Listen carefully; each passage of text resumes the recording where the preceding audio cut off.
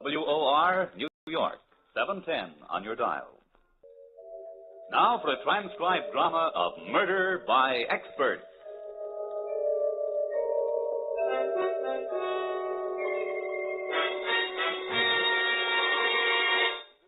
Murder by Experts.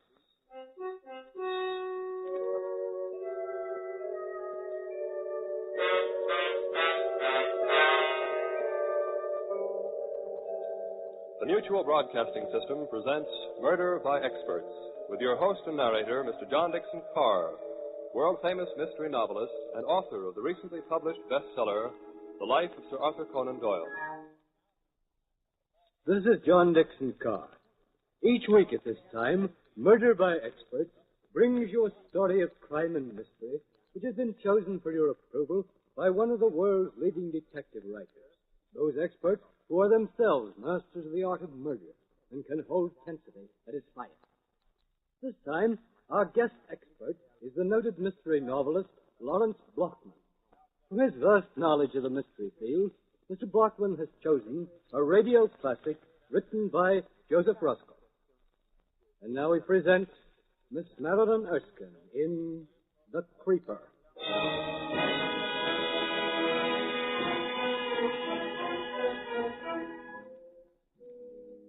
It is the hour before dawn, that moment when the huge, sprawling metropolis lies deep in slumber.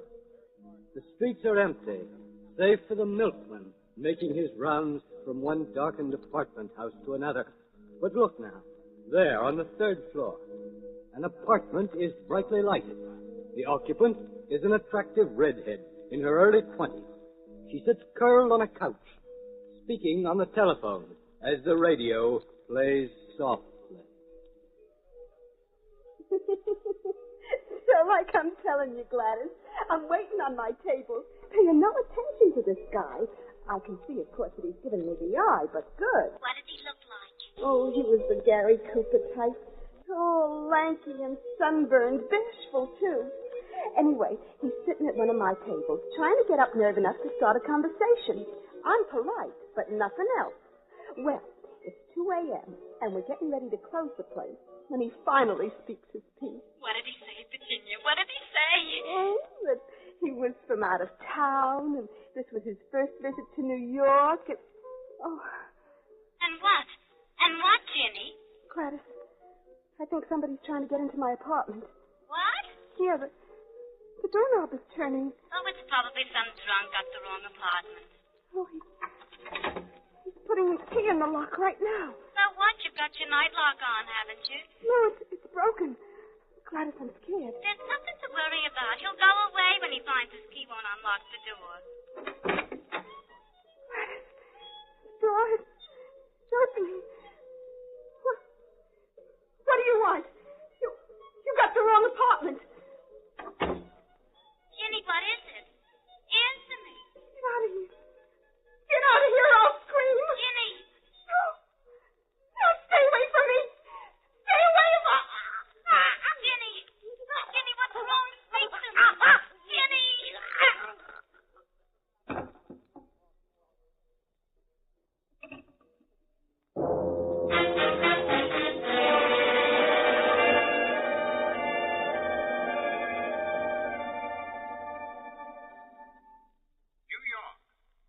Unknown killer called the Creeper has struck again, adding a third female victim to his toll. Virginia Peters, the comely waitress, was found strangled to death in her third-floor apartment early this morning while her radio blared. As in the previous murders, a note was found scrawled on the wall with the victim's lipstick and the plea, "For heaven's sake, catch me before I kill more. I cannot control myself." Police insist that... Oh, how awful, how awful. And in this very neighborhood. Why'd you turn it off? Because I can't stand to hear about it. How can you go on eating without batting an eye? No, let's hear the rest. Interest me. Oh, you. Don't go turning on that radio again, Steve Grant. I've heard enough. I'll go out of my mind, for heaven's sake. Yeah. That's a good, solid clue. What is? For heaven's sake. How many men use that expression? Oh, shut up. Okay, Mrs. Grant. Pass the biscuits, my little pigeon. Pass the biscuits. Eat, eat, eat. 3 women in 3 days murdered in cold blood by a fiend right here in the Heights. I'm too sick to go out. Too scared to stay in. The lock's broken, and he sits there eating. Pass the biscuits, he said. Well, there's nothing wrong with my appetite, my love. Of course. That's what cost you your job on the police force. You were in a restaurant eating when you should have been answering a call. Well, some men drink to escape. I eat. Escape what? What? An ugly tongue, a beautiful face, and a roving eye. In short, a wife. Oh, so you're starting that again. You and your crazy jealousy. Maybe the creeper's way of escaping life isn't drinking or eating, but strangulation. Who knows? Shut up. Go ahead and get a divorce. Go ahead. Can I help it if men look at me? I don't know why you come home at all. Where do you go? What do you do with yourself? Where were you this morning? Why did you come back? To eat. But someday I'll lose my appetite for that, too. And when I do, honey, there'll be no escape. Now, I'm off again. Kiss. Yeah. Still using stage lipstick, huh? Wipe it off. How many times must I tell you? You're married now, remember? Steve, wait. Yeah? At least go buy me my medicine. Sorry, no time. Don't leave me alone. Stay home today, please. I'm afraid. Oh, don't be silly, Pet. Nothing will happen to you. You've a doorman, an elevator boy, Mrs. Stone across the hall, a phone. Oh, you're safe. But the night lock, it doesn't work. Well, now you can't lock me out anymore. It doesn't catch. Something's happened to it since last night. Steve. Get a new one. I can't get a locksmith. They're all so busy. I've tried all morning. Steve, please. If I want to phone you, where will you be? Out. Goodbye, love. Take care of your cold.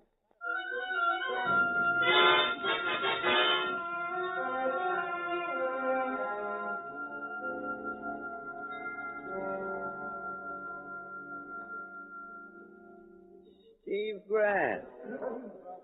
Why, if it isn't old Pearly Chase. Yeah, here you got thrown off the force, Steve. Yeah. Here you got thrown off the news, Pearly. Yeah, you heard wrong. I wasn't fired. I was just warned. I wasn't fired either, just suspended. For 3 days. My trouble is I eat too much. I drink too much. I hear you living up at the Heights, Steve. Yeah. That's funny, me too. Here you're married now to a gal that's a knockout. Has all the boys whistling. Yeah, you can say that again. Used to be on the stage, you know. Yeah, I think I knew her. Wasn't a stage named Vicky Duval? That's her. I love that wench, but women. How does a guy handle them? Maybe the creeper has the right method. Thank you for taking the words out of my mouth. Who is the creeper, Steve? You got any angles? Well, you tell me, and I'll split the reward with you. One thing, though, and I don't think even the police force will put it together yet. Yeah? In all 3 cases, just before the creeper struck, the door locks had already been tampered with. You don't say. You got a theory? Well, sure. I mean, take that note on the wall written with lipstick. For heaven's sake, in every case, for heaven's sake, catch me before I kill more. I cannot control myself. Right. Now, what man uses an expression like that? The long and short of it is this. A creeper is a woman. A ruse. Just like the height of the message from the floor is a ruse. 6 feet. And yet I'll lay odds the creeper's no more than a guy your height, say. Or mine. 5'9". Yeah? Well, go on. Let's have the rest, Sherlock. Okay. That business of the 3 locks that were tampered with.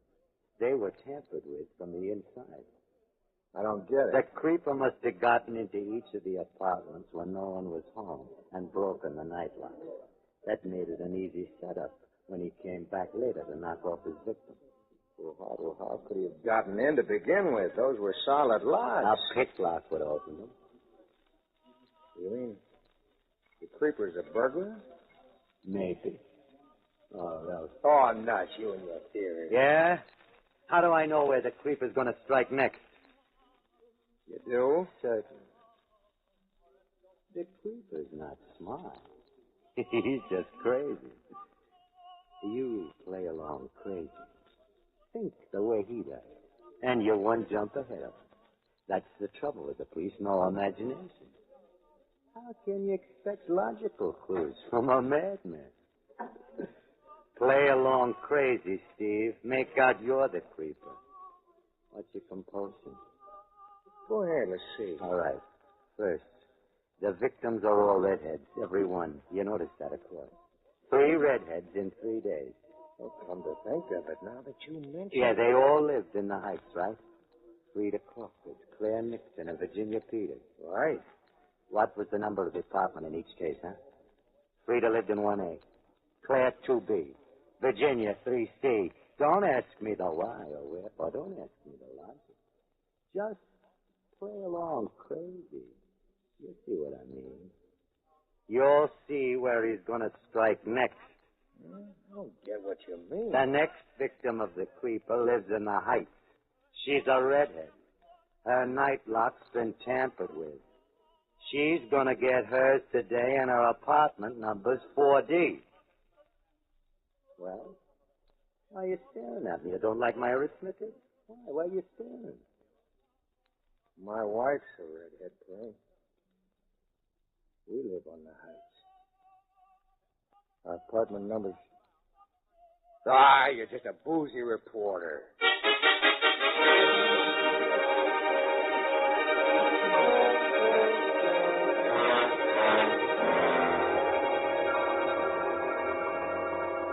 And your apartment number? 4D, I told you. 4D, of course. I'll have it delivered. Apartment 4D. I should have guessed it anyway. Why? A face is a number. Believe me, since you've moved into the neighborhood, Mrs. Grant, for me it has a special number. Like double, dandy, delicious green. 4Ds, you see? Go on. I'll bet you tell that to every customer. Female. I'm a ladies' man, like the creep. Oh. Oh, what did I say? What's going on in this block? Raw nerves, you can't joke. The creeper, that's all I hear all day. Why, it's mass hysteria. There ain't no such an animal. You don't think so? Why, I assure you, Mrs. Grant, it's a fairy tale for circulation of the tabloids. I'll send your prescription up to the board. No, I'll just wait here for it. Well, it'll take some time. You should go right home and stay there if you're just getting over the flu. Now, believe me, I'll deliver it myself. It'll be a pleasure. No, I'll wait. I may not go right back. I don't want to be there all alone. I'm afraid. Well, suit yourself, Mrs. Grant. Why are you staring at me? I was admiring your lipstick. I've nothing like that in stock. It's a special lipstick. I used it when I was on the stage. Well, don't let the creeper go writing a note with your lipstick. Have a seat.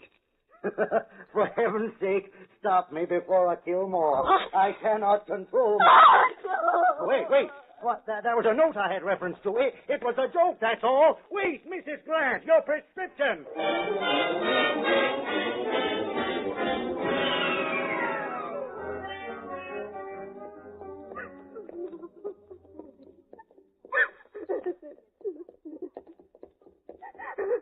Mrs. Grant? Mrs. Grant! Oh, it's you, Mr. Stone. What's your hurry, dear? I just got such a scare. Since all these awful murders in this neighborhood. Oh, yes. Isn't it terrible? You walking home? I guess so. I'll go with you. It's good we live in the same house. At least if I had a double lock. But the night one doesn't work. I can't get a locksmith. They're all so busy. Oh, don't you worry. We'll stay together this afternoon till our husbands come home. Think of it. We've never visited, so we live right across the hall from each other. Isn't that just like a big city, for heaven's sake? Or would you rather I dropped in on you? Well, I don't... I'll make it yours, then. Isn't it horrible, the ghastly things they're saying? The theories. One doesn't know what to think next. You believe the latest? The latest? That maybe it's a woman, the creeper. A woman? Can you beat it? I can't imagine how in the world the police figure that, for heaven's sake. Can you? I don't know. I was just thinking of something my husband said. Though I can see we're a married woman now. If her husband was two-timing her, say, perhaps only weak and no will of his own, and if the wife, say, was merely getting at those female homebreakers, well, I can understand that. Because you take my husband now. You've met Mr. Stone, haven't you? Well, Mrs. Grant, why on earth are you staring at me like that, for heaven's sake? I don't feel well. I must get home at once. I feel bad. But Mrs. Grant, for heaven's sake.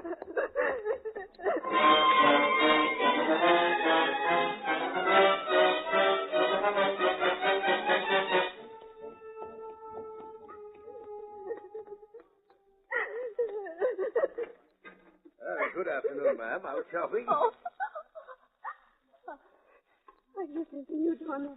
Just spilling Charlie. He's fixing the fuse box. Help you with your packages? No, thank you. Well, I don't mind a bit. You look out of breath. I can manage. Where's Jimmy, the elevator boy? He stepped out for a few minutes. I'll take you up, ma'am. But He mightn't be back for another 5-10 minutes. There's no point you're waiting for him. No, I suppose not. Apartment 4D. Why, yes, how did you know? Doesn't take long.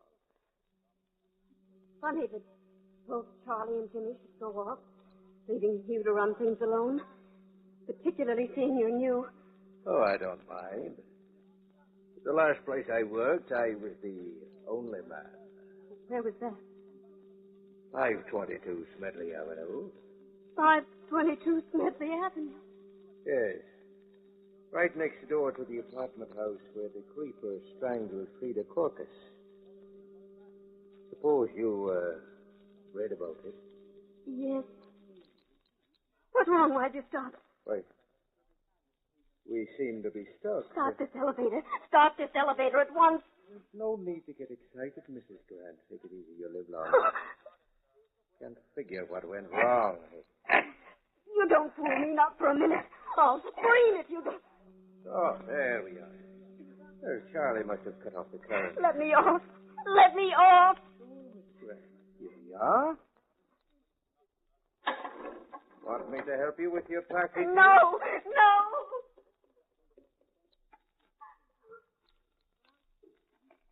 I must be going out of my mind.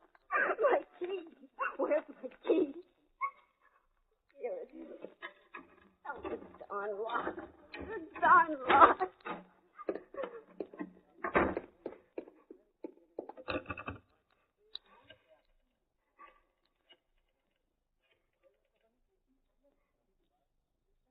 Hello?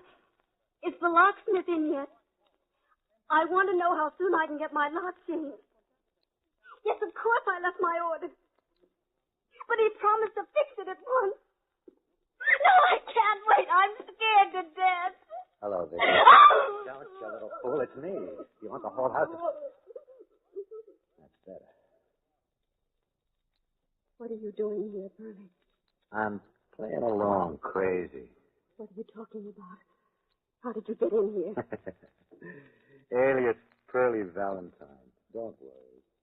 You haven't a thing to be upset about now. I've come to protect you. Give me the phone. Hello? Never mind about the lock, thank you. Long time no see, Vicky. What do you want, Pearlie? Me? A headline. Your husband wants, too. He wants I should keep an eye on you. What's that? Sure. You didn't think Steve and I were acquainted, did you? Oh, yeah, from way back. Just met him at a bar. I don't believe you. What do you mean, keep an eye on me? Oh, just in case the creep... Oh! You heard the character. You're mad. You've always been mad, Pearlie Chase. Where is Steve? Why should he send you? Why should he think the creeper will come here? What are you doing here? Told you. Playing along crazy. Got a drink? You're drunk now. You're getting right out of here. You're nothing but a no-good rummy. And you're nothing but a no-good. You finish it. When I took to drink, it was to forget you, and you know it. Well, rum pot angel. Which means I haven't gotten over you. Yet. Get out. You little two-timing redhead. Now you're all the same, you redhead. Why, Jimmy? Haven't changed, have you? Even a wedding ring can't do that to you. Ah, don't play the innocent. My business is snooping. I make a living at it. Between drinks. So your new motto's love thy neighbor, huh? Mr. Stone across the hall. Poor dumb Steve. You dirty snooper. Sit down, darling. Just play along with me while I play along crazy. Sit down. That's it. Yeah, like we're expecting company. I must be crazy doing this. Why wait here for the creeper? Why not 100 other streets, 1,000 other apartments, 1,000,000 other dames? Because I'm riding my hunch. Yeah, let's have some music. Don't just sit. Let's have some music. Turn on the radio. Let's dance. It's been a long time, baby. A long time. That's it. Now let's dance. Give me your arm. Let's dance. Yeah. Like old times. Around and around, like my brain. Why are you trembling? I still love you, you little fool. Ask me why. I love you, you love you, redhead. I could kill you and you deserve it. With the radio on, you could scream and no one would hear. I could put my hand on your throat like this and I could strangle you. Why are you crying? Stop it. I'm here to protect you. Stop crying. Cut it out. I say cut it out. I can't stand it. I never could. Okay, you want me to leave? All right, I will. It's your funeral. What am I saving you for anyway? Where's my hat? In a few minutes, there'll be a knock or a ring or the door will just open. And you'll be lying on the floor like the other three. Your face black, your eyes bulging. Goodbye, my worthless. Give my regards to the creeper. Oh, that look in his eyes. Like a madman. What if he comes back? He wants to kill me. Wants to kill me. Someone wants to kill me. Oh, I must lie down. My head. My sweating head. Trying to fight me. Jealous. Fight, that's it. Like the other three. My face black. Like the other three. Like the other three any minute now. There'll be a knock or a ring.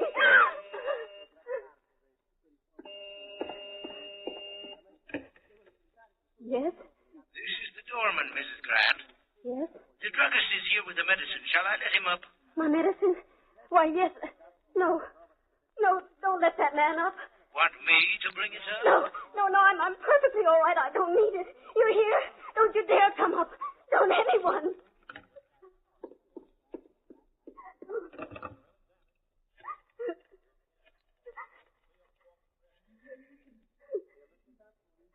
Hello? I called just a few minutes ago. Please, I must have it changed right away. My lock, my door lock, yes. This is Mrs. Grant. Yes, I do want it, of course. Anyone can get in, anyone. You'll come right away? Oh, thank you so much. Thank you, but hurry, please. Hurry or I'll go out of my mind. Oh, thank the Lord. Thank the Lord. Like the other three. Strangled. Any minute now. A knock. Or a ring. Oh. Who's there? It's me, dear, Mrs. Stone. What do you want? Well, I've been worried about you. Are you ill? No, I'm all right, Mrs. Stone. I'm feeling fine. Open up, dear. Don't you want me to keep you company? No, thank you. I was just... Oh, stop it! Oh, do let me in, silly. No, go away.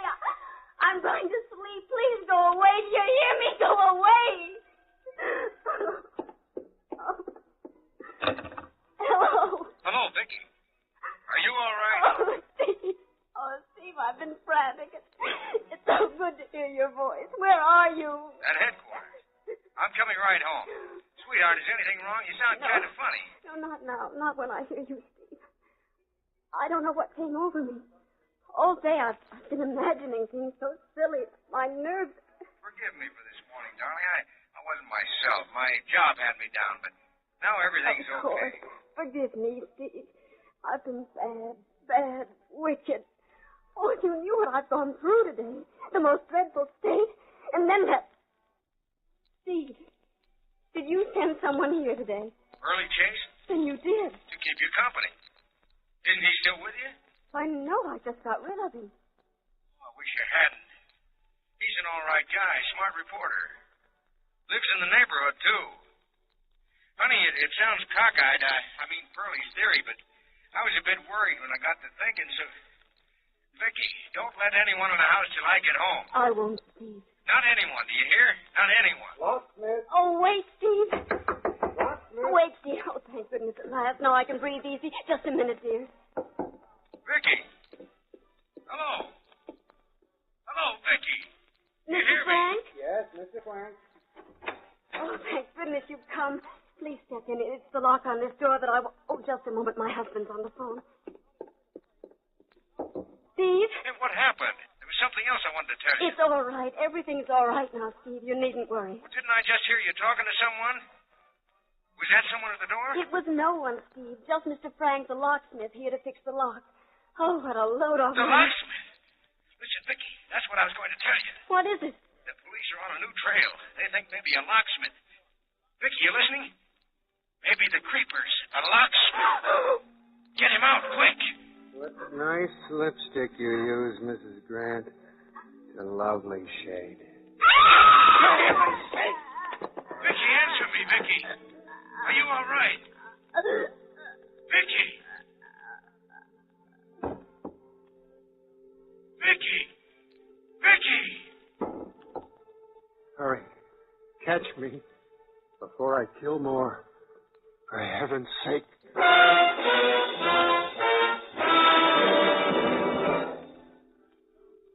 Hello. City desk? Yeah, Pearlie Chase. Yeah, shut up and listen. On that creeper story I just gave you, add this though. The reward for his capture goes to the elevator boy. He heard Vicky Grant scream and called a cop. The creeper was shot running from the building. Yeah, ironical, wasn't it? The locksmith was the killer. The one man Vicky thought would protect her. What an ending to a lovely, lovely redhead.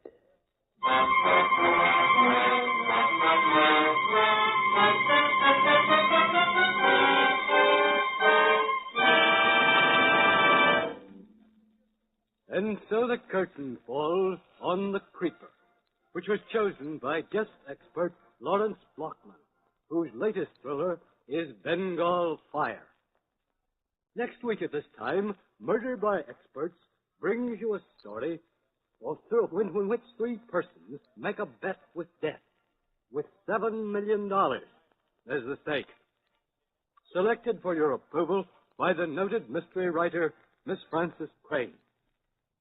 Until then, this is your host, John Dixon Carr, hoping you'll be with us next week at this time.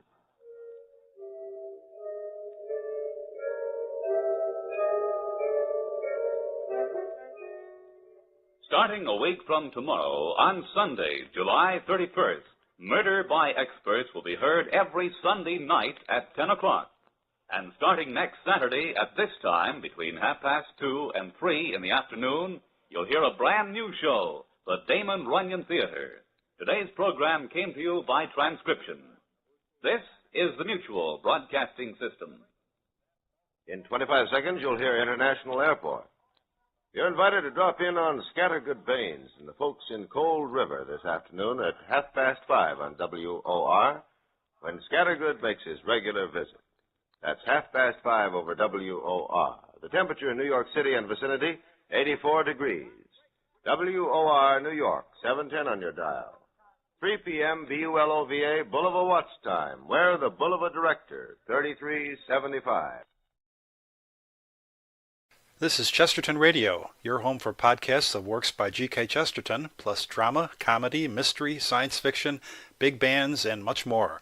The soundtrack to your Chesterton day at chestertonradio.com.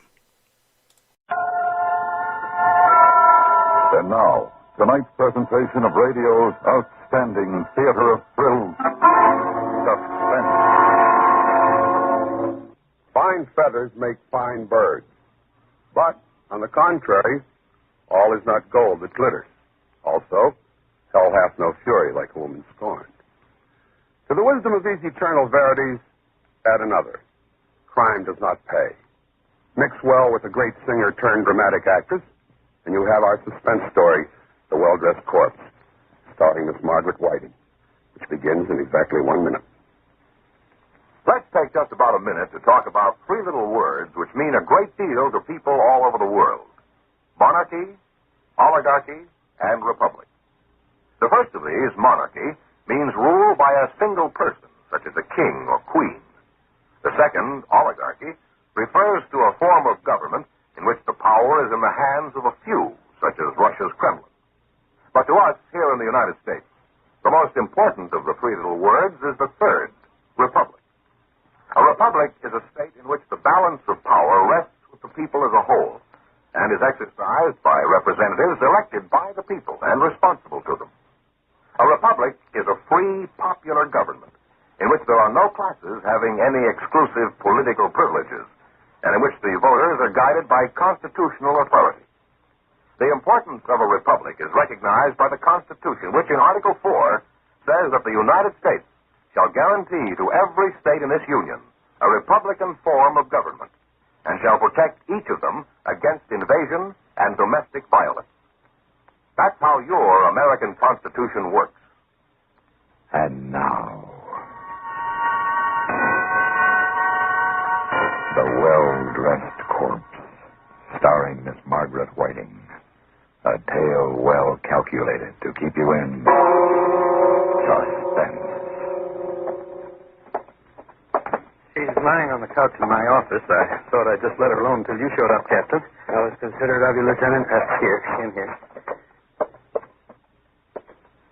You sure that's her? I'm positive.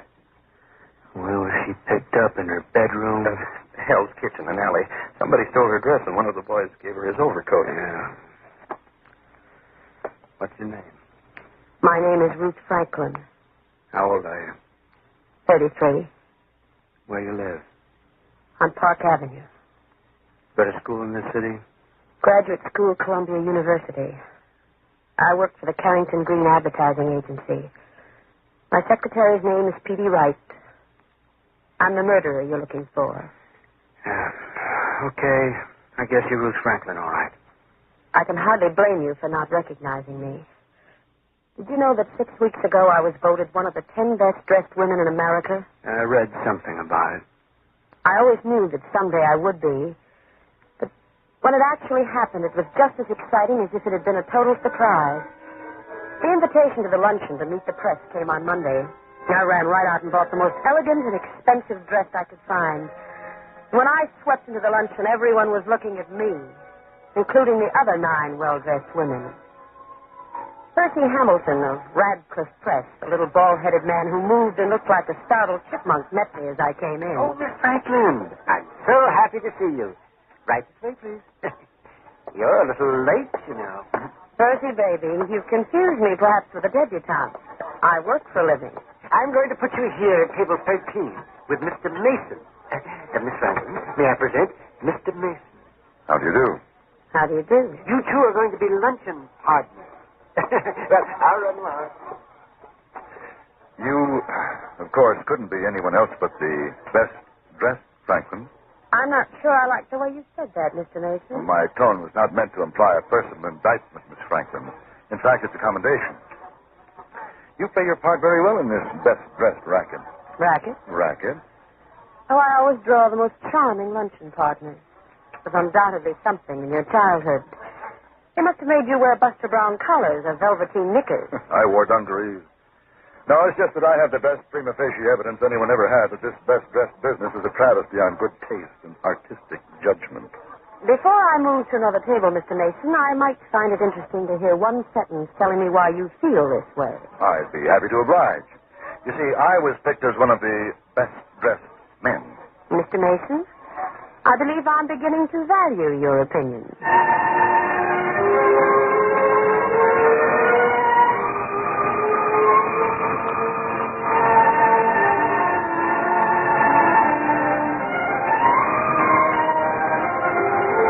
Well, that's the way it began. Little careless banter while we sized each other up. And something in our measurements had meaning because despite speeches and cold chicken a la king and news photographers interfering with most of our conversations, we later found ourselves at the Stork Club discussing everything from Picasso to paperback novels. Sometime in the evening, he said he had to catch a train somewhere, but he'd get in touch with me soon. The next morning, when I walked into my office, Petey, my secretary, was wearing the smug smile of a girl who caught her older sister with a boy on the back porch hammock. Seen it yet, boss? The gimbal ads? How were they? I can win it. All right. Seen what? Picture of you and Roy Mason. Mason? I hardly spoke a word to the man. Hardly a word, huh? You know, that's the Stork Club ashtray in that picture. How did you converse? Smoke signals with your cigarette? Petey, you're very close to being fired. Let me read you what Winchell says. The most handsome twosome in town last night were Ruth Franklin, the best-dressed huckster, and Roy Mason. Petey, what do you know about him? I'll save you the embarrassment of asking me to get a file on him. I've already done it. Here you are, boss. The Life and Loves of Roy Mason, assembled by P.P. Rice, Girl Boswell. All right. Tell it. He's a foreign correspondent, distinguished. He's written 2 books on world politics, The Long Road of Destruction and The Coming Asiatic Crisis. I've ordered both of them so you can talk his language. He's a Yale graduate, skull and bones, 38, unmarried. Just call me Quick. Thank you and goodbye. I'll just leave these things here so you can drool over them. Have fun. Petey. Yes, boss, ma'am? You've had your fun. Now, hands off. I'm going to marry him.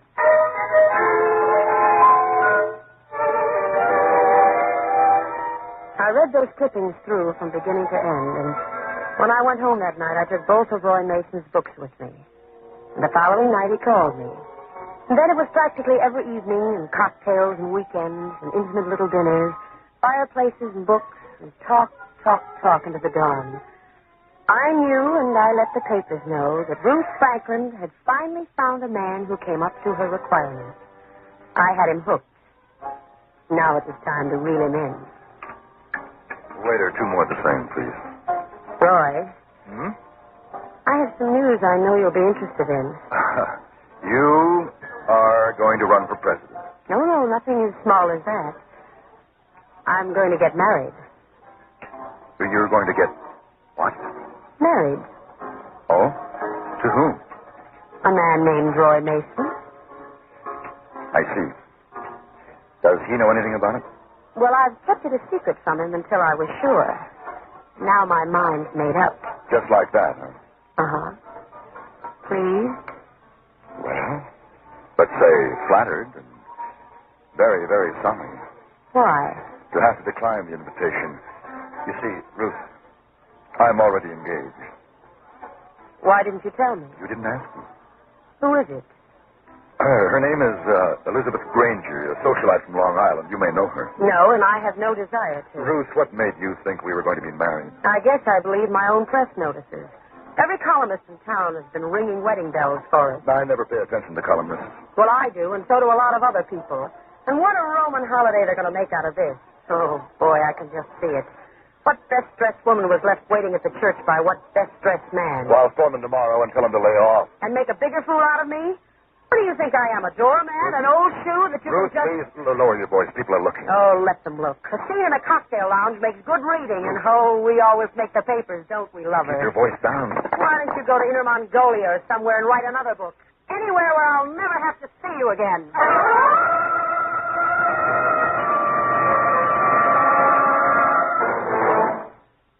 The second act of Suspense continues in 1 minute. Somebody in our government has to do the housekeeping. See that the plumbing doesn't leak, that electricity and oil and coal aren't wasted,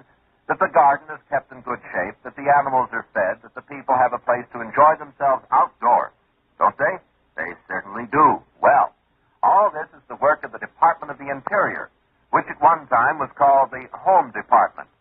The biggest job of the department is conservation, the protection of the things that make our country a good place to live.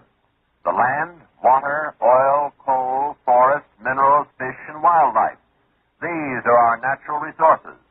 If it weren't for the conservation work of the Interior Department, it wouldn't be long before all the farm and grazing lands would be washed or blown away, and all the wildlife would disappear from the forests and the fields. Another important job of the department is the development of new natural resources and the caring for the national parks where people can go camping or sightseeing. And the Secretary of the Interior has a special job in wartime, making sure that the armed forces and defense industries get enough oil and other fuels. Good thing we've got some good housekeepers working for the Secretary of the Interior, isn't it? It sure is. And now, we continue with Act Two of The Well-Dressed Corpse, starring Miss Margaret Whiting. A tale well calculated to keep you in suspense. Oh, leave it to me. I did a grand job. I made my exit like the second lead in a Straw Hat Playhouse. The next day I didn't go to the office and I didn't read the papers. I knew what would be in them. I felt sick and soiled and used. The phone rang all day long, but I didn't answer it until late in the afternoon. Hello? Me. Oh. Trying to get you all day. What for? To tell you that we're friends, you and I. I hate like the devil to think that you really meant it when you said you never wanted to see me again. I sent you a letter last night, but I'd rather tell you what I wrote in person. Now, look, Roy. No, let me go on. A man rarely meets a woman like you. I was lucky. Real lucky. Ruth, you can send me away altogether if you want to, but I'd miss you for the rest of my life. That's the truth. But you're going to marry this... Ruth, I want to talk with you calmly, decently, honestly. I want you for a friend.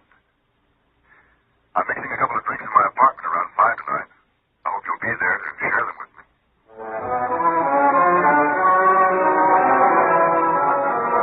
What a colossal ego this man had. Yet he was offering me the opportunity to settle the matter my way. I took it. Oh, you came. Thanks, Ruth. Let me take your coat? No, it's a little chilly. I think I'll keep it on. All right. Drink? A very dry martini and a little soft music. The record's on the turntable and the martini's already mixed. I knew you wouldn't pass up a Mason special. You were rather certain your pretty speech on the phone would work, weren't you? I meant it. I'm glad you're here, Ruth. All of that highly lacquered veneer you show your public is all right for them. But for me, I'll take you the way I know you. Tell me more. Underneath $40,000 a year, behind that best-dressed wardrobe, you're quite a gal. Quite an ornament to wear on your sleeve. Oh. Until you're tired of it. Oh, you don't understand, Don't Ruth. touch me. Yes, it's a gun, Roy. For heaven's sake, Ruth. Ruth, stop this. You got it all wrong. Put down that gun. Ruth. Ruth, get a doctor. We'll say it was an accident. Stay away from me. Phone a doctor. No. It wasn't supposed to be this way at all. Ruth! Ruth, I wrote you. I stood there looking down at him. He tried to talk again, but he couldn't say a word. And then all of a sudden he was dead.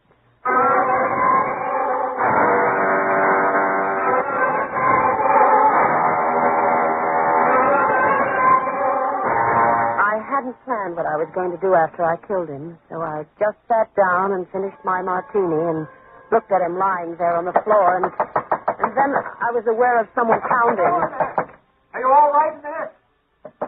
Jackson! Hello! Answer me, somebody! Oh, hello, miss. I live in the apartment next door, and I thought I heard gunshots in here. You did. Over there. Well, I better phone the police. Where's the phone? On the desk. Hello, operator.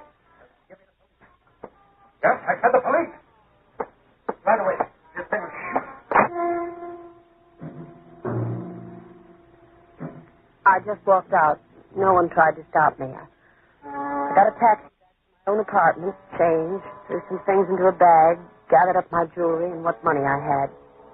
I registered under another name at a small hotel on the west side. I knew I had to get out of the country, but before I left, there was someone I had to see. Elizabeth Granger, the woman he preferred to me.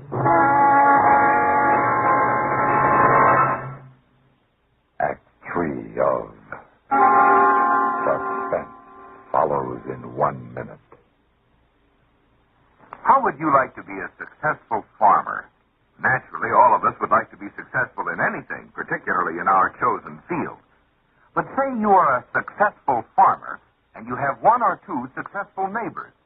However, there are other neighboring farmers who, for one reason or another, are not successful. Farmer Adams was hit by a flash flood coming out of the hills. And Brown and Fisher, though they're hard workers, just don't have the knowledge to make a farm pay off. What would you and your successful neighbors do? Would you sit back and allow the other farms to go under, no matter what hardship it might cause to the families? Would you say, let them fail, we'll buy them out when they're broke? Perhaps one of your neighbors might say that, but would you? Or would you go over and help Adams rebuild his farm? Would you go over to Brown and Fisher and say, look, neighbor, you're not planting the right thing here. It's not right for your soil. Let me show you what you can plant. Of course, unless you were greedy, that's what you would do. Throughout the world, that is what the Food and Agriculture Organization is doing. It is an agency of the United Nations, which is man's best hope for the world's welfare, peace, and justice. And now, we continue with Act 3 of The Well-Dressed Corpse, starring Miss Margaret Whiting. A tale well calculated to keep you in suspense. The next night, there was a rosary for Roy at the Edgeflower Mortuary. I waited across the street. I wanted to see her walk in. I wanted to see how well she could take it. But Elizabeth Granger didn't appear at his rosary. The next morning, wearing dark glasses and a veil, I went to his funeral, but she didn't. Hello, Petey. Don't you know the police are looking all over town for you? Petey, who is Elizabeth Granger? Where does she live? Oh, that. She isn't in the phone books. She wasn't at his funeral. There are no pictures of her in the papers. You know these things. Tell me, please. I can't help you. Nobody can help you now. You're a walking dead woman. Petey, listen to me. I don't want to listen to you. I'm afraid to. I don't want to end up like you someday. Well-fed, well-dressed, successful, but dead. I came here for your help, not your opinions. Everything you ever said in your life was a lie. I did your legwork, looked up things for you, verified them, checked them. And just to satisfy my curiosity, I checked about you, too. You didn't go to any graduate school at Columbia.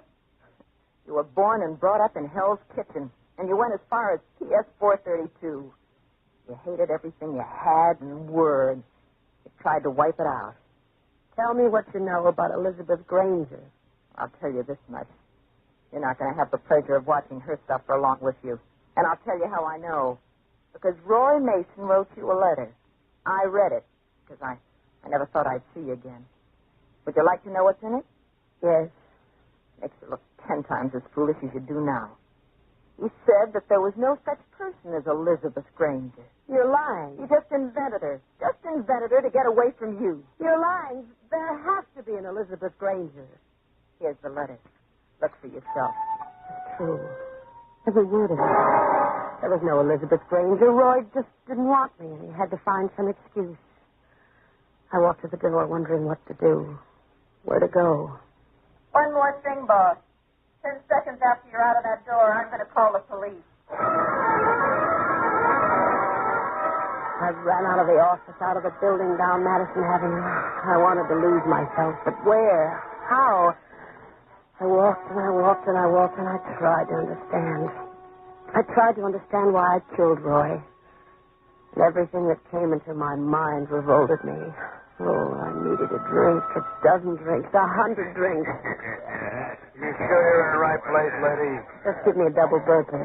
Scotch, triple, I don't care. Well, okay, you're old enough. Hurry it up. Here's my money. Get a load of the doll. What would any dame dressed like that come in here for? Slummin'. What are you, stupid or something? They like to come over to Hell's Kitchen where men are men, looking for thrills. Yeah. What do you think she came in here for? Thought it was 21 or something? Talk. Yeah. I'll show you how to handle a doll like that. Yeah. Buy you a drink, ma'am? No, get away from me. No, you don't really mean that. Tony, the drink's on me. Why don't we have it in the booth over there? We can talk, huh? Get away from me. Who do you think you are? All right, Eddie, no style. Who does she think she is? She got no right in here unless she wants to be sociable. She's a bum, and you know it, Tony. Eddie, can't you see this is a lady? Now go for a walk. Lady? Since when we got ladies in here? You filthy... Hey, wait a minute. Little bum. Hey, Eddie, you know who she is? Her picture was in the paper this morning. She killed somebody.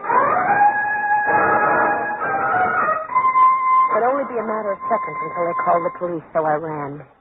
I saw a police car crossing the avenue, so I ran the other way. 2 blocks away, there was another police car at the intersection. I ducked into an alley and tripped and fell headlong into the dirty, foul smell.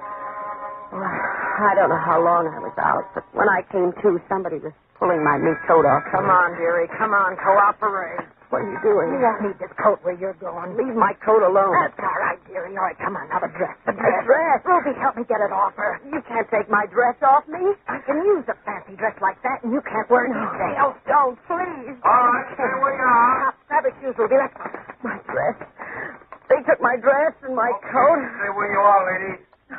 You let them do it. Why did you let them do it? We'll get him. Come on now, lady. Lift up your head. I want to take a look at you. Oh, don't hurt me, please. Uh-huh. I'm somebody. That's what I thought. Ruth Franklin. I'm somebody.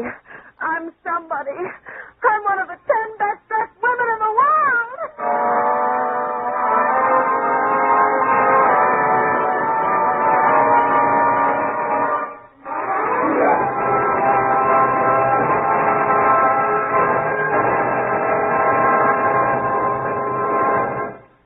Suspense, in which Miss Margaret Whiting starred in William N. Robeson's production of The Well-Dressed Corpse, written by E. Jack Newman and John Michael Hayes. Listen. Listen again next week when we return with a tale well calculated to keep you in suspense.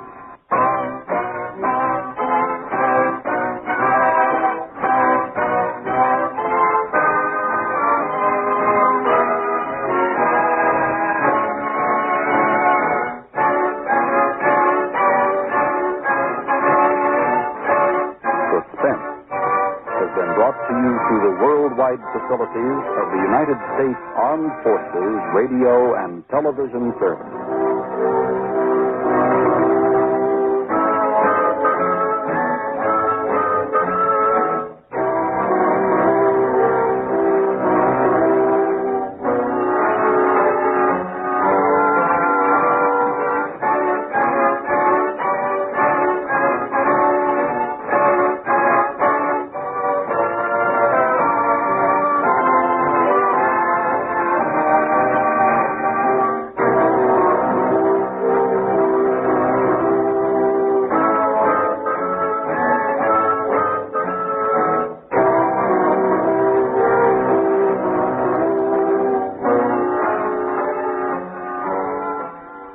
This is Chesterton Radio, the true, good, and beautiful at chestertonradio.com.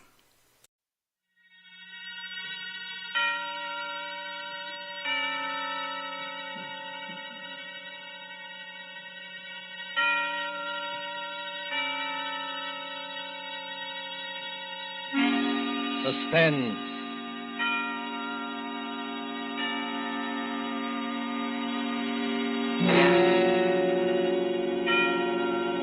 This is the Man in Black, here again to introduce Columbia's program, Suspense.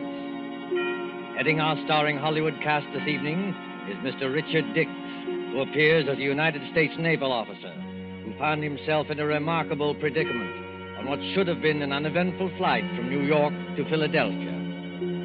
As fellow passengers aboard the airliner are Miss Gail Page as a girl named Monica, and Mr. Montague Love, who plays that aged and domineering millionaire Silas Naylor. A story by John Dixon Carr called Death Flies Blind is tonight's tale of suspense.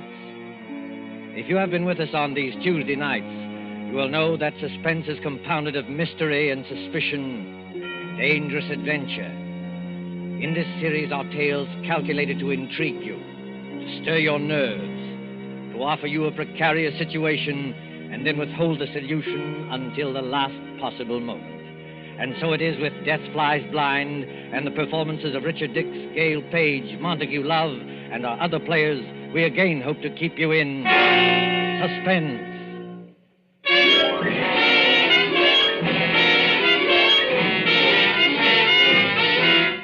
LaGuardia Field, Municipal Airport of New York. LaGuardia Field, vast behind its white buildings. On a gray spring afternoon when rain splashes across the runways, dims the sky, and spatters on the wings of a great silver-painted airliner waiting beyond. Already as the limousine bus from the New York terminus slowly draws up to the waiting shed, you can hear the loudspeaker. 72, New York to Los Angeles. The big limousine bus, besides its driver, contains only two persons. One is a tall young man in United States naval uniform, with the stripes of a lieutenant commander around his sleeve. The other is a tall and dark-haired girl, her face a little frightened in the gloom. Flight 72, New York to Los Angeles. Plane ready to take off at gate number 6. Have your tickets ready, please. Fred, that can't mean us. Now, take it easy, Monica. We're not too late. They won't go without us. No, I mean it says New York to Los Angeles. That's right, Monica. We're only going to Philadelphia. You're still right, my dear. I arranged for a special stop at Philadelphia. It won't take long, and then they go on non-stop from there. Fred, that's just it. Who's going on from there? Oh, you'd be surprised. This airport bus must hold 20 people, but there's nobody in it except ourselves and the driver. Who's going on to Los Angeles or anywhere else? I was going to tell you about that, Monica. All right, miss. All right, sir. Hop under that shed and out the door on the other side. Oh, got your tickets ready? Yes, I've got them. All set, Monica? And rain is certainly coming down. Do they take off when it rains like this? Oh, miss, a little rain don't bother them. What does bother them is unsettled weather at other places. You mean it's perfectly safe? They never take off, miss, unless it is safe. You better hurry up now.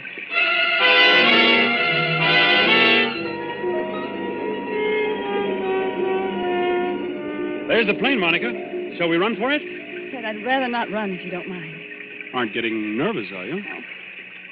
I know it's stupid of me. I've flown before. It's just those few seconds before the takeoff. You're moving and the motors have been idling. All of a sudden they start to roar. The plane races ahead and the roar gets louder and suddenly you think, am I ever going to get down alive? Now, look here, my dear. I'm sorry, Fred. There's nothing to worry about, you know. Of course not. I'll be good. It's just this dismal day and a ghostly bus without any passengers. And... Fred, look. Where? At the plane. They've got all the windows covered inside with little gray curtains. Oh, that's all right, Monica. It's only a wartime measure. Wartime measure? Yes. Must keep those curtains closed for some minutes after taking off and before landing. So no one can make maps or take pictures of our airports. Anything could happen up there, Colonel. No. And what's more, if you're worried about your fellow passengers, look over your shoulder. Well, there are some people coming through the gate. Yes, you see the little gray-haired man with the big fellow on each side of him? The secretary dashing around them like a destroyer in a convoy? You know, I've seen that gray-haired man somewhere before. You've seen his picture. That's Silas Naylor, the third richest man in the world. Those two big fellows are his bodyguard. Does he need a bodyguard? Well, not more than most of us, I imagine. Fred, I don't like it. Oh, nonsense, my dear. Come on now, up the steps of the plane. Give your name to the air hostess at the door. That's it. Good afternoon, miss. May I have your name, please? I'm Monica Vale. You're the air hostess? That's right, Miss Vale. Take any seat you like. And you, sir? Onslow, Lieutenant Commander Fred Onslow. Oh, yes, Commander. We've had instructions about you. Happy to have you with us, even if it's only as far as Philadelphia. Thank you. May I take your overcoat or your briefcase? Only the overcoat, please. I'll keep the briefcase. Fred, look there. What is it now? That man you called Mr. Naylor's secretary. Light-haired man, rather good-looking. He's sprinting towards this plane as fast as he can run. Well, you'd better be careful on that slippery surface. He certainly has. Look out, man. Look out, man. Watch your step. Look out. Well, are you all right? Here, let me help you up. I'm all right, thanks. Perfectly all right. Air hostess. Yes, sir. My name is Michael Shepard. I'm Mr. Naylor's secretary, and I think there must be some mistake here. Mistake, sir? Yes. When Mr. Naylor travels, he's in the habit of booking every seat in the plane to ensure privacy. Yet we seem to have 2 extra passengers. Well, I'm afraid that's my fault, Mr. Shepard. Indeed, sir. Then would you and the young lady be good enough to take some later flight? Oh, I'm sorry. I'm afraid I can't do that. No, and why not? Maybe I ought to explain, Mr. Shepard, that Commander Onslow had last-minute orders to join his ship. He and Miss Vale have priority as far as Philadelphia. Philadelphia. Must we stop there? Only for a few minutes, Mr. Shepard. This is outrageous. Mr. Naylor is traveling, in a sense, on government business. Well, so am I, old man. The Navy often does. That doesn't alter the principle of the thing. I don't want to seem ungracious, you understand. Mr. Naylor is always glad to help our brave soldiers and sailors. For the love of Mike. Now, choir will now sing hymn number 242. Now the gorgeous But this rite. time you've gone too far. I shall appeal to Mr. Naylor himself. Mr. Naylor? Mr. Naylor? Yes, Mr. Shepard, I can hear you. What is it? This naval officer, sir, and the young lady. Oh, I know, Shepard, I know. Isn't the plane big enough for all of us? I was only following your orders, Mr. Naylor. You asked for privacy. All right, Shepard. What I'm asking for now is less noise. The lieutenant commander in the Navy, eh? That's right, Mr. Naylor. Off on another fishing trip, I suppose. That's just exactly right, sir. Ever have dyspepsia? No, never. Well, I have. 20,000 a year I pay doctors. And what do they give me? This stump. I'm not surprised you got priority, Commander, but I am a little surprised about the girl. She's my fiancée. Mr. Naylor, Miss Vale. Meet the rest of my family. These 2 bruisers here, including the one with the mouth organ, are my bodyguard, Mr. Cohen. I'm pleased to meet you, Commander. How do you do? This is Mr. O'Reilly. Glad to know you, Commander. How are things going? Hey, Cohen, Kent, don't you ever get tired of playing that mouth organ? Stand away from the door. They want to close it. Will everyone please take your seats and fasten the seatbelts? Are we ready to take off? Yes, in just a moment. Shepard. O'Reilly. Cohen. Come along to the front of the plane. Yes, sir. Oh, we'll sit in the back here, won't we, Fred? Yes, of course. Fred, is anything wrong? No, of course not. Why, what could be wrong? Then you'd better sit down. We're starting to move. That's good advice, Commander Onslow. But I must ask you, Miss Vale, not to touch the curtain on the window. Oh, how soon before we can open the curtain? As soon as we're well away from New York. You see that illuminated sign, no smoking, fasten seatbelts? Yes. What about it? When the lights in the sign go out, you can open the curtains and smoke as much as you like. Now, if you'll excuse me. Certainly. You needn't try to fool me, Fred Onslow. I saw you. You saw what? I saw you pick up that scrap of paper one of those men dropped. Why, that wasn't anything, Monica. May I see the paper? No. Why not? Well, because I'd rather you didn't see it, that's all. There is something wrong, isn't there? Look, Monica, let me repeat over and over, what could be wrong? Why, there's Silas Naylor, an internationally famous figure, with a group of trusted attendants. Here's an ACA plane as safe and dependable as the old gray mare. All the same, All the same what?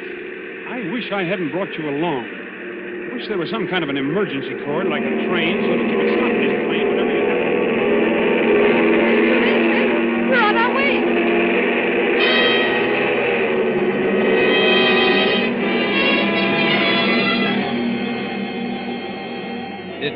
minutes, 30 minutes, 40 minutes. The great silver plane throbs against dead quiet. It's warm and stuffy in the cabin, despite the hissing ventilators. Dim white reading lamps shine down on a double row of cushioned chairs along one side and a single row of cushioned chairs along the other. Ahead, above the closed door to the pilot's control cabin, the red glowing sign still warns against opening those curtains. Aft in the plane sits Commander Onslow, his eyes fixed on the clock under that illuminated sign.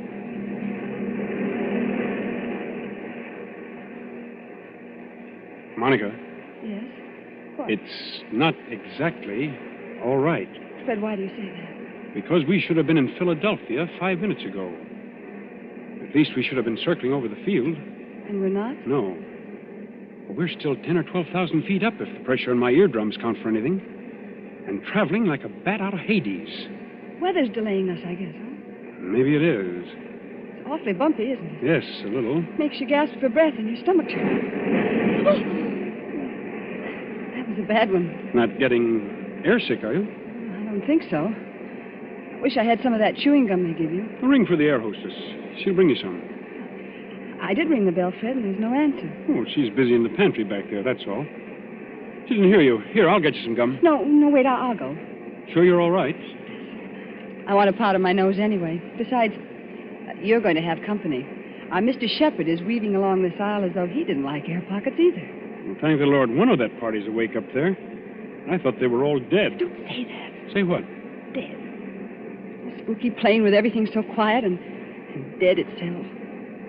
Remember how the pilot walked through a while ago and looked around and walked right back to the control cabin again? No, I didn't notice him. Oh, that's what I mean. It was like a ghost. I'll be right back. I say, Commander Onslow. Yes, Mr. Shepherd? Mind if I sit down? Not at all. Go ahead. Fact is, Commander, I want to apologize. Oh, that's all right. Forget it. I'm not such an ill-mannered guy as I must have sounded. It's no joke, you know, taking care of the chief. I've got to go ahead like a cyclone so that everything will be quiet when he gets there. And it's a great responsibility, too. I can imagine. I go on these long trips. There's the chief half asleep and O'Reilly reading detective magazines and Cohen with his mouth organ. Doesn't that mouth organ bother the old boy? No, he likes it. Especially when Cohen plays the old square dances. Chief's a great man in his way. I was just wondering about that. Wondering what? Is it true? Stop me if I'm talking out of turn. Go ahead. We can trust the Navy. Is it true he's offered to design and build, at his own expense, a fleet of underwater cargo boats, submersible freighters, up to 5,000 or 6,000 tons? That'd do away with the submarine menace altogether? Where did you hear that? Oh, just rumor. Is it true? Yes, it's true enough.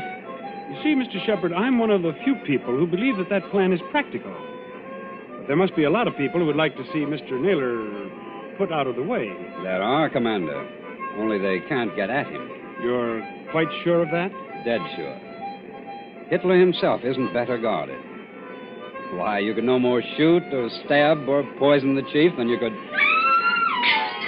What was that? What happened? Monica? Is anything wrong? Back there? Well, it's all right, sir. It's only a noise in the pantry. We'll see to it. Monica, pull yourself together. What's wrong? It's that air hostess, Miss Lee. Well, what about her? She's lying back in the pantry among the broken dishes with her head all over blood. Somebody beat her over the head and left her there to die. Somebody? Yes. But nobody's gone back to the pantry.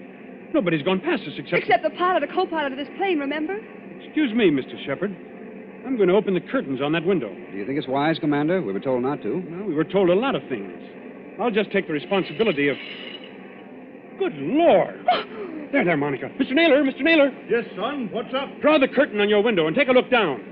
If O'Reilly and Cohen have got guns, they better keep them handy. Is that so now? Why? Because we're not flying west. We're over the Atlantic Ocean now and headed straight out to sea.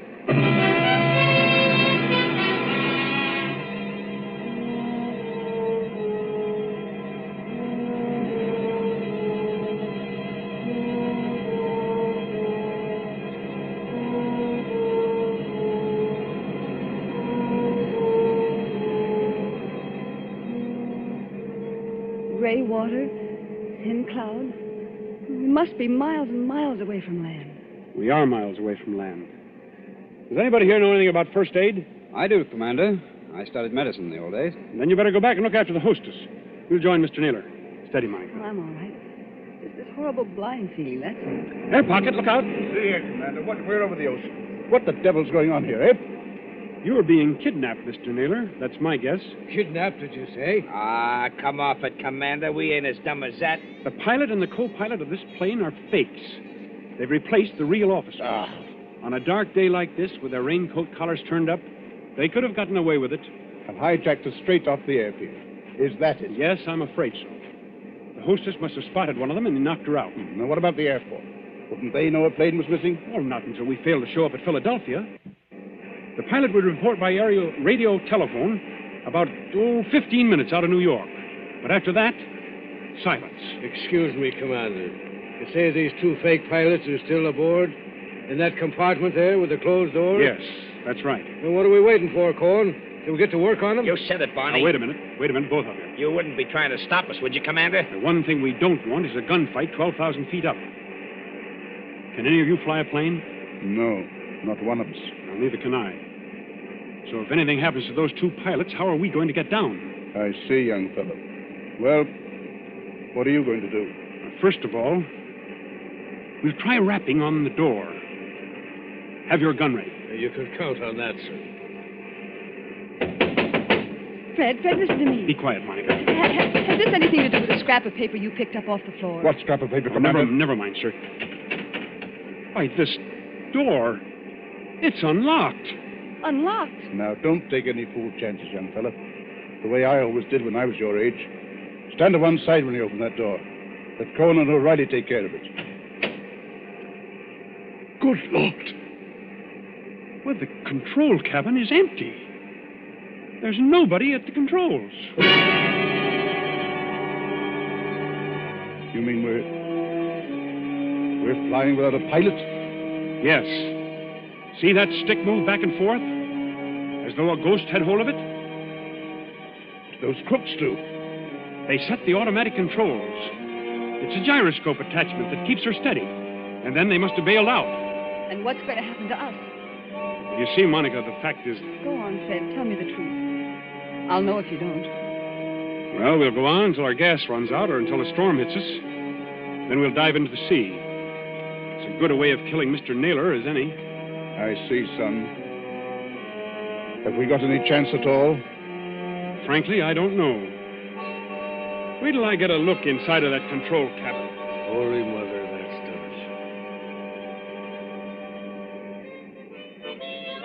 Cohen, stop it. Stop it! Yeah, Mr. Naylor? Stop playing that infernal mouth organ. Or if you must play it, play something cheerful. Yeah, sure, Mr. Naylor, sure. How long do you think it'll be before we... Quiet, Cohen. Here's the commander back again. Well, young fella. The radio telephone's out of order. We can't signal. Fred, what about those patrol ships? You said they're 200 miles out to watch for unidentified aircraft. Won't they see us? They've seen us already, I expect. They'll send for an Army fighter plane to investigate, but... well, what can it do? Yeah. Shoot us down, maybe, huh? That's fine. If only somebody could fly the plane. Well, nobody can, Skipper, so think of something else. See, Mr. Naylor, I was wrong. Wrong, son? About what? One of your party, and I can guess which one, dropped a torn piece of paper. There was a line of writing on it, probably the end of some instructions. Well? Those instructions ended, you should land just as your fuel fails at 7 o'clock a.m. You should land just as your fuel fails at 7 o'clock a.m. But that might not have anything to do with us, son. What made you suspicious of it? Because it was written in German. In German? Quiet, Cohen. I can't hear myself think. Okay, Mr. Naylor. I'm sorry. I thought the fake pilots were kidnapping you, maybe abroad. There's not enough fuel for that, is there? Well, if there's enough fuel for Los Angeles, then there's enough for Europe. Well, that won't work. They bailed out and left us to crash. Excuse me, sir, but it's getting black as pitch out there. I think there's a storm coming up. What happens when that hits us? Plenty, O'Reilly. Plenty. Yeah, well, I was afraid of that. If only somebody could fly this plane, I could navigate it. Navigate it? Yes. You have to learn aerial navigation in my business. With enough figuring, I might even set a new course and try the automatic controls on it. No, I don't dare handle the ship. Wait a minute. I know a way out of this. Well, then speak up, miss. There's a 90-mile wind going to hit us any minute. The air hostess, of course. Miss Lee, what about her? I remember reading somewhere that most air hostesses get flying instructions when they've been with a company for a given length of time. You know, Miss Vale, that's true. There was a girl of Inter Airways who told me the same thing. And if this one can even make a try at landing a plane, we may get back to New York yet. I thought you said she'd been knocked out. Well, she isn't badly hurt, but there's just a chance that maybe she's... There's Shepard, coming back from the pantry. Anybody got a drink? It wasn't very pleasant back there. How is she? You know, we were just wondering whether Miss Lee might be in any shape to pilot the plane. Pilot the plane? Why in blazes should she pilot the plane? There's no time to explain now, Shepard. But we're bound for Davy Jones unless something's done. Could she do it? No. Not even if we revived her? Not if all the doctors on Earth stood at her side. Why, but I don't think you understand, sir. Miss Lee has just died.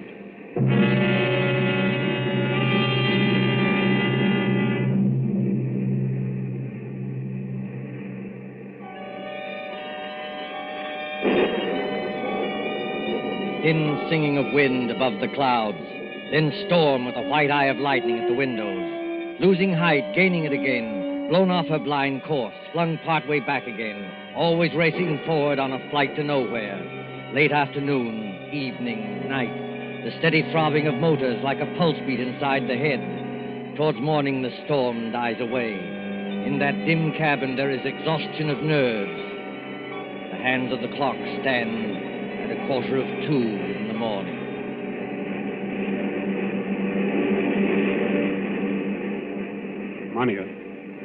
Monica, wake up.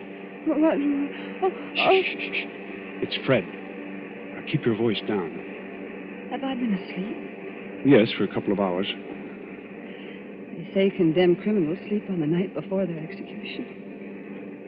Where are the others?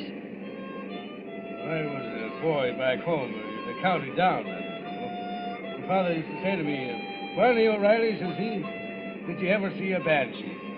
A banshee," says he, "is the old woman that lets you know when you're going to die." Pipe down, you two. I'm sorry, Mr. Naylor. No offense, Chief. Can the man play a quiet game of solitaire without somebody yapping all the time? Black 9 on red 10. Listen, Monica, and listen carefully. My first idea was right after all. What are you talking about? There's somebody aboard this ship who can fly a plane. Shh. There is. I proved it by the automatic controls. Proved it how? If those controls had stayed as they originally were, the side winds would have blown us clear off our course. But we're still on our course. That shows that somebody's been sneaking in there and setting us right again when we do stray. And you mean... I mean that we're headed for somewhere. We're being taken somewhere. But we may outwit this gentleman yet. Outwit who? Is somebody still talking back there? I'm sorry, Mr. Naylor. Monica's just waked up. None of us can feel very much like sleeping anyway. You're right, son. I admit it. Come up here and join me, will you? With pleasure. I've beaten myself in this twice in this card game, but I still can't make it come out. Oh, what's the use pretending anyway? We know we're in for it. It's this waiting that gets you. Yeah, that goes for all of us, Mr. Naylor. What I'm dreading is the minute when those motors choke and go dead, and we start whirling down. What does it sound like, Commander, when motors conk out? I've never heard it, Mr. Naylor, but I imagine it sounds like... Listen. I imagine it sounds like that. We're losing height. I can feel it. Well, Cohen, I guess this is the payoff. Yeah, you said it. But look here, Mr. Naylor, we can't be out of fuel. Because it's too early. Look at the clock. It's only 5 minutes to 2 o'clock. I beg your pardon, old man. It's 5 minutes to 7 o'clock. 7 o'clock? Are you crazy? No. Haven't you forgotten the cross-ocean changes in time? By George, the commander's right. European time is 5 hours ahead of our time. If you don't believe me, just notice that it's getting daylight outside. I was thinking of that message. You should land just as your fuel fails at 7 o'clock a.m. Stand perfectly still, all of you. Yeah, what's got into little Lord Fauntleroy? I'll show you what's got into me, my friend. Yes, I rather thought you would. I shall go into that control cabin. Follow me if you like. I shall sit down at the controls, and I shall bring this plane safely to the ground. Safely to the ground? Where? In Germany, of course. Germany? Don't pull a gun, Cohen. If you plug him, we're all done for. That is good advice, Mr. Cohen. I might add that we're getting closer to the ground every minute. For the love of... Do I take control? Yes, go ahead, but we're following you. Follow by all means. All right. Let's get comfortable here. I take up my position, so. There's fog below. Can you see? Well enough, Miss Dale. Well enough. We must go down rather quickly. And I can't help if it's somewhat rough on your ears. You young swine, what's the idea? The idea, dear patron, is to bring you and your plans for a submarine freighter to a country which will appreciate them. Then those two fake pilots? They were colleagues of mine. Unfortunately, if they had remained, your pug uglies would have started a gunfight, and none of us might have got here. Well? So they left by parachute. And I brought you safely, without blood or toil, into the boundaries of the Third Reich. You're going down too fast, man. Now take it easy. I am perfectly in command, thank you. Look out! The trees, Look out, they're coming man. straight up at us.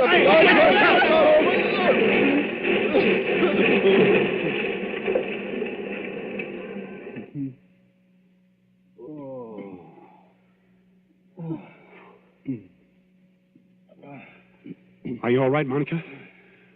Are you all right? Yes. Oh, only a bit shaken up. We're all okay here, Skipper.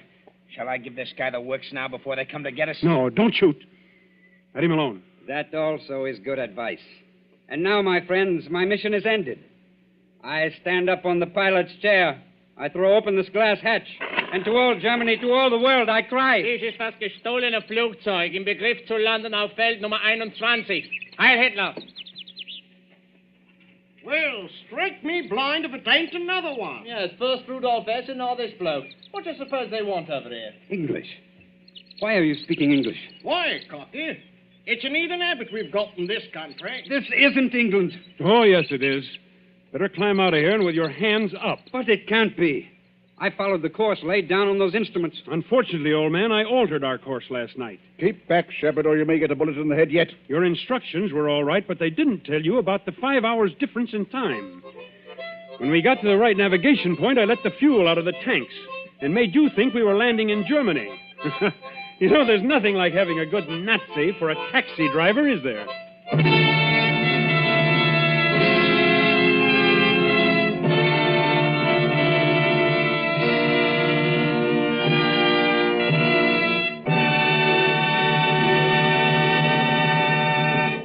And so ends Death Flies Blind, starring Richard Dix with Gail Page and Montague Love. Tonight's tale of Suspense. This is your narrator, the Man in Black, who conveys to you Columbia's invitation to spend this half hour in suspense with us again next Tuesday, same time, when Mr. Paul Lucas will star in the suspense play called Mr. Markham, Antique Dealer. Ladies and gentlemen, on the following Tuesday, May 18th, Mr. Charles Lawton and Miss Elsa Lanchester will be with us in one of the most famous of Agatha Christie's thrillers, The ABC Murders. William Spear, the producer, Ted Bliss, director, Lud Gluskin and Lucian Mahowick, the conductor and composer, and John Dixon Carr, the author, collaborated on tonight's Suspense.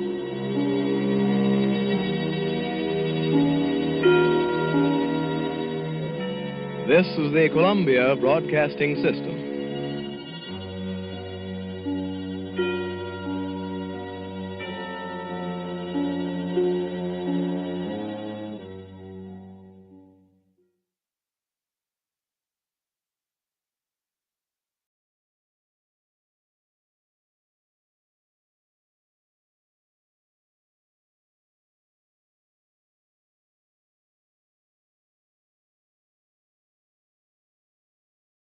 And now, another tale well calculated to keep you in suspense. A statement of fact by E. Jack Newman.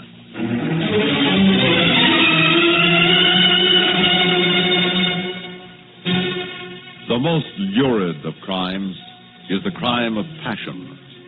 No mere bank robbery or stock swindle can compete for newspaper space with a nice, juicy love nest murder. Our story concerns itself with a murder which criminologists would classify as a crime of passion. But in fact, it is just the opposite. A crime of no passion, a negative murder, committed because passion has fled and love was dead. A homicide without hope.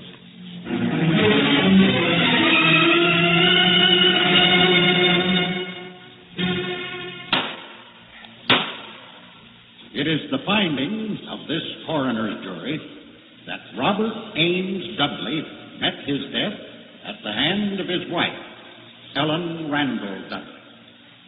In view of the evidence, the jury recommends that said Ellen Randall Dudley be taken into custody and held for action by the grand jury.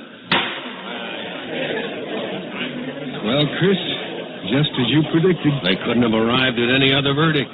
Now, all the police have to do is find her. She'll show up. An international beauty with a face as well known as a movie star's. How far can she get before she's recognized? Well, a defendant that famous could be the making of the prosecutor who convicted her. You're reading my mind, John. But how could you... Easy. With a little help from a pal. Well, sure, I'll be glad to help, but what makes you think you can be the next DA? There are other men in the office with lots longer suits. The man that gets to Ellen Randall Dudley first can be the next district attorney. Don't you realize that his name, yes, and his picture, will be linked with her in newspaper stories all over the world? Oh, sure. First things first. I'll have a warrant for her arrest issued by our office. And then you and I have got to use every pipeline we have into the police and sheriff's office. I want to know the minute she's picked up. Chris, I've watched you pull off some pretty fast deals ever since we were in law school. But fast deals? You hurt my feelings, John. I'm merely doing my duty as a servant of the people.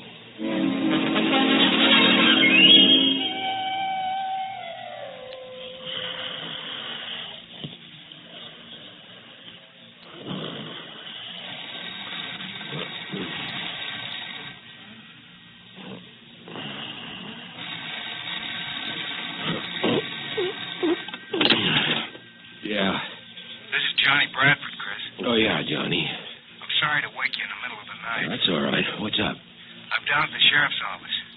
They picked up Ellen Dudley half an hour ago, out in Allenview. She was hiding in the restroom of an all-night bus station. Good. I'll be right down. The sheriff's holding her incommunicado, Chris. That's bad. You have to work fast on this one. Yes, I know. Listen, can you get to the sheriff? I can try. Get to him.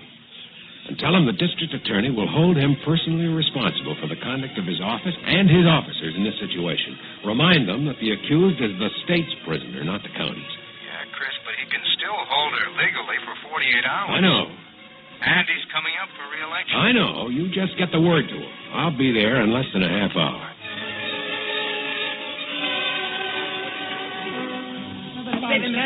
Sorry. No comment. Now, let me through, please. I'm sorry. I have nothing to say at this time. You didn't waste any time, Chris. I can't afford to. How did the papers get in on this? The sheriff called them after I told him you were on your way down. Publicity, huh? Every little bit helps during election year. You ought to know. Yeah. Where's Mrs. Dudley? In there, with him. Where's she been these last 3 days? I don't know. She isn't talking, at least to me. Well, she'll talk to me. Just a minute. The sheriff left orders that he's not to be disturbed. What's your name? Deputy P.G. Thaler. Mr. Thaler, I want you to go and stand by that door over there. Huh? No one, absolutely no one, is to come through that door until I say so. I take my orders from Sheriff Morrow. Thaler, I want...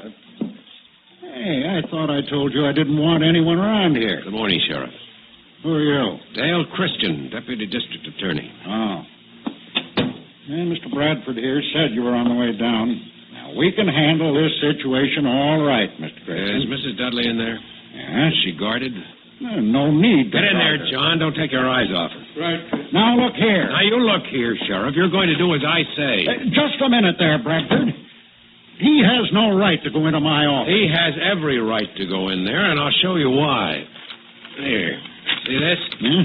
It's a warrant issued yesterday afternoon for the arrest of Ellen Randall Dudley. When you see that seal and that signature, your authority is automatically superseded. No one comes in here and tells me how to run my job. I'm telling you.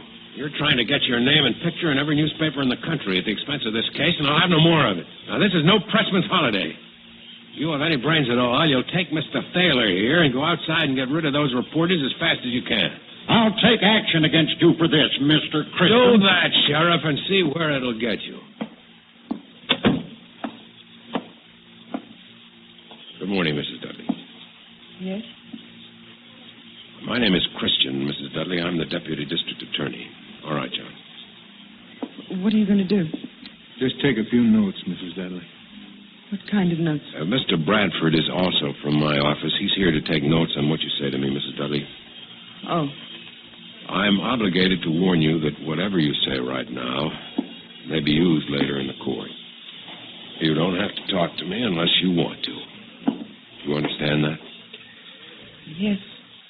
This won't take long. I'd just like to get your story in your own words. Pardon me. Yes? I don't understand you, Mr. Christian. You just told me that anything I tell you may be used against me in court. Yes? Well, then, to be on the safe side, I shouldn't tell you anything. Mrs. Dudley, listen to me. Now, listen carefully. Yesterday afternoon, I attended a coroner's inquest inquiring into the death of your husband, Robert Ames Dudley. Yes? A coroner's jury there determined that Mr. Dudley came to his death as the result of wounds inflicted by you, his wife. A hatchet was presented as evidence. Mr. Thomas Unger of the Police Crime Laboratory positively identified it as the murder weapon. Sergeant Victor Manning also testified, and he explained that several fingerprints on the murder weapon belonged to you. Two witnesses, your maid, Ethel Lee Barth, and a neighbor, Mrs. Frank Thompson, gave testimony that further incriminates you. Enough evidence was presented for the coroner's jury to recommend that you be taken into custody and held for the action of the grand jury. Do you understand what I've just told you? Yes, I think so. In a few days, the grand jury will meet and charge you with murdering your husband. There's no doubt that they will make that indictment, Mrs. Dudley. From there, you will be arraigned and later on taken into a court and tried. Do you understand that? Yes. Fine. Now, a frank, honest statement on your part before all of these things take place can save a great deal of pain on both sides. Such a statement from you right now may determine the disposition and the proper plea to be entered on your behalf. What do you mean, Mr. Christian? Proper plea? You murdered your husband on the night of the 13th. The sooner you admit that, the better off you'll be. You make a full confession, you sign it, you enter a plea of guilty, and I promise you I'll do all I can for you with the court. Okay? Suppose I don't admit anything. Then you can expect no clemency. And that, of course, is entirely up to you, Mrs. Dudley. But I must tell you that the death house in the state penitentiary is full of people who didn't listen to reason while they still had a chance. This is your chance, Mrs. Dudley, right here and now. Well? I don't know what to do. If you don't take my advice, they'll hang you. I promise you, Mrs. Dudley, they'll hang you as certainly as you're sitting in that chair. Well? I don't know what to do. I don't know what to do. Suppose you begin at the beginning. The beginning? What was the beginning? I don't know. Well, let's say, where did you meet your husband? It seems to me I read someplace that it was in Europe. Yes, that's right. In the south of France. I had a villa on Cap Ferrat that summer. What summer would that be? 1952. Meet him through friends, did you? Yes. At a gala in Monte Carlo. We were married 3 weeks later at the Mairie in Grasse. Rather a short engagement, wasn't it? It seemed an eternity at the time. I was fed up with European gentlemen, I suppose. Bored with the kind of men who put all women into two categories. Possible wives or possible mistresses. Roger was only interested in me as a wife. And he was so refreshing. So healthy. So American. You remind me of him a little. You look about the same age. He was 36. I'm 34. But the marriage didn't work out the way you expected. I understand you and Mr. Dudley have been having trouble for some time. Oh, yes. For years. I soon found out that although he wanted me as a wife, he wanted every other woman as a mistress. And he drank? He drank. Last July, you had him arrested when he came home drunk and threatened you. Isn't that so? Yes. But he got out of that very easily. They didn't do a thing to him. Roger was awfully good at talking himself out of things. Oh, he had a law degree, too, you know. So I understand. Roger never went into practice. He didn't have to. That was his trouble. His father left him quite a bit of money, and he simply didn't have to do anything at all. Shall we get on with this, Mrs. Dudley? It's past 5 now. 5? I've been up all night long. This makes 4 nights in a row I've gone without sleep. As soon as we finish here, you can get some sleep. I don't feel one bit sleepy. When I first came here, I was dreadfully tired. I thought I could sleep for a week. But now I'm not the least bit tired or sleepy. Isn't that funny? Now, if you'll just start with the events of that night. What is today? Friday. I'd be playing bridge this afternoon. There's a dog show tomorrow evening I wanted to go to. I won't be able to go anywhere now.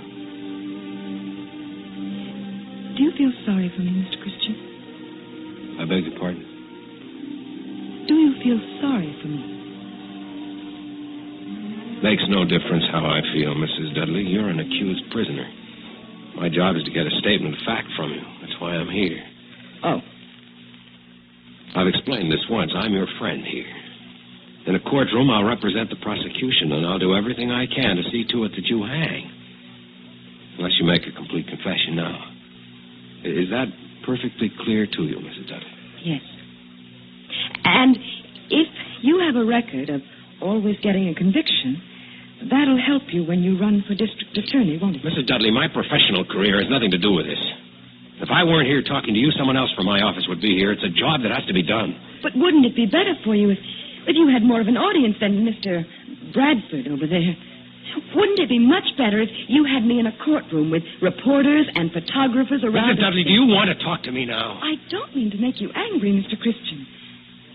But if all you've told me is true, you can hang me right now. I certainly can. Yet you're here to get my story. You must be uncertain about something. I told you I'm trying to help you, Mrs. Dudley. But I warn you, I'm not uncertain about anything where you're concerned. Make no mistake about that. I have a duty to the people of this state to learn the facts of this case and present them before the court. I intend to do that with or without your cooperation. Well? May I talk to you alone? You understand why Mr. Bradford is here? Yes. But I'd like to tell it to you alone. It can't possibly hurt anything to talk to you first, can it? All right, John. Wait outside. I'll send for you when I need you. Right, Chris. Thank you.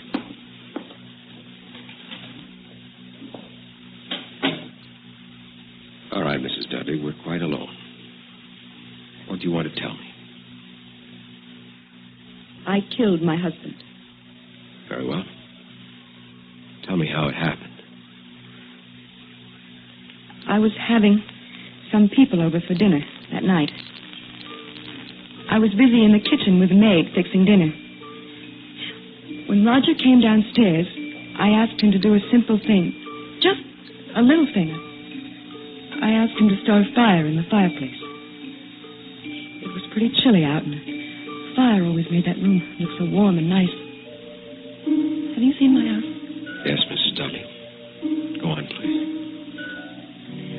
He took so long down in the basement, getting things ready for the fire, and our guests were arriving at 7:30. So I asked him to come up and make some martinis and let the fire go for the moment. He called me a name. Why? I never knew why he did things like that. I went downstairs to ask him why he was so angry. And he called me another name. It wasn't just the name or him being angry. It was all of those things he had done to me before. Arguing, the fighting, the insults. When he started up the stairs, I picked up the hatchet and I hit him with it. He fell down. Then what did you do? I ran upstairs, put on my coat, and I left the house. Where have you been these last 3 days? I never left Allenview. I had a room at a motel last night. Then I thought I'd better get away. Go east, maybe. But somebody recognized me at the bus station. Did you ever think about killing your husband before this? Oh, yes. Did you know you were going to kill him when you went down to the basement? No. Why did you kill him? He took my life away from me, Mr. Christian. I don't understand. He took my life away from me. He stole my life. I don't understand that, Mrs. Dudley. When I went down the stairs that night and saw him standing there, I suddenly realized all he had taken from me. Everything that was young and fresh and wanting. And I despised him for it. So I killed him. But why did you have to kill him? You could have divorced him, left him. Don't you see what he had taken from me, Mr. Christian? There was nothing left for him to steal from me, or nothing left for me to give to another man. Are you married? No, I'm afraid I've been too busy. Well, then you wouldn't know what a man can take from a woman if... Mr. Christian, am I someone you'd want to be married to if this terrible thing hadn't happened? Am I someone you'd be proud to have for a wife? Might be. That's all a woman needs. To be wanted. Am I old and ugly, unattractive? Am I shallow or flighty?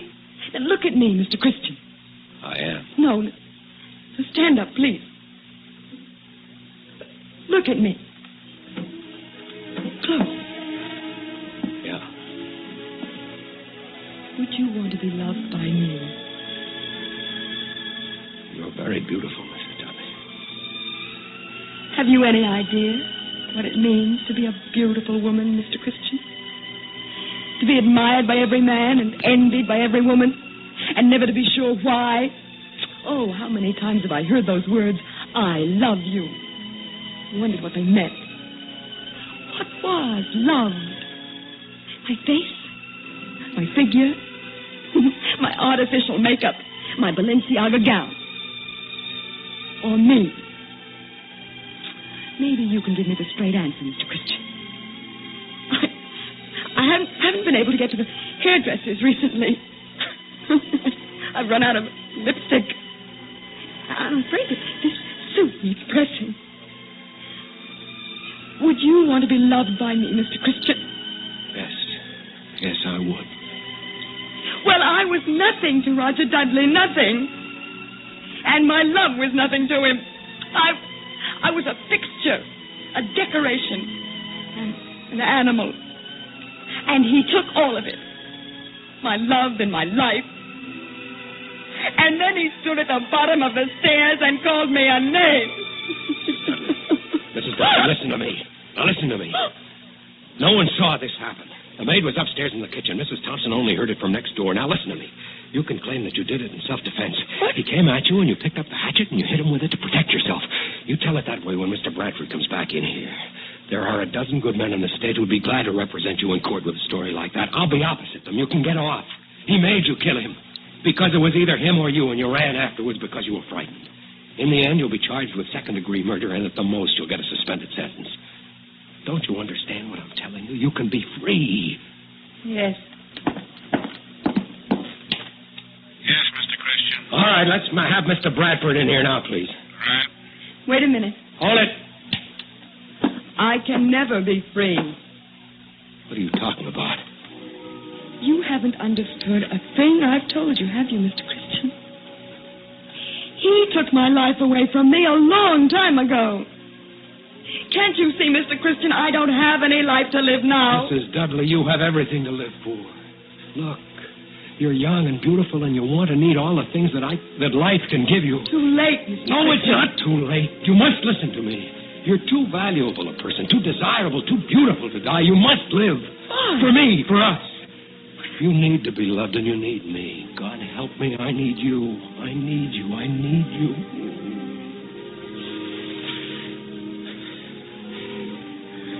A few minutes ago, you were telling me about your duty to the people of this state, Mr. Christian. Tell me about it now.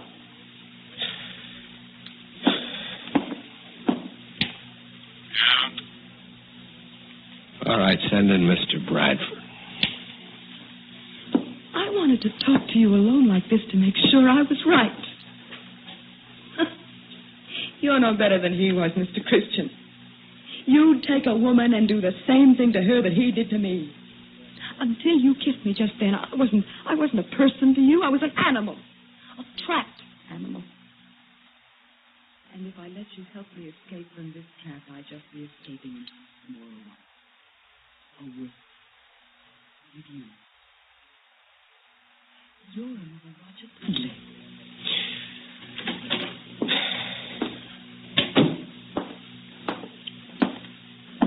Okay, Chris? Chris? Are you ready to make your statement of fact, Mrs. Dudley? Yes. All right, John, take it down. From the beginning, Mrs. Dudley, just as it happened.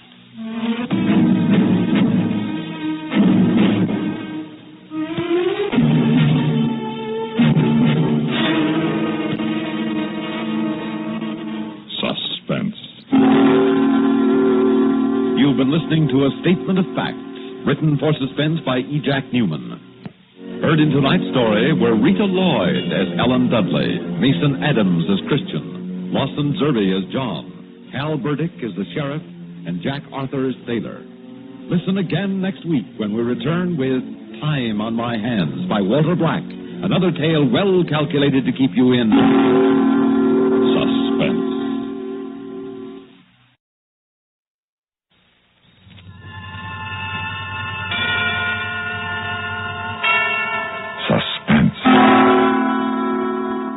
Producer of radio's outstanding theater of thrills, the master of mystery and adventure, William N. Robeson. A supermarket, you will agree, is a rather unlikely place for clandestine love, terror, and murder. But as constant listeners to Suspense already know, anything can happen in the curious and macabre imagination of James Poe. And Mr. Poe has chosen an ordinary, everyday supermarket as the locale of his frightening story, Never Steal a Butcher's Wife. This truly chilling tale has only one happy aspect. It serves as a vehicle for the return to the air, after much too long an absence, of one of radio's finest actresses, Miss Cathy Lewis. Listen then as Miss Lewis and William Conrad co-star in Never Steal a Butcher's Wife. And now, Never Steal a Butcher's Wife, co-starring Mr. William Conrad and Miss Cathy Lewis. A tale well calculated to keep you in suspense. It started the first day of the job. I was clerk in the liquor department of this supermarket. I hadn't been in Los Angeles but about a week. My brother, when I'd left New York, had given me this letter to a friend of his, a guy who owned a string of these supermarkets, and this guy had this opening, liquor clerk, and comes following Monday, I'm at work. It's one of those big places with hardly any clerks, you know. You pushed a little cart around and you helped yourself. To get out, you passed the cash register, and the girl loaded your stuff and rang up the price. Well, that's where the trouble was, this girl at the check stand. I hadn't noticed her until around noon, and when I happened to look up, there she was, looking at me. Just looking at me. But she must have been 50 feet away at least, and with customers between us. But it was like we were all alone, the two of us, on a beach somewhere, an empty beach. Just you and me, baby. Hey. Just Hey, you. and me. Hey.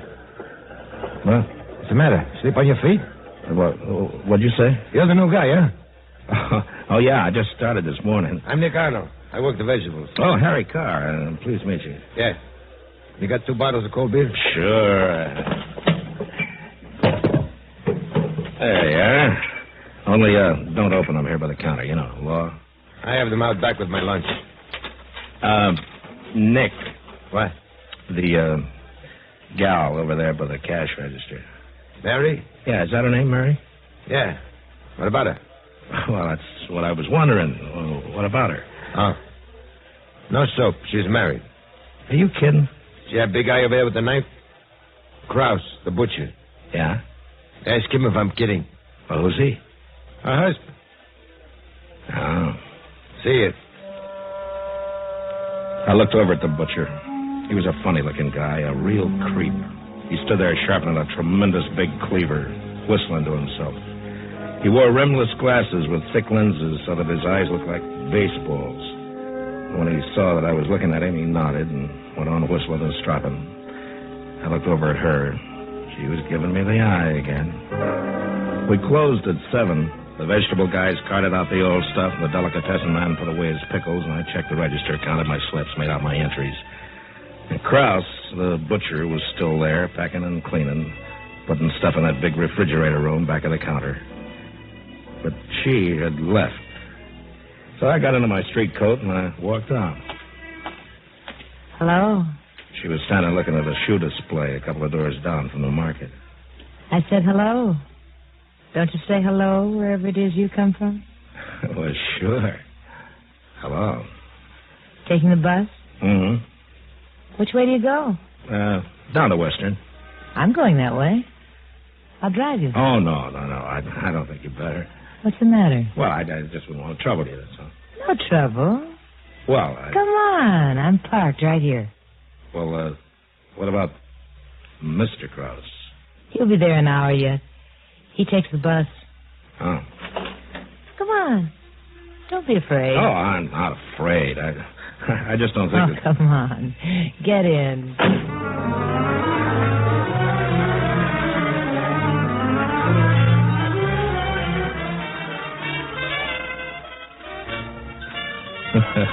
All day long I'm pushing liquor at them, and now they're pushing it back at me.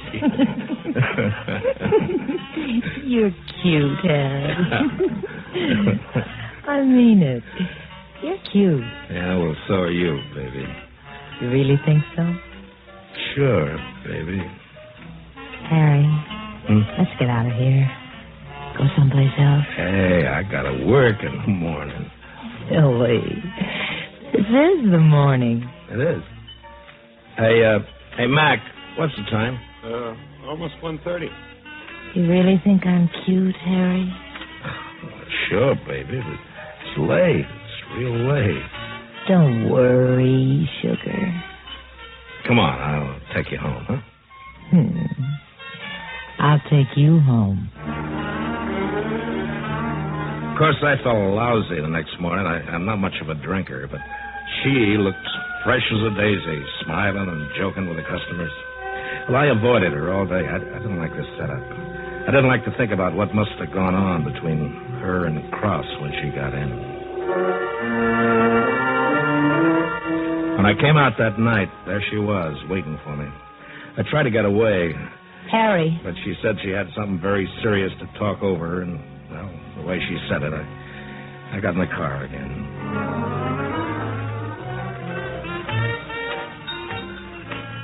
It's awful.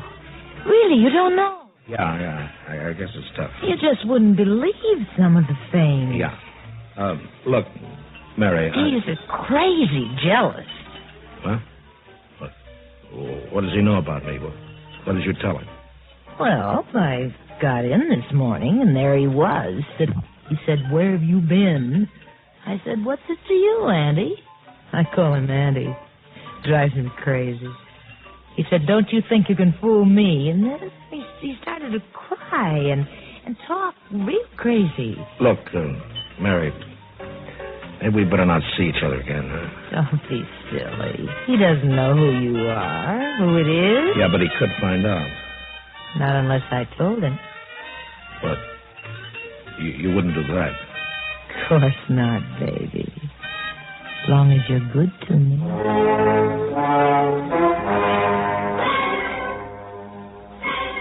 Next night, I stayed in the market after work. I was scared.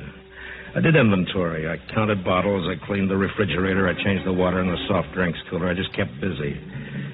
And across the market, Krause was moving around, cleaning up.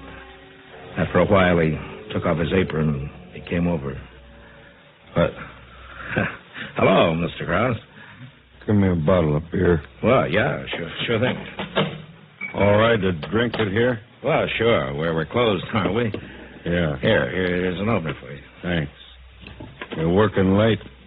Well, you know how it is. Nothing to do evenings. No? No, I'm new out here. You know, it takes time to make friends. Yeah. Listen, do you know my wife? Your wife? Yeah, you know her? What, isn't she the one who checks the groceries? Yeah. Oh, she's a very nice-looking lady. Yeah. Listen, have you noticed anything funny going on there? Funny? I think somebody's playing around with her, and I want to find out who. Listen, have you noticed anything? I mean, some guy who shoots the breeze with her, something like that? Well, no. No. Then will you do me a favor? Well, sure. What? Keep your eyes open. Yeah, I will, Mr. Krause. I promise you. I'll find the guy. I'll find out who he is if it takes a year, and when I do, I'll kill him. Good night. Good night.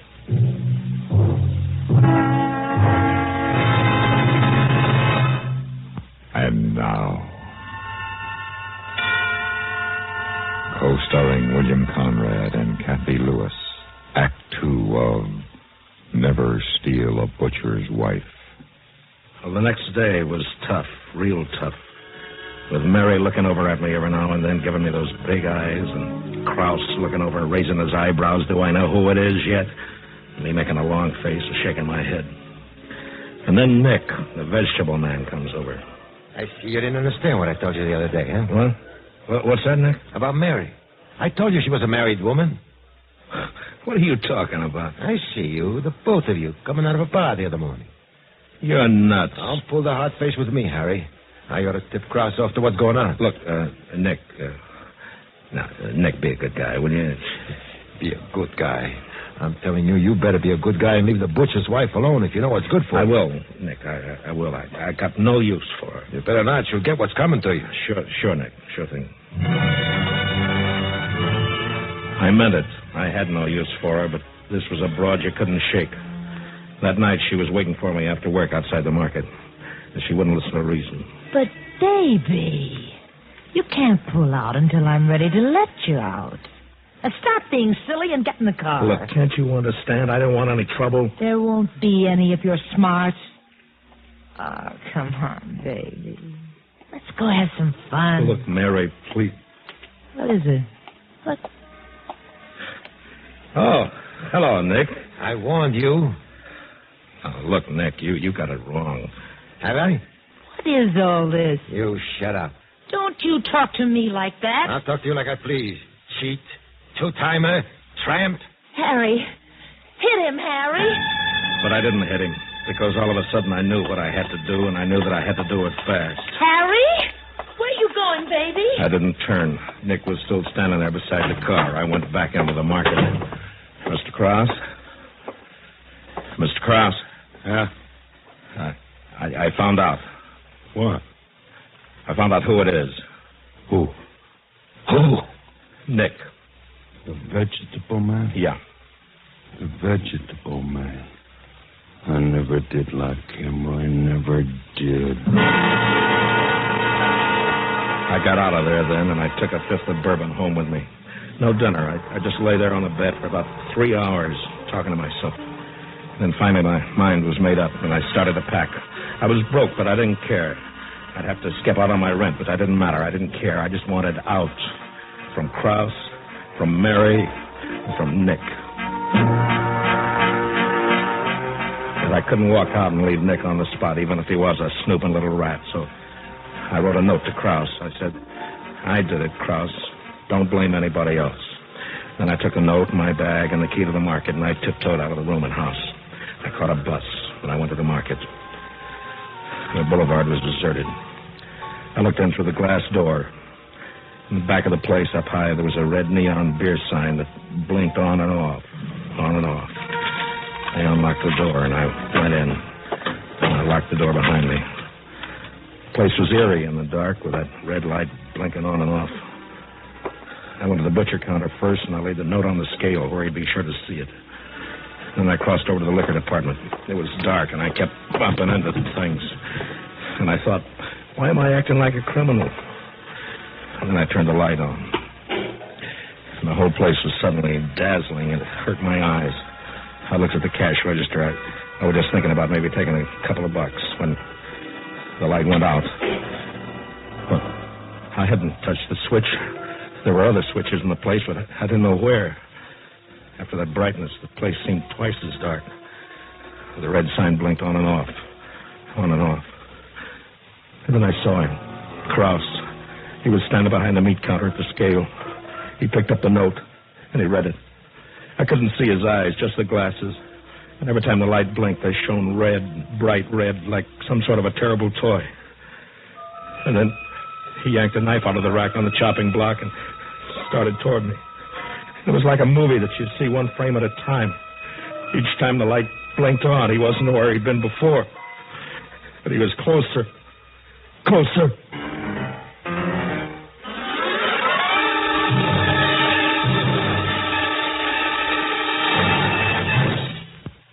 And now, co-starring William Conrad and Kathy Lewis, Act 3 of Never Steal a Butcher's Wife. I hid behind a tower of dog food boxes. I could hear his squeaky shoes coming for me. And then they stopped, and there was another sound. He'd taken off his shoes. And very quietly, I bent and I took mine off. And I began to tiptoe away. And then I rounded a corner, and there he was, not 2 feet away from me, with his back to me. And I lost my balance, and I put my hand out to steady myself. And the whole display went over, and I ran. And I was at the end of an aisle, and there was a wall, the back wall. And I turned, and he was coming straight at me. My hand touched something cold. It was a bottle. I grabbed it. It was ammonia. Krause! You get back! You get back, Krause, or I'll blind you. Krause, I warn you. I swear I will. He stood there like a crazy giant, like a cyclops, staring at his eyes, the ammonia running down his face. But I didn't wait. I ran past him, bumping him aside. And I cut around the cash register and past the delicatessen and the baker into the door. No, it was locked. The key, I'd left it in the lock, and it was gone. Krause kept coming, feeling his way along, moaning, silhouetted in the light that gleamed like a tongue of flame on the knife that he'd held in his hand. I slid behind the counter of the meat department. Under my feet was sawdust. I bent and I scooped up a handful. And he moved his head from side to side, trying nearsightedly to see me. And then his head stopped moving, held it sideways, using one eye to see me. He came on, the knife held way back. And I waited. And I let fly with the sawdust, and I jumped to one side with my back up against the block, and he twisted and skidded in the sawdust, and he fell.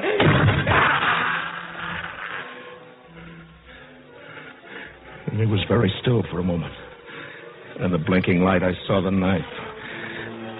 He'd fallen on it. It was sticking in the middle of his chest.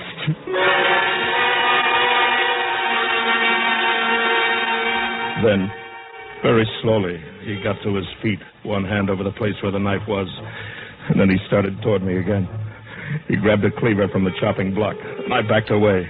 Behind me, I felt a large cold handle, the door to the meat storage room, and I heaved it open.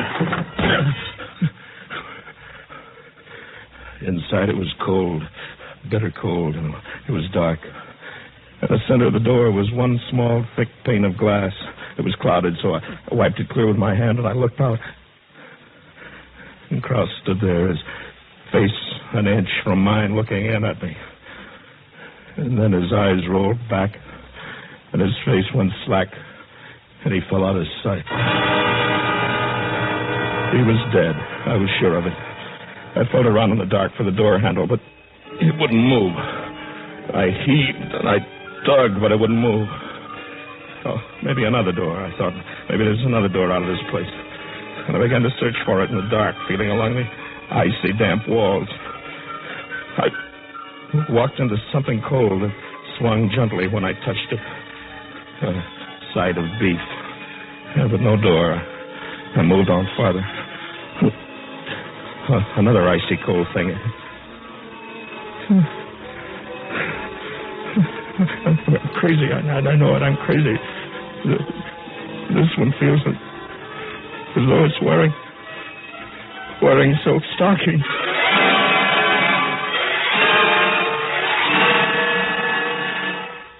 So here I am. It's awfully cold. It's cold as a tomb. Oh, the time goes slow. While I'm waiting, I'll tell myself the whole story again and again. It'll give me something to do, you know, something to think about. But you see, it started that first day of the job. I was clerking the liquor department of the supermarket. I hadn't been in Los Angeles for a week. But my brother, when I left New York, had given me this letter to a friend of his, the guy who owned the supermarket. And this guy had an opening.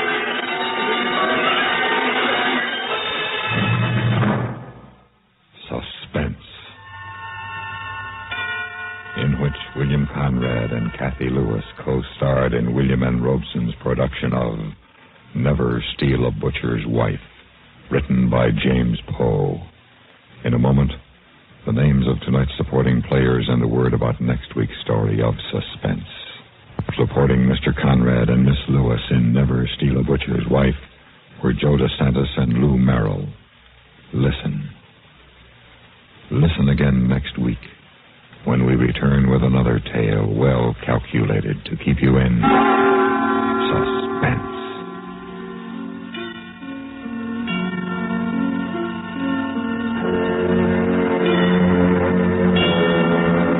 You hear America's favorite shows on the CBS Radio Network.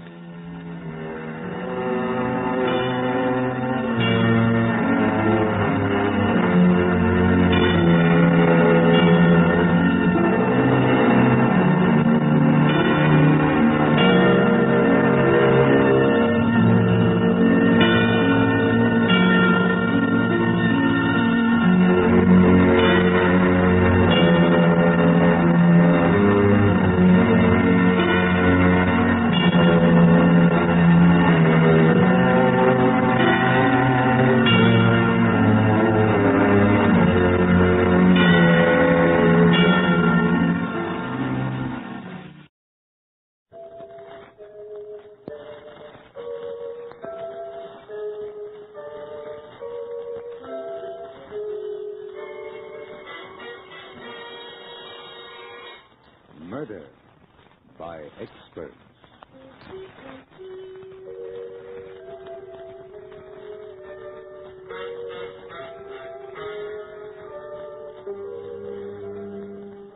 The Mutual Broadcasting System presents Murder by Experts, with your host and narrator, Mr. John Dixon Carr, world-famous mystery novelist and author of the recently published bestseller, The Life of Sir Arthur Conan Doyle.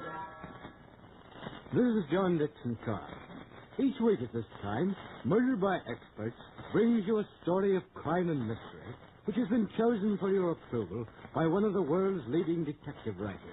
Those experts who are themselves masters of the art of murder and can hold tensity at its highest.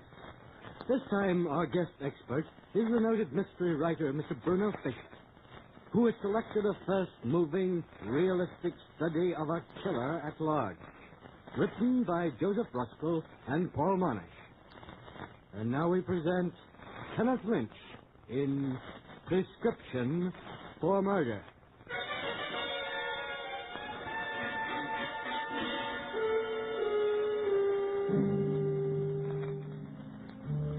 On a Midwestern highway, a car bearing two men moves at a good speed through a dark and stormy night. The driver of the car has just turned on the car radio. Now for the local and state news. The giant manhunt is on tonight for escaped convict Curly Elkins, who shot his way out of the state prison at Harbin a few hours ago, killing two guards in the getaway. Roads in the vicinity of Harbin have been blocked, and search parties are combing the woods for the escaped desperado. All citizens are asked to be on the alert for Elkins, who is armed and dangerous. Elkins is 6 feet 2, blue eyes, brown curly hair, pale complexion, with a horizontal scar on the left cheek. He was last seen wearing... Why did you turn it off, Doc? Why, well, that is, the fog's bad enough without news like that distracting me. Hey, what's that wheel, Doc? Your hand's shaking. Why are you so nervous? Nervous? Well, it's just this fog. I can't see an inch ahead of me. It gives me the jitters. Oh, yeah.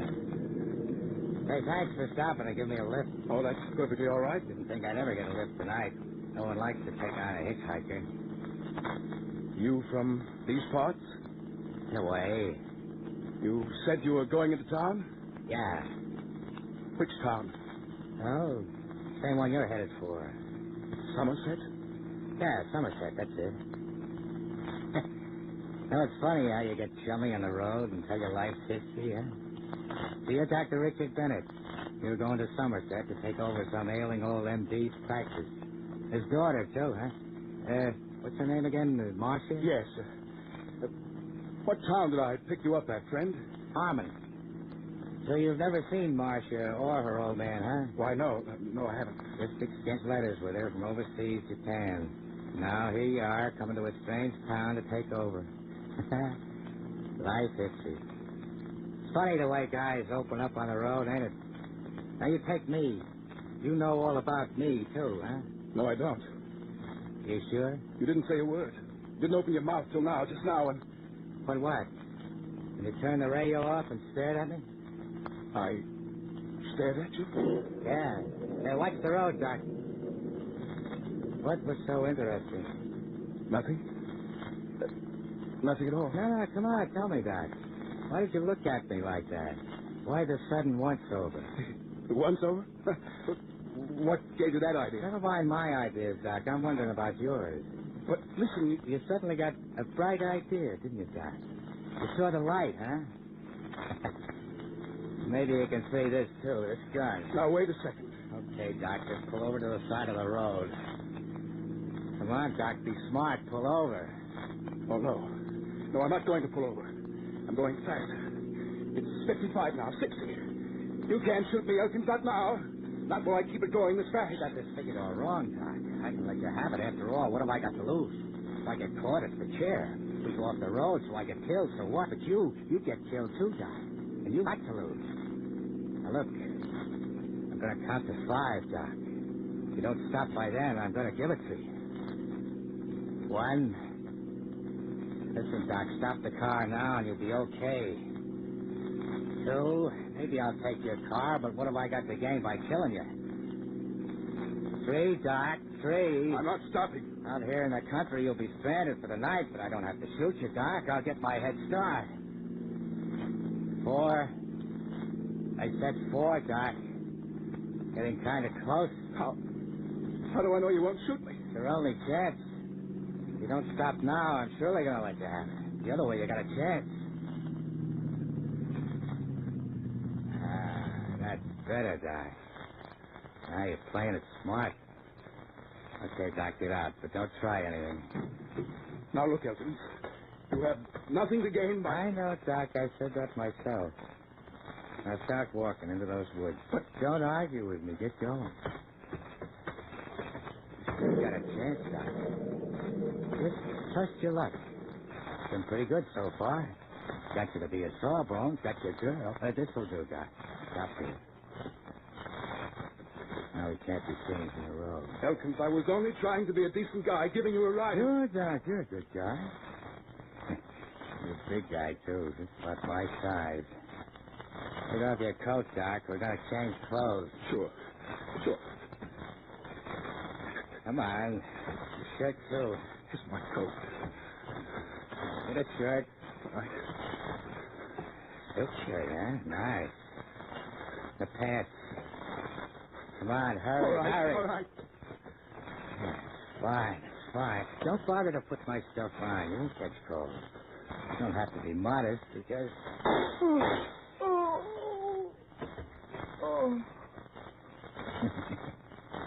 You got it. What do you know?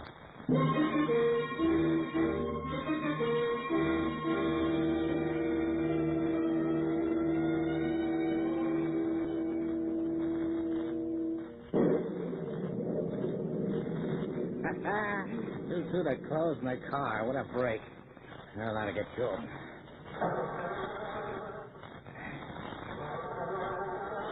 Spark plug must be wet. Come on, baby. Start. Stop. There's somebody coming. Motorcycle cop.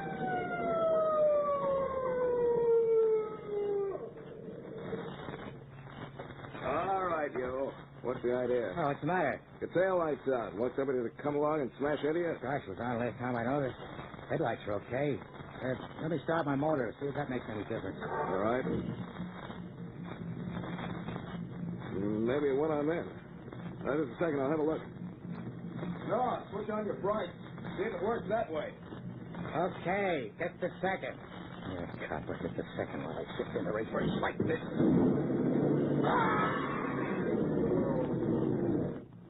Dumb copper.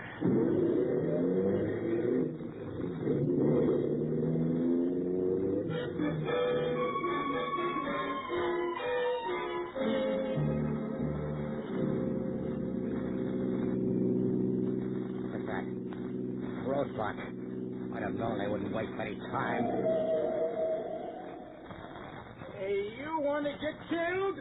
Didn't you see this roadblock? I know. Sorry, officer. There's fog, you know. Well, let's see your license. Jameson, you come on to the side. What's the matter, officer? Something wrong? Yeah, plenty. Some guy escaped from the state prison. Now, let's see your license. My license? You got one, ain't you? Yeah. Yeah, it's right here. His wallet someplace. Yeah, here it is. Let's see now. 6 feet 2, 190, brown hair. Bennett. Dr. Richard Bennett? Huh? Oh, so you're the new doc coming to Somerset.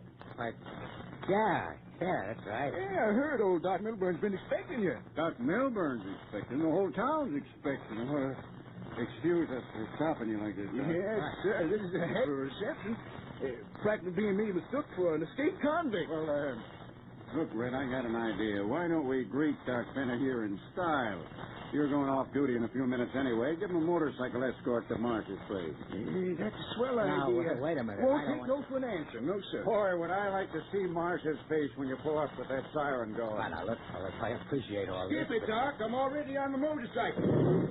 Come on. Let's go. Right, Doc. Our relief goes up in time. I'll bring up the rear.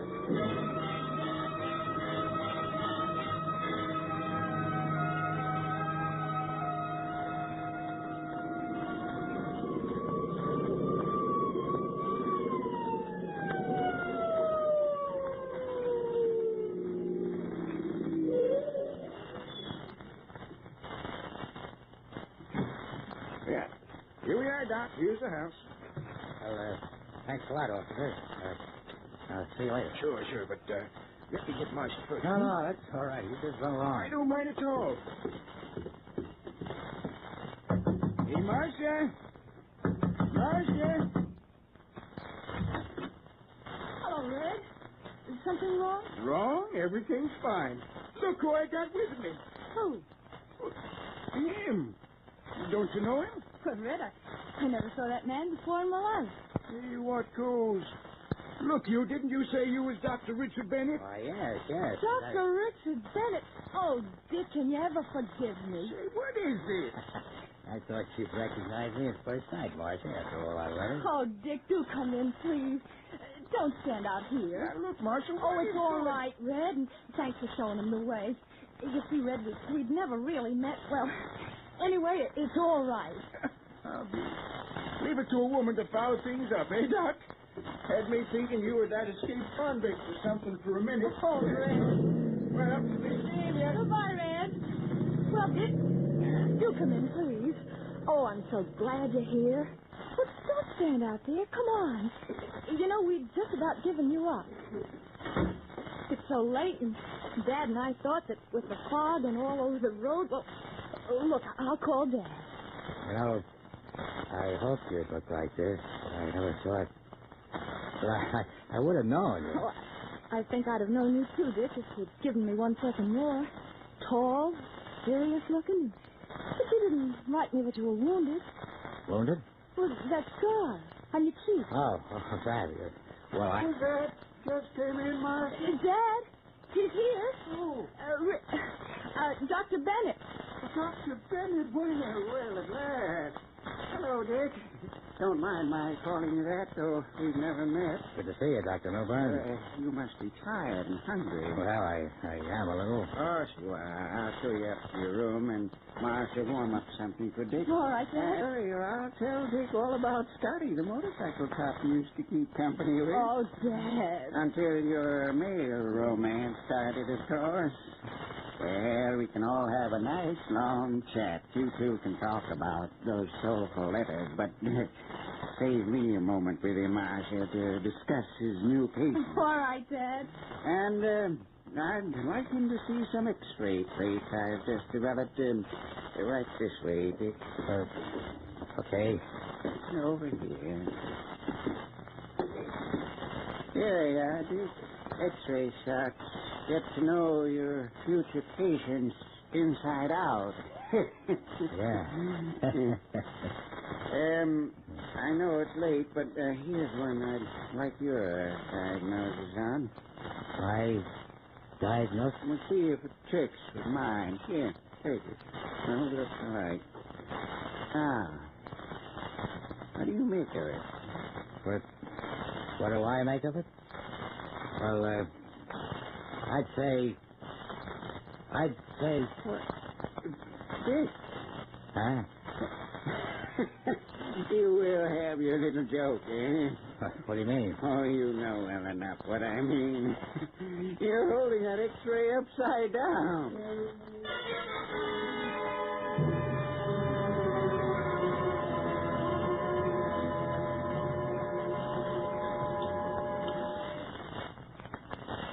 Boy, I'm hungry. Never been hungrier in my life. Do you want any more, Dick? No, you just take it easy. Dick, you seem so jumpy. Is there anything wrong? Oh, no, I'm just tired. And, well, you know how it is. Coming into a strange town, taking over a new practice, patients I don't even know. Got me sort of phased. But that's what I always like about you. Your attitude. Attitude? When things go wrong. Out of the night that covers me, black as the pit from pole to pole. You finish it, Dick. Finish it? I'd like to hear you say it. Say what? With the rest of the poem. The poem? I don't know it. Oh, stop kidding, Dick. It's Invictus. Yeah? Well, I still don't know it. Oh, that's strange. Why? Some people like one poem, others, well, they don't. So what's strange? Because that was your favorite poem, Dick. You quoted it to me in one of your letters. Remember? How are you feeling now, Dick? Okay, I guess. Well, better get a good night's rest, then you can start right in tomorrow. Tomorrow? You mean start treating patients tomorrow? Oh, yes. Sooner you take over, the better. Oh, but I'm all fagged out, Doc. I need a rest. Oh, by tomorrow you'll be as fresh as day. No. Look, I need a couple of days. That's all. A couple of days, and then I'll be all set. Well, Dick... Let me get accustomed to things, and then... I'll see who it is, Dad. Yes. Excuse me, Dick. Is your dad in, Marcia? Yes, Ed. Oh, good Lord, what's happened? There's been an accident. Why, it's Scotty. Yep. He must have got run over. We found him lying on the road near his motorcycle. Unconscious. Dad, come here quick. What's happened? It's Scotty. He was run over. Oh, great heavens. Bring him into my office. Easy now. Easy. All right, Doc. Now, take it easy.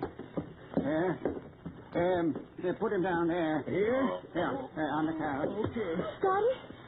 Oh, Scotty. Looks like hit and run, Doc. Yeah. I'm going down to headquarters and report it. Yes, Fred, you do that. Call me at headquarters when you finish. Marcia, the scissors. Here, Dad.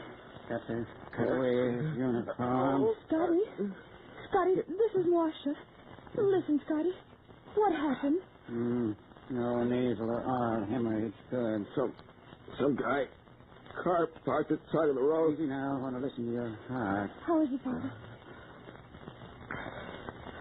He'll be all right. Oh, thank goodness. Multiple contusions and abrasions. Will you have to move him to the hospital, Dad? No, not now. First aid right now. He ran over me on purpose. To kill me. What? I think it was the same killer. Curly Elkins. Curly Elkins? You get a good look at him? Scotty, describe him, and we'll notify headquarters. Well, his height was about... Dr. Milburn, I'll take over this Oh, patient. But, Dr. Bennett, I don't... Well, I thought you wanted to wait a few days. I know, but you were right. I got to begin sometime, and may as well be now. That voice. What is it, Scotty? That voice. So... Lost consciousness again. What did he say? I don't know. Something about a voice. Just leave him to me. I'll handle it. Well, let me explain the case. I know. It's an accident case. How did you know? I'm a mind reader. Pretty obvious, isn't it? Well, I diagnose it. I'll make my own diagnosis. All right, but I'll just stay around and help. No help. What? No one's going to help me when you're gone, so I want to handle my very first case in this town alone. Very well. But, Dick, can't I? I always help Father in cases like... No, Marcia. You go too. Now, don't worry. I know he means a lot to you both. Rest easy. I'll take good care of him. Very good care of him. All right. Let's go, Marcia.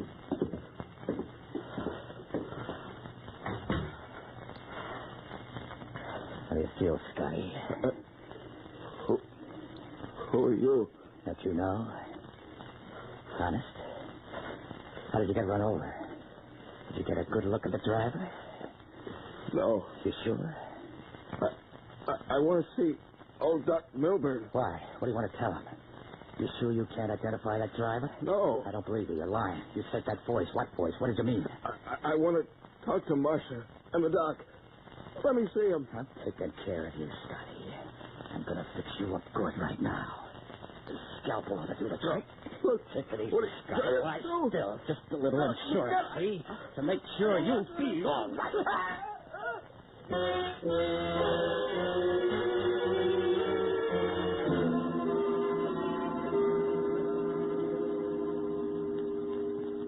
I wish he'd hurry with Scotty. Dad, there's something funny about him, isn't there? You think so, too? Yes, I do. I recited a poem to him, one he'd sent me, and, well, he didn't remember it. That's nothing to condemn a man for, but I don't know. Maybe we'd better check up while he's busy with Scotty. Yes, I can call his club in Los Angeles. Get a description of him. Maybe you'd better. All right. Hello? Hello, operator? Operator? Put down that phone. Said put down that phone. That's better. We don't want the police now, do we? What have you done to Scotty? Get a box for him after I'm gone. Oh, Dr. Bennett. You're not Dr. Bennett. That's right. My name is Elkins, Curly Elkins. Dr. Bennett is lying out in the woods with a bullet in his head. I got a bullet for each of you, too, if you make one false move. You're not going to get away with this, Elkins. Don't. Why, you old... That was dumb of you, Doc. Never rush a guy with a gun. Now, listen to me, both of you. In case the cops return to check on Scotty's condition, you won't let him in the door. Scotty was fixed up, see, and went away for arrest. If either of you say one word out of turn, you're going to get it. What do you want from us? Why don't you leave? I'm staying right here, sister, right in this house until the heat's off. Remember this. I just as soon kill you as look at you. I'm staying put. You're going to cover for me. Because if you don't, if you, your old man, try anything or give me away, it's curtains for both of you. Now, how does that sound? Convincing?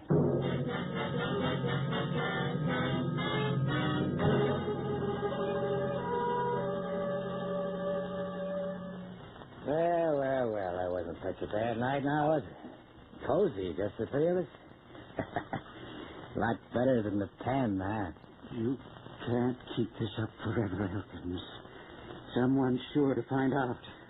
And then... Then it's flowers for you. Yeah, and for your Marcia, too. Get up, Doc. I don't like to see you always laying around, see? Can't get up. You hurt his back when you hit him with your gun. But we'll get even with you, Elkins. You can't keep us prisoners forever. One of us will find a way. You can't always stay up chain smoking. You've got to go to sleep sometime. Yeah, sure I do, sis. But when I do, I'll take your old man into the room with me and tie him up. Then I'll lock the door and sleep with a gun under my pillow. If anyone tries to get into that room... You've got it all figured out, haven't you, Elkins? So what are you going to do in a couple of hours when my patients come in? I thought of that, too, Doc. You'll tell them all you got kind of crippled falling down the stairs, see, and you'll send them away. But you won't let out one peep because all the time I'll be upstairs with Marcia. She'll stay alive as long as you play ball, Doc. That's just how long, no more.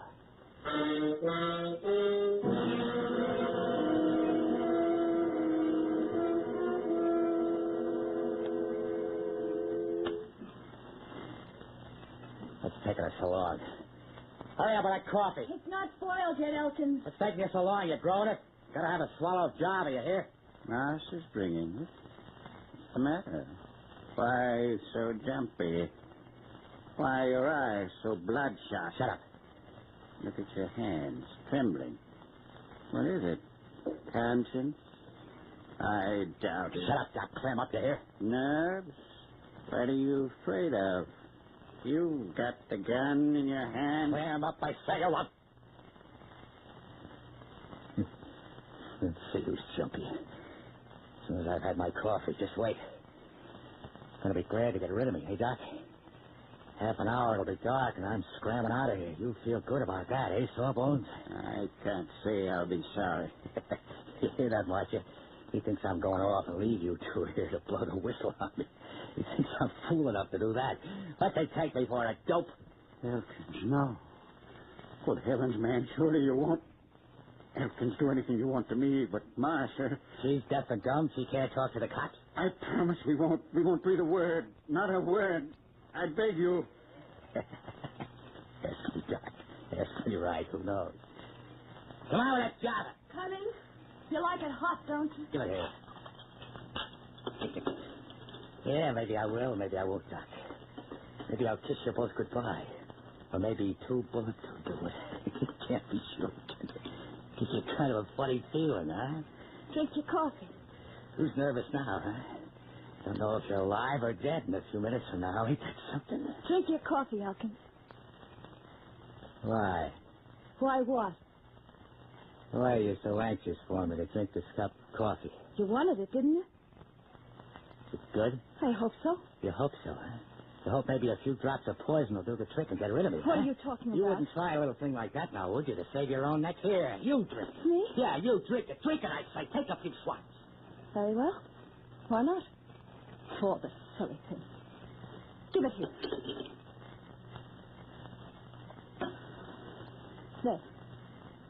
Are you satisfied now? Okay. Wasn't taking any chances. Give me that coffee now. Dad? BCD. C2SO4. Quick. What's all that? What was that double talk? Double talk, Elkins? Come on, spill it. What was it all about? Where'd she run off to? He's gone to the next room, to the dispensary. What for? To get a drink. Drink? Of what? Of a certain liquid. What for? What is this? Tell me, you scheming old devil. I'll kill you right now. What did she ask you? What did you answer? What?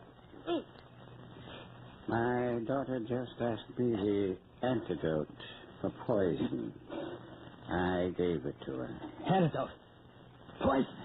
That was poison coffee you both just drank, Elkins. It would take exactly 60 seconds to kill you. 60 seconds? No. What? Yes, Elkins? May I help you? Do you want something in this laboratory? Yeah. Antidote. Swallow. Oh, yes, I took some myself. I quite well now, thank you. Give it to me.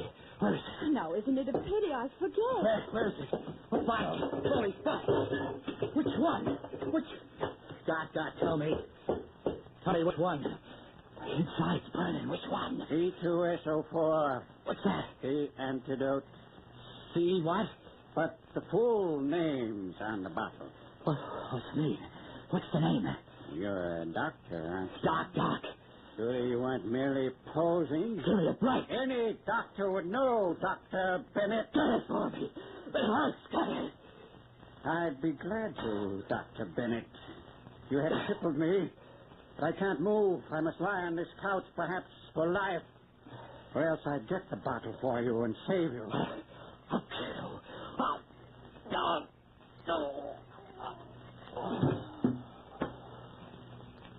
Now, Dr. Bennett, there is no antidote to death.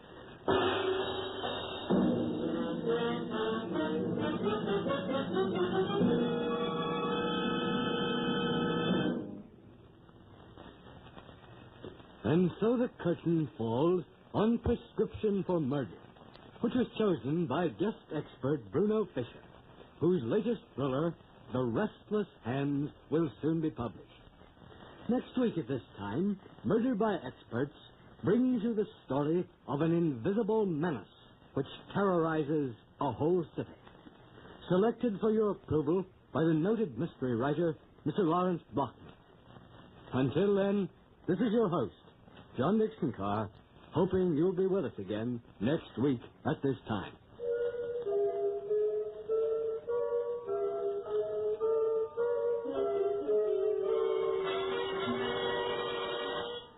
Prescription for Murder was written by Joseph Ruskell and Paul Monash.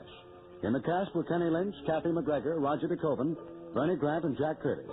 Music is under the direction of Emerson Buckley, composed by Richard DuPage. Murder by Experts is produced and directed by Robert A. Arthur and David Cogan.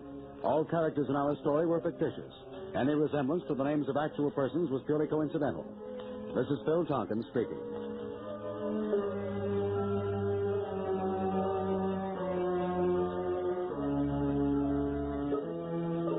This is the Mutual Broadcasting System.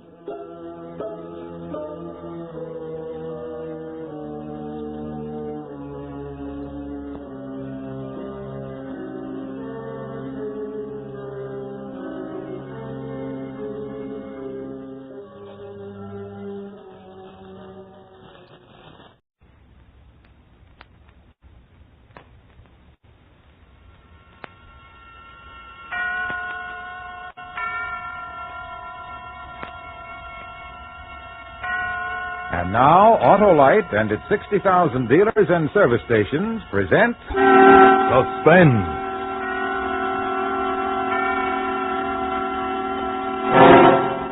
Tonight, Autolite brings you James Mason and Pamela Collino in Agatha Christie's Where There's a Will, a suspense play produced and directed by Anton M. Leader.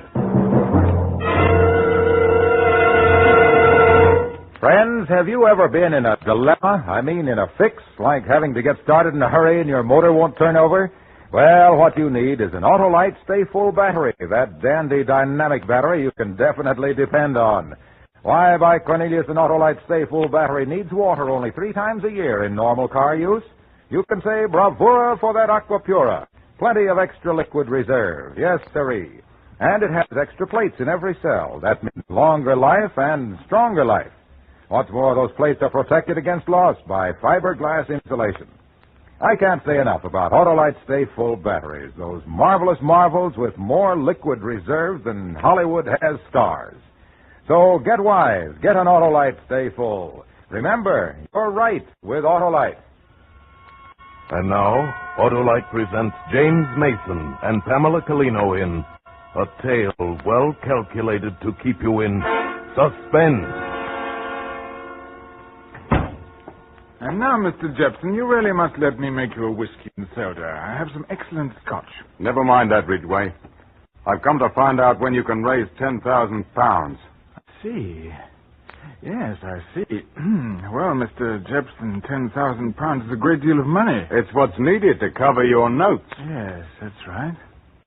But you know, Mr. Jepson, you might just let me write you one more IOU and try again. Your luck's run out, Ridgway. Oh, well, I wasn't much of a gambler anyhow, was I? Perhaps it's just as well I've learned my lesson. How long, Mr. Jepson, would you say I have to raise the money? 4 weeks. I see, 4 weeks. And if I should fail to raise the money? I see. Well, you make yourself very clear, Mr. Jepson. But then perhaps all's not lost. Mrs. Harter, my aunt, has had the foresight to draw up a new will making me her heir. The money was to go to her niece, my cousin Miriam, but now a new will's been drawn up. Aunt Mary finds me a much more satisfactory than poor Miriam. The very spirit of solicitude I am, forever inquiring about her health, about her poor weak heart. 4 weeks. Is that right, Mr. Jepson? That's right, Ridgway. Or else. I see. Or else.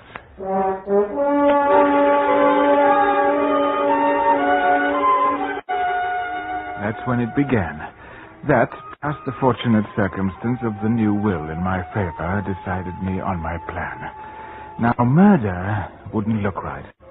Nobody else living in the house but Aunt Mary and I, and Elizabeth, the maid.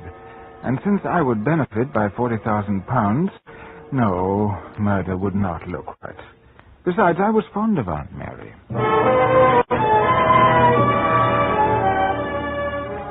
Well, a day or so after Mr. Jepson's visit, there occurred to me a rather whimsical idea for a practical joke. The first thing was to determine the degree of weakness of Aunt Mary's weak heart. And so I arranged an appointment for her with Dr. Meynell, the heart specialist in Harley Street. Just have a chair, Mr. Ridgway. Thank you, Dr. Meynell. Now, Mr. Ridgway, as you requested, I have gone over your Aunt Mrs. Harter thoroughly. Yes? And there is a heart weakness. How dreadful. But not terribly serious, Charles, Dr. Meynell says. But my poor dear Aunt Mary. Dear Charles. Naturally, you're shocked, Mr. Ridgway, but with the least care, she'll live to be 90, I should think. However, her mind must be kept well distracted. Mind distracted? Yes, distraction for the mind and no sudden shocks. That's most important. No sudden shocks. I see. Well, thank you, Doctor. Not at all. Out this way, my private exit. No use going through the waiting room again, eh? Well, good day, Mrs. Harter. Good day, Doctor. Goodbye, Doctor. Oh, I say, Ridgway. Yes? I minimized your aunt's condition just a bit. Didn't want to alarm her. You understand? Yes, of course. But what I said about no shocks, no frights, most important. A good fright might very well carry her off. I see. I see. Well, thank you, Doctor.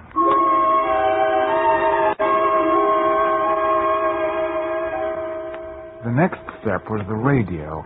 Aunt Mary must have a radio. But, Charles, you know I don't care for newfangled things. We've got on quite well without a wireless. I don't see why we should have one now. But don't you remember what Dr. Meynell said, Aunt Mary? The mind distracted, well distracted. Those were his very words. You know, I'm only thinking of your heart. I know you are, dear Charles. That's better, Aunt Mary. That's more like yourself. You are a comfort to me, Charles. Thank you, Aunt Mary. Now, about the radio. But really, Now. You really ought to trust my judgment. I'm a bit of an expert on radio, you know. Before the war, I even had a small sender station of my own. Some of the equipment is still in one of my boxes somewhere about. So you see, I know. But the waves, Charles, the electric waves, they might affect me. There's no more electricity about it than there is about an electric light. Radio waves aren't electric. But, Charles,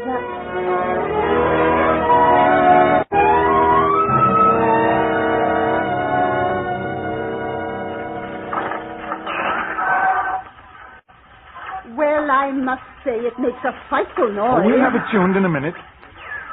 Here we are. What is it? It's Spanish, Auntie. Madrid propaganda.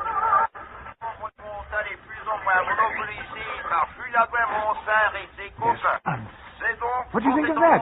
You can tune in the whole world. You see, Aunt Mary, radio waves converging from all over the world on this little box. From Madrid, Paris, New York, and beyond. Beyond! Who knows how far beyond? Well, I must say, Charles, you're quite poetic about it. Am I?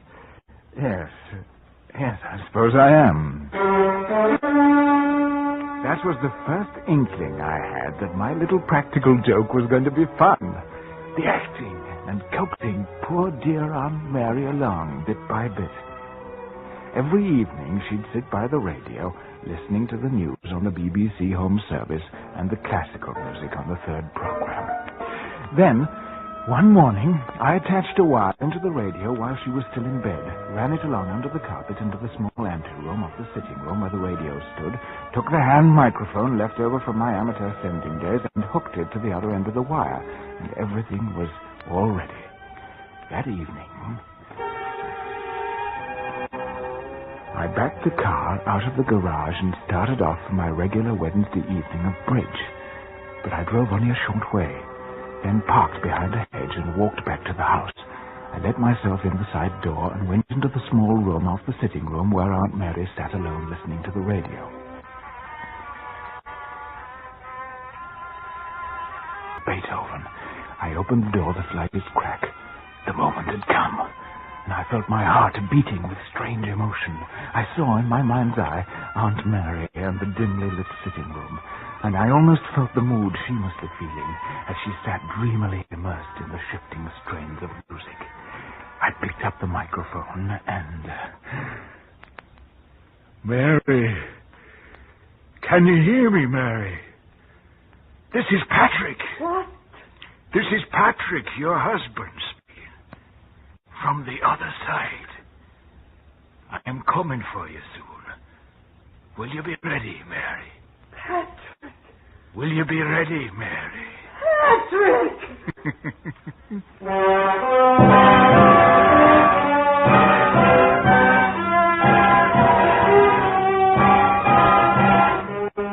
For Suspense, Autolite is bringing you James Mason and Pamela Collino in radio's outstanding theater of thrills, Suspense.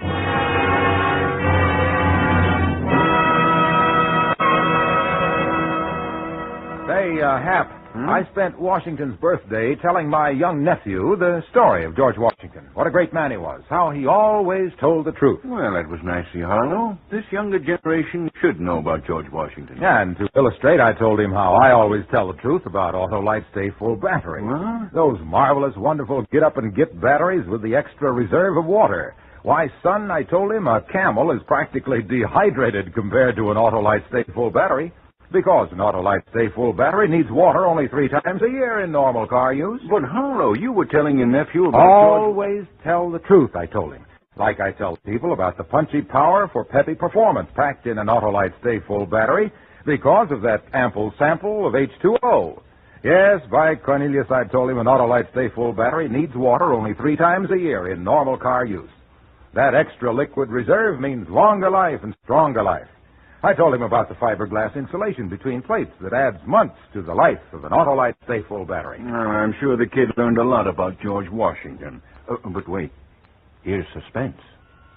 And now, Autolite brings back to our Hollywood soundstage James Mason, who will be joined by his wife, Pamela Collino, in Where There's a Will, a tale well calculated to keep you in suspense.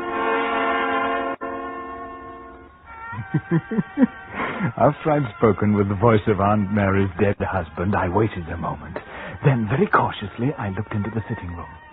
Aunt Mary was sitting bolt upright, transfixed. Then a sob broke from her as she looked toward the radio, which was now innocently transmitting the BBC third program again. I had to bite my lips to keep from laughing. But Aunt Mary said nothing about her experience. So I was obliged, the 4th morning after that, at breakfast, to say casually, "Oh, I say, Aunt Mary." Yes, Charles? I was just wondering, last evening... Yes, Charles? Aunt Mary, who's that funny old boy up in the spare room? The picture, that is. You know, the picture over the mantelpiece, the old boy with the beaver and the side whiskers. Well, really, Charles, your tone is most disrespectful. I'm sorry. It's your Uncle Patrick, Charles. My late husband. Oh, I say, I'm sorry. I'd no idea. After all, I never did know him, Aunt Mary. Very well, Charles. You see, I wondered. It was queer. Queer? What's queer? Are you trying to say something, Charles? No, not really. It's nothing. Nothing that makes any sense, I mean. I wish you would tell me what it was that made you ask me about the picture of your uncle. Well, if you will have it, I fancied I saw him. Saw him? The man in the picture, I mean, looking out of the end window when I was coming up the drive last night. What? Yeah. Later on, I happened to drift into the spare room, and there was the picture up over the mantelpiece, the same man. It's all quite easy to explain, really. I expect subconscious and all that. I must have noticed the picture before without realizing it, and then just fancied the face in the window. Aunt Mary, is something the matter? Charles, my husband's face. Did you see it in the end window? Why, yes. Why? Only that was Patrick's. Your late uncle's dressing room, Charles.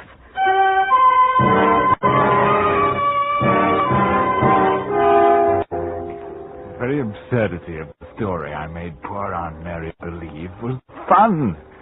the clever roundabout way I played my role. The following Wednesday night, I pretended to go and play bridge again. I concealed myself in the room off the sitting room just as before, took up the microphone, and spoke from the other world in the same sepulchral tones. Mary, on Friday, I shall come for you. Friday at 9:30. At 9:30. Do not be afraid. There will be no pain. Be ready, Mary.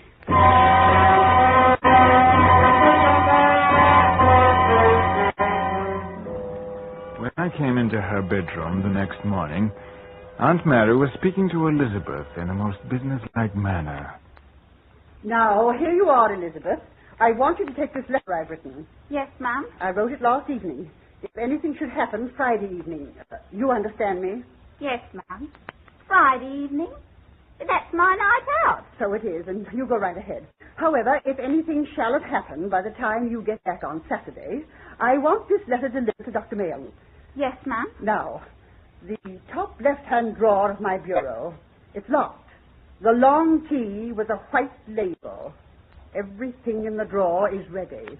Ready, ma'am? For my burial. Oh, ma'am, what are you saying? I thought you was in a sight better health. Never mind that, Elizabeth. Don't be maudlin.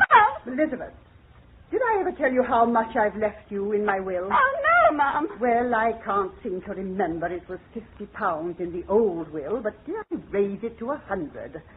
Well, at any rate, I want you to have £100. I'll have to look into it. But if anything should happen before I do, then Mr. Charles will see to it. Did I hear my name mentioned, dear Aunt Mary? Oh, good morning, Charles. Yes, I was just saying to Elizabeth, I don't know if I've left her 50 or £100. But if anything should happen to me, it's to be £100. Well, I must say, that's a gloomy thing to be thinking about. Oh, Miss Charles, she's been carrying on most awful just now. What's this? That's enough, Elizabeth. You may go now. Yes, ma'am. Yes, ma'am. Well, now, just what in the world is all this about?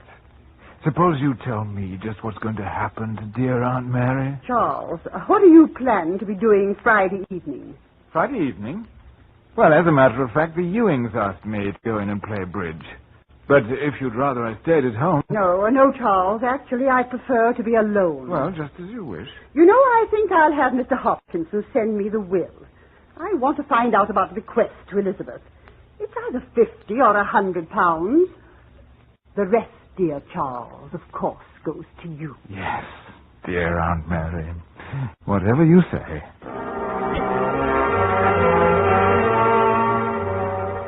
Friday evening, I'd picked that night because I knew it was Elizabeth's night off, and I wanted to be sure there was no one about. Friday evening, at 8 o'clock, I drove away, waited for an hour to elapse, then slipped back into the house. I looked through the crack in the door and saw Aunt Mary sitting in the high-backed chair beside the radio. As I listened, the 9 o'clock news ended, and a program of music was about to begin. It was 9:15. 15 minutes till the appointed time for the arrival of the dead Patrick. This time, I did not touch the microphone. I went upstairs, opened a camphor chest of old clothes in the spare room, took a tube of spirit gum from my pocket, and bent forward intently in front of a mirror.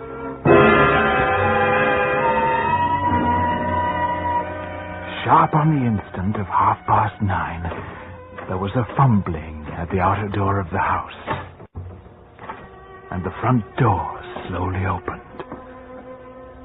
And then there were slow, halting footsteps along the short hall to the sitting room where an old woman waited. And then the sitting room door opened. The time has come, Mary. Patrick, I'm ready.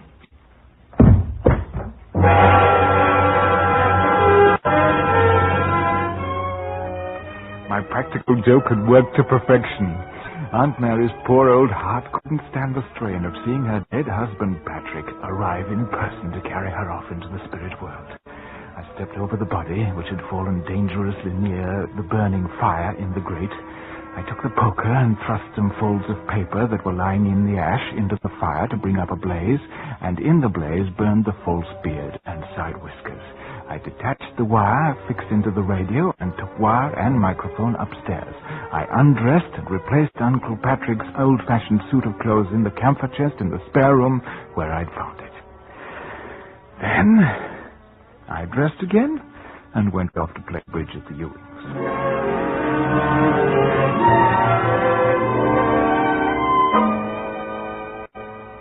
2 days later.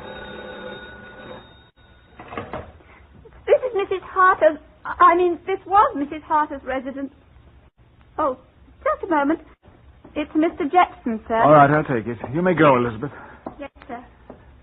Ridgway here. Anything wrong? Not yet. I just wanted you to know that I read about it in the Daily Standard, Ridgway. A pity about poor dear Aunt Mary, don't you think, Mr. Jepson? A pity. And let me remind you, you have 1 week left. I haven't forgotten. Once the newspapers announce my inheritance of £40,000, I'll have no difficulty borrowing. And then I'll pay up. Good. Only remember this, Ridgway. You don't pay up and I send you to the same place you sent to your Aunt Mary. Understand? Or maybe it wouldn't be quite the same place, Ridgway. Now that you've got murder on your soul. Understand? I understand, Mr. Jepson. And then, that evening, Dr. Manel came to the house. I really did think you'd want to see this. You say Elizabeth brought it to you? Yes. She said it was one of Mrs. Harter's last requests that she do so. As a matter of fact, I do seem to remember...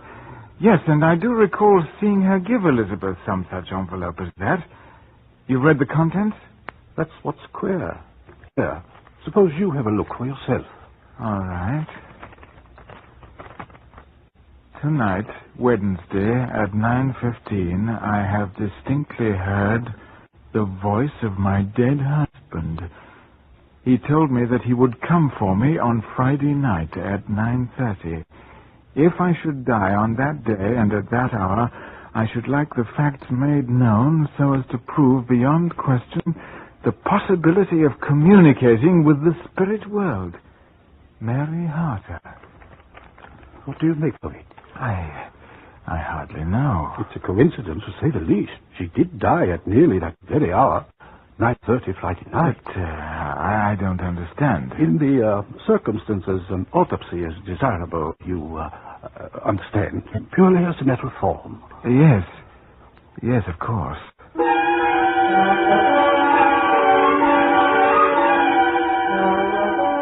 Why not? Of course, everything must be done according to form. What's the matter with you, Charles? Have you lost your sense of humor? Finally, 5 days later... Mr. Hopkinson is here to see you, sir. Thank you, Elizabeth. That'll be all. Yes, sir. Good morning, Mr. Ridgway. Frightful morning. Mr. Hopkinson, about Mrs. Harter's, my aunt's, will... I did not quite understand your insistent messages to me, Mr. Ridgway. You seem to be under the impression the late Mrs. Harter's will was in our keeping. Why, yes. I've often heard my aunt say as much. Oh, quite, yes. Quite so. It was in our keeping. Was? That is what I said. Mrs. Harter wrote to us, however, asking that it be forwarded to her. There seemed to be some haste to the matter. At any rate, we got it out to her at once. She would have received it on Friday, the day of her death. I do seem to remember her making mention of it. Something about the bequest to Elizabeth. She wanted to check the amount. It must be about the house somewhere, then. Elizabeth has been through Mrs. Harter's personal effects, I believe. Yes, just a moment. I'll call her. Elizabeth? Yes, Mr. Charles? Elizabeth, come here a moment, please. Yes, sir? Elizabeth, when you went through Mrs. Harter's things, was her will among them? No, sir. You're sure, Elizabeth? Yes, sir. You see, I know what it looked like. The poor mistress had it in her hand the very evening of her death when she sent me out. You're sure of that? Oh, yes, sir. She pointed out that about the £50 to me, sir. She said if she'd told you to give me the other £50, Not that I mentioned it to press you. No, of course not. The will was in a long blue envelope, sir. Quite right. The same blue envelope, Mr. Charles, sir, was lying on the radio table by her chair the morning after. But empty, sir. It was the envelope in which I dispatched the will to your aunt, Mr. Ridgway. Mr. Ridgway, was there a fire in the grate on Friday evening? Yes, of course. I see. What are you driving at, Hopkinson? I'm afraid, Mr. Ridgway, only one conclusion is possible. Your aunt sent for her will in order to destroy it. What? Yes, Mr. Ridgway. But why? Why? You had no disagreement with your aunt, Mr. Ridgway? Not at all. We were on the most affectionate terms right up to the end. Of course. Quite. Mr. Ridgway, you will understand, under the circumstances, we were obliged to investigate. Investigate? What do you mean? It happens that there is a former will of Mrs. Harter still extant. By it, Mrs. Harter leaves everything to her niece, to your cousin, Miriam. To Miriam? Yes, but... As for the more recent will sent by me before her death to Mrs. Harter, it must have been burned in the grate. Burned? The will was burned. Mr. Charles, can I get you something? No, I'll be all right. You may go, Elizabeth. Yes.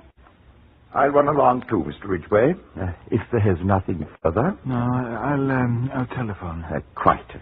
And yet there would seem to be little use for that. We've notified your cousin Miriam of her inheritance. As a matter of fact, I'm surprised you didn't know all this yourself. You see, we sent word round to the press yesterday. Well, good day, Mr. Ridgway. Good day. I remembered some folds of paper that I thrust into the fire to make it blaze up and burn the false beard and side whiskers with which I'd frightened an old lady to death. And then I remembered something falling. A paper. A will. From an old woman's fingers as she stood frozen in terror too near the fire. I saw the fire again, consuming something. Consuming the will. All my cleverness. Your maid said you weren't in, but I thought she was lying. I don't like liars, Ridgway. Mr. Jepson, I read the papers. I read who's going to inherit your aunt's money. I don't like liars. But I did think I was going to inherit, or why would I have killed her? You killed her? Of course. Oh, so you did kill her. How many times do you want me to say it? I believe that'll do. All right, Inspector. That's what I wanted you to hear. Come in. What? And bring in the maid, too. That was very clever of you, Mr. Gibson. I must confess, I had my doubts. Now, Mr. Ridgway, you'd better come along. But I was only joking. Young woman, Yes, sir? you heard Mr. Ridgway say he killed his aunt? I did, sir, but he must have been joking. Never mind, that's enough. By the way, Mr. Ridgway, you'll be interested in knowing, I'm sure, that we checked with Dr. Manell on the autopsy. According to his report, your aunt's heart was so weak, she could not have lived another month. What are you laughing at? That's your joke, old man. Oh, your joke. Yes.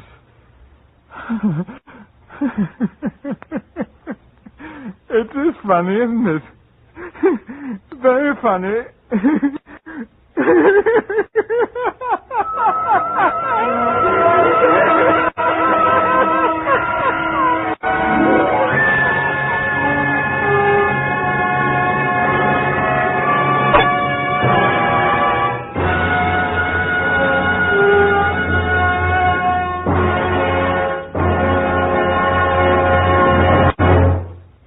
Thank you, James Mason and Pamela Colino, for a splendid performance. Now, Harlow Wilcox. Friends, Autolite Stay Full batteries need water only 3 times a year in normal car use. And they're made by Autolite men who make over 400 products for cars, trucks, airplanes, and boats in 28 Autolite plants from coast to coast. Yes, sirree, Autolite also makes complete electrical systems for many makes of America's finest cars. Batteries, spark plugs, generators, starting motors, coils, distributors. all ignition engineered to fit together perfectly, work together perfectly, because they're a perfect team.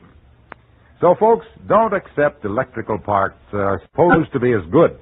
Ask for and insist on Autolite original factory parts at your neighborhood service station, car dealer, garage, or repair shop. Remember, you're always right with Autolite.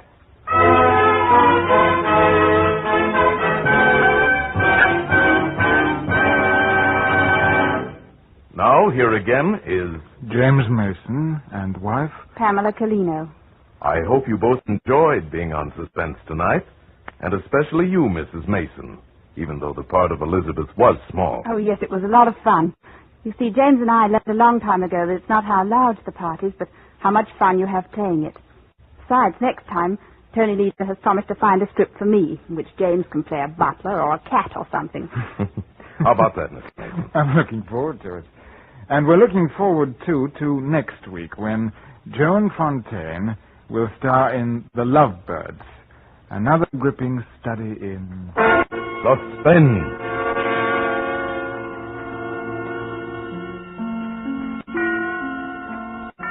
James Mason and Pamela Colino have just completed the book, The Cats in Our Lives. Tonight's suspense play was adapted from the Agatha Christie story by William Fifield. Music was composed by Lucian Morawek and conducted by Lud Gluskin. The entire production was under the direction of Anton M. Leader. Now here is great news. Beginning March 1st, Suspense on television may be seen in many areas of the country, Tuesdays at 9:30 p.m. Eastern Time.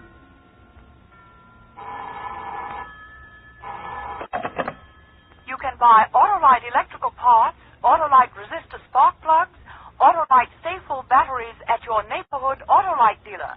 Switch to Autolite. Good night. This is CBS, the Columbia Broadcasting System.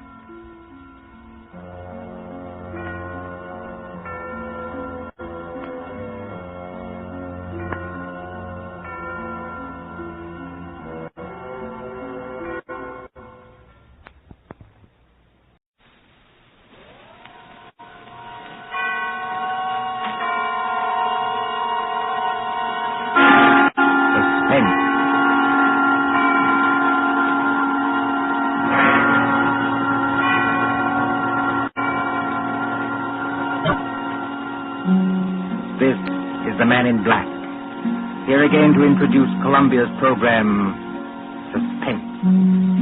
Our stars this evening are three. In the order of their appearance, they are Walter Hampton, one of the theater's proudest names for 2 generations, and Susan Hayward and Lee Bowman, 2 of Hollywood's brightest younger stars.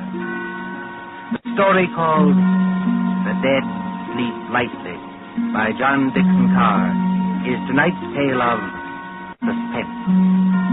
If you've been with us on these Tuesday nights, you will know that suspense is compounded of mystery and suspicion and dangerous adventure. In this series are tales calculated to intrigue you, to stir your nerves, to offer you a precarious situation, and then withhold the solution until the last possible moment. And so, with The Dead Sleep Lightly, and with the performances of Walter Hampden, Susan Hayward, and Lee Bowman, we again hope to keep you in suspense. Ashes to ashes, and dust to dust. Meadowvale Cemetery, not far from New York. Meadowvale Cemetery, on a dim gray morning in early April, when rain forms a mist across leafless trees and white gravestones. You see, over there, the group of silk-hatted gentlemen, each with his protecting umbrella, gathered around an open grave. You see the clay soil freshly dug. You can hear perhaps the creaking of support as the coffin is lowered into its everlasting house. And the droning voice of the clergyman. I am the resurrection and the life, saith the Lord. He that believeth on me, though he were dead, yet shall he live. Live? Quiet, Mr. Templeton, please. What's wrong with old Templeton? Please, sir, remember where you are. She's not alive, I tell you. She's not alive.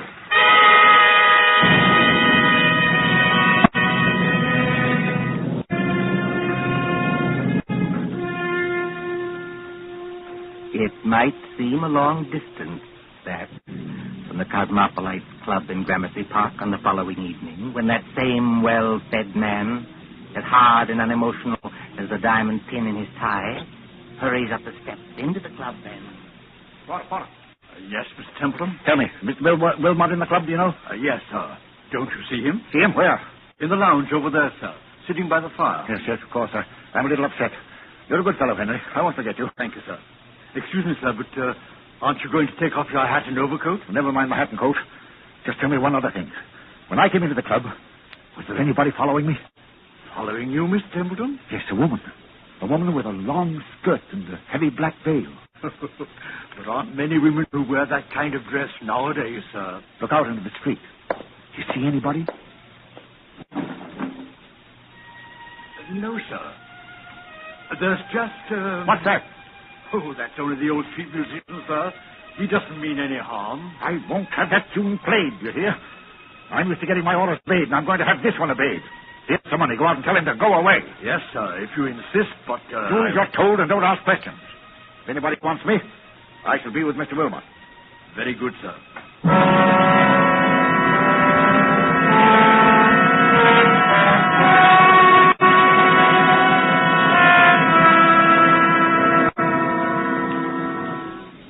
Good evening, Wilmot. Mind if I sit down for a minute? Not at all. Pull up a chair. Want some coffee? No, thanks. I'll get down to brass tacks right away. Yes, you always do. I've noticed that. Well, I'm a pretty self-sufficient kind of a fellow, Wilmot. I made a name for myself, even if I do say it myself. But, well, fact is, I need advice. A successful publisher asking advice from one of his own authors. That's something new, isn't it? Now, look here, Wilmot, I'm serious. All right, I take it back. What's on your mind? Well, you've studied what we'll call the supernatural, haven't you? I've lectured and written books about it, yes. And did you ever meet a ghost? No, I can't say I ever did. Have you? It might only be my own imagination. Yes, that's what scares me. You get on in years, and your arteries harden, and you don't take enough exercise, and you think something ought to be done about your waistline, but you never bother. You see, Wilmot, I went to a funeral yesterday. You did? Whose funeral was it? The person who died has nothing to do with this. It was old Simpson of Harley and Sons. We thought it was only decent to make up a party and go to the funeral. And I took my secretary along, a girl named Molly Carroll. I'm leaving for Washington tomorrow. Besides, I'm moving house. So there was a lot of work to do. What I couldn't stand was that infernal cemetery in the rain. We must have gone in by the wrong gate, because we were in a neglected, desolate part of the cemetery where the rank grass grew over the grave.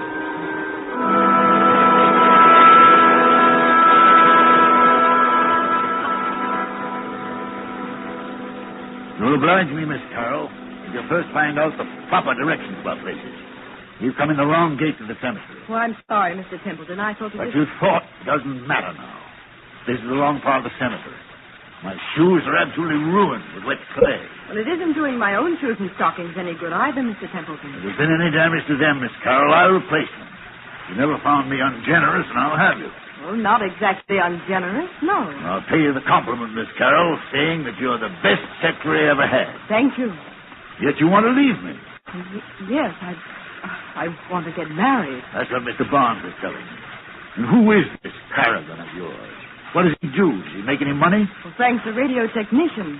He's not very wealthy, I'll admit. Wealthy? Well, radio technician. I'll bet he doesn't make as much as I pay you.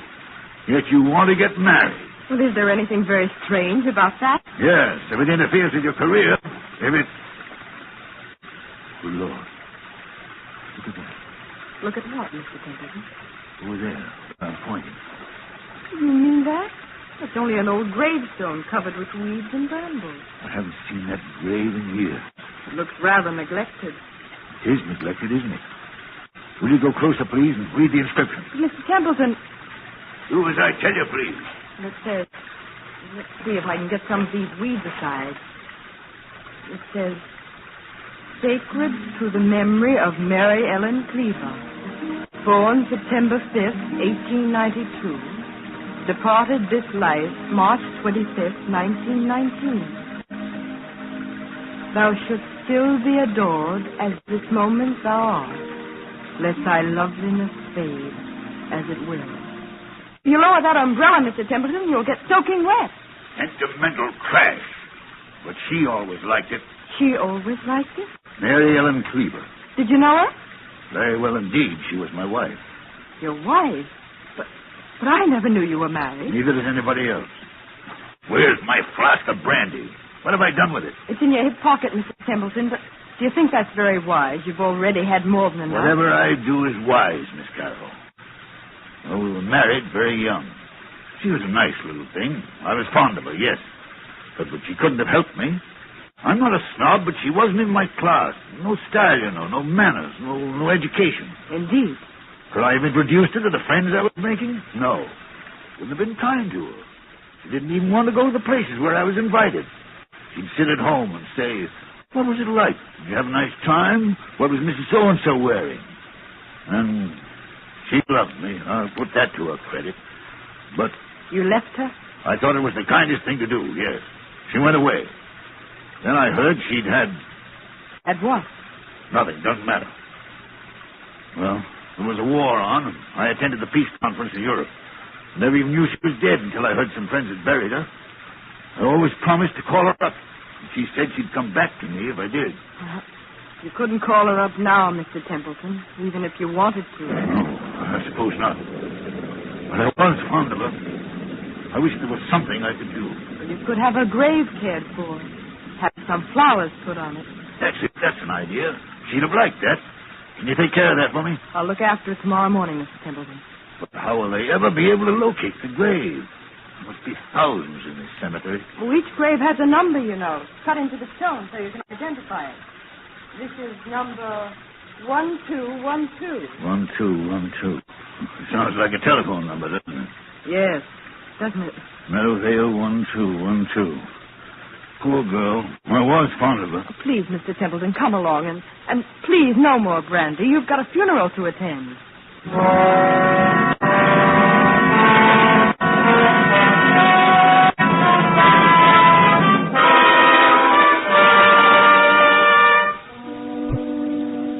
And then, Wilmot, the night came. And the horror. What horror? Take it easy, man. There's nothing to worry about. You're sitting here in the Cosmopolites Club. Yes, but I wasn't sitting in the club last night. I was on my way home. And why should that scare you? I don't know, but it did. I'd been jumpy all day. That infernal number kept running through my head. Meadowvale 1212. Have you ever seen my house? Yes, it's that big sham Gothic place on Riverside Drive, isn't it? Yes, big and dark and drafty like a mausoleum. I told you it was moving house to an apartment downtown. But there were some papers there. I had to get out of the safe in the library to take with me to Washington tomorrow. I knew the servants would be gone, of course. But I hoped Mrs. Bloom, that's my housekeeper, would still be there. Then, when I went up the park, about 6:30... Meadowvale 1212. Meadowvale 1212. Meadowvale 1212. Meadowvale 1212.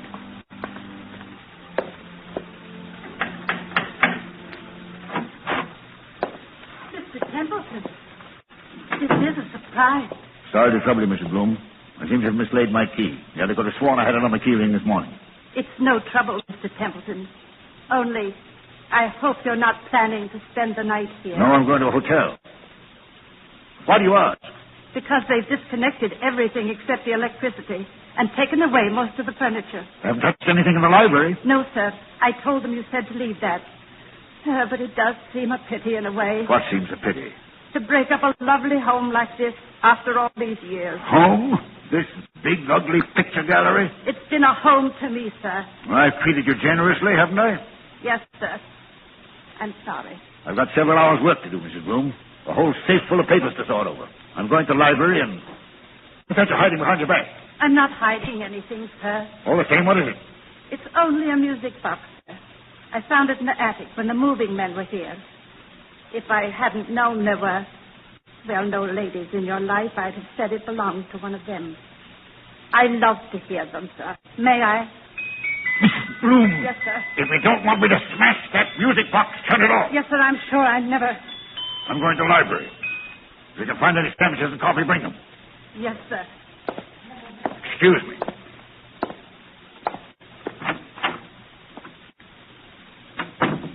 Same old library. Same old Crawford desk. There's the Venetian mirror she bought for him.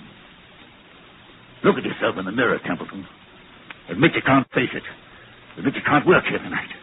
Admit you've got to have lights and music and... That's it. Go out for dinner. Telephone Wilmot. If they've left the phone... Oh, yes, good. Here it is. Hello, hello. Yes, sir. Number, please. Number, please. I want, Meadowvale 1212. Meadowvale 1212. Wait, what the devil's name am I saying? Change that, I want... Hello, my darling. I knew you'd call me when you needed me. Who's that speaking? Who are you? It's Mary Ellen, dear. Don't you recognize my voice? You're not Mary Ellen. This is trick. Mary Ellen is dead. Yes, dear. But the dead sleep lightly, and they can be lonely, too. And now that you do need me... I don't need you. I don't need anybody. I'm coming back to join you, dear. It's not easy, but I'll be there by the time the clock strikes 7. I'll wear a veil because I don't look very pretty.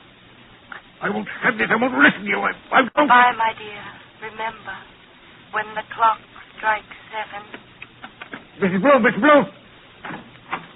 Mr. Templeton, what on earth is the matter? Who's been playing tricks on me? Tricks, sir, I don't understand. Who spoke to me on this phone? But, sir, nobody could have spoken to you on that phone. Nobody could have. What are you talking about? That phone's disconnected, sir. Disconnected? Yes, sir. The man came here this afternoon and took that little metal box off the wall and rolled all the wires up and put everything on the desk there. Said he'd be back tomorrow to take it away. Mrs. Bloom, that's impossible. Look for yourself, sir.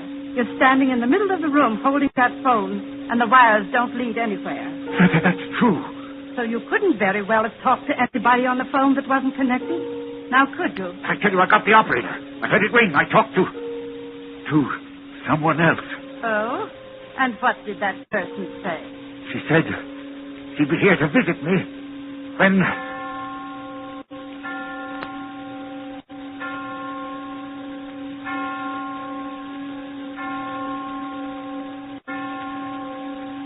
Mr. Templeton, what's the matter?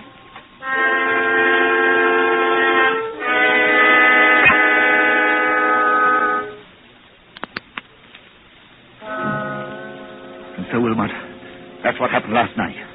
The phone was disconnected. It was Mary Ellen's voice. There's no doubt about that. Am I out of my mind or what? Before I say anything about that, my friend. Well? Let's hear the end of your story. What did happen when the clock struck 7? I don't know.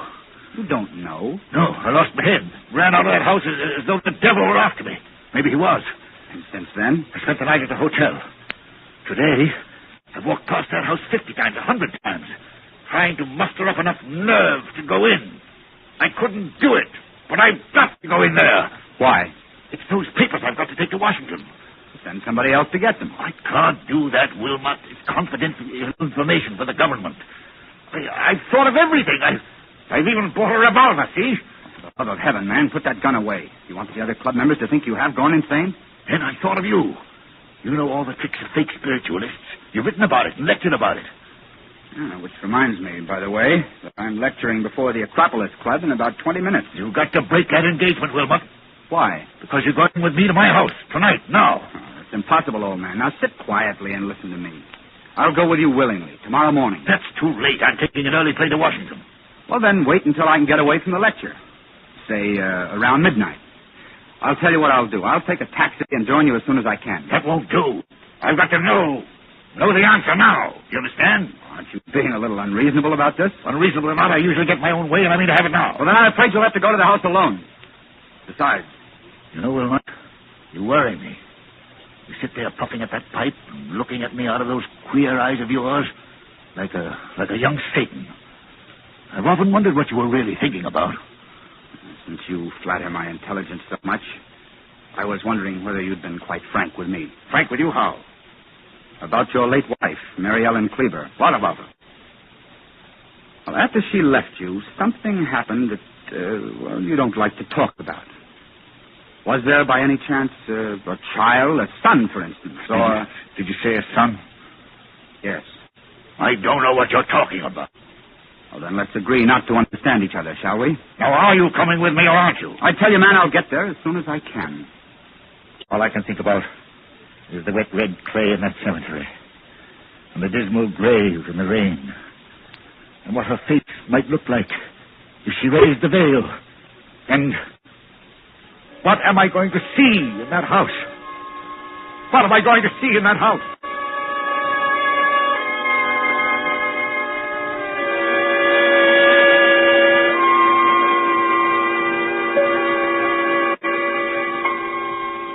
So the clock chimes, the hours dwindle, the traffic roar of the city sinks to a low growl behind twinkling lights.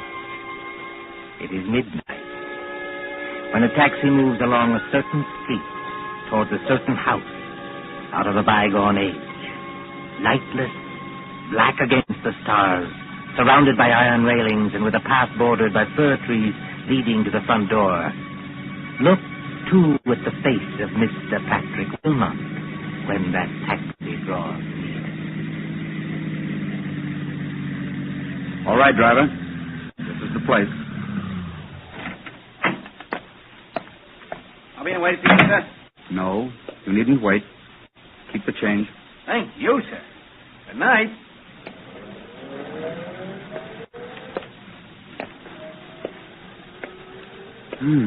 So the front gate is open. And he did go in. And... I beg your pardon. I didn't mean to bump into you. Mr. Wilmot. You know who I am. Oh, yes. I've seen you several times at our office. I'm Molly Carroll, Mr. Templeton's secretary. What are you doing here? Well, it's Mr. Templeton. What about him? Well, that's what I want to know. I was out with Frank, that's my fiancé, and when I got home, the girl I room with said that Mr. Templeton had been phoning and phoning all evening. She said he sounded drunk or something. He wanted somebody to go with him to this house. Evidently, I wasn't the only person he applied to. Shall we go in?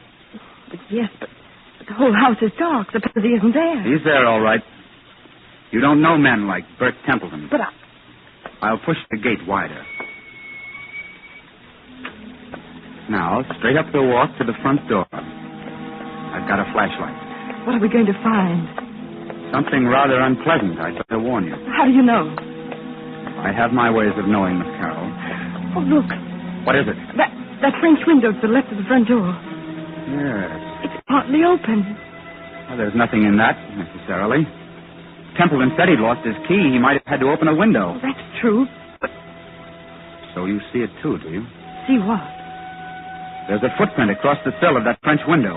A footprint made in wet clay. It's like the clay of the cemetery. So I should imagine. Will you go in first, or shall I? Into that dark room, I will not. Well, then stay here, please, until I get some lights on. No, wait. I'll go. Let me take your arm. All right, be careful now.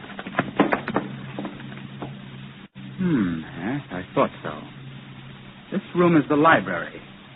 And there are more footprints of somebody or something walking in. They lead...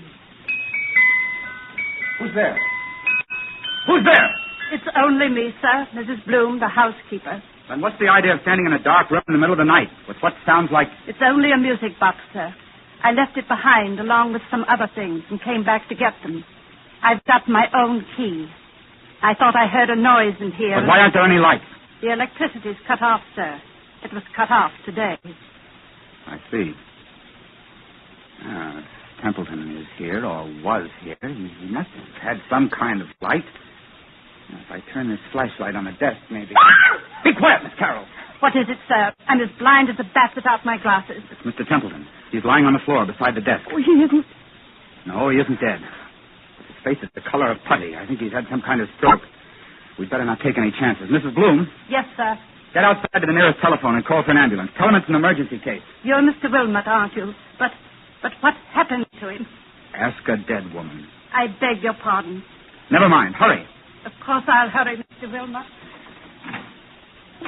What are we going to do? Now, let's have a look around. Templeton seems to have been working at his papers by the light of a couple of candles, which somebody's blown out. We'll relight them. There's the desk. There's all the papers scattered round him. Mr. Wilmot, please. What happened to him? I'll tell you. As he sat there in the dim light of two candles, a ghostly figure appeared at that French window. It wore a long, old-fashioned skirt and a heavy black veil to hide the face. It walked toward Templeton, tracking graveyard clay.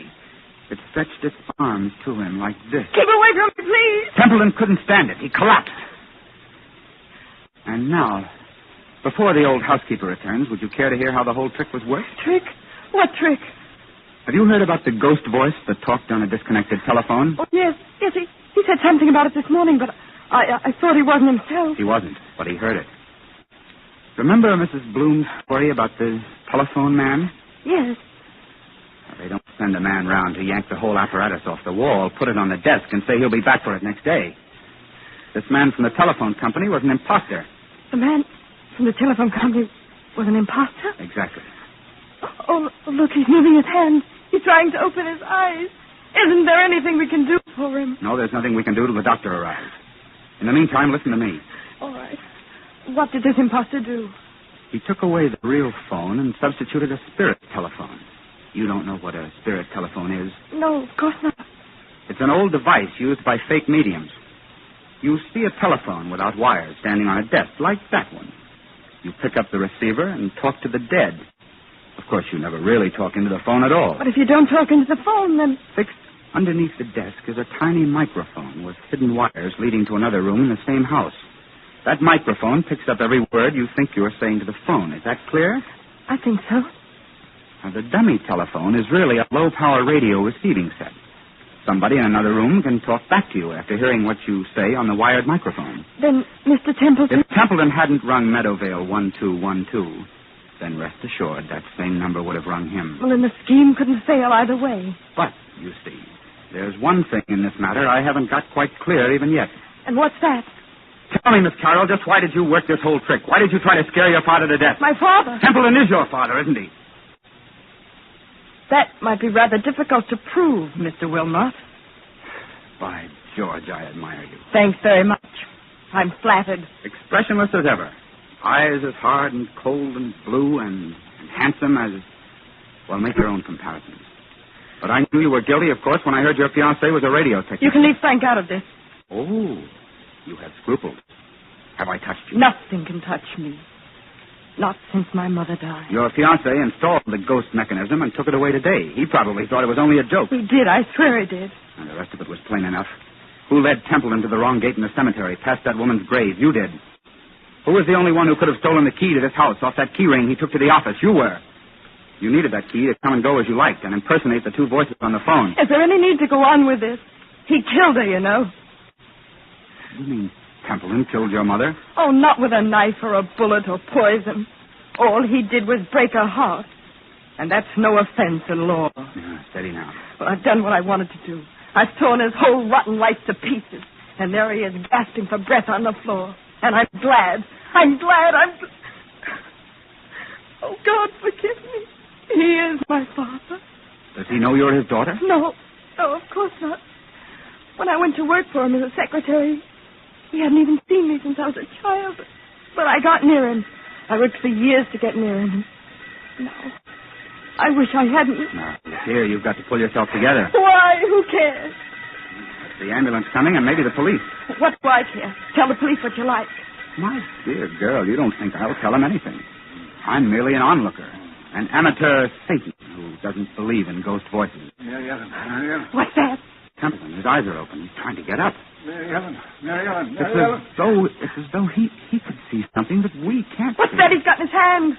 It's a revolver. He had one at the club. He's putting it against his chest. I'll stop him. Look out! Look out! Oh, he did love her after all.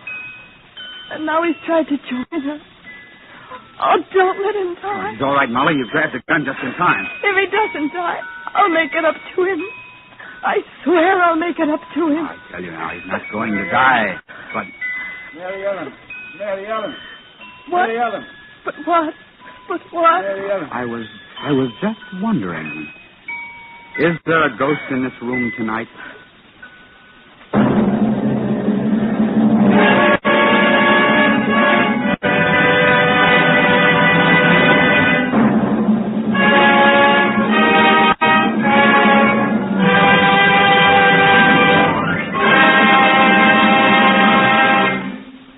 And so closes The Dead Sleep Lightly, starring Walter Hampden, Susan Hayward, and Lee Bowman. Tonight's tale of Suspense. This is your narrator, the man in black, who conveys to you Columbia's invitation to spend this half hour in suspense with us again next Tuesday. Miss Hayward appeared through the courtesy of Paramount Pictures, and Mr. Bowman appeared through the courtesy of Metro-Goldwyn-Mayer Studios. William Spear, the producer, John Dietz, the director, Bernard Herrmann, the composer-conductor, and John Dixon Carr, the author, collaborated on tonight's Suspense.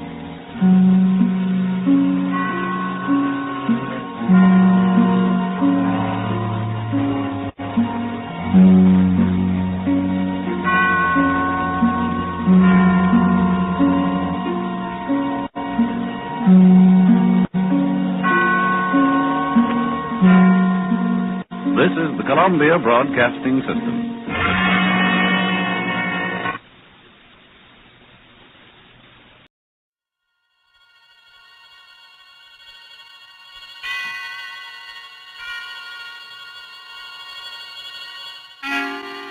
Suspense.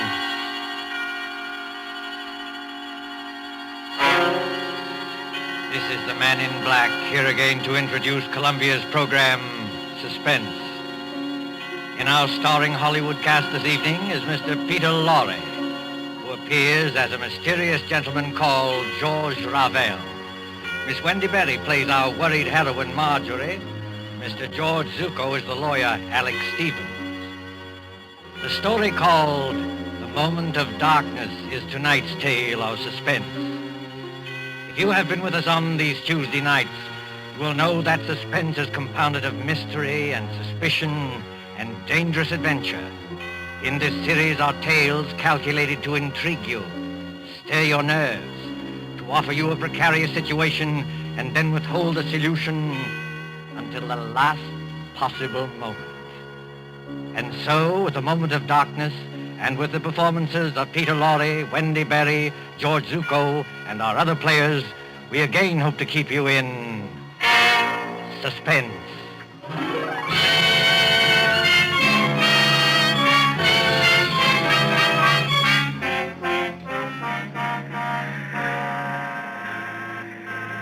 The Train Bleu crack express train from Paris to the French Riviera, which in these carefree days before the war used to make the journey from Paris to Nice overnight. At the Gare du Sud on this particular mild spring evening, the train with its glistening wagon-lits or sleeping cars waits in a station filled with smoke and the iron coughing of engines. You can hear the excited crowd and the slamming of compartment doors. You can see the guard standing by with his watch in hand, with his horn ready to blow as a signal. En voiture, messieurs les voyageurs! En voiture! Better get in, Emily. The train's just about ready to start. That commotion there. At the last moment just before the signal, a girl in a light summer dress, carrying a small suitcase, hurries along the platform towards car number 10. The girl is blonde and evidently English, and as she hurries towards the guard... En voiture! Dépêchez-vous, mademoiselle. Hurry up, please. Oh, yes, of course. Is this carriage number 10? Oui, mademoiselle, numéro 10. Hurry up, please. Thank you. I'll get in. Et maintenant...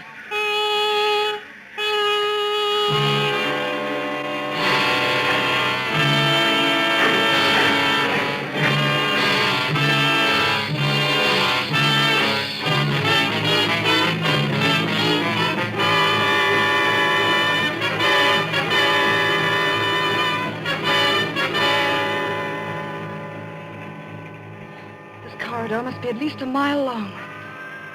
Car 10. Compartment number 6. Compartment number 6. Compartment...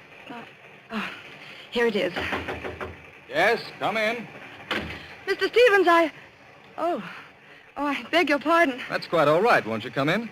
I thought this was Mr. Stevens' compartment. It is his compartment. I'm sharing it with him. He is on the train, isn't he? Oh, yes. He's going to look for some luggage that failed to turn up. In the meantime, won't you come in and sit down? Thank you. As an old friend of Toby Stevens... Why do you smile? Nothing. It's just odd to hear a dignified man like Mr. Stevens called Toby. That's all. Well, it suits him. As an old friend of his anyway, may I introduce myself? I'm Ken Blake, on vacation from the American consulate in London. How do you do? My name is Gray, Marjorie Gray. I most particularly wanted to have a word with Mr. Stevens. Miss Gray, will you pardon my impertinence if I ask... Ask what? Whether it's about your Aunt Hester at Monte Carlo and the man who seemed so determined to scare her to death. You know about that? Yes, a little. After all, that's why Toby's left his law practice and come all the way from London. He said... Mr. Stevens. Marjorie. Great Scott, what are you doing here? I came up from Monte Carlo, especially to see you. I thought I'd find you in Paris, but when I got to your hotel, they told me you'd gone. Cook said they'd reserved a compartment on this train for you. So, well, here I am. But why? Before you see Aunt Hester, Mr. Stevens, I want to know what you meant by that letter you wrote me. I meant exactly what I said, Marjorie. I'm going to expose this faker, George Revel. Excuse me, if you two want to talk, I'll just clear out of here. No, Ken, stay where you are. Really, Mr. Stevens? You've made an impression on her, Ken. When the girl suddenly becomes thoroughly British after spending half her life on the Riviera, well, you've made an impression. Don't talk like that, Toby. She won't get annoyed with you for saying it. She'll just get annoyed with me. Marjorie, this is Ken Blake. We've met, thanks. I asked him to come along with me, and for a very good reason. Indeed? Ken was for years at the American consulate in Paris. He knows all the heads of the Sûreté Générale, that's the Scotland Yard of France.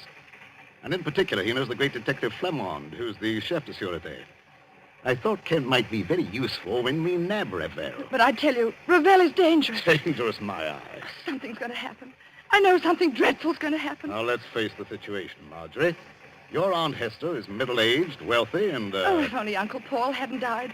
He was the decentest person I ever knew. But he did die, my dear, and Hester can't be consoled. She can't eat, she can't sleep, she can't think of anything except getting in touch with his spirit. Along comes this faker Revel to give seances. I wonder if he is a faker. You're not falling for this Tommy rot, surely? Really, Mr. Blake? If I'd asked for your advice in this matter... I beg your pardon, Miss Gray. When we get to Nice, I'll take the first train back to Paris. No, wait, please. I didn't mean to be rude. It's nice of you to help us, but it's the whole atmosphere of Monte Carlo. Well, that's quite all right, my dear. We understand. Of course. There's Aunt Hester in that villa over the Mediterranean. There's Revel, all thin and quiet and swarthy, with those somber-looking eyes of his. He seems to dominate her, just as Mr. Stevens used to. Dominate her, my dear? That's rather a strong word for an easygoing old buffer like me. The things Revel does at those seances are terrifying. I don't know whether he's an imposter or not, but I am sure nobody else can do what he does. Now there, Marjorie, is where you're wrong. I can. You can? Yes. I promise to duplicate in front of your aunt every single trick Revel ever performed. Oh, but that's impossible. Is it? Wait and see. I'll put it up to Mr. Blake. It isn't merely that Revel is tied up, tied hand and foot in a chair, while these horrible things are going on. I know there are people who can get out of ropes and back into them again. But Revel lets you take one precaution that shows there can't be any trickery. Oh? And what is that precaution? Just before the lights go out, he takes a piece of white paper. Well? He puts one under each foot. You take a pencil and draw an outline around the shoe on the paper. If he moved the millionth fraction of an inch, it would show in the outline later. But it never does. Well, look here, Toby, that's a bad one. Why does it strike you as being so funny? Because I can do it, too. Just give me a moment of darkness, that's all. You mean he gets out of his shoes or something like that? No, he could hardly get out of his shoes and back into them without disturbing the outline. Then he doesn't leave his chair after all. On the contrary, he can be all over the room. Well, how in Satan's name does he do it? My dear fellow, there's nothing simple.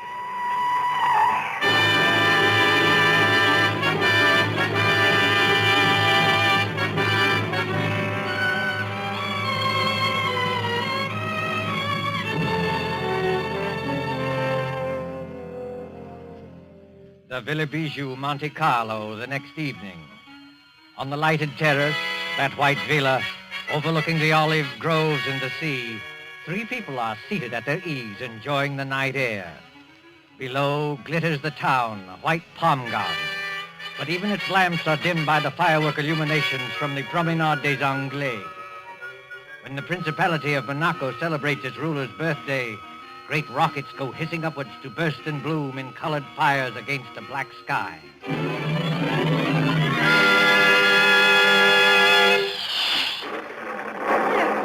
I don't like those fireworks. The noise upsets me.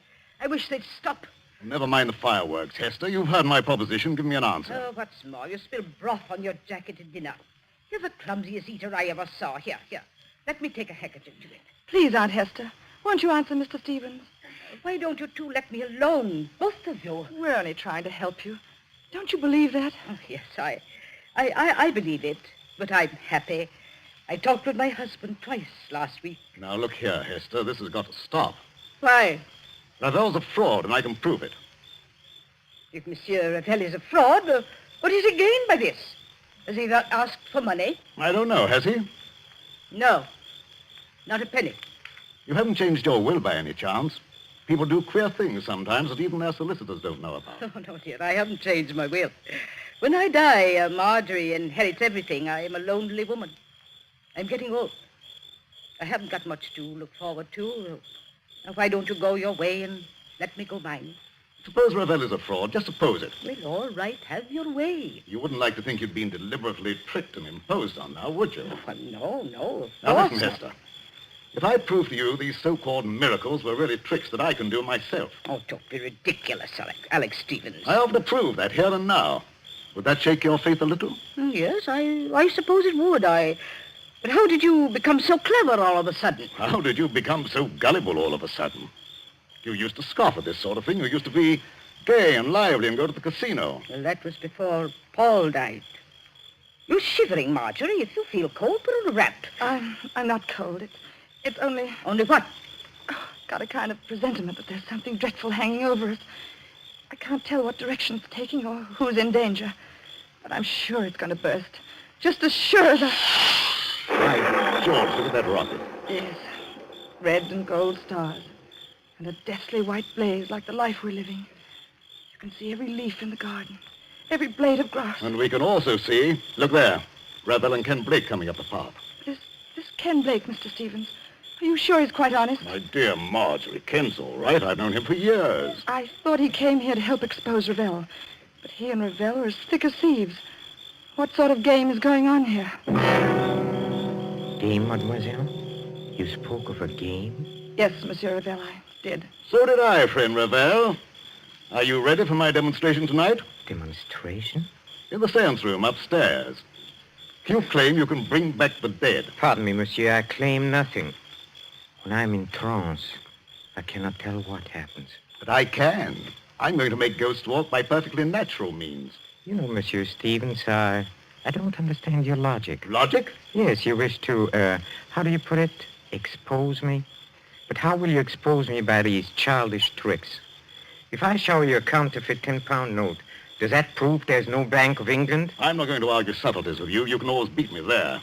I'm a plain, ordinary man with a little common sense to back me up. No. Come on, my friend. Not an ordinary man, surely. Just exactly what are you hinting at? Yes, I'd like to know that, too. Oh, Madame Hester, believe me, I didn't mean to upset you. I wouldn't upset you for anything. No, I'll bet you wouldn't. Well, I kiss your hand, Madame. I'm all apologies. Well, let this gentleman do what he likes. But I warn him, it is dangerous. Dangerous? How is it dangerous? That's the first time you've spoken, Mr. Blake. Why have you been so quiet? Please, Marjorie, please now, be a good girl and stop interrupting. Oh, I'm sorry, Aunt Hester, but he's been muttering to himself and moving from one foot to the other and looking guilty. Confound it, I'm not looking guilty. Aren't you? No, it's a hot night. I don't like this business at all. Why will a seance be dangerous? Why? Because we shall be tampering with evil forces. Evil forces, my foot. Oh, you doubt it? Yes. This brave Monsieur Stevens is challenging the unseen world. He's mocking at forces he does not understand. Believe me, monsieur, they are not mocked without danger. I'll risk that, thanks. Well, up in a seance room, with a door bolted on the inside, we shall be at their mercy. The evil forces, the elementals, will wax and grow strong. They can take us in their grip as I take this walking stick and... You've got strong hands, Monsieur Ravel. The hands of evil spirits are stronger, much stronger. I'm afraid. I wonder if we ought to do this. I've been wondering the same thing. What does your aunt say? Oh, I don't know what to say. I'm so confused. And I want to break down and cry. I suppose we'd better do it, or Alex Stevens will never let me hear the end of it. For the last time, monsieur, will you be warned of danger? No. Very well. Oh, Madame Hester. Yes, Monsieur Ravel. Do you believe that I'm an impostor? No, dear, of course not. But in your heart, you're not yet convinced. Well, I don't know. I'm not such a fool as some people seem to think. But if something did happen, something to show there are living forces beyond this world, it would convince you utterly? Oh, yes, I suppose it would. Then, shall we allow Monsieur Stevens to go on with his demonstration? I have a feeling we shouldn't do this. Oh, I'm afraid.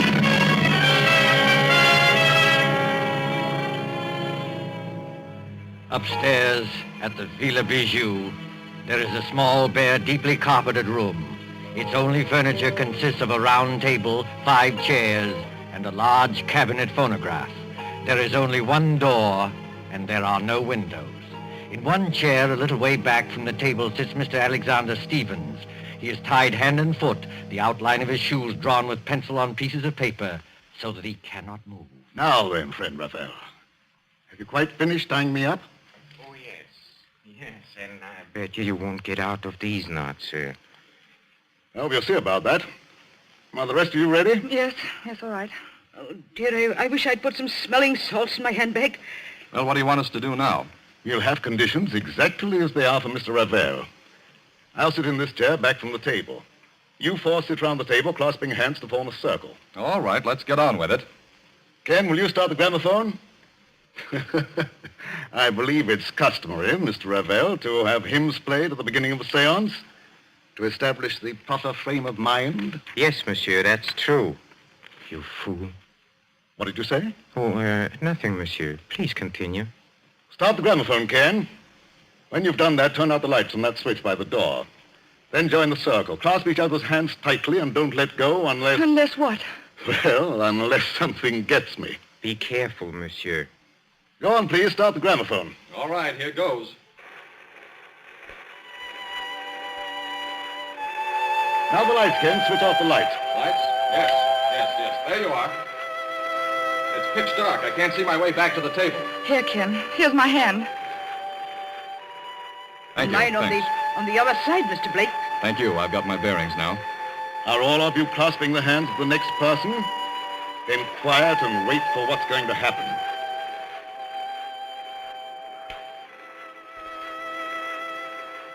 Ken, look.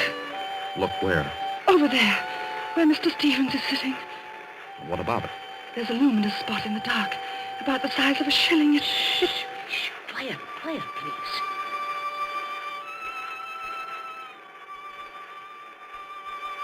Did anything touch the back of your neck? No. What was that? It's Alex Stevens. I know it. This was not on a program, madame. Break the circle and get those lights on. The luminous spot is still there. Oh, hurry, Ken. I can't see my way in the dark. I don't know which direction the lights are. Wait a minute. Here's the wall. If I grope along here, I ought to find the switch. Yes, here it is. Lights. Quiet. Silence, mademoiselle, if you please. What's wrong with Mr. Stevens? What's that sticking out of his chest? It's the handle of a dagger. And a good deal of blood has soaked through his coat, too. Oh, Monsieur Blake, will you turn off this gramophone? Yes, certainly. But you're not saying that Toby Stevens is dead? I'm afraid he is, my friend. That's a direct heart wound. Perhaps 10 seconds of intense agony, and then the end. Oh, is the door still bolted from the inside? Yes. Then we are all alone, here, the 4 of us. This rash gentleman, one imagines, did not kill himself. He's too well tied up. I know who killed him. Mr. George Ravel. You did, with luminous paint. I killed him, mademoiselle? With luminous paint? I mean, that was part of the trick. You tied him up. You were the only one who touched him. And? What of that, mademoiselle? Luminous paint doesn't show up in the light. You smeared a little of it on his coat. That showed you exactly where to strike in the dark. I commend your good sense, madame. But there are two excellent reasons why I had nothing to do with this. The first reason I must keep to myself, but the second reason can easily be proved. Well, what is it? Well, up to the time that man screamed, you yourself were holding my right hand, and Madame Hester was holding my left hand. Did either of you let go at any time? No. No, that is, I didn't. What about you, Aunt Hester? No, Marjorie did. I didn't let go either. He never moved. Hold on. Wait a minute. Well, monsieur, speak up. I was holding Marjorie's hand on one side and her aunt's on the other. And they didn't move either. Nobody let go or left the circle. That's true. Consequently, none of us could have killed Toby Stevens. Yes, it is true. Somebody must have sneaked in here. Oh, no. As you said yourself, the door is bolted on the inside. Then who the devil did kill him? Well, that's the question. Has anybody ever seen a dagger before? No. It looks like one of those curio things you buy in the shops. Yes, and with a design of wooden scroll work on a handle. No fingerprints will show. Nothing else, except some musical instruments. A tambourine, an accordion, and a speaking trumpet. You know, I blame myself for this. You ought to. Why? Because you killed him. Don't ask me how, but I know why. Indeed, mademoiselle. You found my motive. Yes, I have. You've got Aunt Hester fully believing in you now, haven't you? Easy, Marjorie. In another minute, you'll be talking about forces and elementals and heaven knows what. You'll be saying it was a spirit hand that killed Mr. Stevens because nobody else could have. Please, Marjorie, brace up. Someone's got to send for the police. Why don't you send for the police, Ken? Couldn't you help us there? Help you? How? Mr. Stevens said you knew the heads of the Sûreté. He said you knew this man Flamand, who's supposed to be the greatest detective in France. Oh, but this isn't French territory. Monte Carlo is the independent state of Monaco. I'm sorry, Marjorie. Ordinarily, I might have helped. You mean you won't help us? I'm sorry, Marjorie. I can't. Then I've got to help myself. George Ravel, you killed Mr. Stevens. But how? Yes, how?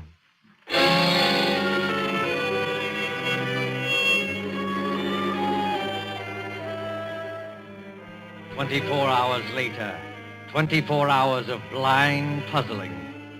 In the railway station at Nice, 9 miles from Monte Carlo, the night express for Paris is already underway. The guard has blown his signal, and the great wheels grind. A young man, hatless and worried, pushes through the crowd past the already moving train. Non, monsieur. C'est défendu. Vous êtes trop tard. Too late, nothing. I'm getting aboard this train. Prenez garde, monsieur. Prenez garde. I'm sorry to have caused you any trouble, guard. But do you happen to know whether... Marjorie. Ken Blake. What are you doing on this train? Exactly the question I wanted to ask you. Walk along the corridor with me, will you? All right. Marjorie, you little idiot. What's the idea of running away? If it's any of your business, Mr. Blake, I'm not running away. I'm merely going to Paris. You were told to stay in Monte Carlo. Don't you know you can land in jail for this? They'll put you in jail, too, won't they? Yes, I suppose so. But what's the idea of going to Paris? First of all, I had to get Aunt Hester away from that man Ravel. She really thinks he can call up ghosts now. Is your aunt on this train? Yes, in that compartment there. Second, I'm going to Paris for some real help. I'm going to the Sûreté. I'm going to see this man, Flamand. You won't find Flamand in Paris, Marjorie. And you'll certainly never get him to arrest Georges Ravel. Oh? And why not? Because, my dear idiot, Georges Ravel is Flamand. What are you saying? The man who calls himself Ravel is really Flamand, the head of the whole French Detective Bureau. He made me promise not to tell anybody. And that's why you've been looking so guilty for 2 days. Yes, I tried to tip you off today, but the police were with us all the time. So he is a fake spiritual medium. Mr. Stevens was right about that. And I still say I'm right about the other thing. Whoever he is, Ravel killed Mr. Stevens. But how and why? Oh, I don't know. This alleged detective. Did he tell you why he was masquerading as a medium in Monte Carlo? No. All I know is that we're in one sweet mess. We've left town without permission, They'll probably stop the train and send us back in a patrol wagon. Oh, no, my friend. That won't be at all necessary. Ravel! Yes, mademoiselle. Ravel or Flamande. Well, since you know me as Ravel, call me that. You knew that I was on this train? Oh, naturally. Look here, old man. I kept quiet about you because you swore it was a matter of life and death. But will you answer a couple of questions now? Oh, with pleasure. Why did you pose as a medium? Because the Monacan government employed me to trap a murderer. So I had to work, how do you say, undercover. All right. Why was Toby Stevens killed? Stevens was killed because he was a blackmailer. A blackmailer? Yes, mademoiselle. Does that surprise you? Yes. Oh, yes, of course. Very much. I tried to warn Stevens, but the fool wouldn't listen. And then, well, I wasn't quick enough. Stevens was murdered, of course, by one of us four in the seance room. Well, that's impossible. Impossible? Oh, no. The trick was baffling because of its simplicity. I'm sure you killed him. One moment, mademoiselle. Let me show you what I mean by trick, baffling because it is so simple. Take, for example, the pencil outline drawn on a paper around the medium shoes. Did Stevens tell you how I did that? No. On this train 2 nights ago, he started to tell us, but... Then he just stopped in the middle of it and laughed. You see, the medium leaves his chair. Well, he makes tambourines rattle and ghost forms appear. Yet the pencil outline is not disturbed. Now, how does he manage it? Well, how does he manage it? Well, quite easily. He returns to his chair. He turns over the 2 pieces of paper. He takes another pencil and draws an outline of his shoes on the reverse side of the paper. You look at it. And imagine it's the same outline we drew. Precisely. So easily are people misled. And it was the same way with a murder. But there couldn't have been any trick about the murder. None of us left the circle. We were all clasping hands when we heard that scream. Don't you agree? Oh, yes, I agree. I can't stand this any longer. When we heard Mr. Stevens utter that horrible scream... What makes you think it was Stevens who uttered that scream? I beg your pardon. What makes you think it was Stevens who screamed? Well, wasn't it? Oh, you assumed it, yes. We all assumed it. But up to that time, Stevens wasn't even hurt. Wasn't hurt? You see, the source of sound cannot be located in the dark. It was the murderer who uttered that appalling cry. In a few seconds of darkness, before the lights went on, the killer simply leaned across and drove that dagger into Stevens' chest. And you proved that? Yes. If Stevens had been hit at the time of the scream, blood would have blotted out the spot of luminous paint. Yet, Marjorie Gray saw the paint shining after the scream. That's true, Marjorie. I heard you say so. You put the luminous paint there, Ravel. You were the only person who touched him. Oh, no. There was one other person who touched him. Who was it? Another person, in full sight of you, said Stevens had spilled broth on his coat and swabbed at his chest with a handkerchief. You mean? I mean, of course, the real murderer. Your Aunt Hester.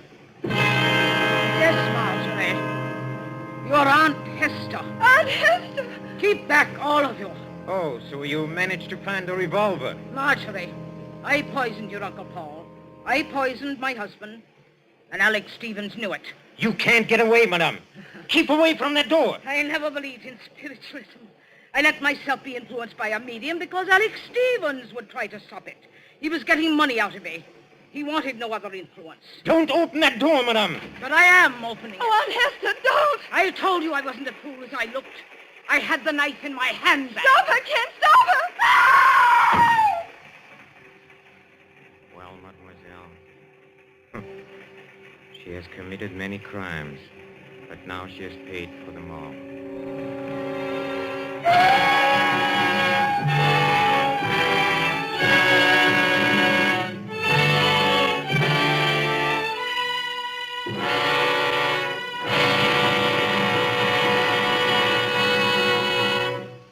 And so closes The Moment of Darkness, starring Peter Lorre Wendy Berry with George Zuko.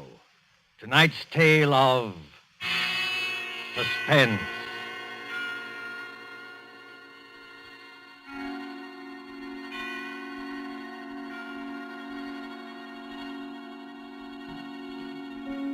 This is your narrator, the man in black, who conveys to you Columbia's invitation to spend this half hour in suspense with us again next Tuesday, when Agnes Moorehead and Ray Collins will star in a study in terror titled The Diary of Sophronia Winter.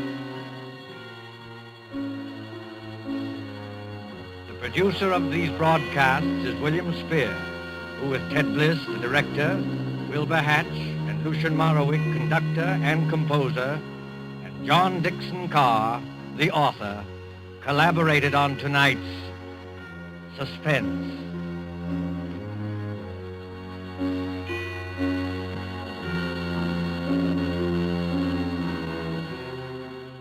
This is the Columbia Broadcasting System.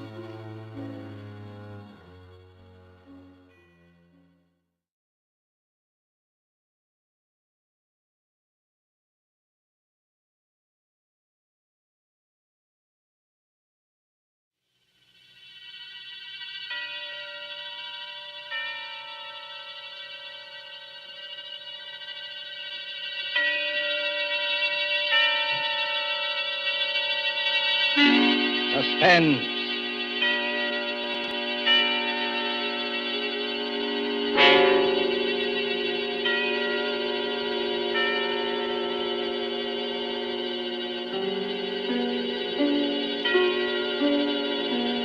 This is the man in black, here again to introduce Columbia's program, Suspense. Heading our starring Hollywood cast this evening is Mr. Paul Lucas, and with him are Miss Heather Angel and Mr. Bramwell Fletcher. Story by John Dixon Carr, dealing with strange, very strange happenings in a London curio shop, and called Mr. Markham, Antique Dealer, is tonight's tale of suspense. If you've been with us on these Tuesday nights, you will know that suspense is compounded of mystery and suspicion and dangerous adventure.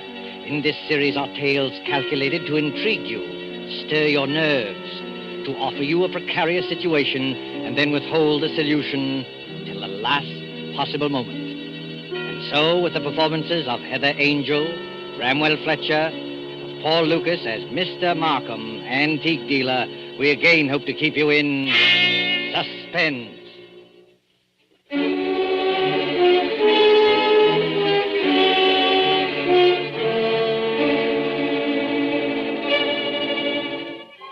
This is the story of a man who commits murder and gets away with it.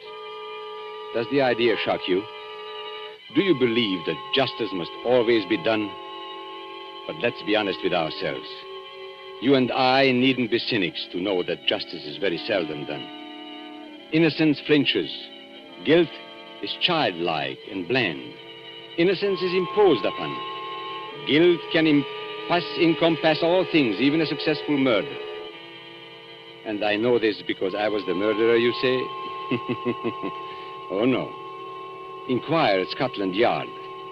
I was the victim. In Bond Street, not far from Piccadilly, there used to be an establishment, which in a less fashionable part of town would have been called a shop. On the windows, in letters as discreet as a visiting card, were the words, Charles Markham, Antique Dealer. Such a delightful fellow, Markham. Such a character. 30 years ago, yes, as long as that, this antique shop was a dingy place, despite deep carpets and crystal chandeliers. It rustled with the ticking of 100 clocks. It was shadowed by damascened armor and the loom of tall tapestries. And late one summer night, when the shutters were long closed on those windows, a four-wheeler drew up before the door in the gas-lit street.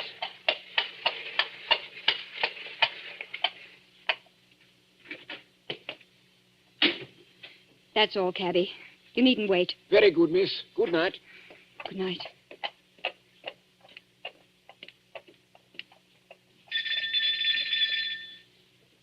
He must be here. He must be. I won't go back to that place. I'll kill myself first. Oh, look here, old man. You needn't be... Oh, I beg your pardon. And I beg yours. I'm not the person you were expecting, am I? No, madam. As a matter of fact, I was expecting a police officer. A police officer? Oh, merely an old friend who often drops in for a talk and a drink. You are Mr. Markham, aren't you? Yes, my name is Markham. Can I be of any service to you? I want to come in. I want to buy a present for somebody. Now, really, madam, this is hardly the time. Yes, I know it's late, but... It's nearly 1 o'clock, madam. Surely tomorrow morning will be... That'll be too late. This is a special occasion. It's a birthday present. That's it. A birthday present. I've got to deliver it before breakfast. And Sir George Lytle says this is the only place in London to buy antiques. Sir George flatters me. Won't you let me come in? Just for 5 minutes. Well, under the circumstances, madam, I think it might be managed. Now, one moment while I put some lights on. No. Please. That one little light will be enough. But you won't be able to see anything. That doesn't matter. I'll trust to your judgment. Just as you like. This way, madam. What's that? That noise? Oh, you mean the clocks, madam? There are more than 100 clocks in this room. I'm very fond of them. Don't they get on your nerves? Ticking away together like a nightmare? Striking the hours together? They don't strike together, madam. When the hour approaches, you will hear a musical din that lasts for some time. Might I interest you perhaps in a clock? No. I hate them. Now, all the same, this grandfather clock might amuse you. What about it? Observe the signature. Johannes Carver, Londini, Facet A.D., 1752. You could see better, madam, if you raise that veil. I'll keep my veil down, thanks. Just as you please. But look at the clock. I open the glass face like this. Then I push the second hand forward like this, and...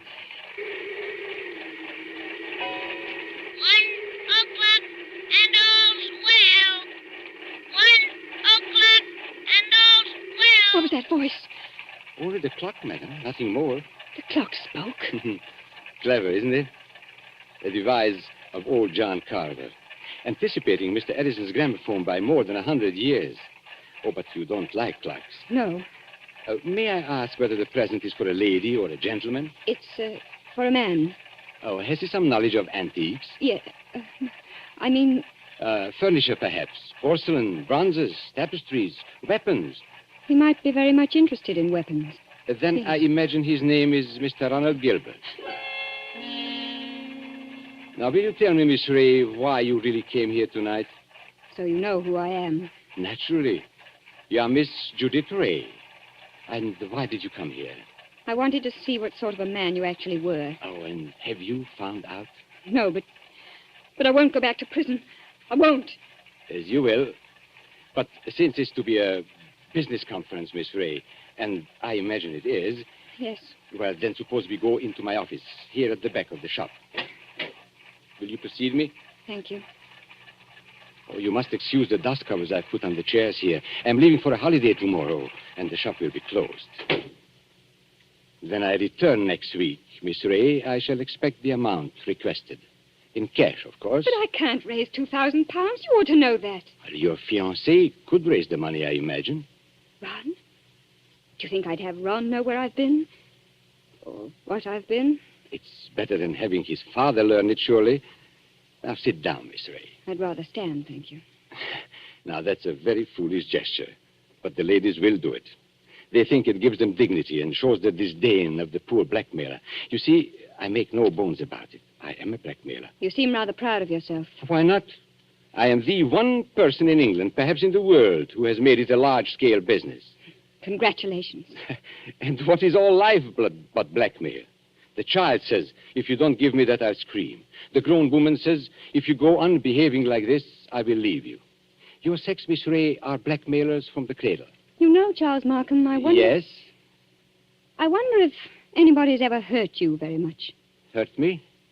What do you mean? When you talk about the world and people in general, your face goes white under the eyes. You pick up that letter opener from the desk. Not a letter opener, please, Miss Ray. A Medici dagger. 16th century work. It isn't the money that really interests you. I don't understand. You hate the world. You just want to torture people, that you think you've been tortured. Isn't that so? This is a very sharp dagger, Miss Ray. If I throw it down on the desk, it sticks. Like that. Isn't it so, Charles Markham? My motives, Miss Ray, aren't in question.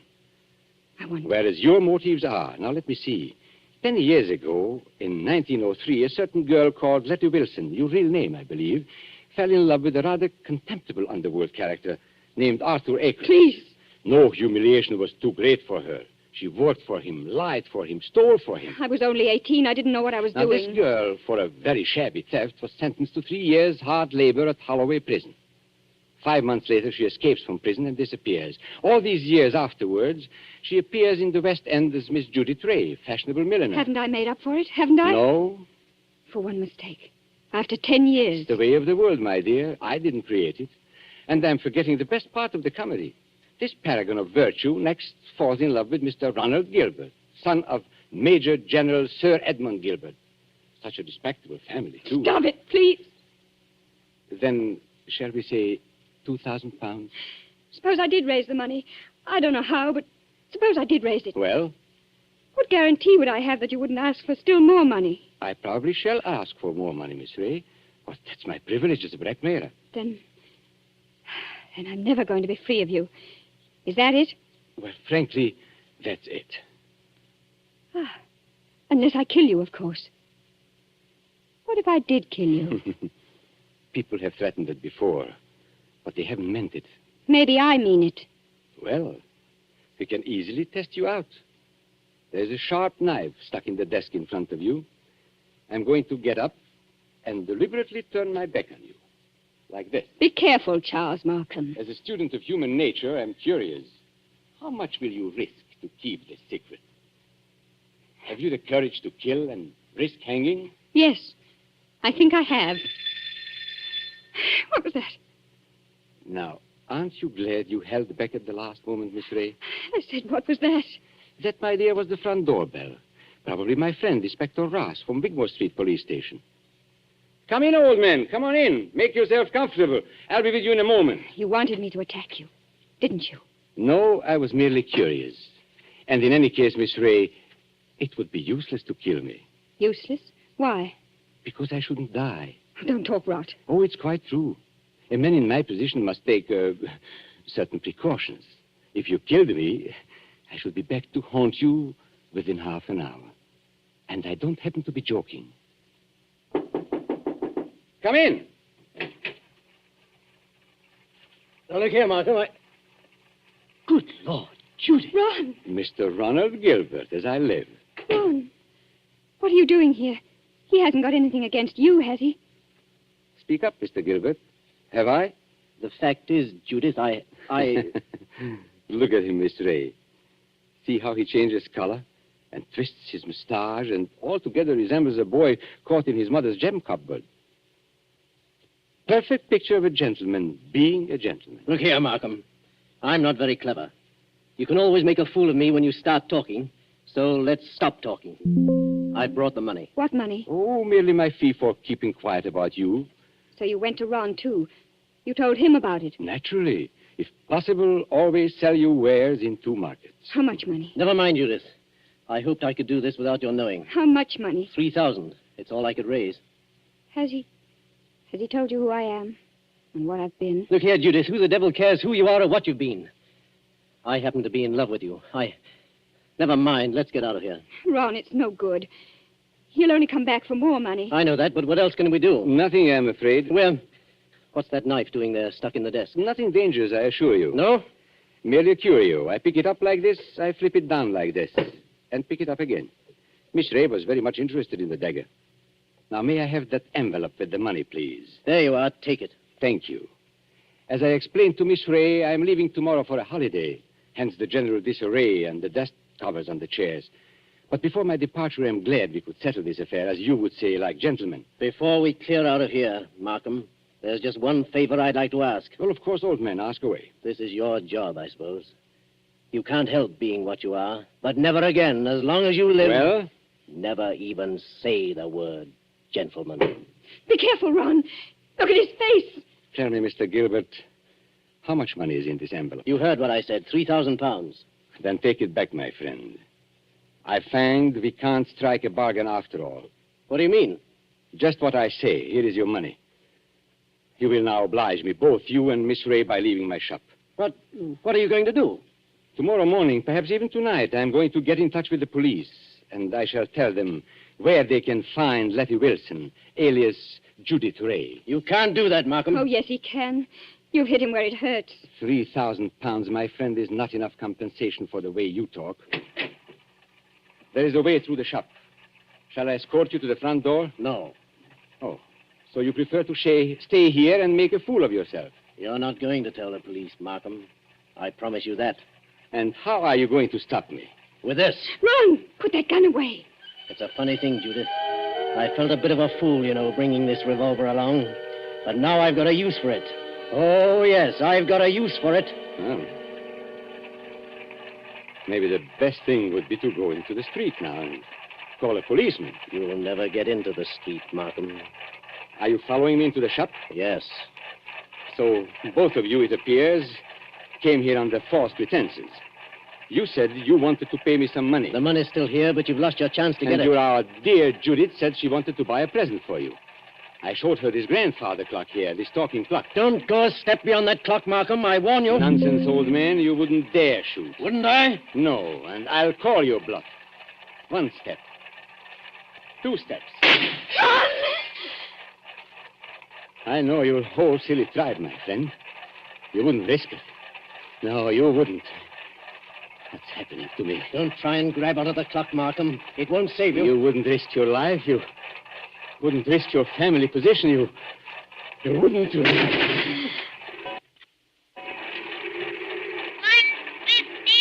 and all's well. 1:15 and all's well. I had to do it, Judith. Don't you see? I had to do it. Did you... Is he... Oh, yes. Yes, he's done for. I tell you, I had to do it. Shh, keep your voice down. Why? That shot sounded like the crack of doom. I wonder if anybody in the street heard it. You mean the police? Yes, Ron. What in heaven's name are we going to do? Steady, steady. We'll find a way out. Maybe he's not dead, Ron. Go and look at him. He's dead, all right. Please, Ron. Go and look at him. Well? Shot through the heart. The bullet went clean through him and smashed the face of the grandfather clock. That's all I can see in this dim light. This isn't happening to us. It can't be I've happening. got to think, but it's hard to think. You see, Judith, I'm not in a rage any longer. I'm just numb and a little bit scared. You're not going to give yourself up. And have this whole thing made public? Not likely. Wait a minute. There may be a way out. What way? He said he was going for a holiday. Remember? Well, suppose he did. That gives us time. It means his absence won't be noticed. The shop will be closed. Nobody will come here for days. And certainly nobody will come here tonight. And... What's that? The police officer. I forgot the police officer. What police officer? A friend of Markham's. Inspector somebody or other from Wigmore Street. He's inspected here tonight. Then we're finished. No, Ronnie.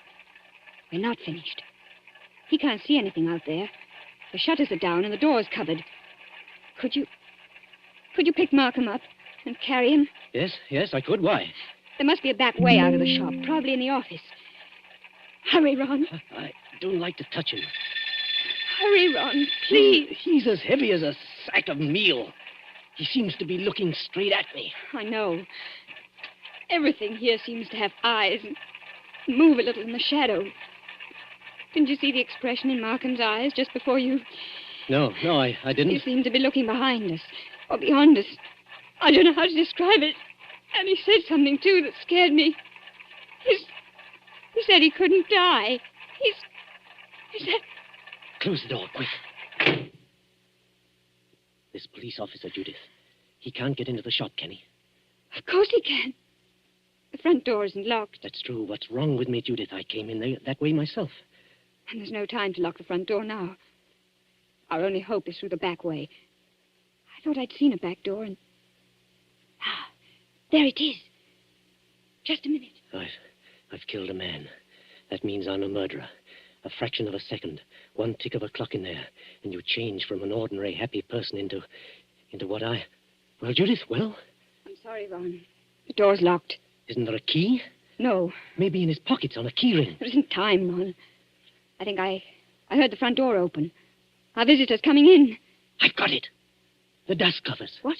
Those white cloths that fit over the chairs. Look at them. What on earth are you talking about? We used to play a game when we were kids. Somebody sits in a big chair. You know, you fit the dust cover over him and nobody can tell he's sitting there. Don't you see, Judith? That's how we can hide Markham's body. It might work if there's time. There's got to be time. Take the big cover off that chair, the wing chair. All right. Maybe there's a chance. I'll fit him into it. Arms along the chair arms. Feet pushed back. Now, put the cover back again and pull it round down his feet. Don't let it touch his chest. The blood will show through. There, that's got it. You can't see anything now, can you? No, but, Ron. Well? What did you do with the gun? The gun? The gun you shot Markham with. Oh. Well, Judith, I put it down on the floor when I picked up his body. Out in the other room? Yes, I'm afraid so. And it's too late now, Judith. The police are here. What are you going to say? I don't know. Trust your wits and try and brazen it out. Yes? Come in. Good evening, Miss Ray. And good evening, Mr. Gilbert. Charles Markham? You're Charles Markham? Correct, Miss Ray. But why should that surprise you? Why do you look as though you were seeing a ghost? Because we are seeing a ghost. If you're Charles Markham, whose body is... Judith, be careful. Body, Miss Ray. Did you say body? Miss Ray's upset. She doesn't know what she's talking about. If you killed me, I should be back to haunt you within half an hour. That's what he said. I tell you, Miss Ray isn't herself. She had bad news today. A relative of hers died. I've been trying to make her feel better. Indeed. Do you think it would make her feel better to bring her here? I don't understand. My dear sir, you are very welcome. But the situation is surely a little odd. I come in here and find you two looking as guilty as a pair of murderers in my private office in the middle of the night. There's nothing odd about that. I wanted to buy Judith something. At 1 o'clock in the morning? Yes. Why not? Well, may I ask how you managed to get in? The front door was open. We just walked in. If you wish to buy something, why not stay in the showroom? Why come to my office? Well, hang it all. You don't think we wanted to steal anything, do you? Well, that thought did occur to me. You see, there was nobody else here. There's nobody here, Mr. Markham. Not a living soul. Then you didn't meet, by any chance, my brother? Your brother? Yes, my brother Robert. You couldn't have mistaken him if you had seen him. He looks so much like me that few people can tell us apart. Oh, so that's it. Poor Robert often deputizes for me. He's learned to act like me, think like me, and talk like me. But he doesn't like the work very much. Of course, you know what my work really is. Is this part of the game? Are you trying to play cat and mouse? Robert is an idealist. He thinks, poor fellow, that my profession is beneath contempt. But he acts the part and acts it well because I pay him. And I find it useful to have a double who will run risks for me. What have you done with his body? We haven't done anything with him. If you've killed Robert, my friend, you've committed a totally useless murder. You don't see him here, do you? No, but I see his handiwork. Meaning what? I've warned him many times about throwing a knife down on a polished desktop. Those scratches on the desk are fresh scratches. Of course, if you give me your word of honor that he's not here... Of course, he's not here. Well, in that case, all we can do is sit down and make ourselves comfortable. Will you sit there, Mr. Gilbert? And you, Miss Ray, in that wing chair by the window. What's wrong, Miss Ray? Why don't you sit down? Because I prefer to stand, thank you. Then perhaps you won't mind if I sit in the wing chair. It's a very comfortable one. My brother always says... Don't sit down there for the love Oh. So that's it? Yes, that's it. It is rather a thick chair. I press against the dust cover and blood comes through. I lift the bottom of the dust cover and... What's the use of going on with this? I killed him. You admit that? Yes, I admit it. But Judith had nothing to do with this. I swear she hadn't. My telephone, you notice, is against the wall. I shall have to turn my back to you when I ring. Ring? Where? Wigmore Street Police Station. Oh, no. Give him a chance. Please give him a chance. Hello? Hello, operator. I want Regent 0586. I won't let them take you on.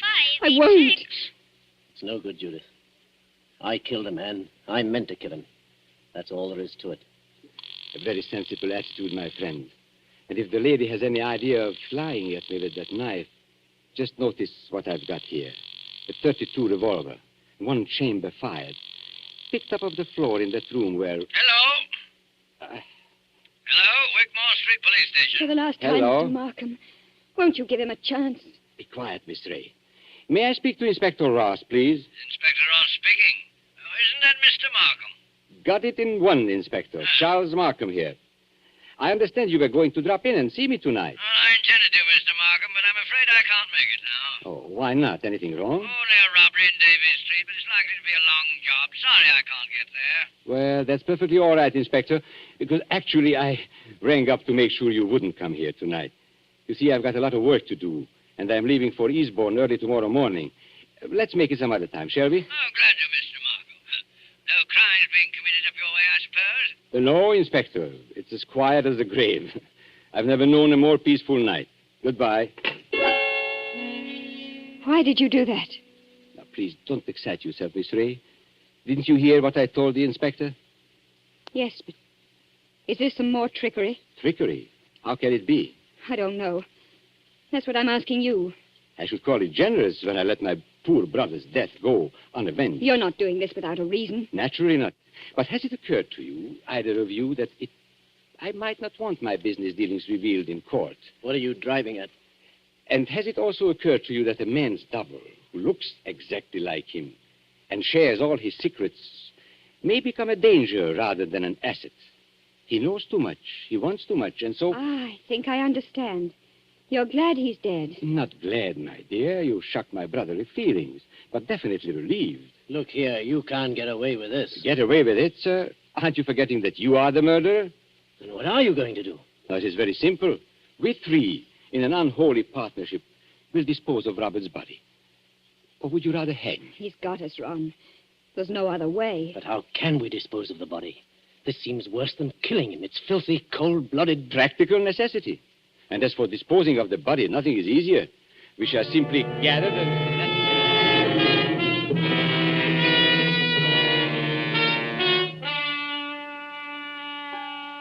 And so, as I said before, this is the story of a man who commits murder and gets away with it. Now, Ronald Gilbert looks back across the years and is still firmly convinced of his own guilt. But, of course, Gilbert never shot anybody. I was the man who committed the murder. Don't you remember? The bullet that killed my brother is supposed to have passed through his body and smashed the face of the grandfather clock. But that's an impossibility. The face of a grandfather clock is much higher than the heart of a man. You see, 2 shots were fired at the very same instant. Gilbert missed and smashed the clock face. I fired from the door of the office and did not miss. That was why my brother looked past those 2. I went out by the back door, locked it, and reappeared at the front afterwards. It was not Robert Markham who died. I am Robert Markham. It was Charles who died that night. And I killed him to stop forever the wholesale blackmail that was poisoning the lives and blasting the hearts of 1,000 half-crazed people. His records I destroyed, his correspondence I burned. He is dead and gone. I have assumed his name and identity ever since. I committed a murder. And yet, if you sat on a jury, dare you say that you would condemn me? Come now. Would you?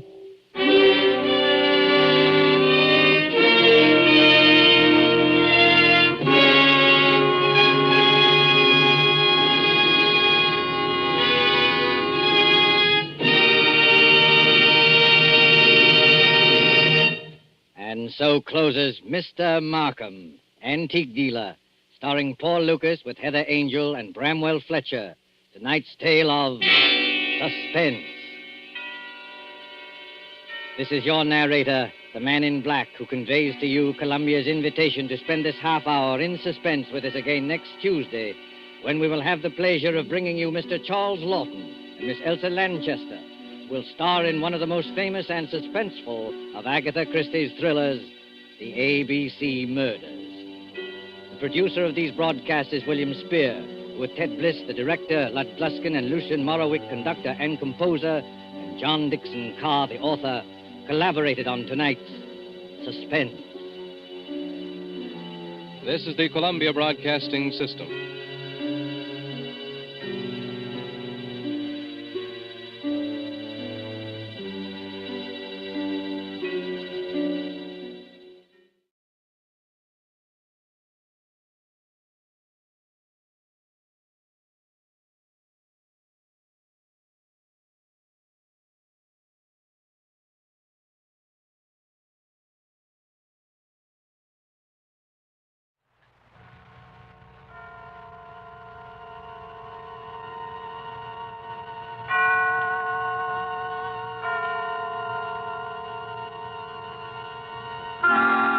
Suspense.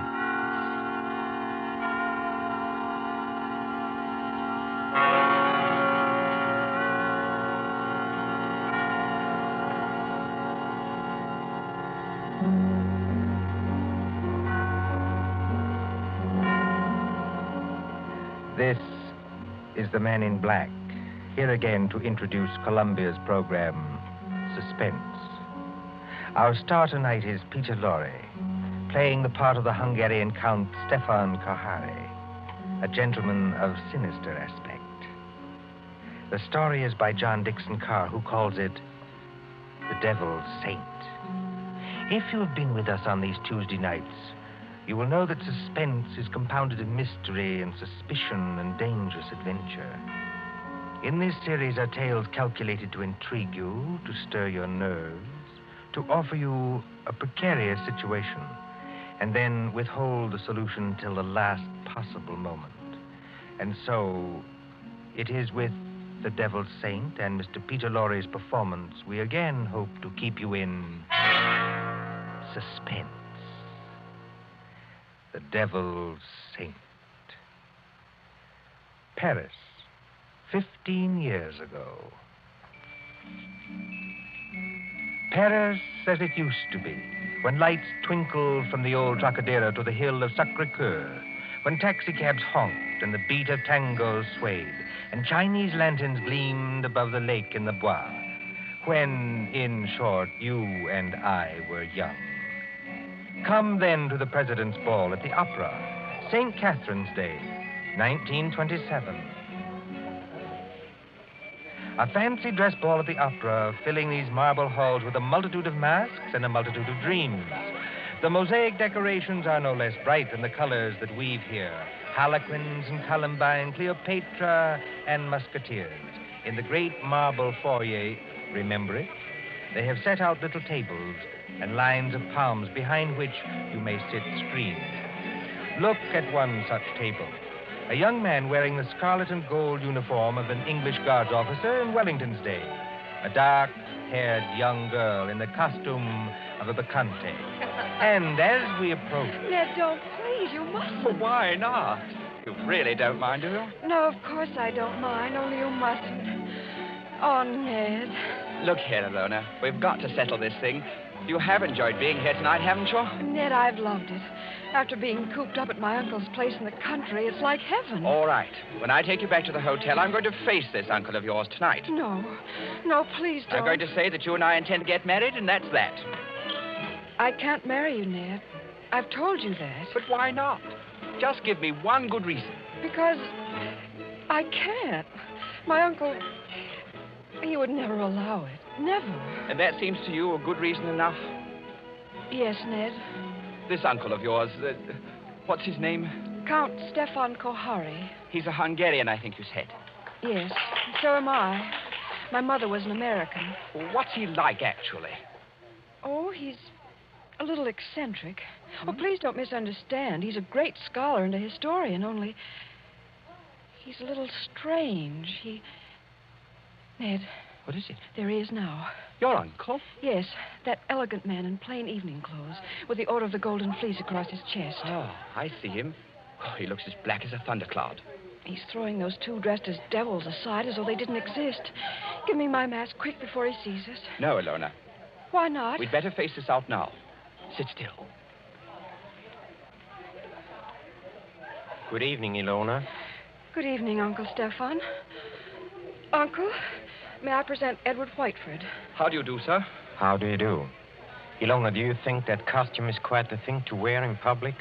Why not? Well, an older generation might call it immodest. It looks like... Like what? Nothing. Will you go and get your cloak or your domino or whatever you wore here? Uncle, please don't make me go home so soon. It's hardly 11 o'clock. I was not asking you to go home, my dear. I was merely asking you to put on a wrap. All right, I'll get it. You stay and talk to Ned. I shall be delighted. Will you sit down, sir? Thank you. You seem to have quite a gathering at this table. Oh, yes. Some friends of mine from the embassy. They're upstairs dancing now. Well, look, glasses, and still more glasses.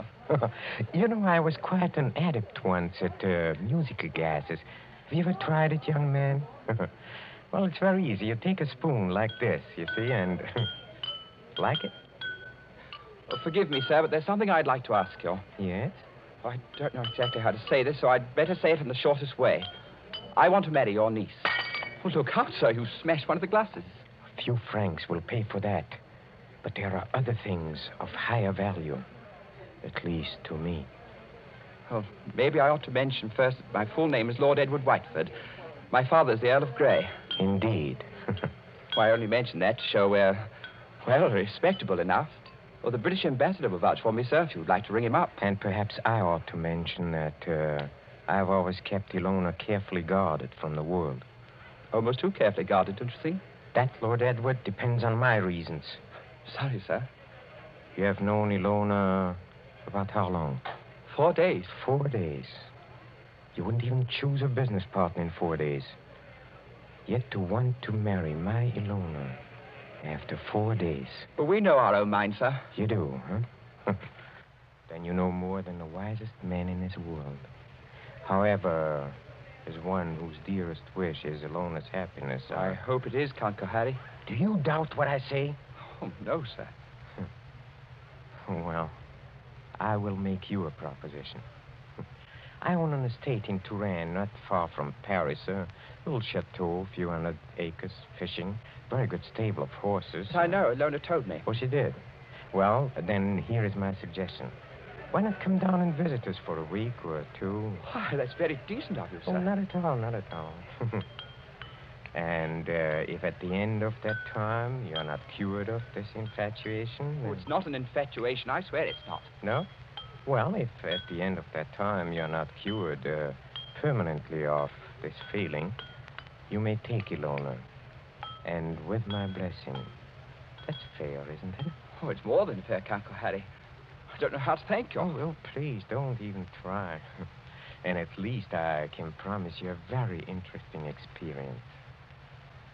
You see, at the Chateau d'Azay, there is one certain bedroom. We call it the tapestry room. Yes? Well, I assure you, it'll be very interesting for you to sleep in that room. Why? Is it haunted or something? Oh, no. No, not haunted. Well, now, if you don't mind, I shall say goodnight, and I hope I can trust you to bring Ilona safely to the hotel. Au revoir. Look over there. What is it, sir? Just look. Streams of our fellow guests pouring down a main staircase. Shapes of nightmare. Shapes of delirium. Insane dead masks. Only the eyes move. Wouldn't we be terrified, perhaps, if he would look behind those gargoyle faces? Oh, no, I don't think so. They're only ordinary people like ourselves. That, sir, is where you make your mistake. Well, I shall expect you for the weekend, and encore une fois, au revoir. Ned. It's all right, Ilona. You can come out from behind those palms. What was he saying? I couldn't hear. Ilona, it couldn't be better. Well, he's a very decent old boy, actually. And he's invited me to the Chateau d'Azay. Did he say anything about the tapestry room? Yes. He invited me to sleep there. And you said? I said I would, naturally. You mustn't do it, Ned. I won't let you do it. Why the devil not? Because everybody who sleeps in that room dies. Dies? Are you serious? Oh, Ned, please don't do it. Oh, nonsense. There are a lot of superstitions about every old house. This isn't a superstition, Ned. It happened once when I was a little girl. A man insisted on sleeping there. They found him dead in the morning. So? How did he die? They don't know. There wasn't a mark on his body. He wasn't shot or stabbed or strangled or poisoned or hurt in any way. He was just dead.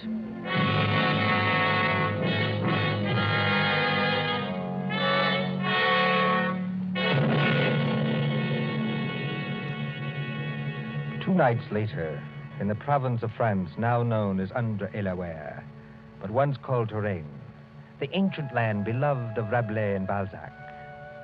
But now, as the wind moans down the valleys, and rain flickers across the apple trees, and thunder stirs in those haunted hills, it can bring little comfort to a young man driven in an ancient carriage from the railway station along snake-like roads.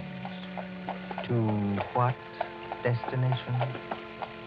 Ahead, a lift of lightning shows the gray walls and conical slate-roofed towers of a chateau set some distance back from the road. Lights shine from its narrow windows, dimly seen through the rain as... Driver! Coachman! Oui, monsieur. Is that the Chateau d'Azay up ahead? Oui, monsieur. I will take you to the very door if... If what? Why do you cross yourself? If I am permitted. What should stop you? Only fear, monsieur. And I am not much afraid. Listen. What was that? Only the dogs, monsieur. They keep many dogs, large dogs, at the Chateau d'Azay. Well, here we are. Bonsoir, monsieur. And if I may be permitted a word of advice... Well? Beware of the tapestry room.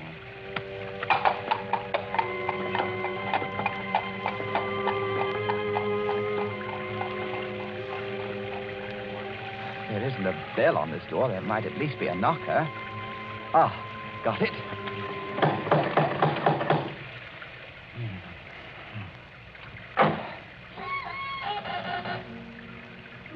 Et alors, monsieur?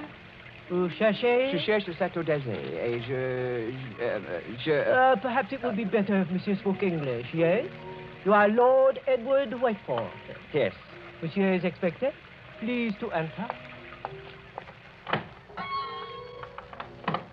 Monsieur's hat and coat. Thank you. Ned. Hello, Elona. Oh, N'embrassez pas ma petite, votre oncle. Oh, you'd better not kiss me, Ned. Madame Flay says to look out for my uncle. Madame Flay is our housekeeper. Oh. Well, where's your uncle now? In the drawing room. He's playing the piano. Come along. Ilona, is anything wrong? Oh, everything's wrong. Two of my dogs were in horrible pain this afternoon. Dr. Solomon had to put them out with chloroform. You don't think that... I hope nobody's practicing, that's all. Well, here we are. Oh, nice tiger skins on the floor. I say, who's the little old man with the gray beard sitting over there by the fire? That's Dr. Solomon. Oh, hasn't he funny-looking eyes? He watches and watches and watches. He's an old friend of the family. Shh, come along. Let's get this over with.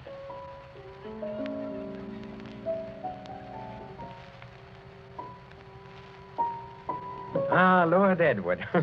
Well, I see my niece has anticipated me. Welcome to the Chateau d'Azay. Thank you, Count Harry. Oh, you must be very wet after your long drive.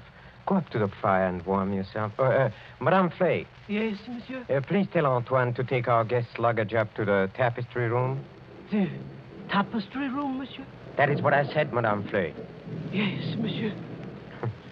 By an odd coincidence, Lord Edward, Dr. Solomon and I were just discussing the fate of the last person who slept in a tapestry room. This is not good, my friend. This is against my advice. It's against his advice. Here, Dr. Solomon croaking. This is not good, I tell you.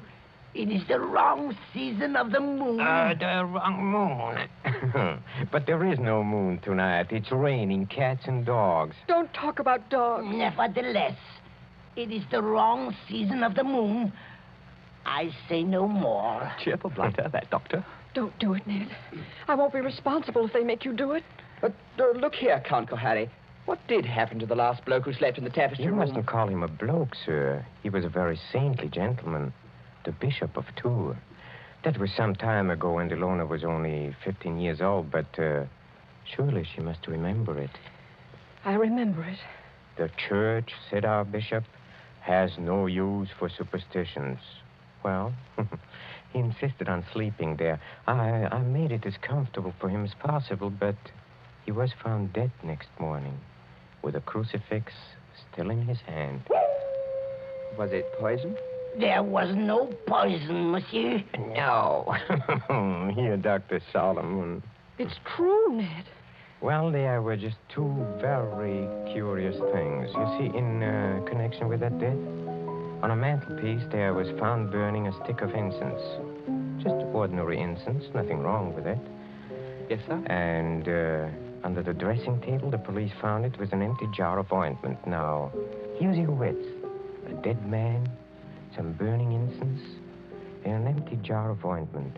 What do you make of that? Oh, I don't make anything of it. It's crazy. Please do not speak like that. I'm sorry.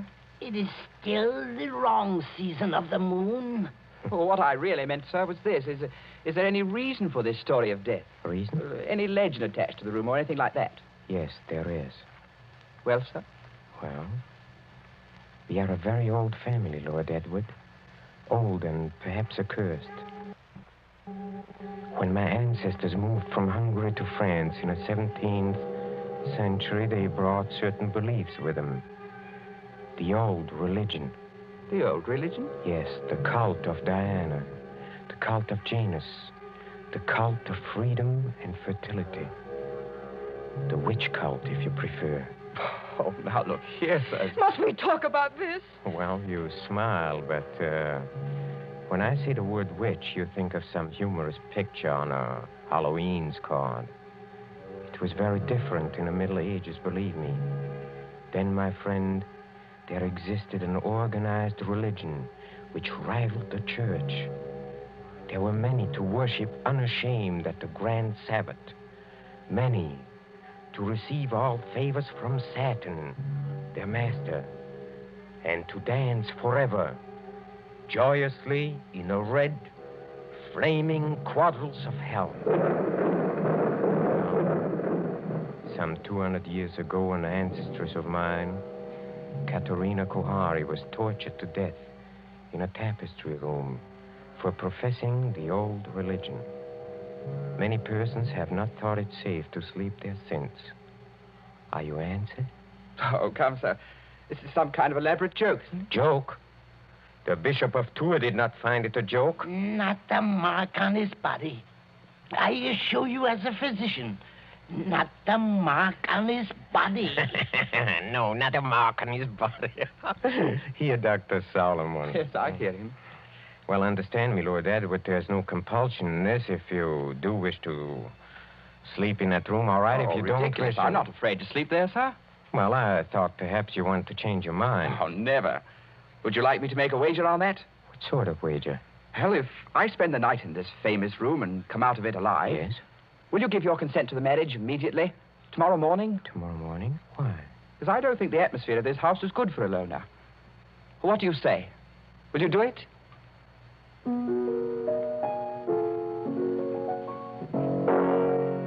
Very well, Lord Edward.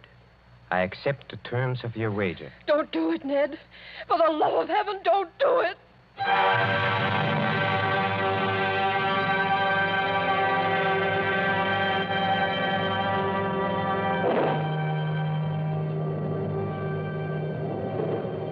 High up in the north tower of the Chateau d'Azay, under the conical slate roof, is the circular room hung with faded tapestries.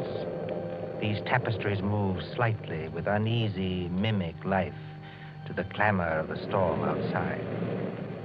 Candles burn along the mantelpiece and beside the great four-poster bed. The flames of these candles waver, too, as the door opens. This is the tapestry room, monsieur. Thank you, Madame Flay. That is the mantelpiece where the incense burned. That is the bed where Monseigneur le Bishop died. Very inviting, isn't it? Will there be anything else monsieur requires? Some sandwiches, a decanter of whiskey? Oh, no, thanks. I had a drink with the Count Kohari before I came upstairs. Bien, monsieur. Monsieur's shaving water will be brought up in the morning, if he requires it. Good night. Infernal old Hoppy. Trying to scare a fellow out of his wits just because... Oh, well, they built a good fire anyway. Didn't realize how cold it was. Temperature must have dropped. What's that? It's me, Ilona. May I come in? No, Ilona. Get out of here. That's not very gallant of you. No, I mean, I don't want you exposed to whatever it is. Ned, listen. Are you going to bed, or are you going to sit up all night? I'm going to sit up all night, naturally. Then let me sit up with you. No. Why not? Well, it may be dangerous. Besides, I promised your uncle I'd go through with this alone. I wish you hadn't had that drink with him. Why? He couldn't have done anything to it. It was you who poured it. Yes, that's true, only... Listen. What is that? It sounds like footsteps. Yes, but where's it coming from? Seems to be right here in the room. It seems to come from all directions. Doesn't it sound like somebody walking between the walls? By George, it is someone walking inside the wall. Get behind that tapestry, Ilona. Quick. Hide there.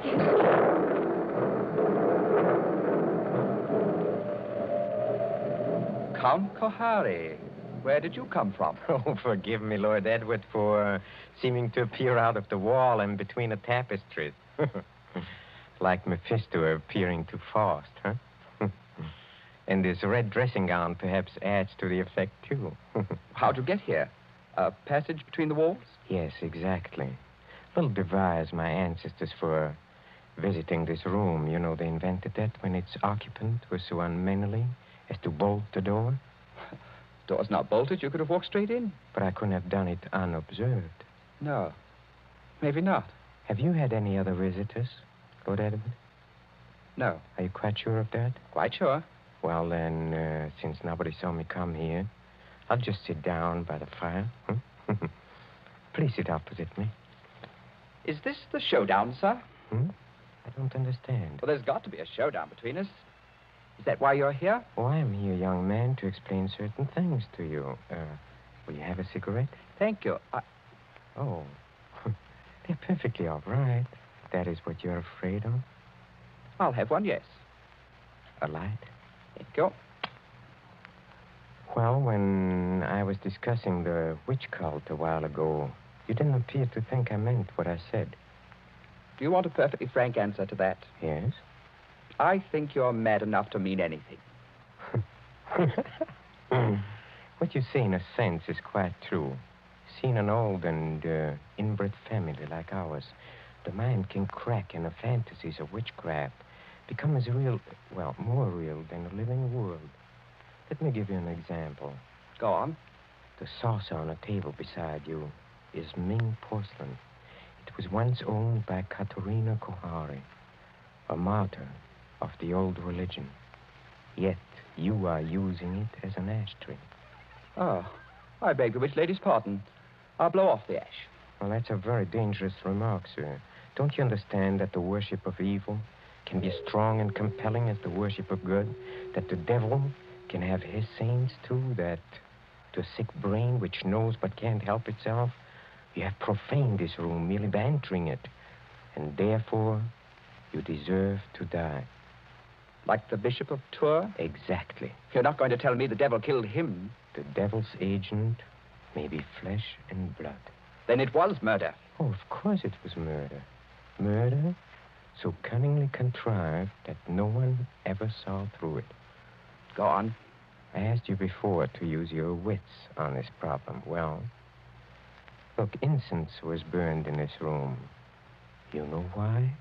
Suppose you tell me. Well, obviously, I think to conceal something else, which would be too easily noticed. To conceal what? For instance, the smell of chloroform. Chloroform? Yes. A drug not very well understood by laymen. Dr. Solomon, by the way, was using chloroform this afternoon to dispose of some dogs.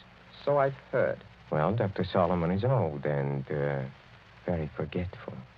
You mean chloroform could be stolen? Oh, yes, it could be easily. Now, Suppose I take a pad saturated with chloroform.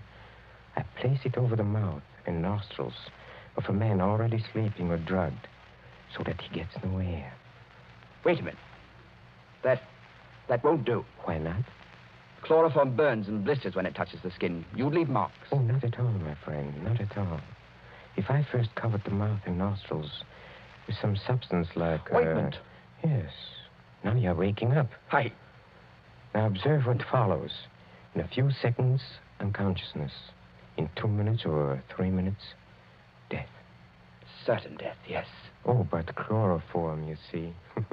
It evaporates very quickly. There is no trace in the stomach since nothing has been swallowed.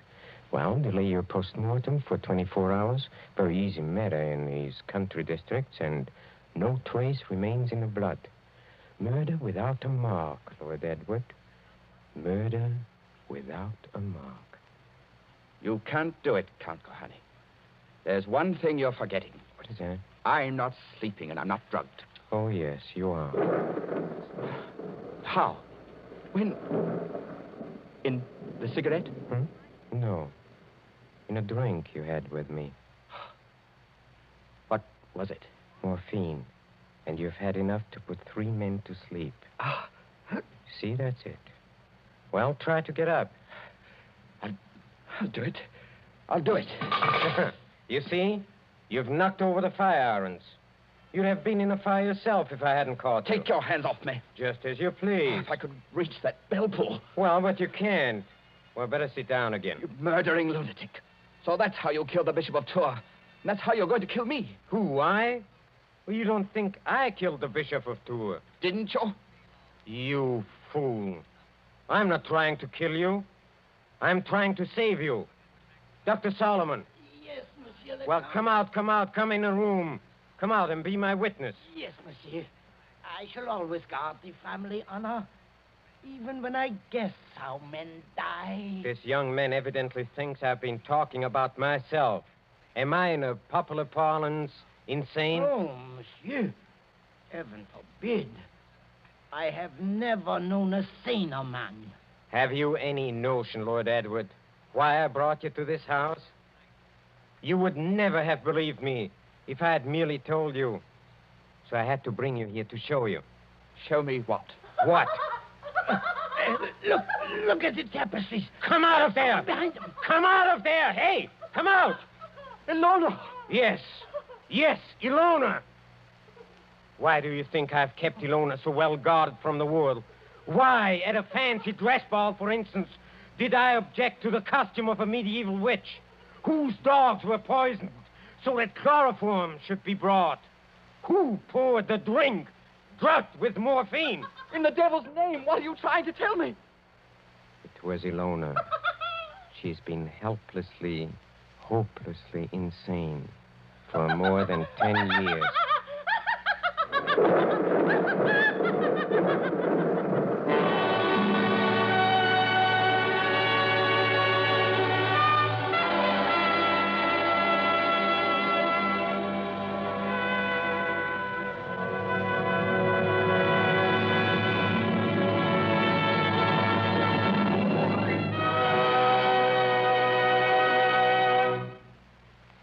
And so closes The Devil's Saint, starring Peter Lorre. Tonight's tale of suspense. This is your narrator, the man in black, who conveys to you Columbia's invitation to spend this half hour in suspense with us again next Tuesday.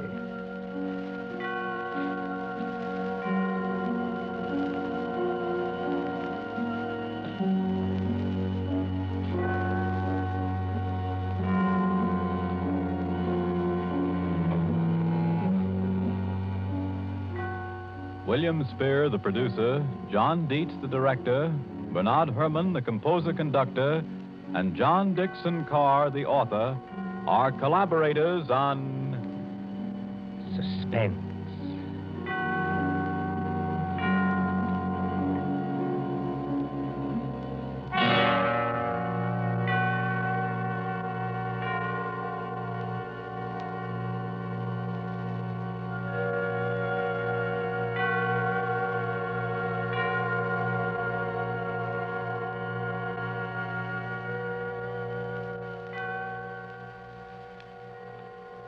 This is the Columbia Broadcasting System.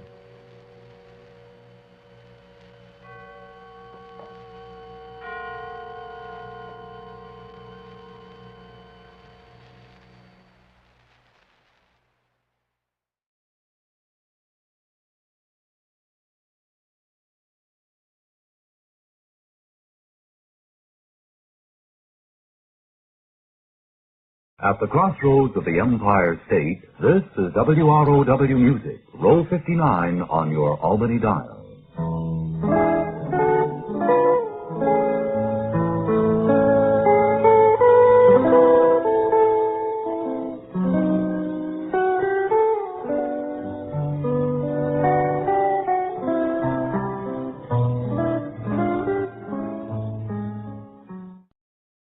A tale well calculated to keep you in suspense. In a moment, Act One of At the Point of a Needle, starring Betty Gard and Walter Kinsella, and written especially for Suspense by Joseph Cochran. The first portion of Suspense is brought to you by Parliament Cigarettes.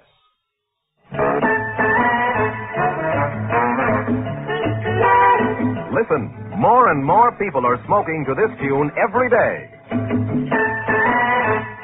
Because Parliament is the one cigarette that gives you an extra margin. Extra margin because Parliament puts the filter where it does the most good. Recessed a neat, clean quarter-inch away. Extra margin because tobacco tastes best when the filter's recessed. Parliament gives you extra margin. The filter's recessed and made to stay a neat, clean quarter-inch away.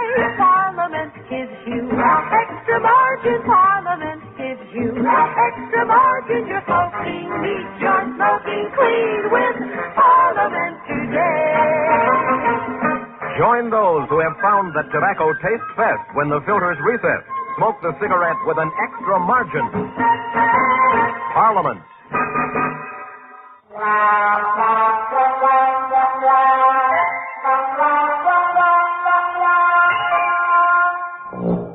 George, you've simply got to do something about this terrible heat. I can't stand it. Oh, good grief, Myra. I'm not to blame for the weather. I didn't say that. But we can escape it by taking a cottage at the beach. Like last year?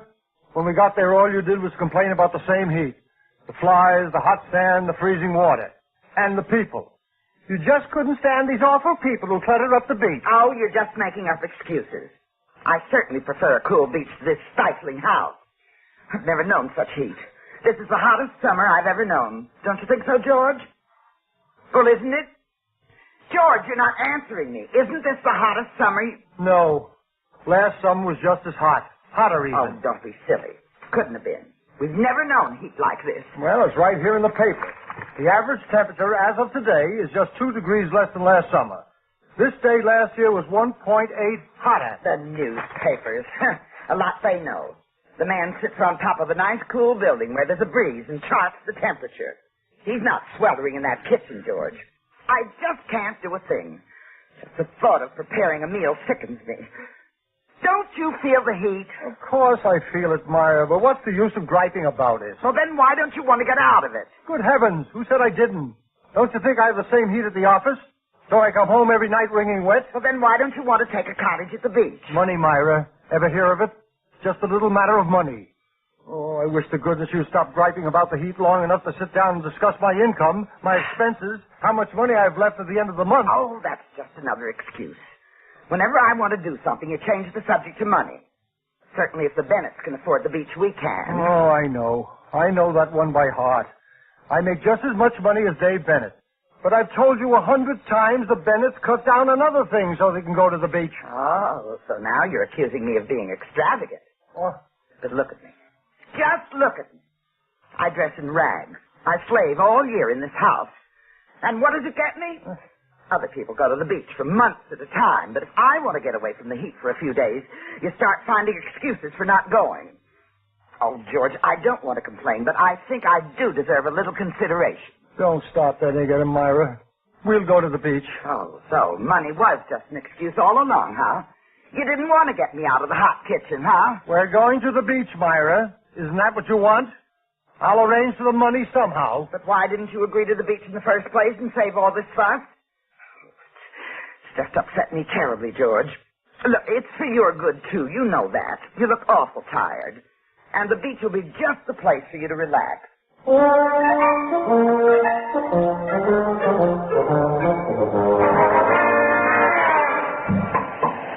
No, George.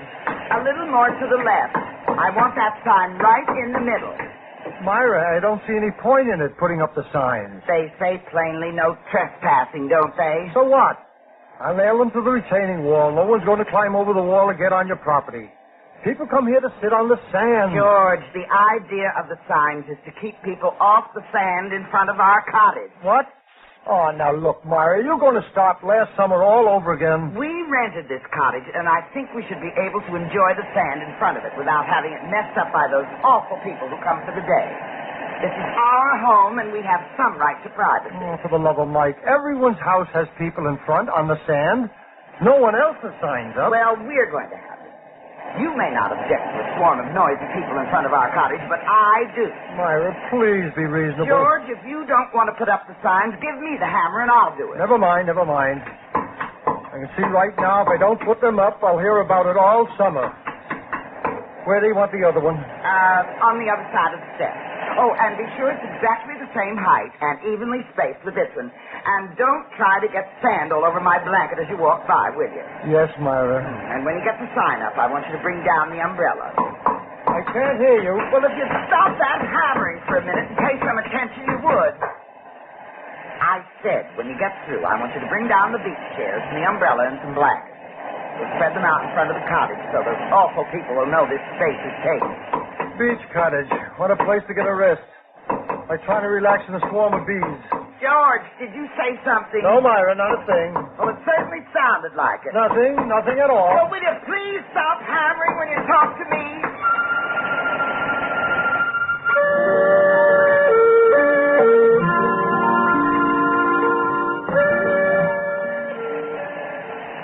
Hey, Phil, here's a good spot. Let's spread our blankets. Yeah, this is fine, Esther. Here, hold the thermos and books while I spread the blankets. Okay. Oh, gee, it's good to get here. Oh, look at that ocean. Isn't it wonderful? Oh, sure is. But I am going to lie on the sand and lap up all the sunshine I can. I want to get some tan on my hide. Hey, isn't that little cottage cute? Gee, I wish we'd get one of the white ones. There's plenty of stuff out there on the porch. Chairs and blankets. And a perfect circus under that umbrella.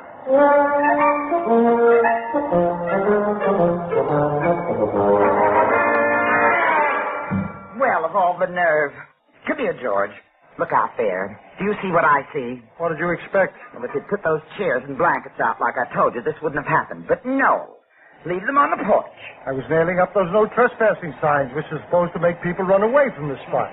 I guess some people can't read. Myra, stop it. They'll hear you down there. Let them hear me. What's the matter with her? Sit on and they sit right in That front of woman our in that cottage. cottage, she's shouting something about us. Oh, no, Esther. Fine, Why that should doesn't she mean be- a thing to some people. Sure, she's talking about us. Didn't you hear her? Well, not at all. I don't think she wants us here. Well, it's just too bad. George.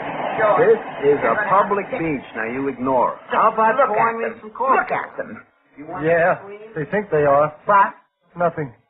Well, aren't you going to do anything? Myra, there isn't anything I can do. They're not hurting us. They have a right to sit on the beach. Why, they're practically in our yard. I want to look at the ocean without a lot of riffraff making a garbage dump in my lap. No one's making a garbage dump. Oh, they will. They'll eat their lunch and throw papers and scraps of food all over. Myra, look. This is a public beach. We can't run people away just because you don't happen to like seeing them around. Oh, so you're sticking up for them against your own wife, huh? You know, it would be nice if for once, just once, you'd be on my side. I can be on your side, Myra, when you're in the right. But most of the time you're not, or only half right. That's ignorance.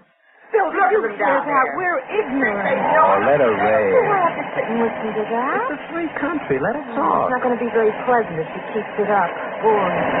Some people act as if they own the whole beach. Pipe down, Esther. You let her scream her head off if George, she wants. did you hear that? She's talking about us. About me. You started it. I'm asking you to stop it. Upstarts. That's all they are. What's the use of paying She good money? is getting kind of nasty. She's some old sourpuss, huh? Come on, let's move. Why should we? We have a right to be here. I know that, but she's going to see to it that we don't enjoy ourselves. Now, life is too short to quibble. It's simpler to move. Oh, all right, all right. But there's houses all along. Suppose everybody tries to drive us away. No, everybody won't be as nasty as she is. Now, they couldn't be. Now, hold this stuff for me, huh? Boy, I sure feel sorry for her husband. Yeah, he looks like a pretty good scout, too. Probably embarrassed about the whole thing. But he is married to her and has to listen, and we don't. They're going. Oh, that does it. Bill, I am not going to let anybody drive us off a public beach. We're staying right here.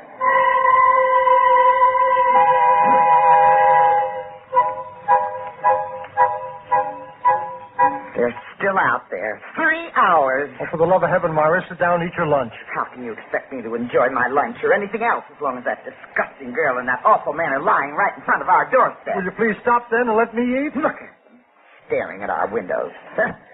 Look at her. She's laughing like a silly fool. Can't we do something? Call the police and have them come... No, Myra, I told you no 40 times. There's no grounds for arrest. They haven't done anything. Well, I wanted to have lunch on the beach myself, but we couldn't because of them. You definitely did not. You said we were to eat in the cottage today and have a picnic lunch tomorrow. Well, I changed my mind. It's a perfect day for being outside. Tomorrow it may rain. I give up. I've got it. I'll show them. George, you go up to the attic and get that old phonograph and some of those records the owner left up there. Now what are you going to do? You'll see.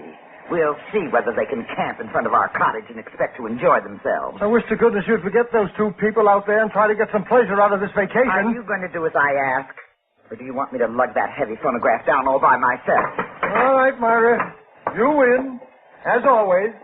I'll get the phonograph. No, finish your lunch. I didn't mean this minute. After lunch.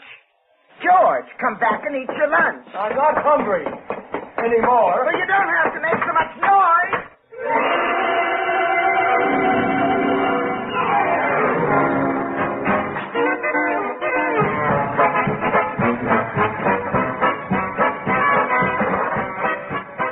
I'm going to say just one more thing, Myra, and a lot depends on what you do after I've said it. Yes, George. Every time you play that record, you're making a fool out of me. Oh, don't be silly. Why can't I play it? The free country. That man said so. Come on, honey, let's go. All right, Bill. If she's not getting away with it, we're coming back tomorrow. Maybe I can dig up an old phonograph somewhere. They're leaving. They couldn't take it. See, George, I told you so. We've won, George. We have won? Oh, no, Myra. You have won. You just scratched the heart out of me with that old worn-out needle.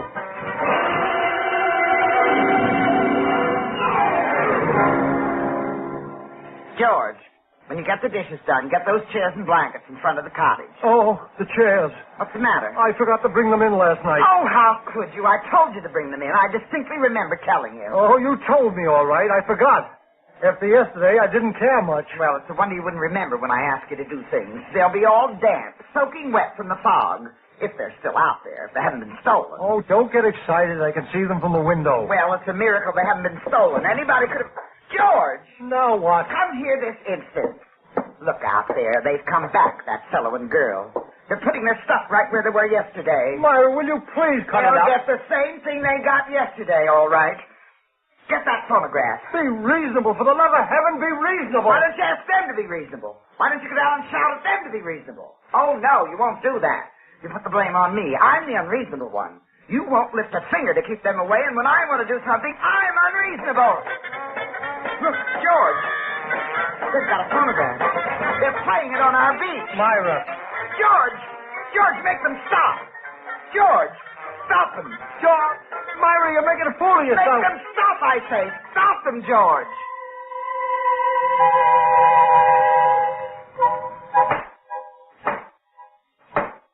Court's in session.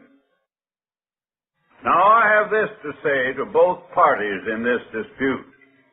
We are glad to see all the summer people come to our beach. We welcome all, so long as they behave themselves.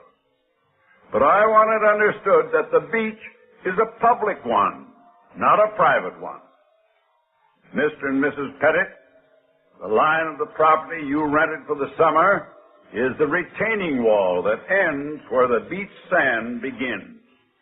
It is my understanding this disturbance took place on the beach, and the two parties were creating a nuisance to other people by paying loud and continuous certain antiquated records. That's right, Your Honor. This lady got huffy because we were lying in the sand in front of her cottage. That's right, Your Honor. She got an old record and she played it over and over.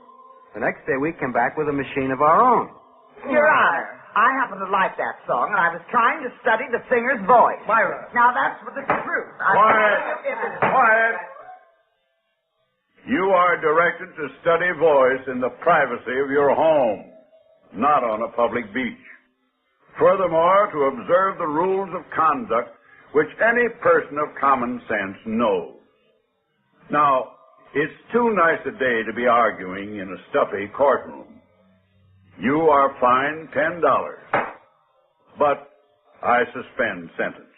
However, let me warn all of you that should you be brought into this court again, I shall hand out the severest sentence in the book. Now, all of you get out of my court and take a dip in the ocean to cool off.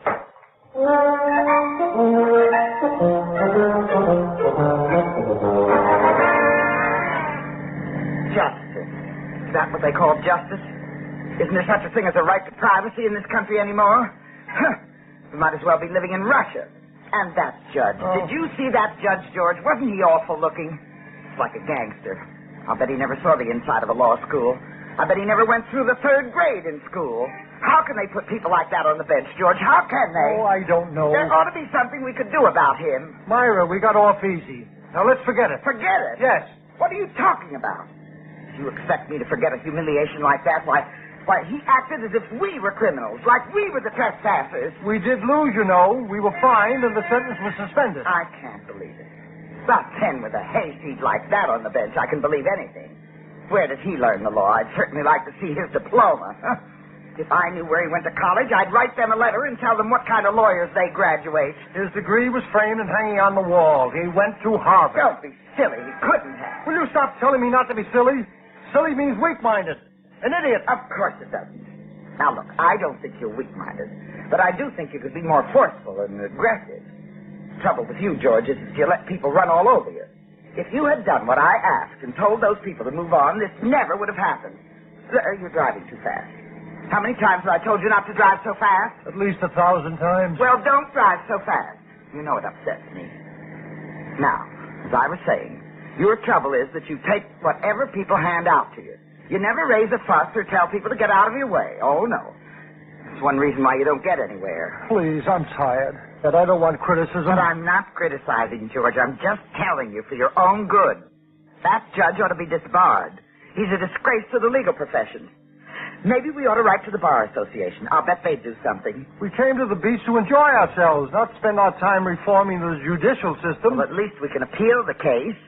Look, couldn't you write that friend of yours in Boston? You know, that big lawyer friend of yours. Tell him what happened to us. Why don't you invite him down here for dinner some night and discuss it with him? Myra, we're not going to act like children. We lost, we got off easy, and I want you to forget about any further action. Why? Why should we? Oh. Do we have to be humiliated, hauled into court like common criminals because of those cheap, slovenly people who are ruining our beach? Why shouldn't we be able to enjoy our nice cottage? I'm not going to sit by and let people push me around. Myra, do whatever you want, but in the name of heaven, stop talking about it and let me have some peace. Don't drive so fast, George. George, why are you driving so fast? I want to see how fast I can go. I want to see how many telephone poles I can break down. What? I want to drive till the engine falls apart like I'm falling apart. You're driving my brains up and down like the pistons. Your words are exploding in my weary mind like the gas in the cylinder. George! And I can't stand much more of it. I can't stand much more of it, Myra. George, you're drunk. Now slow down. Please slow down. George, you're ruining my hair, and I just went to the beauty parlor this morning.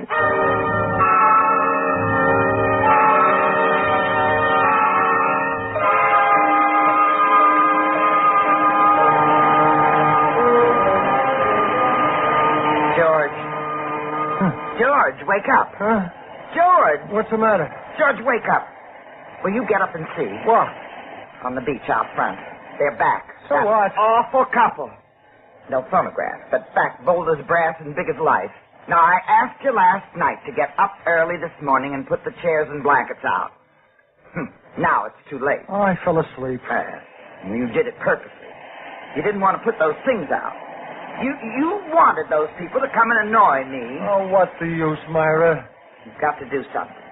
Anything. Myra. But get those two spiteful people away from our front steps. Now, you know as well as I do that they only return to rub in that horrible business in court. All right, Myra. I'll do something. Wait a minute. Not later. Not this afternoon, but now. Right now. Sure. Right now. I'm getting up, Myra. I'll do something. I'll warn them to get out. I'll warn them first. Another day. Now listen, you two. I know why you're back, and I won't have it. So go on, get away from here. Look, I don't want your kind here, judge or no judge. Nobody can make a fool out of me, you understand? Listen to me. If you don't go away, I'll... George, that gun. George, listen. Don't shoot! George, in God's name, what have you done? They won't bother you now, Myra. Anymore. Ever. George! Look what you've done! Oh, you fool! Why did you do that? Why? What difference does it make? You couldn't understand. Operator, get me the police. I want to report a murder.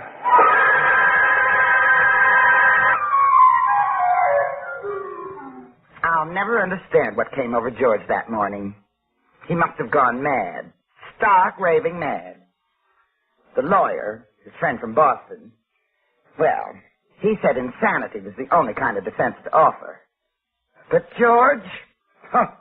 No, not George. He wouldn't listen. He turned stubborn, and I couldn't prod him to do a thing, not even to save his life. He acted as if he wanted to die. He left me without a penny. Even his life insurance was gone. Yes, little by little, behind my back, he borrowed on it until there was nothing left.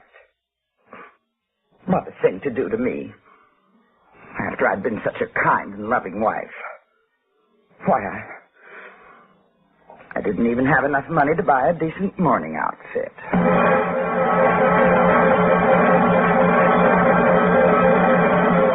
Suspense. You have been listening to At the Point of the Needle, starring Betty Gard and Walter Kinsella, and written especially for Suspense by Joseph Cochran. In a moment, a word about next week's story of Suspense. Pure coffee nectar. Now, if you're like me and want your coffee rich with aroma and flavor, that's our song. New instant taste and Sanborn has pure coffee nectar. Pure coffee nectar. Now, that's what's been missing in instant coffees up till now, because, well, it just evaporated away during the brewing. All that beautiful, rich coffee essence just going up in steam. But now, that wonderful richness is in every cup of this terrific new instant. New instant taste and Sanborn has pure coffee nectar. And say, you'll enjoy new regular Chase and Sanborn, too. Got the wonderful flavor of nectar-rich Colombian beans. So remember, next time you want a great cup of coffee, make it Chase and Sanborn. New instant Chase and Sanborn has pure coffee nectar.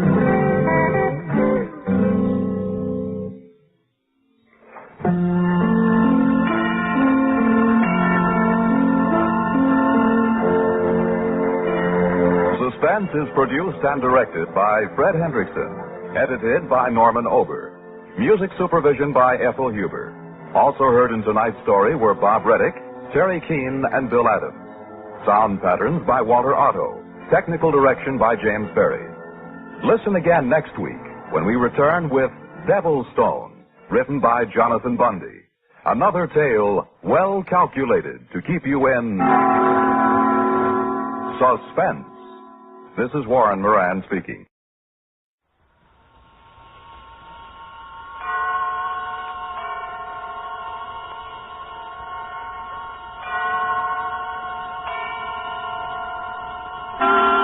Suspense. Autolite and its 96,000 dealers presents William Powell in The Escape of Lacey Abbott, a suspense play produced and edited by William Spears. Mr. Wilcox, I am from the SPCTC. I've come here to register a strong protest. Now, wait a minute. What is this SPCTC? The Society for the Prevention of Cruelty to Camels. Oh. You can't imagine how you've distressed the dear dromedaries. You mean because I say Autolite stay-full batteries need water only 3 times a year in normal car use, the camels feel bad because they have to have water more often? They positively wince when they hear it. You should see their poor, dear faces drop. Oh, I'm sorry about that. Perhaps I could play up the fact that Autolite stay-full batteries have fiberglass retaining mats protecting every positive plate. Or I might even dramatize the fact that in recent tests based on SAE life cycle standards, Autolite stay-full batteries gave 70% longer average life than batteries without stay-full features. Well, anyway, one thing I definitely will say, friends, it's your pace to see your Autolite battery dealer for an Autolite stay-full battery. Because you're always right with Autolite. And now, with the escape of Lacey Abbott and the performance of William Powell, Autolite hopes once again to keep you in suspense.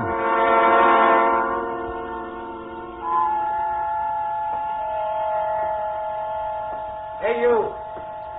Yes, you. The position of authority. Come here.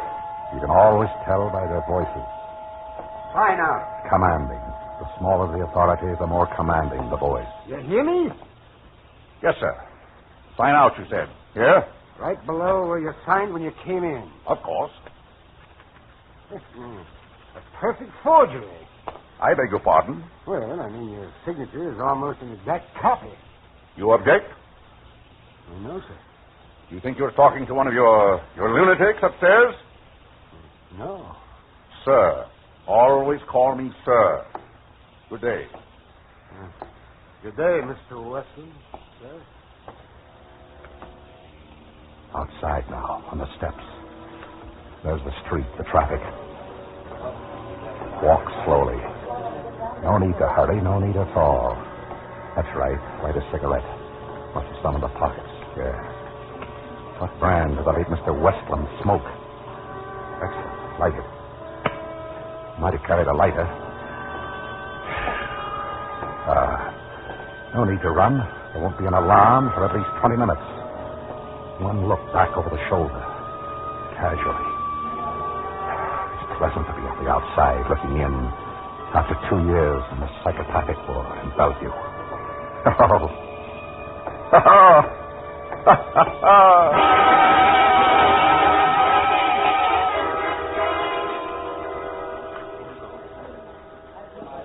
Well? This is a restaurant. Are you kidding? And you're a waitress, a lovely waitress. Look, do you or don't you want something to eat? I'd much rather look at you. Look, mister, I get off at 1 a.m., but right now the boss... I'm going to take you out of all this. Oh, sure. Furs, diamonds, warm against your skin. Oh, let go my hand. Your name is Faye, huh? Embroidered on your uniform. Faye. Faye, listen to me. Now, look, Romeo. Listen, this will be the biggest thrill of your life. I just escaped from Bellevue. What? I'm Lacey Abbott. I've been in the psychopathic ward in Bellevue for 2 years. You don't say. Nicholas Westland, my lawyer, came to see me. And when we were alone, I strangled him to death. Let me go. Stand still. I changed clothes with him. I signed his name on my way out. It'll be in the papers. I'm laughing. And I'll back you tonight's in the Sanctuary Mystery. I had a wife once, Kate. They say I killed her. So I must have killed her.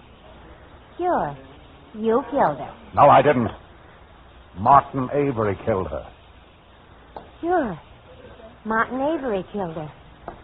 You just sit there while I get a glass of water. I'll be back. We must see Mr. Avery. Oh, yes, definitely, Mr. Avery.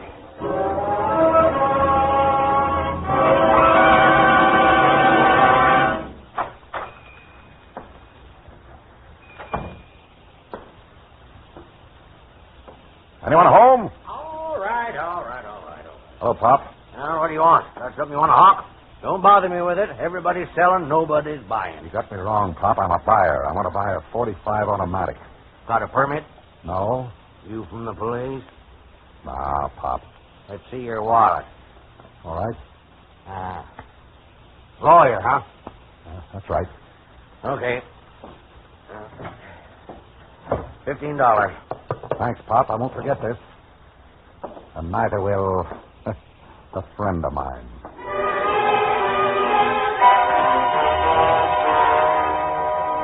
Park Avenue. The little late evening call on Martin Avery. There's the apartment house. First class, Mr. Avery. Very first class. May I blow your brains out, Mr. Martin Avery? Thank you, sir. How do they say it in the movies? You want it in the belly or the back?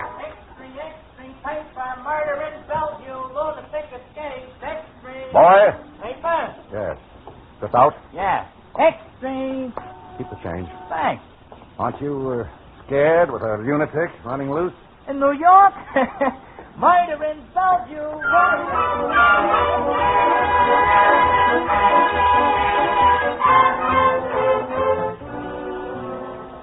Door unlocked. How thoughtful. Lavish apartment, Mr. Martin Avery. Lush. Not like it used to be.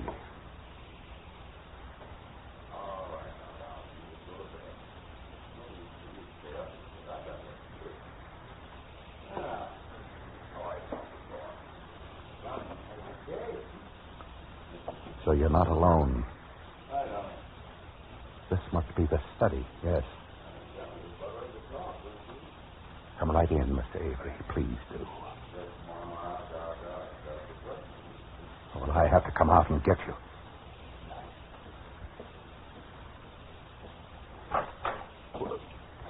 Lacey. Shut the door. Quietly. Lacey. Shut it. You're in Bellevue. But you see, I'm not. They find you. Look. My picture on the front page. Lousy picture.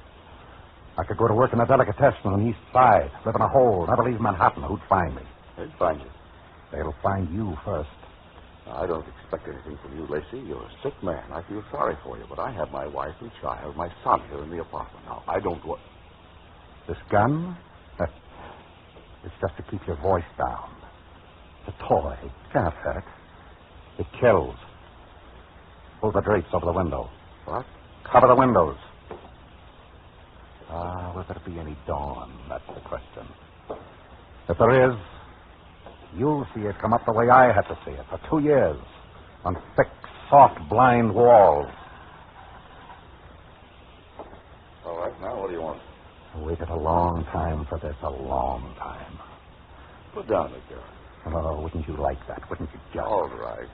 Now, after all, Lacey, we were friends, what? You used to see better, Martin. What? Take another look at the paper. Westland? You killed Westland? Yeah, you can always find another lawyer. Shouldn't upset you. He wasn't your lawyer. He was mine. Never liked you.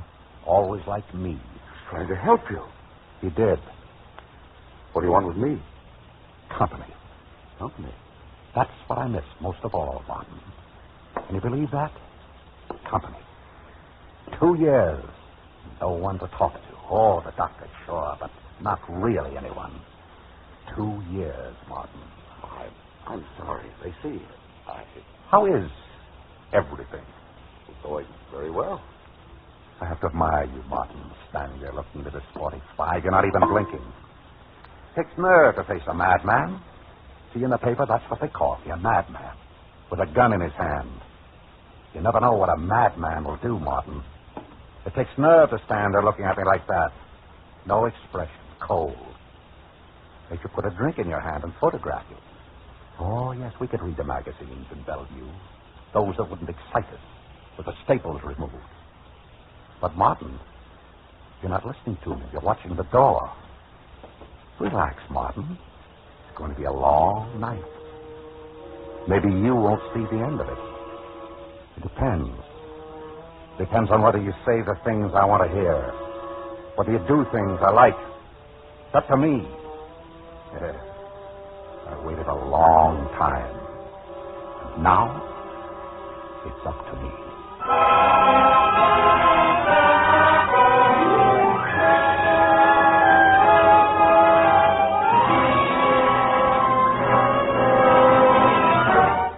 Autolite is bringing you William Powell in The Escape of Lacey Abbott, tonight's production in radio's outstanding theater of thrills, Suspense.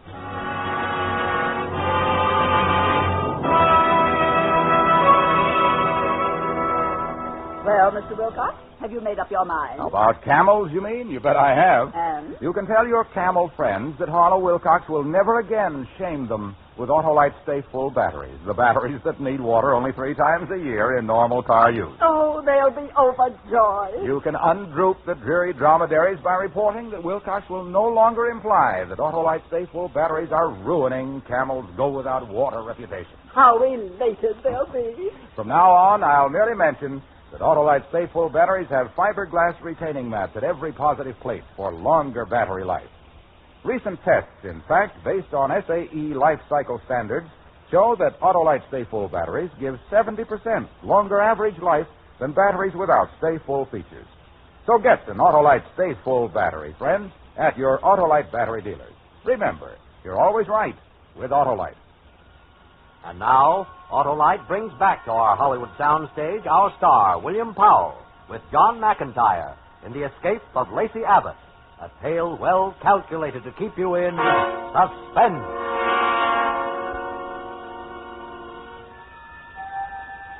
Look at him. Look at Martin Avery, standing alone in the study of his Better Homes and Gardens apartment. Alone, with only me to keep you company. Yes, everything must be going exceptionally well for you. But I notice as I move about the study, turning off the lamps, that there's a trace of perspiration on your forehead. Does it affect you just a little? Being alone with a madman and a gun at night? What's taking place behind the steady eyes, Martin? Are you thinking? That would be fatal. That was my mistake, thinking too much. Watch me, Martin, that's right. I want you to keep watching me. But then you can't help but think about it. Think about what? Whatever comes into your mind as you watch me. The police will be here for you, Lacey. But why should the police want me? You killed a man. Yes. But you killed a woman. Now listen, Lacey. I can help you. I'll get you some of my clothes. I can call a cab. Get you to a small hotel somewhere where they won't recognize you. Don't talk like that. Everybody talks to me like that. You just come along with me. We know best. Lacey, it's just a matter of time.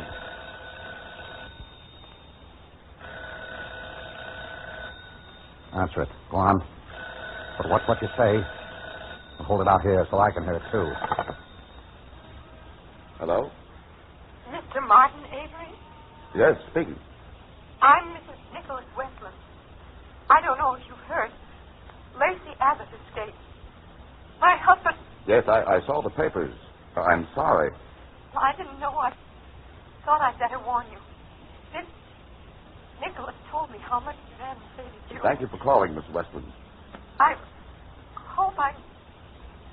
Good night. Good night, Miss Westland. Are you all right? Yes, I'm all right. Good night. You can hang up, Martin. Murder. Please, Martin. You know, I'm not responsible for what I do. You're as responsible as anyone. You knew what you did when you killed Westland. Now you're going to say I'm not crazy? You know what I mean. I'm either responsible or I'm not. If I'm responsible, then I'm a murderer. If not, then Nicholas Westland's death was an unfortunate accident. But that was all taken care of in court 2 years ago. Remember? You testified against me. I told the truth. Did you? Yes. I was the only one that knew you were lying, Martin. You know I told the truth. Where are your wife and your boys sleeping, Martin.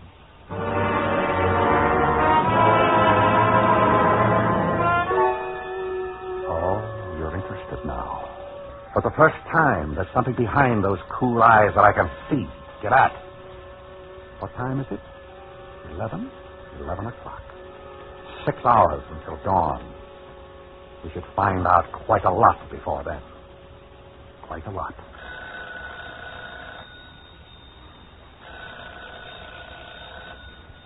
Should I answer it? Answer it. Hold the receiver up, that's right. Just like before, so that I can hear. Go ahead. Hello? Martin Avery? Yes? This is Lieutenant Creekmore, police. What is it, Lieutenant? Is everything all right up there? Yes, everything is all right. You're sure? Yes? Have you heard that Lacey Abbott escaped from Bellevue tonight? I saw it in the late paper. Oh, and you know about Nicholas Westland. It was a tragedy. Well, we thought Abbott was getting better, but, well... Too bad. The reason I called you, you know how Lacey Abbott feels about you. He may try to get you. You think so? Well, he might try, but you don't have to worry, Mr. Avery. I have 4 of my best men covering the front and rear entrances to your apartment house.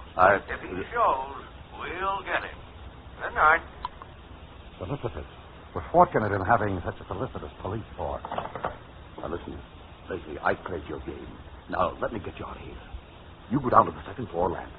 I'll call the men up from downstairs, tell them you're up here, and that'll give you a chance to get out. You didn't answer me, Martin. Where are your wife and son sleeping? In the back bedroom. Through that door and... Straight back, down the hall. The nursery? Why, do you... The nursery? Just off the bedroom. How old is your boy? He's a year and 6 months. I remember somebody told me that you were married while the trial. My trial was in progress. Yes. 1 year for the trial, 2 years in the psychopathic... I wish there was something I could do for you. Oh, there is. What? Just tell me, why did you kill my wife? You see this wreck now. Yes, and in a minute he'll be pulling a handkerchief from his pocket and lighting at it. It's taken a lot to shake you, Martin. You've had it all your own way so long. The money, the good life, the good married life. Tell me! You waken them. Quiet! Let me tell you a little story. A bedtime story. Listen to me, Lacey. Once upon a time, there were 2 men who went into business together. The business prospered and things looked pretty good. Each partner had 50% of the stock in the company. And then along came a big bad menace, a corporation that wanted to buy them out. One partner wants to sell, the other partner no. The partner that said no had a wife. Let's call her Kate. And it seems his stock was negotiable in Kate's name as well as his own. Shut up! The partner that wants to sell, that's you, pulled a fast one while I'm out of town. And you got Kate to sign away everything. But before I got back, she saw what you're doing. And right there was where she disappeared. No, now listen to me, Lacey. And I wonder who it was that saw to it. I wonder who it was that killed her. You're still out of your mind. That's just a fantasy. Just a fantasy, huh? I suppose it's just a fantasy that at the inquest, a few well-chosen words from you started them looking at me. Wondering about me, wondering why I was away. And what I'd done with the body. Lacey. A fantasy that had almost killed me to lose her. Yes, I was out of my mind then. And again, your few well-chosen words. I've noticed you haven't been insulted lately, but I just thought it was overwork. You've got to listen. Thanks, partner, I do thank you, and I stand ready to repay you, Martin. Where's her body? I don't know. Martin? It wasn't ever proven she was dead. Let's say it was taken for granted. I did everything I could for you. Now, why don't you? 4 hours until dawn. But I can see it now, Martin. If you try hard enough, you can see it too. On the wall. Give me the gun. Advanced psychology, huh? You must have been studying. Give me the gun. Response to the command. Isn't that the way it goes? Response to the command sometimes works the impossible. The subject will sometimes obey your command against his better judgment. Give it to me. No, Martin. Give it to me. Yeah, you can do better than that. Hey! More noise. Someone might come in to see. That's better. You know, I could have killed you. Why didn't you?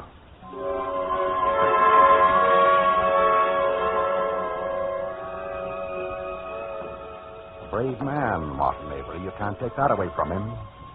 That's why it takes thought. Watch me, Martin. I'm walking to the door. That's right. Don't miss a move. See, I'm blocking the door. So there'll be no sudden intrusion.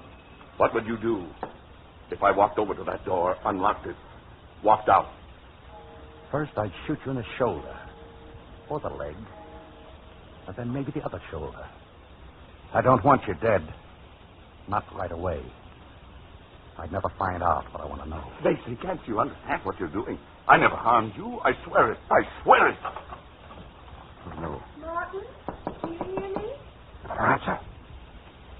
Yes, I can hear you. What's what you say? I can shoot right through that door. Are you all right?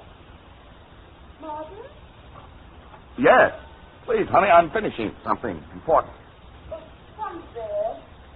In a little while. Why did you lock the door? Why? Why, I don't remember. I just did. Are you feeling all right, darling? Yes. Please, I'll be finished soon. Is there somebody in there with you? Martin. No. Why? I thought I heard I was... Go back to bed. Open the door, Martin. I want to see that you're all right. Open it. No. I'll stand right behind the door. Get rid of her. Martin!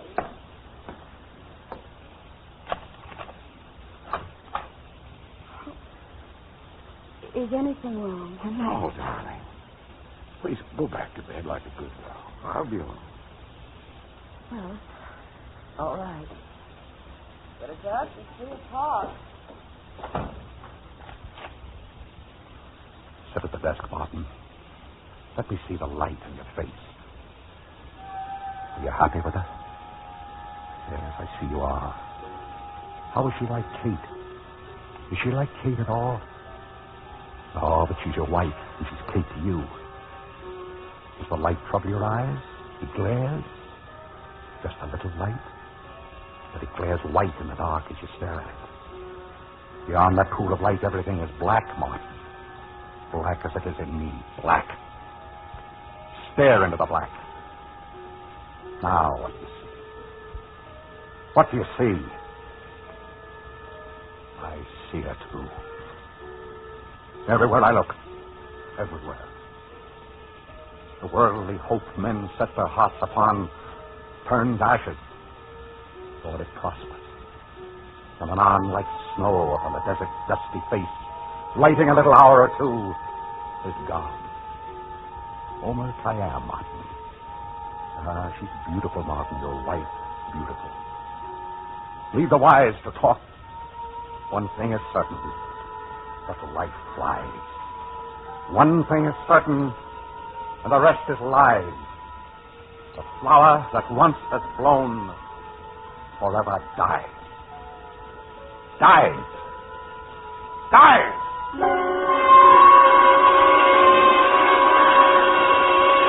You wouldn't do that. You couldn't. I could, Martin. I could. No, she had nothing to do. Say it! Money. I'll give you money. Enough so you can find your way out. They can't do anything to you if you have money. That's not what I want to hear. Where is Kate's body? I don't know. Tell me. I can't. Through the door and down the hall. No.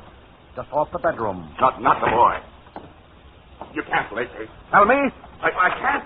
Lacey! Come! Come on, dear. Come back. Come back. You can't, Lacey. There! Ah! Get on it. Lock the door. Lacey!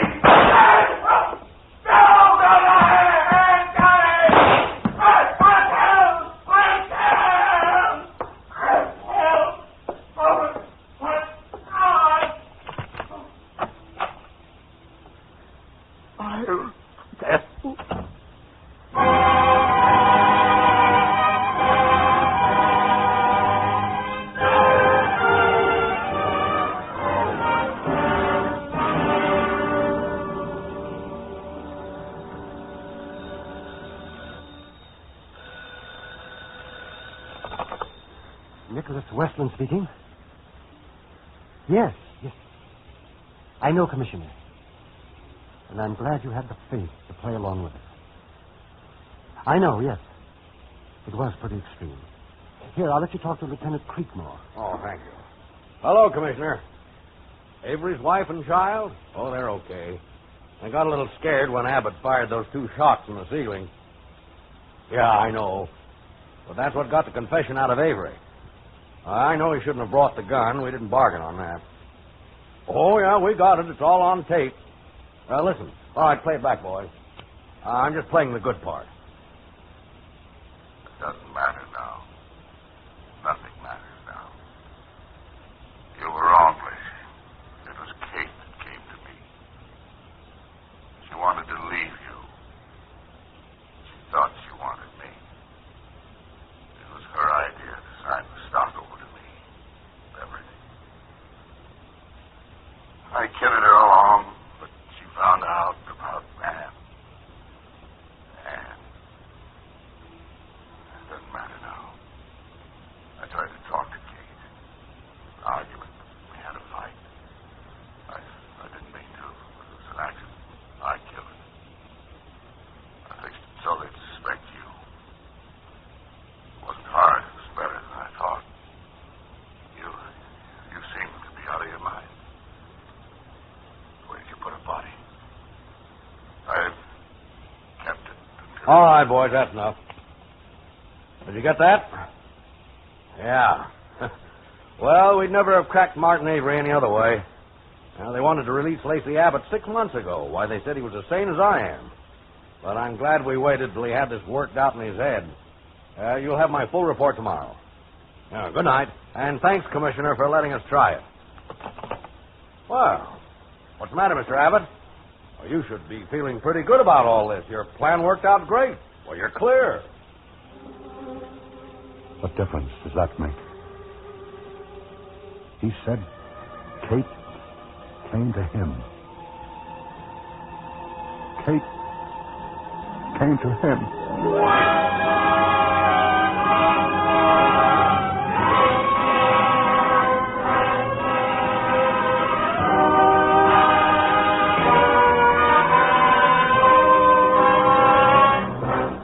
Suspense, presented by Autolite. Tonight's star, William Powell, with John McIntyre. Oh, Mr. Wilcox, you've made the Camel Kingdom ecstatic. And have you ever seen an ecstatic camel, Mr. Wilcox? No, I haven't. But if you like beautiful sights, take a look at this Autolite Stay Full battery. A battery that needs water only 3 times a year in normal car use. And it's only one of more than 400 outstanding products made by Autolite for cars, trucks, planes, and boats in 28 plants coast to coast. These include complete electrical systems used as original equipment on many makes of America's finest cars. Batteries, spark plugs, generators, coils, distributors, starting motors, and bullseye steel beam headlights. All engineered to fit together perfectly, work together perfectly because they're a perfect team.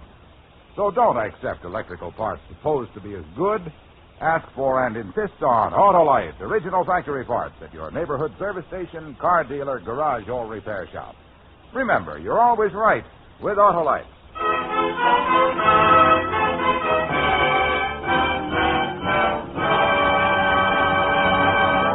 Next Thursday for Suspense, an unusual bit of casting that we think will intrigue you.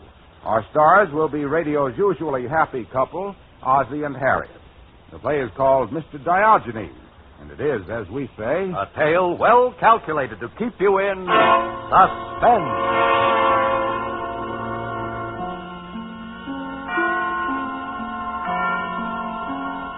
Tonight's suspense play was produced and edited by William Spear and directed by Norman MacDonald. Music for Suspense is composed by Lucien Moraweck and conducted by Lud Gluskin. The Escape of Lacey Abbott is an original radio play by Gilbert Thomas. William Powell appeared by arrangement with Metro-Goldwyn-Mayer, producers of East Side, West Side, starring Barbara Stanwyck, James Mason, Van Heflin, and Ava Gardner. In the coming weeks, you will hear such stars as Rosalind Russell and Marlena Dietrich. Don't forget, next Thursday, same time, Autolite will present Suspense, starring Ozzie and Harriet Nelson. You can buy Autolite Stay-Full batteries, Autolite resistor or regular spark plugs, Autolite electrical parts at your neighborhood Autolite dealers. Switch to Autolite. Good night. This is Chesterton Radio, the true, good, and beautiful at chestertonradio.com.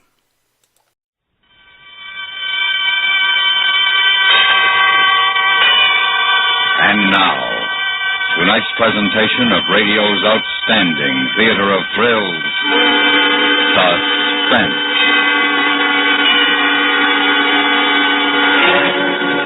Tonight, Suspense is dedicated to the crusade for freedom. It is a true story in which it has been necessary to change the names of all principal participants in order that their survivors, still imprisoned, may live. So now, starring Charlotte Lawrence and Sam Edwards, here is tonight's suspense play, Listen, Young Lovers.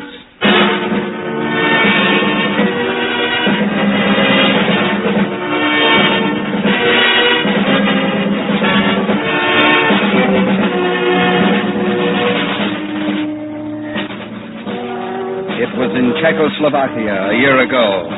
A high vaulted room in a prison turret, the city of Prague. There was a boy named Yenrik, and he was 21. And until this morning, he'd been a student at the communist-controlled university. And now he faced his inquisitors. Go to the window, Yenrik. Go on, Yenrik. Go to the window. Now, down there. Do you see the automobiles? The automobiles. Do you see them? Yenrik? Yenrik? Yes, I see them. And the people? Yes. And the building of the Ministry of War? Yes. Therefore, they exist. Because you see them. You understand, Yenrik? Please. Yes, what is it? Comrades. Of course, we are all comrades, Yenrik. This comrade, for example. Yes? You see his medals? Certainly, because they exist. And his sword? Yes. His head? Yes. His mind? Comrade, his mind. Or this comrade's mind. Or this...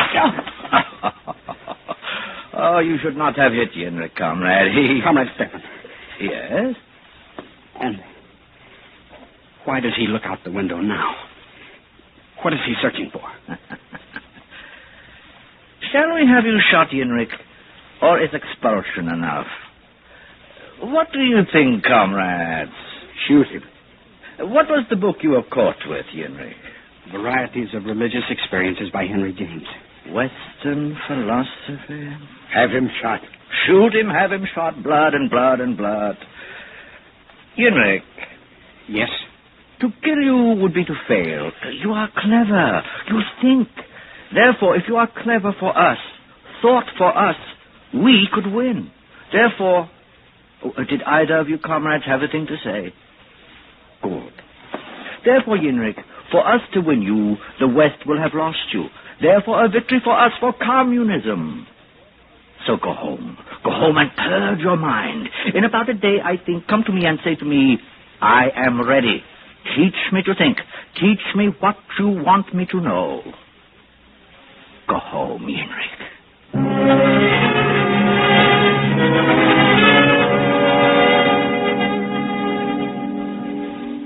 And for this they expelled you? For daring to read, for daring to think, to taste of a knowledge... For this, Mulata. But you are a student. Student and violator. Scholar and heretic. Sinner who stood before his inquisitors and... You should have seen their faces, Mulata. No. No. Not gentle Mulata. No beautiful Mulata. No child Mulata. Yenrik? Yes. This that they have done to you, Yes. after it will come arrest and torture and imprisonment and the labor camp Mulata. and death. As it came to Miklos, who was also a student, who also read of alien philosophies, who also tasted Mulata. of death. Death. Stop it! It will not be so. It will not. You must go away from here. I will not leave you, Mulata. You must. You must. Listen to me. Only to my voice, and to nothing else. Not to fear, nor to horror, nor to the madness around us. Only to me. I love you, and I will not go from you. And we will marry as we had planned. When you've finished your studies. I will find something else to do here. Not a student, laborer then. or shopkeeper or beggar. There will be something else. We will make a life. Out of what? Out of terror, out of darkness, No more. We speak of it no more, Melora. What time is it? It is almost the hour. Turn on the radio, then.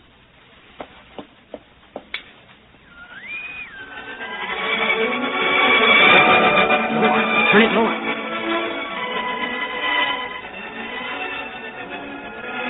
Henrik? Yes? Come here to me. Close to me. Sit with me. Watch the fall of night. And hold me. Melora. Gentle Melora.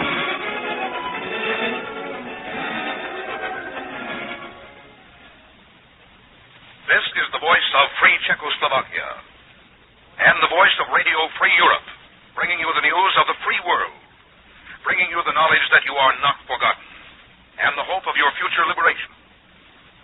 The voice now of Free Czechoslovakia. This is Password Little Garden. Dear Mother, we know these are the worst times you have ever lived through, but you must believe that one day we will see you again. This is Password Hephaistos, calling my friends from the Krumlov area. The border crossing was hard and exhausting, but it was a success. Now I am well, and I see true freedom. Tonight, as we promised, we're going to tell you about the Free Europe College in Strasbourg.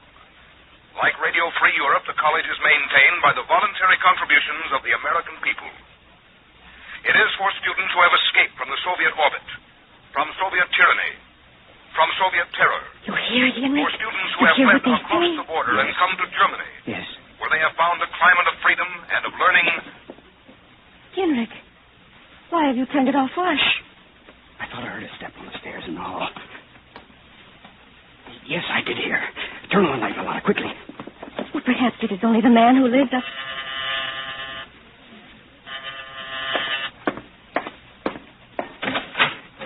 Stepan. Comrade Stepan, who was walking the streets in loneliness and in regret, and who thought to call on a friend, on a comrade. May I? Come in. You know Melora. Of course. You brought her once to the university, and her sweet young face made such an impression amongst us. We talked of it, of you, of your lovely fiancée, Melora. Why are you here? I told you. It was a night of loneliness and of regret. Oh, how harsh we were with him, Melora, with your love. How almost brutal, what savage blows we struck against his sensitive brain. And I became concerned for him. I became... But sure, young man, a man of intellect, of perception.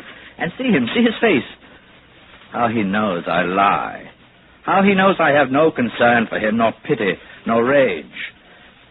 But you, Melora, you have such emotions for him, and love also. Then tell him, convince him, take his hand, and lead him back to us with your young love. For this, that one day and soon your gentle arms will not have to cradle his corpse. Tomorrow, Henrik, and we will welcome you back with such warmth and joy. Good night, Henrik. Melora?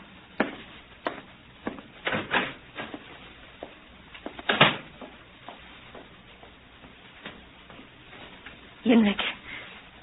Henrik. Yes? What was said on the radio. The Free Europe College in Strasbourg. For those who escape. I cannot. You must. You will. Not without you. Then with me.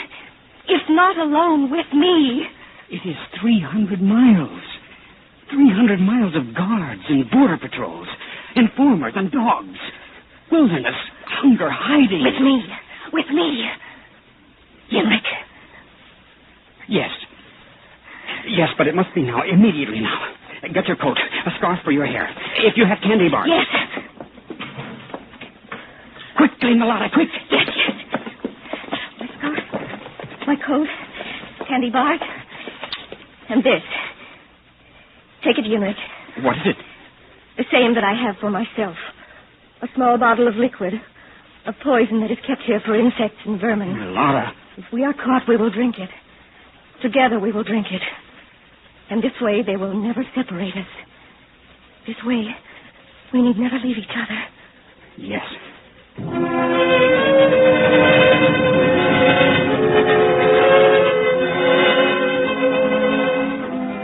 A thing they had talked about for a long time now decided. But how to get to freedom? No passports, so they dare not trust trains nor other public conveyances. Nothing but their feet to carry them. Two sweethearts out for a casual stroll. So they walked. Prague to Kladno. Across the Vltava River, swollen by spring rains. To Kraslice, and close to the border now. Lonely paths through the mountain roads and across fields. To the young lovers, almost a pleasant adventure. Almost. Run! Run! Quickly!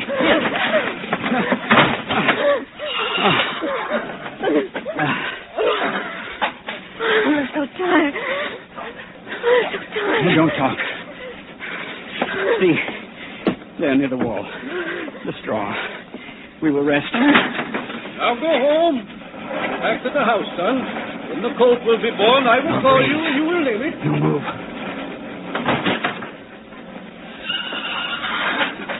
Not yet, friend of mine? Then what shall we name your colt? My son wants to know. Ludmilla? And if a stallion, shall we name... Out! Out! Or with this pitchfork? Let me look at you. Step closer to the light. Two of you. Two of you now. We're not thieves. No? Truly, we're not thieves. Then what? Hikers. Throw down your papers then, so I'll know it. Well? There are no papers. Refugees? Yes. From what? Terror. The government of Czechoslovakia? Yes. I throw down the pitchfork, or whatever symbol you wish to make of it. I am your friend.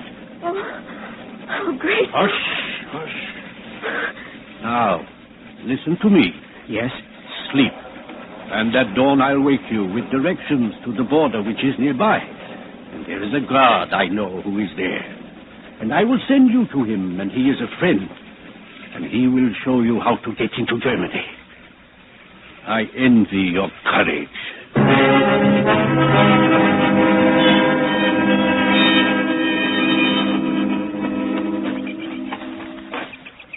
Halt! Raise your arms over your head. Henrik. Do not there. You are Radek? The guard? I am Radek. Come forward. And you are the two who slept in my friend's barn. The pretty young girl and her young man. The refugees. Yes. He said you would be our friend. Radek, show us how we could get into Germany.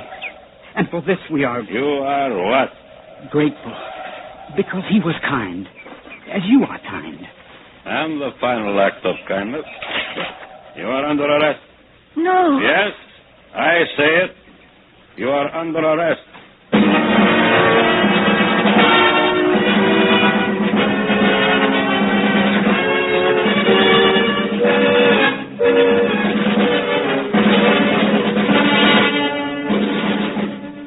You are listening to Listen, Young Lovers, tonight's presentation in radio's outstanding theater of thrills, Suspense.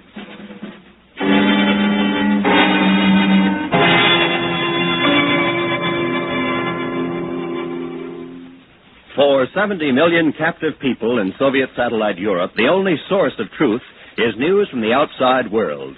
The powerful, dependable, truthful broadcasts of Radio Free Europe keep this lifeline open.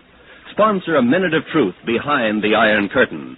Radio Free Europe broadcasts up to 20 hours of truth a day to Bulgaria, Czechoslovakia, Romania, Hungary, and Poland. 70 million people in the Soviet satellite countries who once knew and loved freedom are depending on you. Send your truth dollars to Crusade for Freedom in care of your local postmaster. Remember, truth is what the Kremlin fears most. Help wield the free world's strongest weapon. And now we bring back to our Hollywood soundstage Sam Edwards and Charlotte Lawrence, starring in tonight's production, Listen, young lovers, a tale well calculated to keep you in suspense.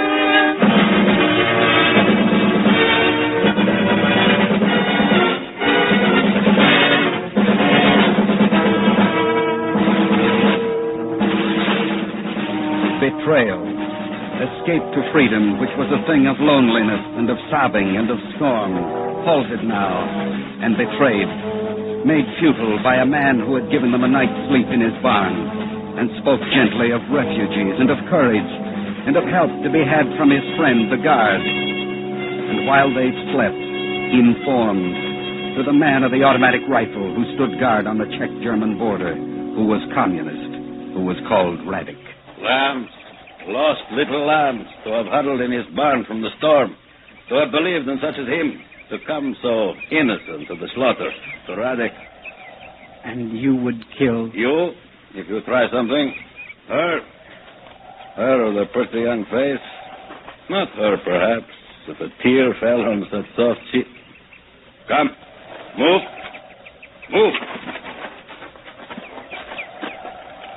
Where do you take us? To the hut there, where there is phone. I call the proper authorities. Tell them Radic has snared 2 more. Radic. How you say my name, and without fright. The thing you said. What thing?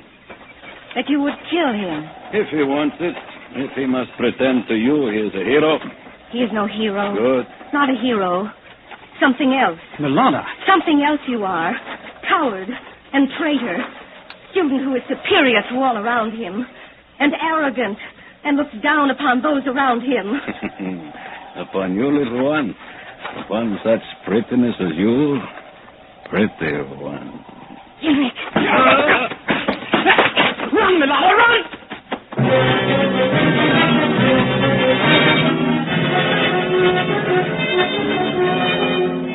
The trick and run across the border into eastern Germany, and keep running, and behind them the shouts of clamor and the braying of dogs, and like animals hide, run again into darkness, and under the shield of night, exhausted sleep.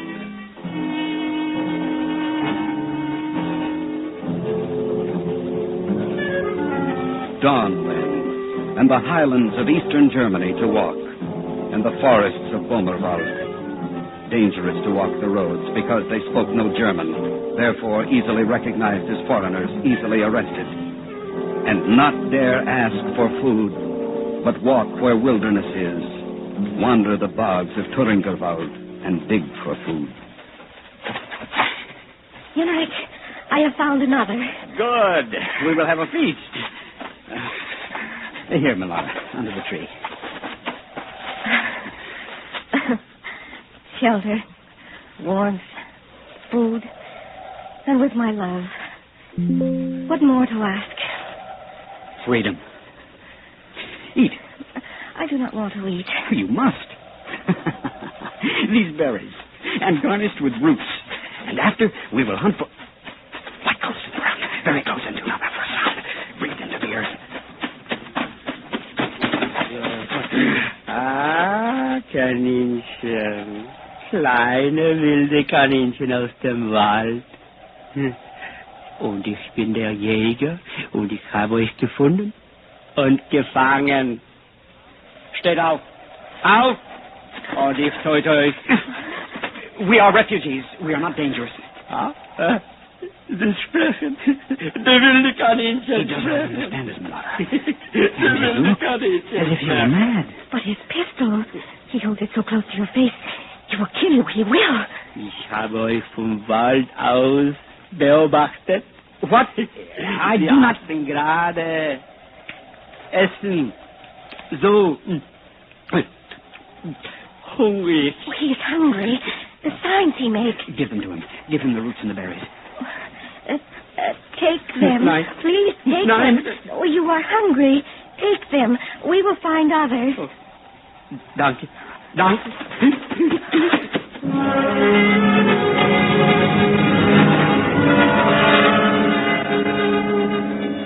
By now, they'd lost all track of time. Some days they covered as much as 10 or 15 miles. Other days they knew they were lost and had to retrace their steps.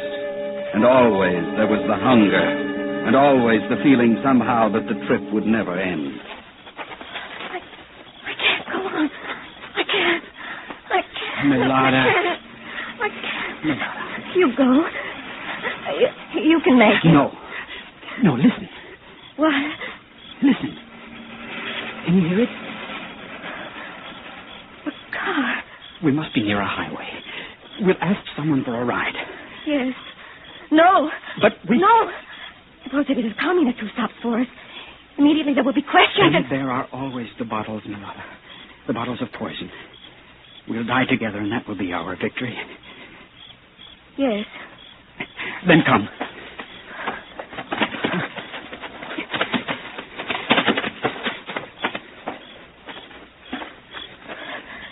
Henrik? Yes? Pray. Yes. Was there ever such a prayer? That a vehicle should come by? That the driver of the vehicle be not a communist?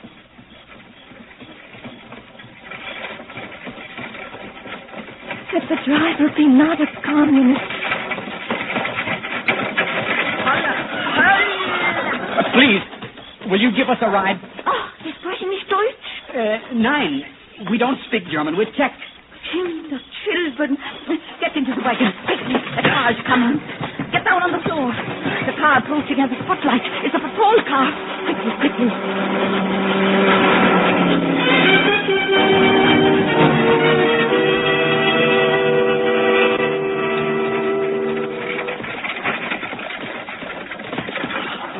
Over there. You see it? The bridge? Yes. Now is the best time to cross it. Dawn. We don't know how to thank you. Driving all night. Oh, no, it is I who should thank you. To give me the opportunity to kindle whatever flame of protest. Now listen, children. Take advantage of the trees along the road. Go from one to the other. Then the bridge. Then the American zone. And then freedom. God bless you both and be at your side. Hallelujah! Hallelujah! Quickly now, across the road. Now, as the woman said, from tree to tree. Yes. All right. Yes. Now. Look at the bridge. Guards. 2 guards. Russians. Walking their post. And across the bridge is freedom. Across the bridge is life. Yes. While the guards are walking away. Yes.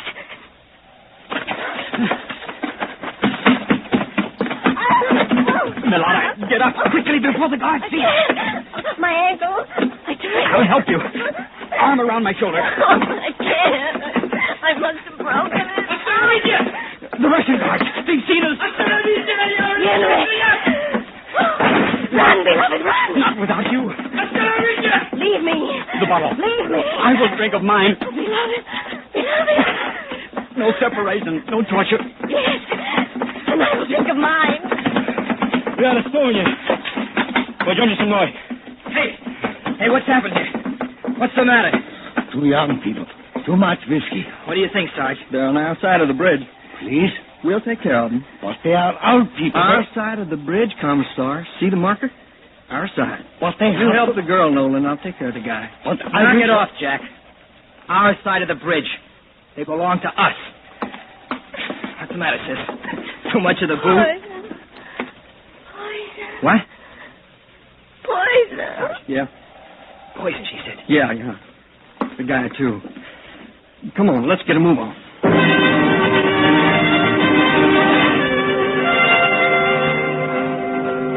Radio Free Europe, brought to you by your friends in America. The voice now of Free Czechoslovakia.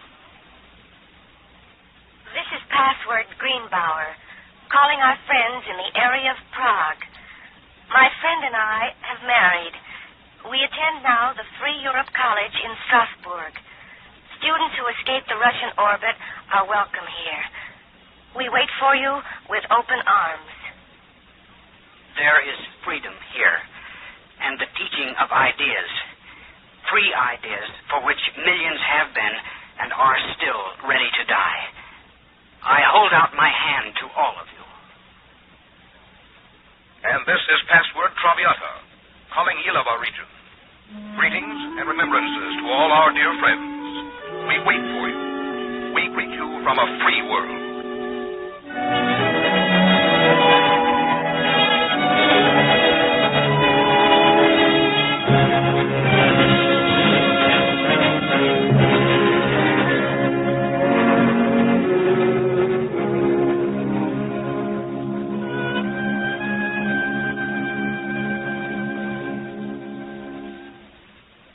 Suspense, in which Charlotte Lawrence and Sam Edwards starred in tonight's presentation of Listen, Young Lovers.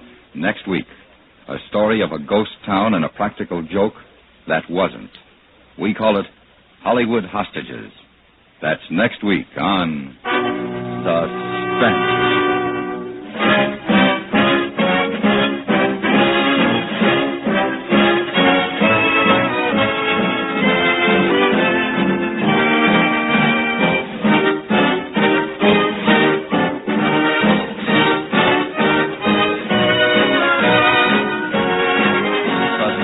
Produced and directed in Hollywood by Anthony Ellis. Listen, Young Lovers was adapted for Suspense by Morton Fine and David Friedkin from the report of David Cameron.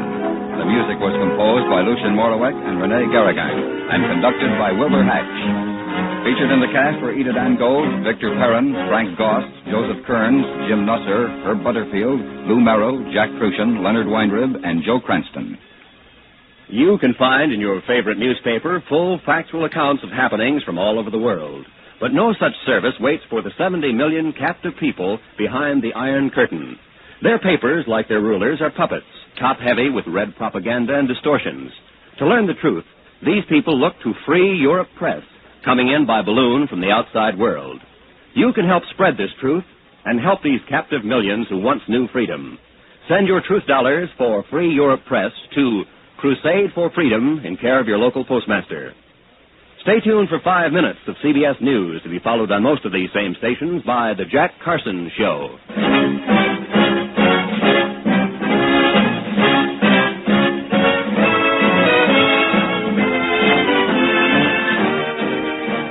The Radio Workshop presents the new and unusual Friday nights on the CBS Radio Network.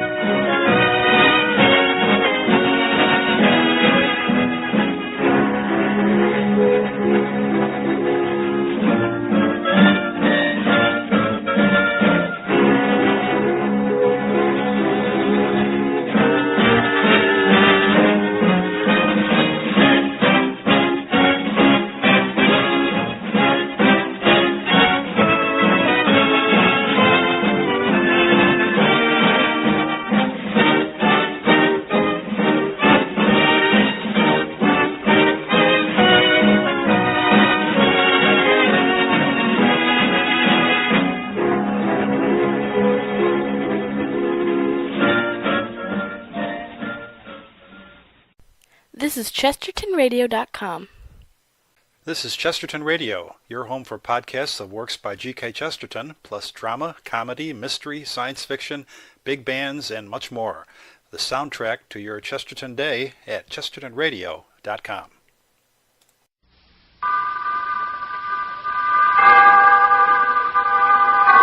Autolite and its 98,000 dealers bring you Richard Widmark, Kathy Lewis, and Elliot Lewis in tonight's presentation of Suspense.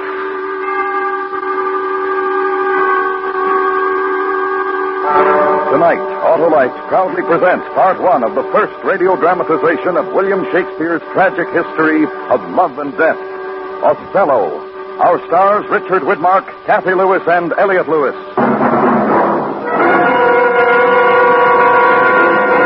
Harlow, what's this great electing system of yours? Oh, you mean the Autolite electrical system that's designed to work as a perfect team. The generator, starting motor, distributor, and coil, spark plugs, battery, and all the other units are related by Autolite engineering design and manufacturing skill to give you the smoothest performance money can buy. Can it get me reelected, Harlow? Senator, with an Autolite electrical system, you just can't lose. It starts the instant you turn the starting switch and works every second your engine runs. It works, too, every time you blow the horn, turn on lights, radio, heater, or electric windshield wiper. Sounds mighty important. It sure is, and that's why it pays to treat the electrical system of your car to a periodic checkup at your car dealer or your nearest authorized Autolite service station. To locate him, look in the classified section of the phone book under Automobile Electrical Service. Or call Western Union by number and ask for Operator 25. And remember, from bumper to tail light, you're always right with Autolite. And now, Autolite presents transcribed Part 1 of William Shakespeare's Othello, starring Richard Widmark as Iago, and Kathy Lewis as Desdemona, and Elliot Lewis as the Moor, hoping once again to keep you in suspense.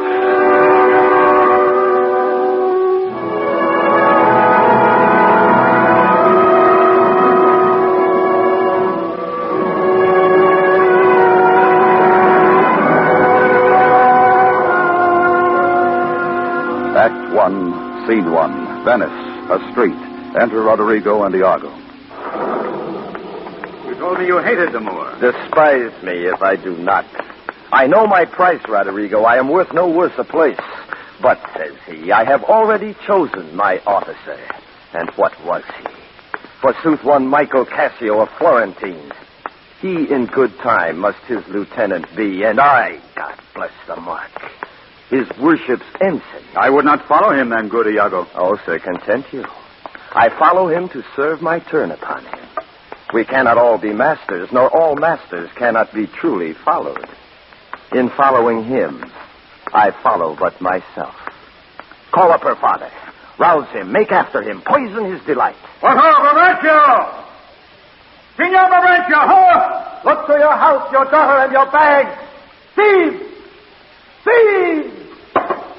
What is the reason of this terrible summons? What is the matter there? Signor, is all your family within? Are all doors locked? What, have you lost your wit? Most reverend Signor, do you know my voice? Not I. What are you? My name is Roderigo. Oh, worth welcome. I have charged you not to haunt about my door.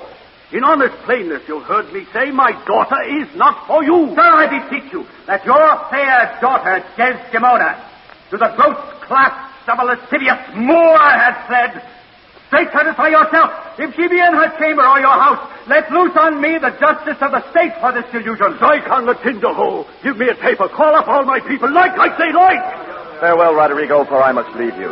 It seems not meet nor wholesome to my place to be produced against the Moor. Lead to the arsenal the razed search, and there will I be with him. So farewell.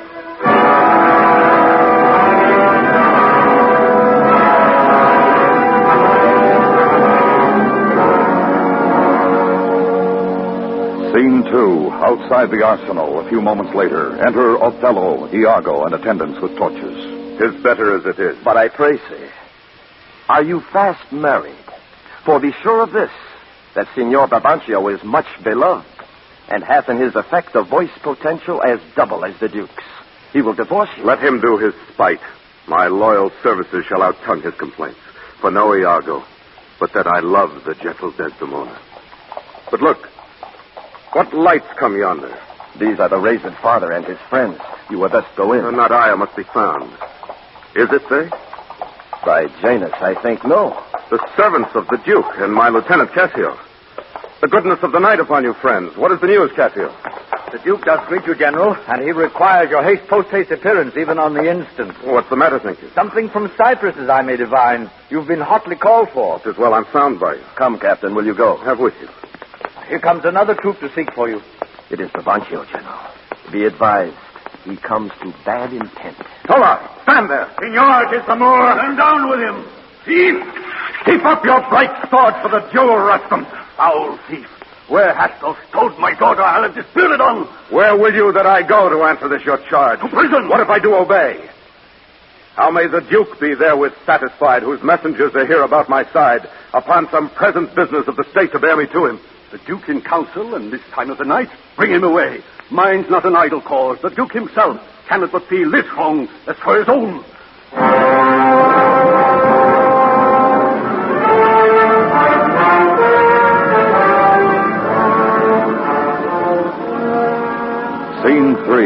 council chamber, the Duke and Senator sitting at a table with lights. Valiant Othello, we must straight employ you against the general enemy Ottoman. I did not see you. Welcome, Signor Brabantio.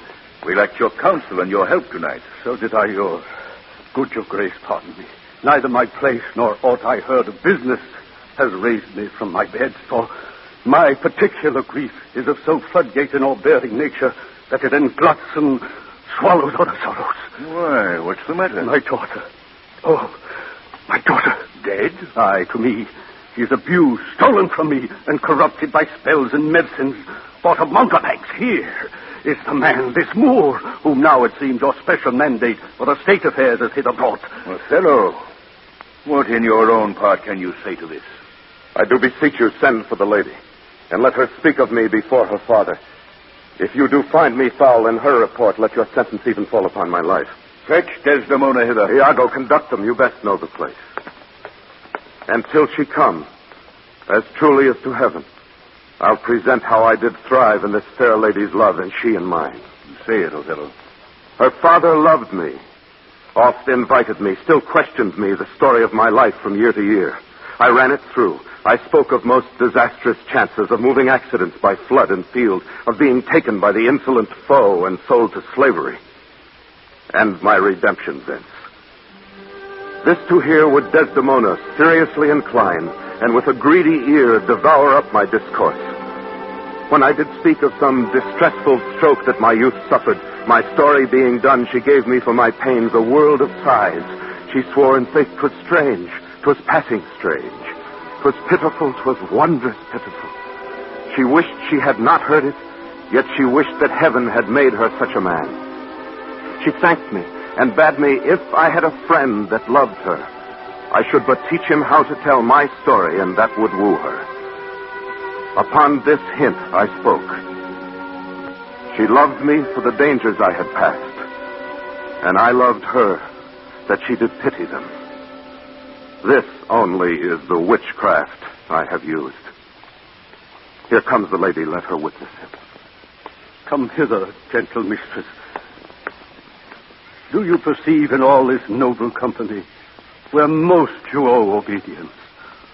My noble father, I do perceive here a divided duty. To you I am bound for life and education. My life and education both do learn me how to respect you.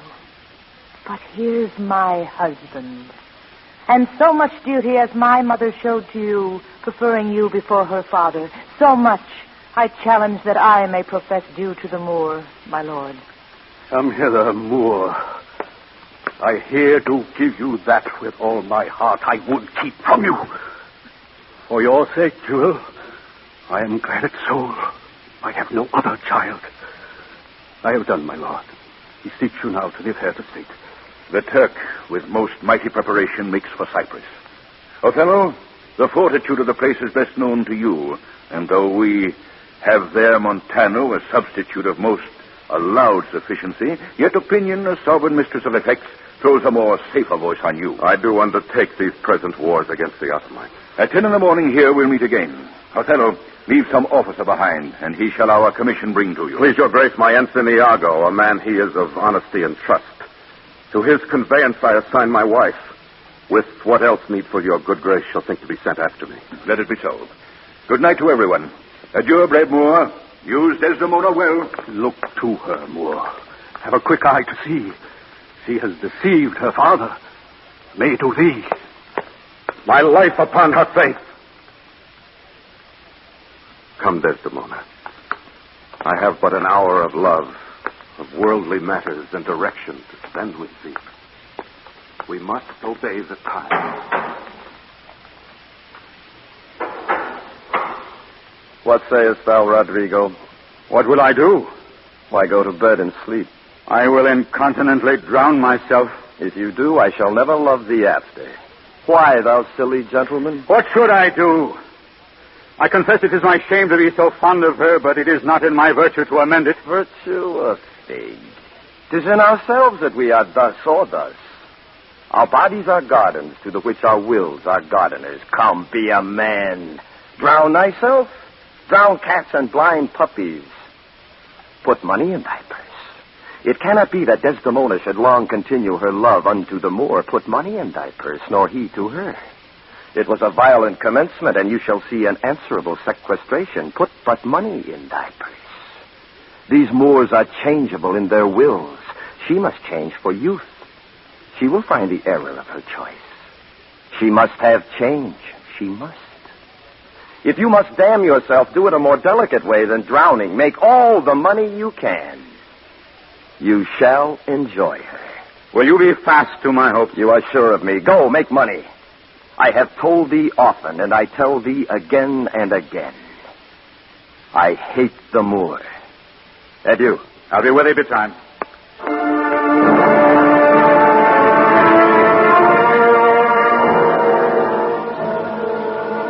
Thus do I ever make my fool my purse. I hate the Moor. Let me see now. Cassio's a proper man. To get his place and to make up my will, a double knavery. How? After some time to abuse a fellow's ear, that his Lieutenant Cassio is too familiar with his wife. Cassio hath a person and a smooth disposed to be suspected. The Moor is of a free and open nature that thinks men honest that but seem to be so, and will as tenderly be led by the nose as asses are. I have it. It is engendered. Hell and night must bring this monstrous birth to the world's light.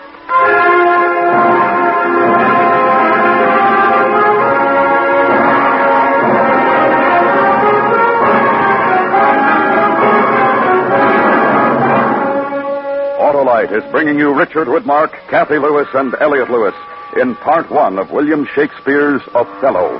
Tonight's presentation in radio's outstanding theater of thrills, Suspense.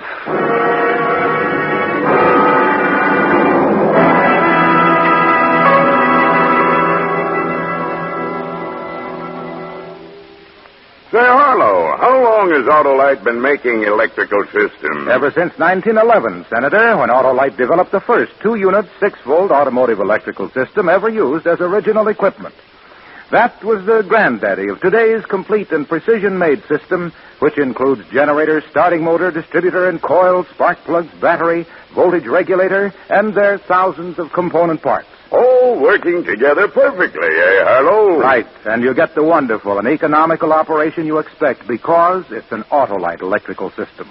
That means that every unit and component part is related by Autolite engineering design and manufacturing skill to give you the smoothest performance money can buy. Sounds convincing, Wilcox. So, friends, be sure to specify Autolite original service parts for your Autolite-equipped car. And remember, from bumper to tail light, you're always right with Autolite. And now, Autolite brings back to our Hollywood soundstage Richard Widmark, Kathy Lewis, and Elliot Lewis in Mr. Lewis's production of William Shakespeare's Othello, a tale well calculated to keep you in suspense.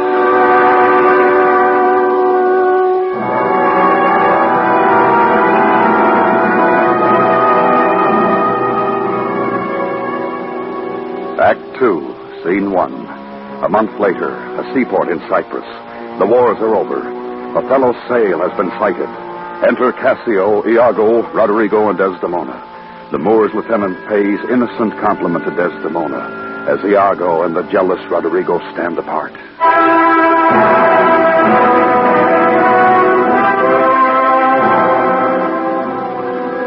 He takes her by the palm. Aye, well said. Whisper. With as little a web as this, will I ensnare as great a fly as Cassio. Aye, smile upon her, do. I will catch you in your own courtesies. Good, well kissed. An excellent courtesy. 'Tis so indeed. Yet again your fingers to your lips. Would they were clyster pipes for your sake. The Moor, I know his trumpet. 'Tis truly so. Let's meet him and receive him. Oh, my fair warrior. My dear Othello. It gives me wonder great as my content to see you here before me. If it were now to die, 'twere now to be most happy. For I fear my soul has her content so absolute that not another comfort like to this succeeds in unknown fate. The heavens forbid but that our loves and comforts should increase even as our days do grow. Amen to that sweet powers. I cannot speak enough of this content. It stops me here. It is too much of joy. And this, the greatest discords be that e'er our hearts shall make. I prithee, good Iago, go to the bay and disembark my coffers. Come, Cassio. Come, Desdemona. Once more, well met at Cyprus. I will tell you this, good Roderigo. Desdemona is directly in love with Cassio. With him? Why, 'tis not possible. Mark me with what violence she first loved the Moor, but for bragging and telling her fantastical lies. And will she love him still for prating? Let not thy discreet heart think so. Her eye must be fed. And what delight shall she have to look on the devil? Her delicate tenderness will find itself abused and compel her to some second choice. Now, sir, this granted. Who stands so eminently in the degree of this fortune as Cassio does? I cannot believe that in her. She's full of the most blessed conditions. Blessed fig's end. Didst not see her paddle with the palm of Cassio's hand? Didst not mark that? Yes, but that was but courtesy. Treachery by this hand. An index, an obscure prologue to the history of lust and foul thoughts. They met so near with their lips that their breaths embraced together. But, sir, watch you tonight. Cassio knows you not. I'll not be far from you. Do you find some occasion to anger Cassio? Well, provoke him that he may strike you. For even out of that will I cause these of Cyprus to mutiny, whose qualification shall come into no true trust again but by the displanting of Cassio. So shall you have a shorter journey to your desires. I will do this if I can bring it to any opportunity. I warrant thee. Meet me by and by at the citadel. I must fetch his necessaries ashore. Farewell. Adieu. I'll have our Michael Cassio on the hip. Abuse him to the Moor in the rank garb. Make the Moor thank me, love me, and reward me for making him egregiously an ass, and practicing upon his peace and quiet, even to madness. 'Tis here, but yet confused. Knavery's plain face is never seen till used.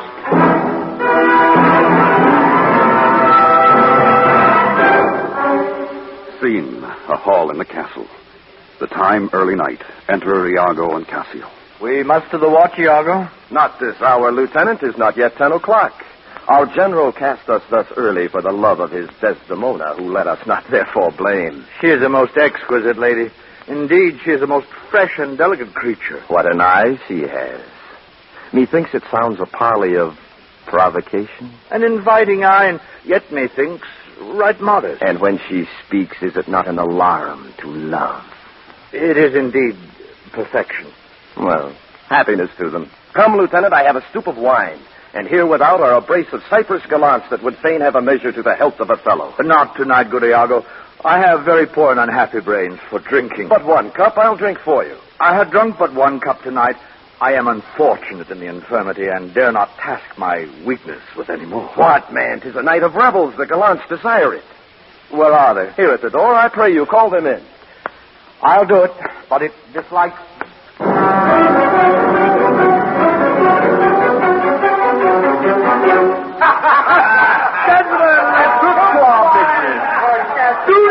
Gentlemen, I am drunk. This is my right hand, and this is my left hand. I am not drunk now. I can stand well enough and speak well enough.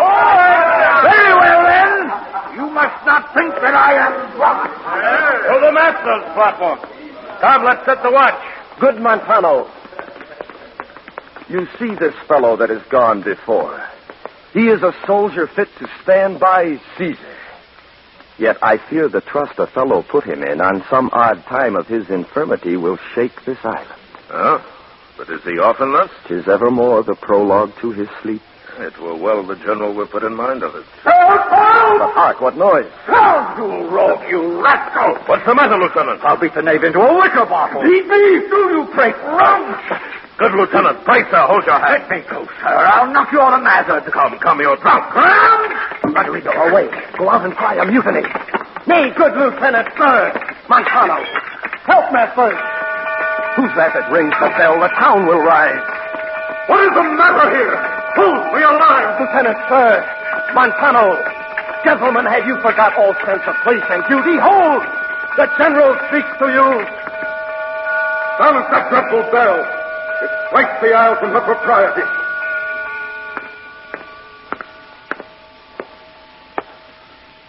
What's the matter, masters? Honest Iago that looks dead with grieving. Speak, who began this? I do not know. I cannot speak any beginning to this peevish odds. How came it, Michael, you were thus forgot? I pray you, pardon me, I cannot speak. Worthy Montano, what's the matter that you unlace your reputation thus and spend your rich opinion for the name of a night brawler? Give me answer to it. Worthy Othello, I am hurt to danger. Your officer Iago can inform you. Now, by heaven, if I stir or do but lift this arm, the best of you shall sink in my rebuke. Iago, who began? If you deliver more or less than truth, you are no soldier. Touch me not so near. I had rather have this tongue cut from my mouth than it should do offense to Michael Cassio. Yet I persuade myself to speak the truth. Shall nothing wrong him. Thus it is, General. Montano and myself being in speech, there comes a fellow crying out for help, and Cassio following him with determined sword to execute upon him. Sir, Montano steps into Cassio and entreats his pause. Myself, the crying fellow, did pursue. He, swift of foot, outran my purpose. When I came back, for this was brief, I found them close together at blow and thrust, even as again they were when you yourself did part them. Though Cassio did some little wrong to him, yet surely he received from him that fled some strange indignity which patience could not pass. I know, Iago, your honesty and love does mince this matter, making it light to Cassio.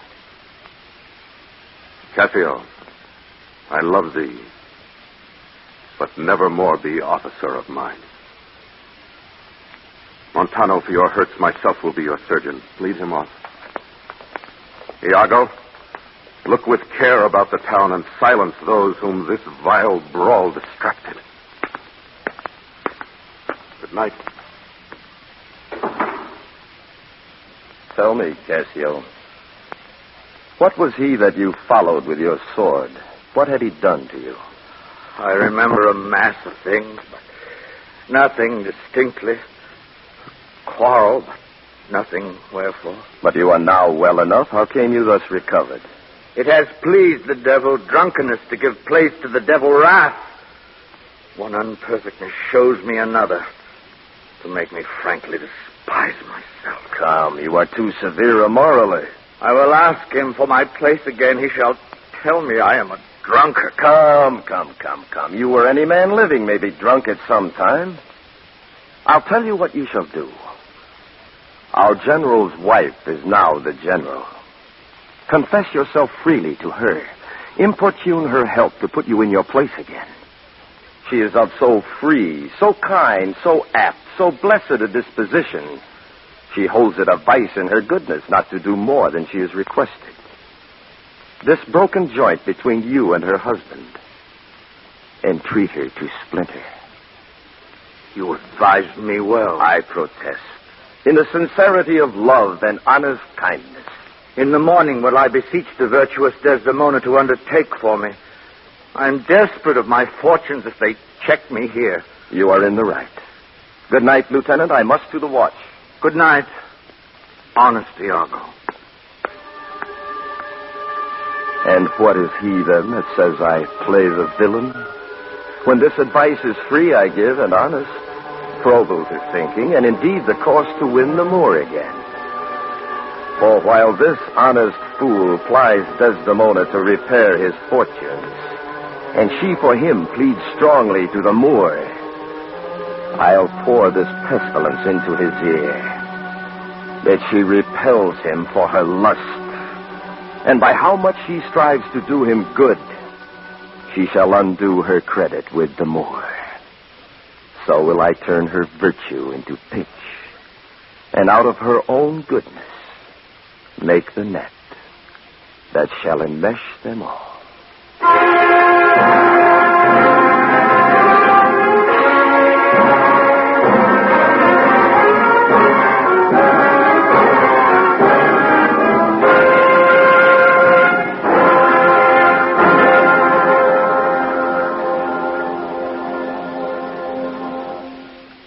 Suspense.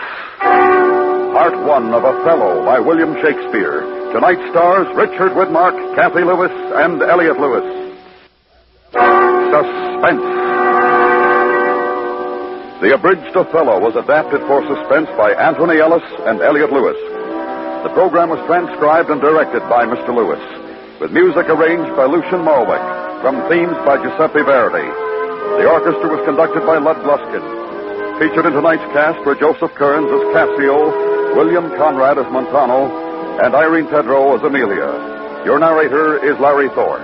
Richard Widmark may soon be seen in the 20th Century Fox picture, Pickup on South Street. And remember next week, Mr. Lloyd Nolan in A Vial of Death. You can buy Autolite Stay-Full batteries, Autolite resistor or standard type spark plugs, and Autolite electrical parts at your neighborhood Autolite dealers. Switch to Autolite. Good night.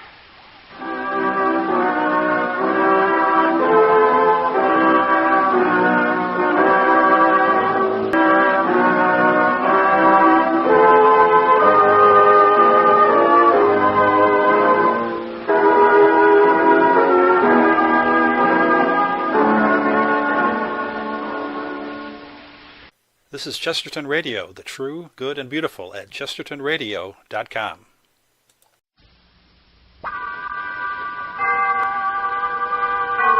Autolite and its 98,000 dealers bring you Richard Widmark, Kathy Lewis, and Elliot Lewis in tonight's presentation of Suspense.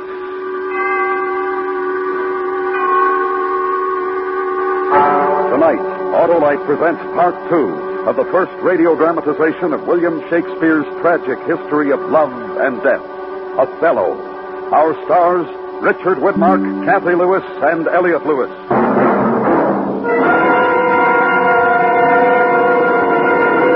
Hi, Harlow. Doing some gardening? Yes, sir, Hap, and here's my favorite plant. Well, that's an Autolite Stay-Full battery. Sure, it's a power plant for quick, dependable starts.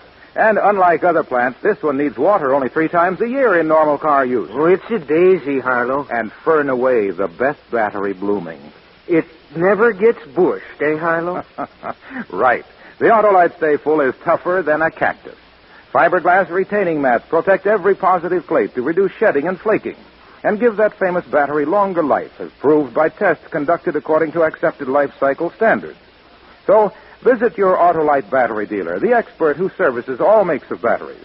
To locate him quickly, phone Western Union by number and ask for Operator 25. I'll gladly tell you the name of your nearest Autolite battery dealer, where you can get an Autolite Stay-Full, the battery that needs water only 3 times a year in normal car use. And remember, from bumper to tail light, you're always right with Autolite.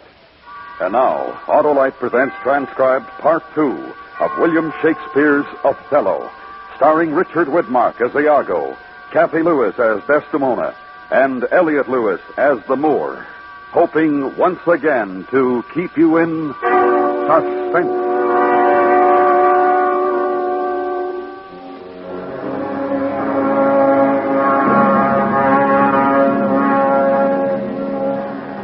The scene is Cyprus. Othello has returned triumphant from the wars, now to govern the island with his wife Desdemona. The ensign, Iago, jealous of the position held by Cassio, lieutenant to Othello, plots revenge on both Cassio and the Moor, whom he hates.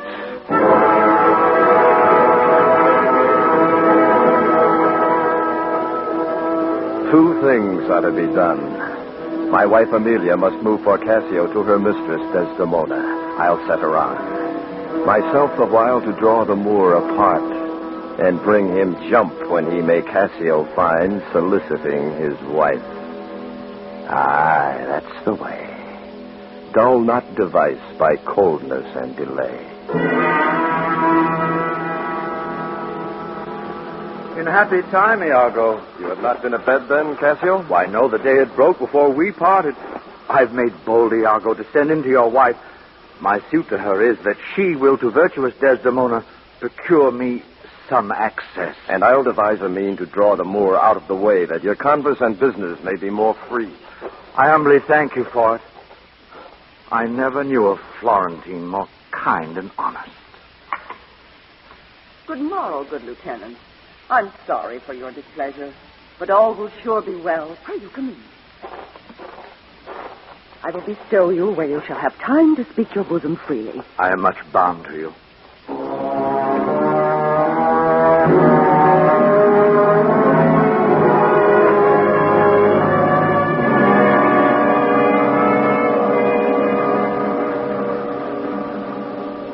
Be assured, good Cassio, I will do all my abilities in your behalf. Bounteous madam, whatever shall become of Michael Cassio, he's never anything but your true servant. Oh, sir, I thank you. Before Amelia here, I give you warrant of your place. Be assured, if I do vow of friendship, I'll perform it to the last article. My lord shall never rest. I'll intermingle everything he does with Cassio's suit. Therefore be merry, Cassio, for I should rather die than give your cause away. Madam, here comes my lord. Oh, madam, I'll take my leave. Why, stay and hear me speak. Madam, not now. I'm very ill at ease, unfit for mine own purpose. I'll do your distressing.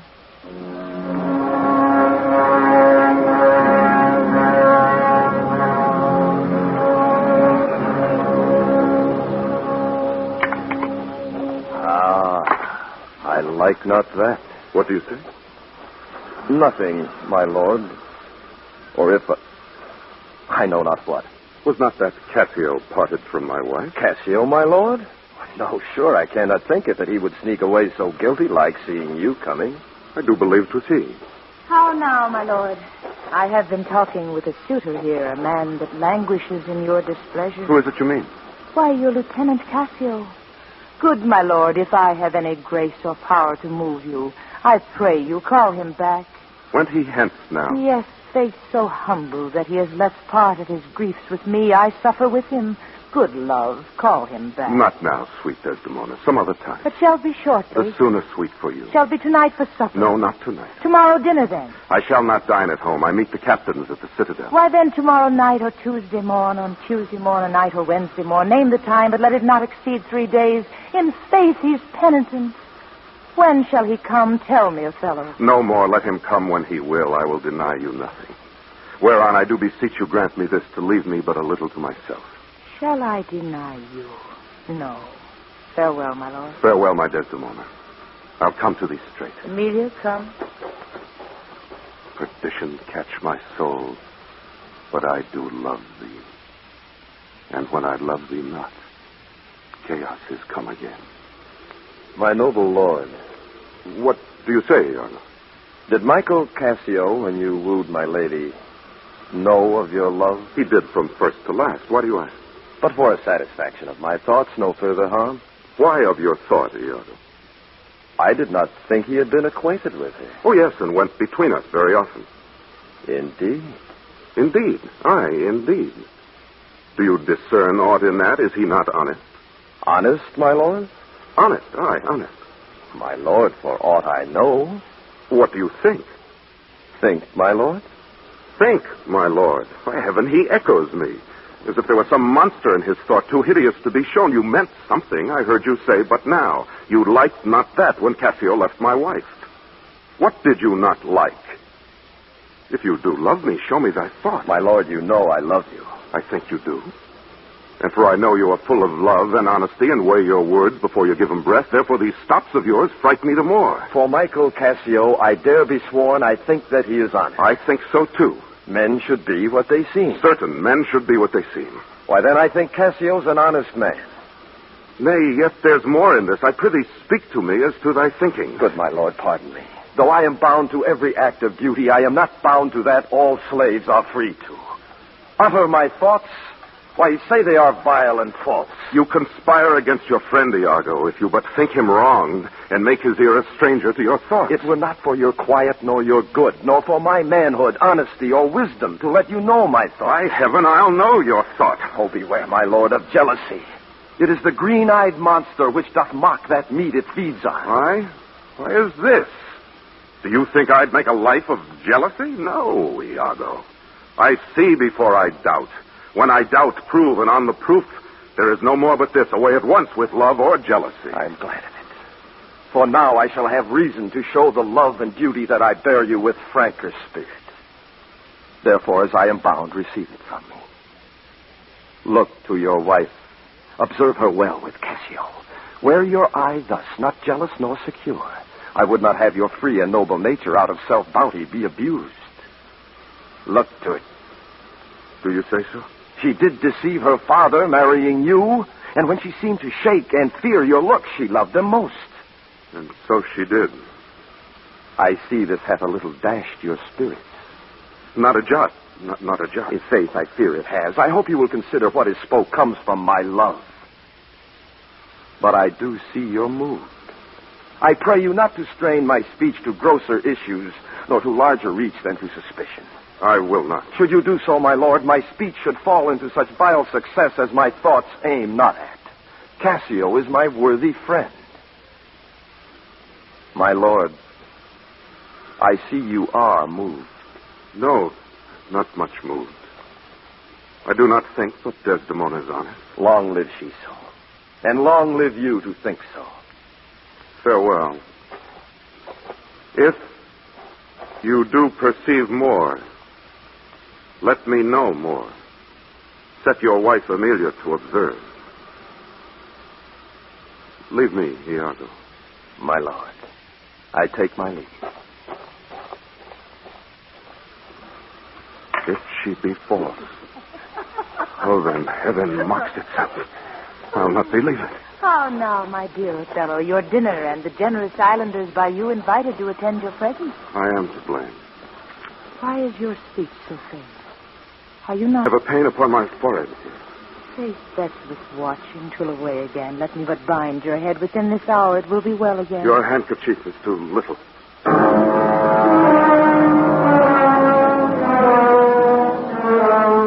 Othello puts the handkerchief from him, and Desdemona unwittingly drops it. Come, I'll go in with you. I am very sorry that you are not well. They exit, leaving Amelia alone in the garden.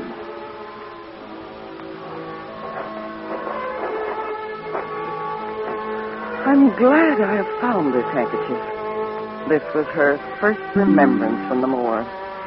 In recent days, my wayward husband has 100 times wooed me to steal it. But she so loves the token, for Othello conjured her she should ever keep it, that she reserves it evermore about her to kiss and talk to. How now? What do you here alone? Do not you chide. I have a thing for you. A thing for me? What will you give me now for that same handkerchief? What handkerchief? What handkerchief? Why, that the Moor first gave to Desdemona.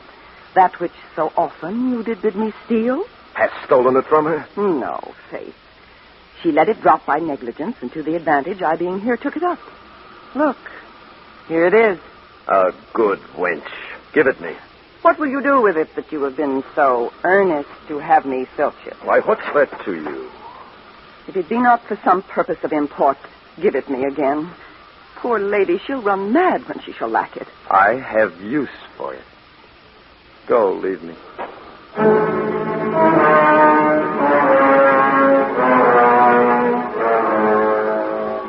I will in Cassio's lodging lose this handkerchief and let him find it.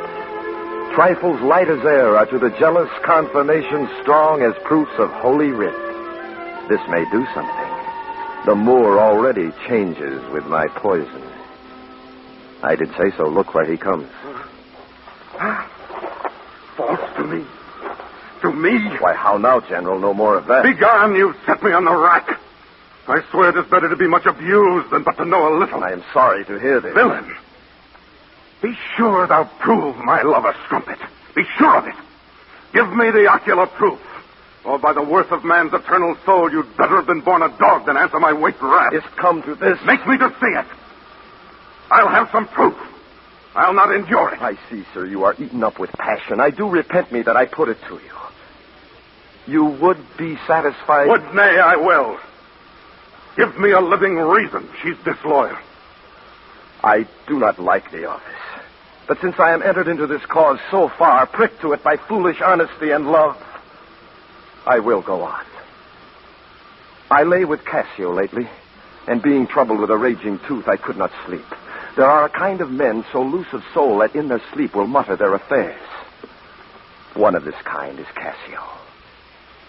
In sleep, I heard him say, "Sweet Desdemona, let us be wary. Let us hide our love." And then, sir, would he grip and wring my hand, cry out, "Sweet creature," and then kiss me hard as if he plucked up kisses by the roots that grew upon my lips, and then cried, "Cursed fate that gave thee to the Moor." Monstrous. 'Tis a shrewd doubt, though it be but a dream. And this may help to thicken other proofs that do demonstrate thinly. Tear her to pieces. Nay, but be wise, yet we see nothing done. She may be honest yet. Tell me but this. Have you not sometimes seen a handkerchief spotted with strawberries in your wife's hand? I gave her such a one. 'Twas my first gift. I know not that, but such a handkerchief, I'm sure it was your wife's. Did I today see Cassio wipe his beard with? If be that. If be that, or any that was hers, it speaks against her with the other proofs. Now do I see 'tis true. Oh, blood, Iago. Blood.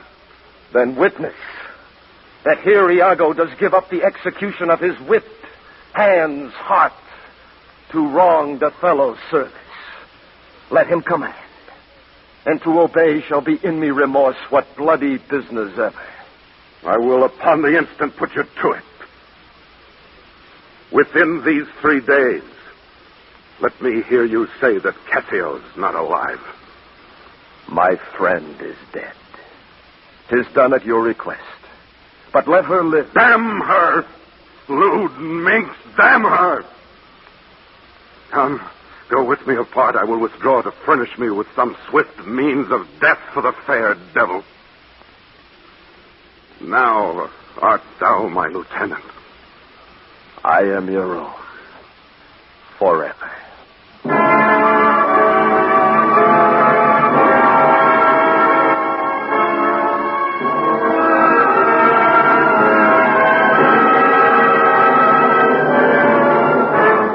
Autolite is bringing you Richard Widmark, Kathy Lewis, and Elliot Lewis in Part 2 of William Shakespeare's Othello. Tonight's presentation in radio's outstanding theater of thrills, Suspense.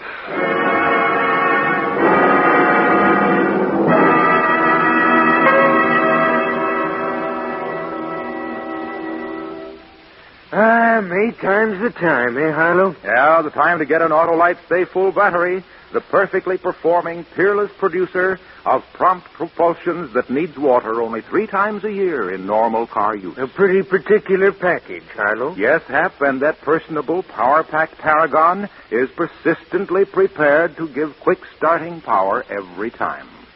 Fiberglass retaining mats protect every positive plate to reduce shedding and flaking, and give the Autolite Stay Full battery longer life, as proved by tests conducted according to accepted life cycle standards. And what's the name again, Harlow? Why, the Autolite Stay Full, the battery that says right on the case, needs water only 3 times a year in normal car use. Friends, to quickly locate your nearest Autolite battery dealer, just phone Western Union by number and ask for Operator 25. I'll gladly tell you his name and address. And remember, from bumper to tail light, you're always right with Autolite. And now, Autolite brings back to our Hollywood soundstage Richard Widmark, Kathy Lewis, and Elliot Lewis in the concluding act of Mr. Lewis's production of William Shakespeare's Othello, a tale well calculated to keep you in suspense.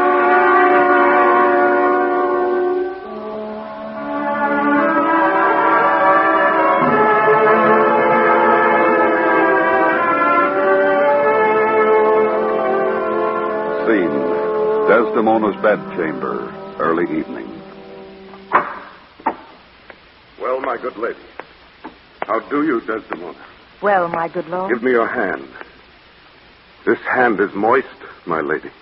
It yet has felt no age, nor known no sorrow. Hot, and moist. Here's a young and sweating devil here that commonly rebels. 'Tis a good hand, a frank one. You may indeed say so, for 'twas that hand that gave away my heart. A liberal hand. I cannot speak of this. Come, your promise. What promise, child? I have sent to bid Cassio come speak with you. I have a salt and sullen room offends me. Lend me thy handkerchief. Here, my lord. That which I gave you. I have it not about me. Not? No, faith, my lord. That's a fault. That handkerchief did an Egyptian to my mother give. She dying gave it me and bid me when my fate would have me wife to give it her. I did so. And take heed on it. Make it a darling like your precious eye. To lose or give it away with such perdition as nothing else could match. Faith is true. Most veritable, therefore look to it well. Then would to God that I had never seen it. Ah, wherefore? Why do you speak so startling and rash? Is it lost? Is it gone? Speak, is it out of the way? Bless. Say you? It is not lost, but what and if it were? I say it is not lost. Touch it. Let me see it. Why, so I can, sir, but I will not now. This is a trick to put me from my suit. I pray let Cassio be received again. Fetch me that handkerchief. My mind misgives. I pray talk to me of Cassio. The handkerchief. A man that all his time has founded his good fortunes on your love, shared dangers. The handkerchief. Faith, you are to blame. Down!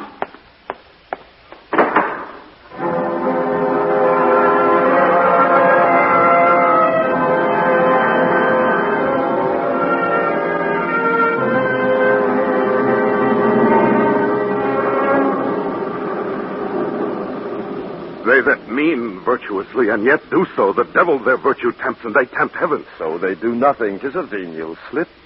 But if I give my wife a handkerchief... What then? Why, then 'tis hers, my lord. And being hers, she may, I think, bestow it on any man. She is protectress of her honor, too. May she give that? Oh, 'tis foul in her. With mine office. That's fouler. Get me some poison, Iago. This night. I'll not expostulate with her, lest her body and beauty unprovide my mind again. This night, Iago. Do it not with poison. Strangle her in her bed. Good. The justice of it pleases. Very good. And for Cassio, let me be his undertaker. You shall hear more by midnight.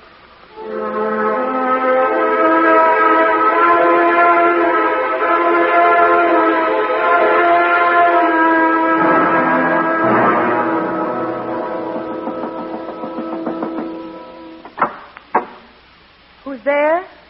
Othello? Hi, Desdemona. Will you come to bed, my lord? Have you prayed tonight, Desdemona? Aye, my lord. If you bethink yourself of any crime unreconciled as yet to heaven and grace, solicit for its strength. Alas, my lord, what may you mean by that? So do it and be brief, I will walk by. I would not kill thy unprepared spirit. No, heaven forfend, I would not kill thy soul. Talk you of killing? Aye, I do. Heaven have mercy on me. Think on thy sins. They are loves I bear to you. And for that you die. That death's unnatural that kills for loving. What's the matter? That handkerchief which I so loved and gave you, you gave to Cassio. No. By my life and soul, send for the man and ask Sweet him. soul, take heed. Take heed of perjury. You're on your deathbed. Aye, but not yet to die. Yes, presently. Therefore confess you freely of your sin. You are to die. Lord, have mercy on me. I say amen. And have you mercy, too. I never did offend you in my life. Never loved Cassio. Never gave him token. Oh, perjured woman. You stone my heart and make me call what I intend to do a murder, which I thought a sacrifice. I never gave it to him.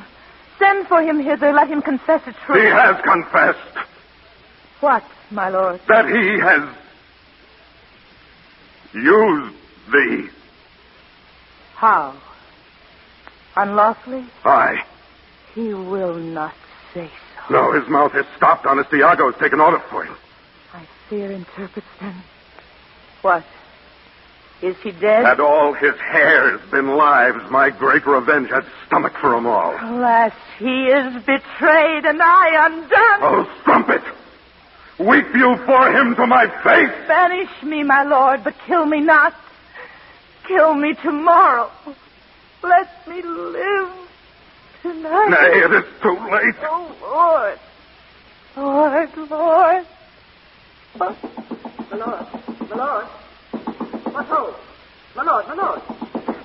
Good, my Lord, I would speak a word with you. 'Tis Amelia. No more moving. Still as the grave. My Lord. If she come in, she'll sure speak to my wife. My wife.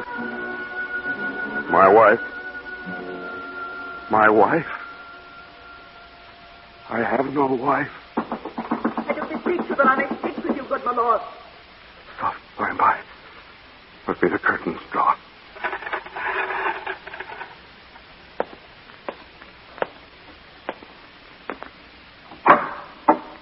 What's the matter? Oh, my good Lord. What now? Falsely murdered. Alas, what cry is that? That? What? Oh, then alas, it is my lady's voice.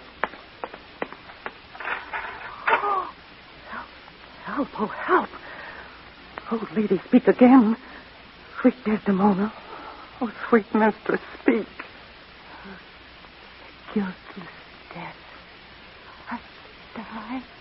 Oh, who has done this deed? It was I that killed her. She was false as water. How as rash as fire to say that she was false. Oh, she was heavenly true. Your husband knew it all. My husband? Your husband. That she was false to wedlock? I was Cassio. If he say so, he lies to his heart. She was too fond of her most filthy bargain. Ah? Help! The Moor has killed my mistress. Murder! What is the matter? How now, General? Oh, you come, Iago. You have done well that men must lay their murders on your neck. What is the matter? Disprove this villain if you are a man. He says you told him that his wife was false. I told him what I thought, and told no more than what he found himself was apt and true. But did you ever tell him she was false? I did. You told a lie. An odious, damned lie. She fought with Cassio? Iago knows that she was Cassio as the act of shame 1,000 times committed. And she did gratify his amorous works with the recognizance and pledge of love which I first gave her. It was a handkerchief. Oh, now, dull Moor. The handkerchief you speak on I found by fortune and did give my husband. For often with a solemn earnestness, more than indeed belonged to such a trifle, he begged of me to steal it. Villainous! She gave it, Cassio. No, alas, I found it and I did give my husband. Filth, you lie! Are there no stones in heaven but what serve for the thunder? Precious villain! Lay his sword on him! I plead, sir, but not killed. I am not sorry, neither. I'd have thee live. For in my sense, 'tis happiness to die. Othello, you must forsake this room and go with us. Your power and your command is taken off.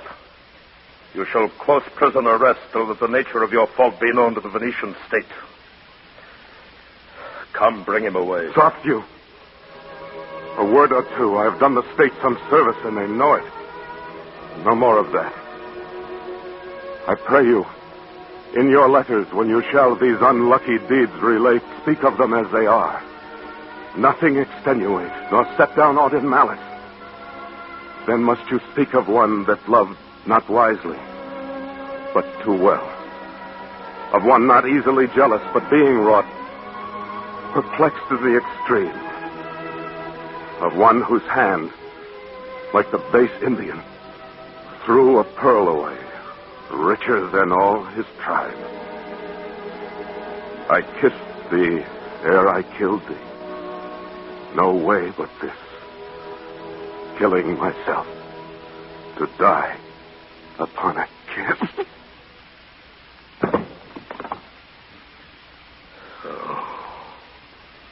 Look on the tragic lodging of this bed. This is thy work, Iago. The object poison's sight, let it be hid. Myself will straight aboard, and to the state this heavy act, with heavy heart, relate.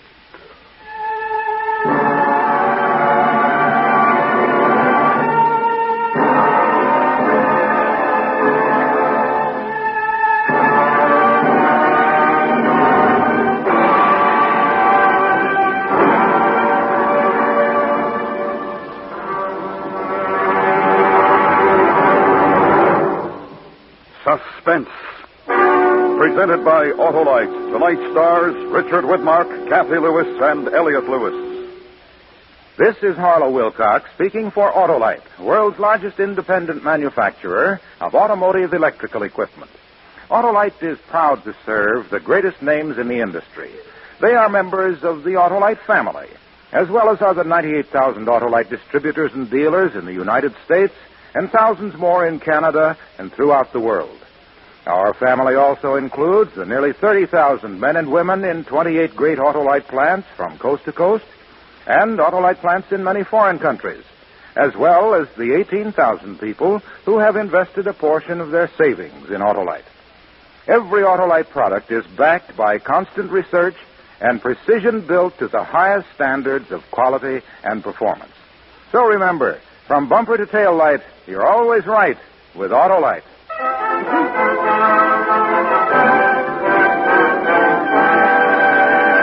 Next week, a story based on fact.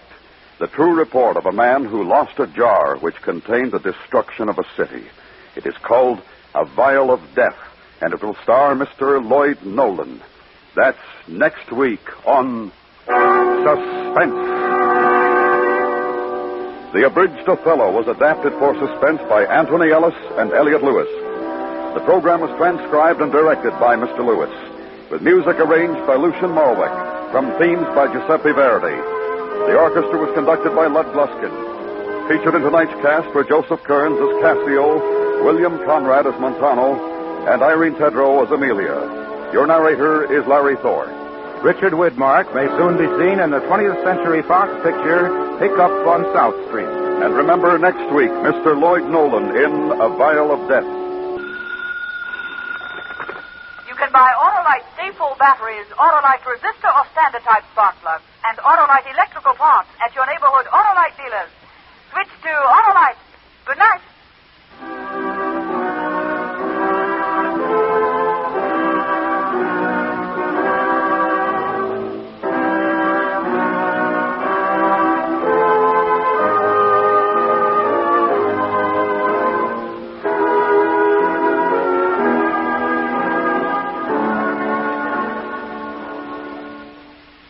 This is Chesterton Radio, the true, good, and beautiful at chestertonradio.com.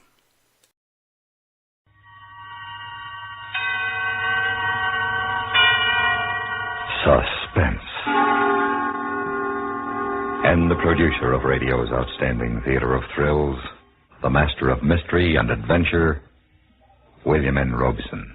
Talent is an elusive and mystifying phenomenon, and one of the most curious things about it is that it manifests itself in the most unexpected places. One of the most talented sound men in radio broadcasting is Tom Hanley. We did not know until recently that he possesses another talent. He is an extraordinarily fine writer. It is his radio play you are about to hear, Tom Hanley's terrifying story, Misfire. And now, Misfire, a tale well calculated to keep you in suspense.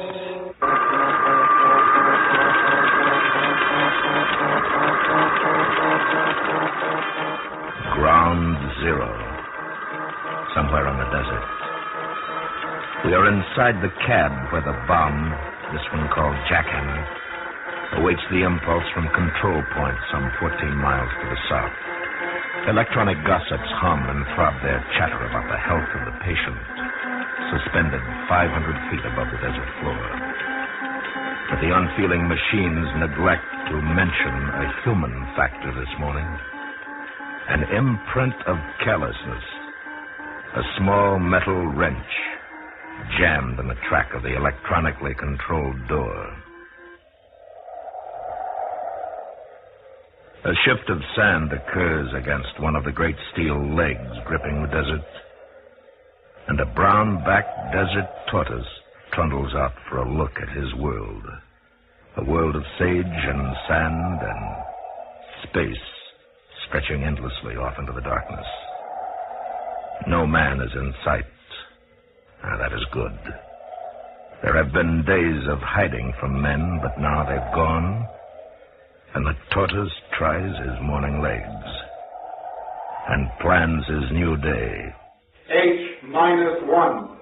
Place eye protectors in position and turn back to fireball.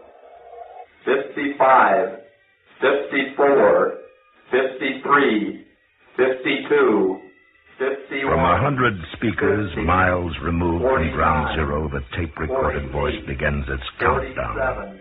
No margin for error now, no turning back. 44, Test shot jackhammer 43, is underway. 42, 41, 40, 39. On News Knob, 14 miles away, a photographer from an eastern paper nervously adjusts his goggles and wonders, what would it be without them? 14 miles. Can it blind across 14 miles? A mile and a half from ground zero, a 22-year-old Marine corporal crouches in a trench on his knees, his head rammed into his arms, per instructions. He and 1,999 other Marines there to prove that man is not afraid. Not really. But what if something goes wrong? 33. What if it's bigger than they think? 32. 31. He hears the endless loading of the taped voice. 29. 28. 27. 26. A little over a mile from ground zero, in a concrete bunker with its air conditioning secured, sits a 37-year-old Englishman, a civil defense man, remembering another time he huddled in a shelter. Only then he was a soldier in London, and the buzz bombs screamed overhead. His uniform, now top secret, designed for the future, and he sits on a padded floor with 12 other men. They want to know what chance their cities will have against the day that must never come. 18, 17, 16, 15. At control point, men sit silently, watching instruments designed to tell them how efficiently jackhammer does its job. 9. And the tortoise lumbers across his front yard 5, in search of breakfast. 4, 3, 2, 1. What happened, Doctor? Misfire. It's a misfire. Attention all personnel. Attention all personnel. This is Dr. Thurston. Test shot jackhammer is incomplete due to undetermined failure. Maintain positions till further notice. You are still on detonation alert. Dr. Thurston? What is it, Butler? Everything was normal on my phase until H-49. Grant, that would coincide with your variance, wouldn't it? Yeah, but Frank, you shouldn't have had any reading at all at that time. On the sub-relay meter, I didn't. It showed normal, and then there was a complete negative to zero response. Then there it is, Dr. Thurston. It's an on-site rejection of voltage. Huh. In other words, the fault lies at ground zero. According to these data, yeah. Well, can correction be made from here? We can't have anybody going out there. We'll know after we check the monitor lists. There's one consolation, Dr. Thurston. What's that? We put it together. We ought to be able to take it apart. Yes. Yes, we ought to. But can we? The second act of Suspense continues in 1 minute. And now, we continue with Act 2 of Misfire, a tale well calculated to keep you in suspense. There's no walking away from an atom bomb. No asking who left it there. So it becomes a story of people, the disarming. Lee Thurston, MIT graduate, 1932, old enough to have been appalled at the thought of an atom bomb. Scientific enough to accept it, human enough to demand influence in its use. John Grant, 36, a red-headed giant who daily deals in miracles, believes in them, makes them work. Frank Butler, former child prodigy, grown bald at 28, bachelor, attendant now at the bigamous wedding of electronics, nuclear fission, and power politics. An on-site test is the only way to check it out. No, Butler, that would mean 2 men at ground zero. But there's no explanation for what we're finding here. He's right, Doctor. If we accept our data, we have a power failure originating at the cab itself. With the risk of delayed detonation, Grant. You can't forget that. I'm not. There are 2,000 Marines and 12 CD men out there. How long can they wait? Dr. Thurston. Yes, what is it? General Manning on the phone, sir. Wants to know if he can evacuate yet. No, not until we know more about the cause of the misfire. I'll let him know. Yes, sir. Oh, Winship. Yes? Tell the photo lab I can't wait any longer for those final pictures of the patch bay under the bomb. I will, sir. For now, we'll go over those monitor checklists again, gentlemen. We mustn't have any errors.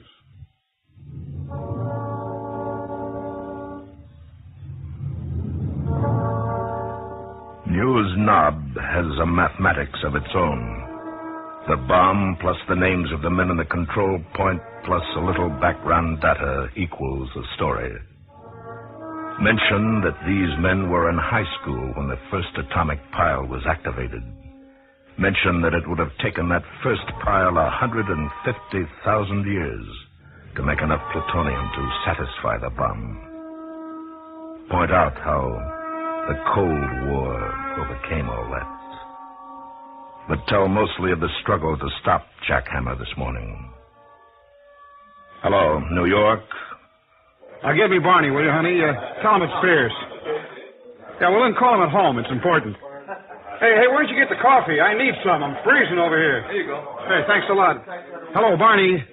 Now, listen, you better call that off and go on into the office. This may develop into something out here. The bomb didn't go off. No, not a delay. It just didn't take. Well, the rumor we hear is that the last boys to hook it up are going to have to go out and coax it down. How do I know who it'll be?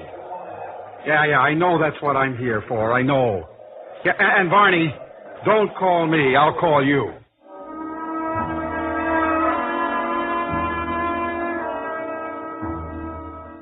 The Marine lies flat now, permission granted.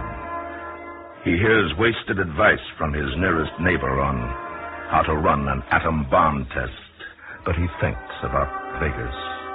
And he wonders whether he'll ever see her again, that girl with the dark hair, the dark eyes, the wonderful smile, and the Cadillac convertible. In the civil defense shelter, it's hot. No air conditioning for 40 minutes now, these heavy clothes and sealed up this way. Somebody better call control. They've bloody well forgotten us. But they haven't. More important things. Like the photo lab with the final pictures of the victim, Jackhammer. Pictures of the bomb with its viscera displayed, A to B and yellow to ground. The proper circuit for agony. Well, this one's okay. This one's all right. The pictures show the patch cords are all okay, Dr. Thurston. Oh, wait a minute. Just a minute now. We've always assumed that if we got power to the site proper, that it would go on to the bomb. Of course. The door to the cab completes the circuit. Voltage to the door, voltage to the bomb. All right, then. What if the voltage didn't get beyond the door? Oh, that's impossible. Our monitors show the door completely closed. All right, but what if it didn't? For some reason. What reason? What could go wrong that wouldn't show on the monitors? I don't know, but it's got to be out there. Let me go check it. I can't order anybody out there. I'm asking to go. I'll go with you, Frank. No. Well, if anybody goes, it should be two. You'd need a phone line during the climb in case we found anything here. You'd need test equipment, tools for opening the door manually, radiation test gear, and a wrench. That disconnect would have to be made immediately, Frank. A wrench? What's the matter? You look ill. No, nothing, sir. I've had no sleep, I guess. 500 feet and no power for the elevator, Frank. I'll go with you. All right. But I ought to go alone. Act 3 of Suspense follows in 1 minute. And now, we continue with Act 3 of Misfire, a tale well calculated to keep you in suspense. The afterbirth of darkness is light. That insipid gray light of the desert dawn. And the night animals scurry homeward. In the day, things began their minor motions. And slowly it begins the gradual creep of light and warmth across the land, till its source explodes in the vastness of the desert, and there it becomes the sudden kiss of heat. Heat that warms, heat that kills, and the in-between heat, the heat that expands. Man's product, that awkward wrench, lies in its cramped position on the tower. Having severed the connection to the bomb, it tries to make amends by stretching, ever so slightly expanding, encouraged by the sun. The electronic condensers on the door await their cue, metal on metal.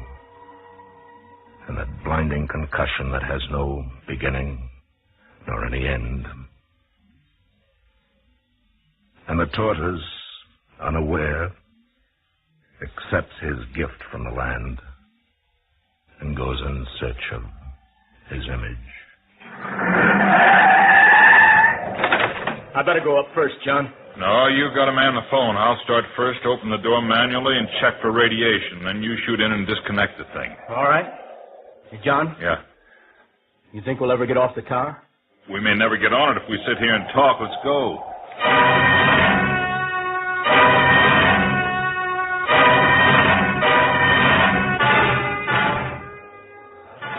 Hello, Barney. Now, listen, they've started climbing the tower.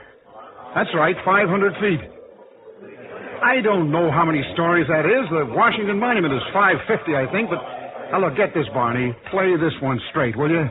No heroics. This one will stand on its own. Sure, we're on a detonation alert. Well, who knows what's going to happen? Fear of falling. It never goes away. It only becomes conditioned to the environment, and 500 feet straight up has no relation to man. To look down or not to look down, this becomes the problem. Then what do you look at? The eyes of the man below you? No. No, they reflect the fear of two men. The expanse of dry lake, do you look at that? No. It shimmers in the coming heat and brings on the dizziness. Or do you look inside? With the fear of God? Yes, you might look there. That might help.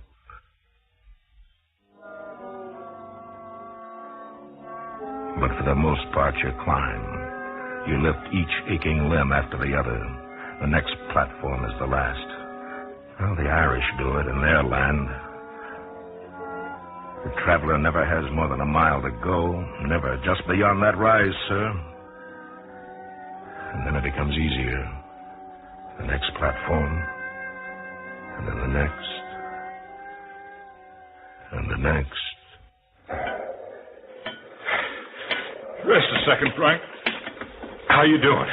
Okay. How much further? One more platform, Frank. Just one more. It's murder. There's one consolation, though. What? Going down. We'll have power to the elevator afterwards, and we'll ride down. Maybe. If there is an afterwards.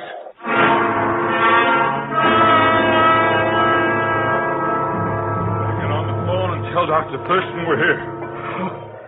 Okay. Dr. Thurston?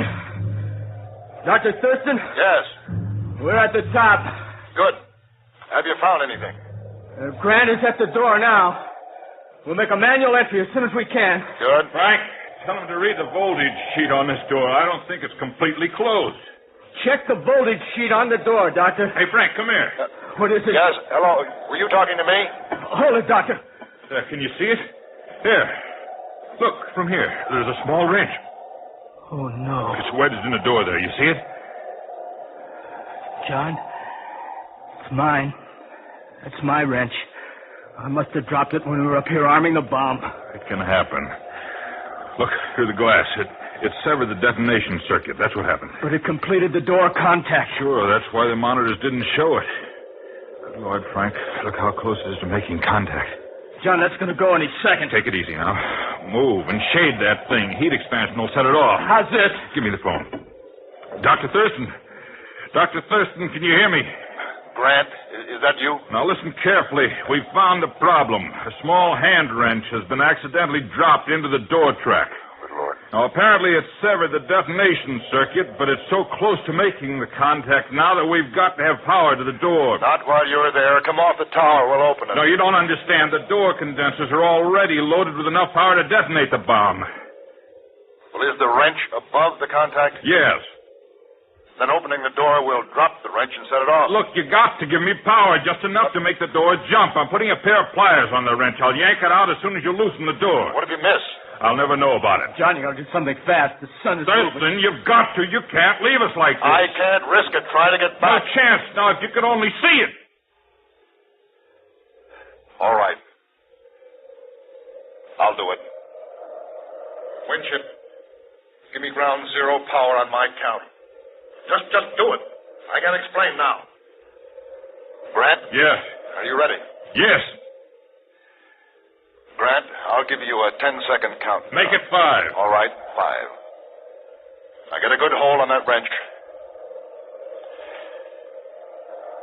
5, 4, 3, 2, 1. Are we out of it? Nice going, John. We're out of it, Thurston. We're out now. The bomb can't go off.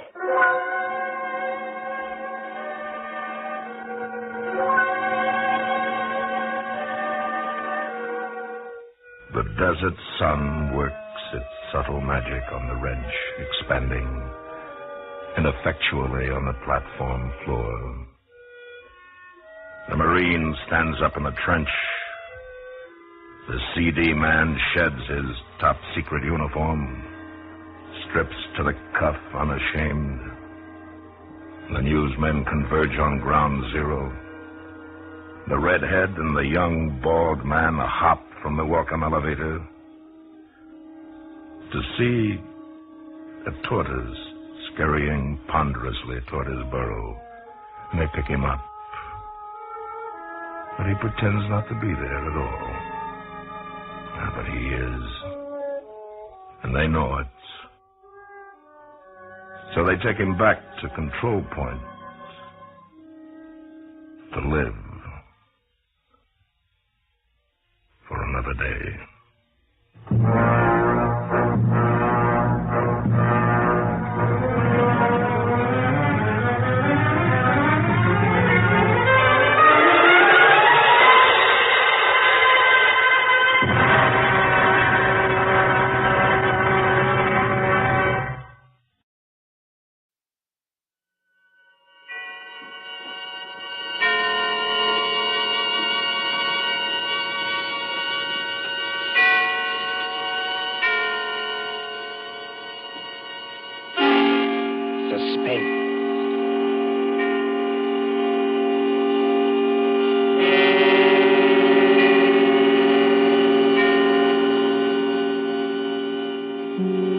This is the Man in Black.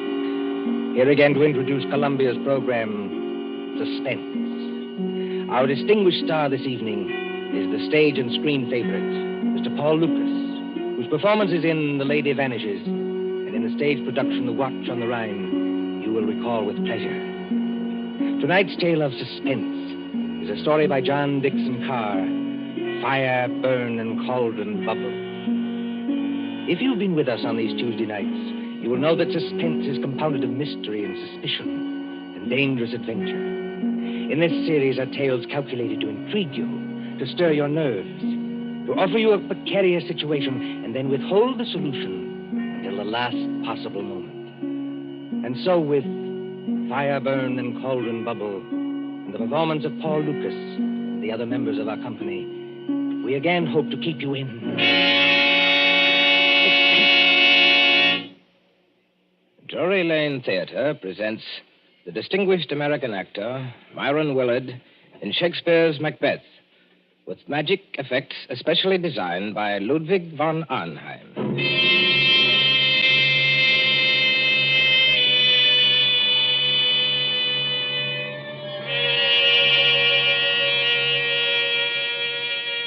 Double, double, toil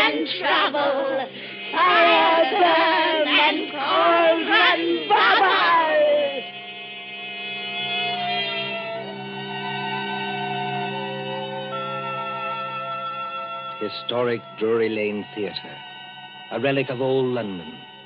On this site, in the cramped and crooked lanes of Aldwych, there has been a playhouse since Nell Gwynn sold oranges in the pit.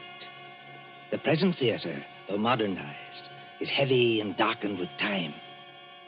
By daylight, it is a dinginess of red plush seats, haunted by old ghosts.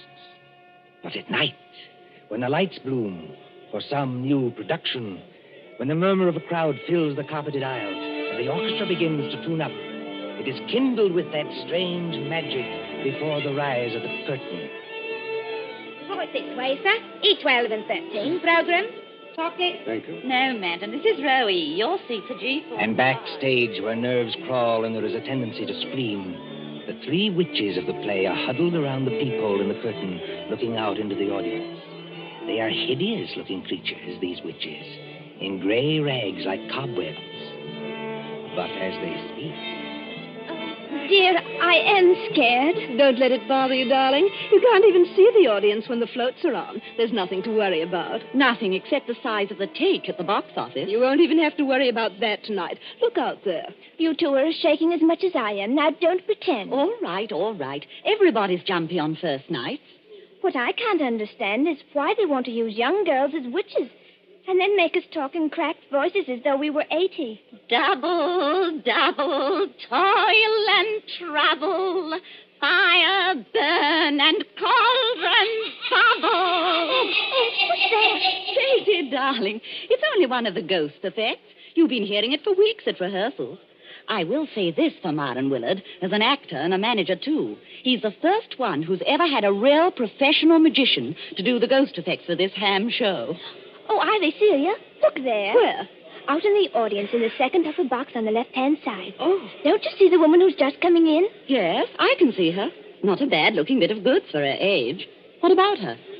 But that's Marcia Blair. Marcia Blair? You don't mean you've never heard of her? I can't say I have either, if it comes to that. Move over, Ivy. Give us a squint. Marcia Blair used to be Mr. Willard's leading lady. She was a very great actress 15 years ago. Oh, 15 years ago. She's had a terribly romantic history. Well, she's made lots of money and retired from the stage. Then she married some horrible no-good, and... Did you see that tall gray-haired man standing beside her? Well, he doesn't look much like a no-good. That's not the man I mean, Celia. That's Howard White, her second husband. Oh. They say he loved her for years and followed her about and practically worshipped her. But she was married to this no-good and wouldn't get a divorce. Then the no-good died, I suppose. So Marcia Blair and her faithful Howard got married. Yes. I remember reading in the paper that they've been married 1 year tonight. I expect they're very happy. Well, I'd be happy, too, if I had a mink coat and a string of pearls like that. Well, you've got to admit she's beautiful. All right, Katie, if you say so. I used to go and see her act when I was a little girl. She was kind of an idol. I wonder what they're saying to each other up in that box now. I wonder what they're saying.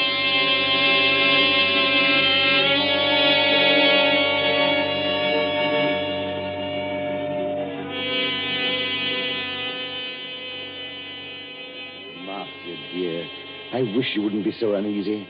Nothing can happen to you here. You're uneasy yourself, Howard. Yes, I suppose I am a little. Howard, I know I shouldn't be talking like this on our first anniversary, but that's what worries me. What if Barry isn't dead? What if he isn't dead? Oh, listen to me, darling. Your late husband, heaven condemn his soul, died in New York more than a year ago. We have proof of that. Well, then who wrote those letters to me? I don't know, dear. Somebody playing a joke on you. Joke? If you marry him, Marcia, you won't be alive a year from then. Joke. But you're married to me, my dear, and you are alive. Shall I quote you something from another play, Howard? Well? The Ides of March are come. Aye, Caesar, but not gone. And it's still 2 hours. 2 hours to the time we were actually married. Oh, look here, dear. This is carrying an obsession too far. It would be just like Barry to wait until the last moment, just to make it worse. You knew him. Yes, I knew him. He was a genius. I suppose so. As a mere businessman, I never quite understood this theatrical temperament, except yours, of course. Barry was a greater actor than Myron Willard will ever be. Barry could play anything, from a Cockney to King Lear. His skill at makeup wasn't merely good.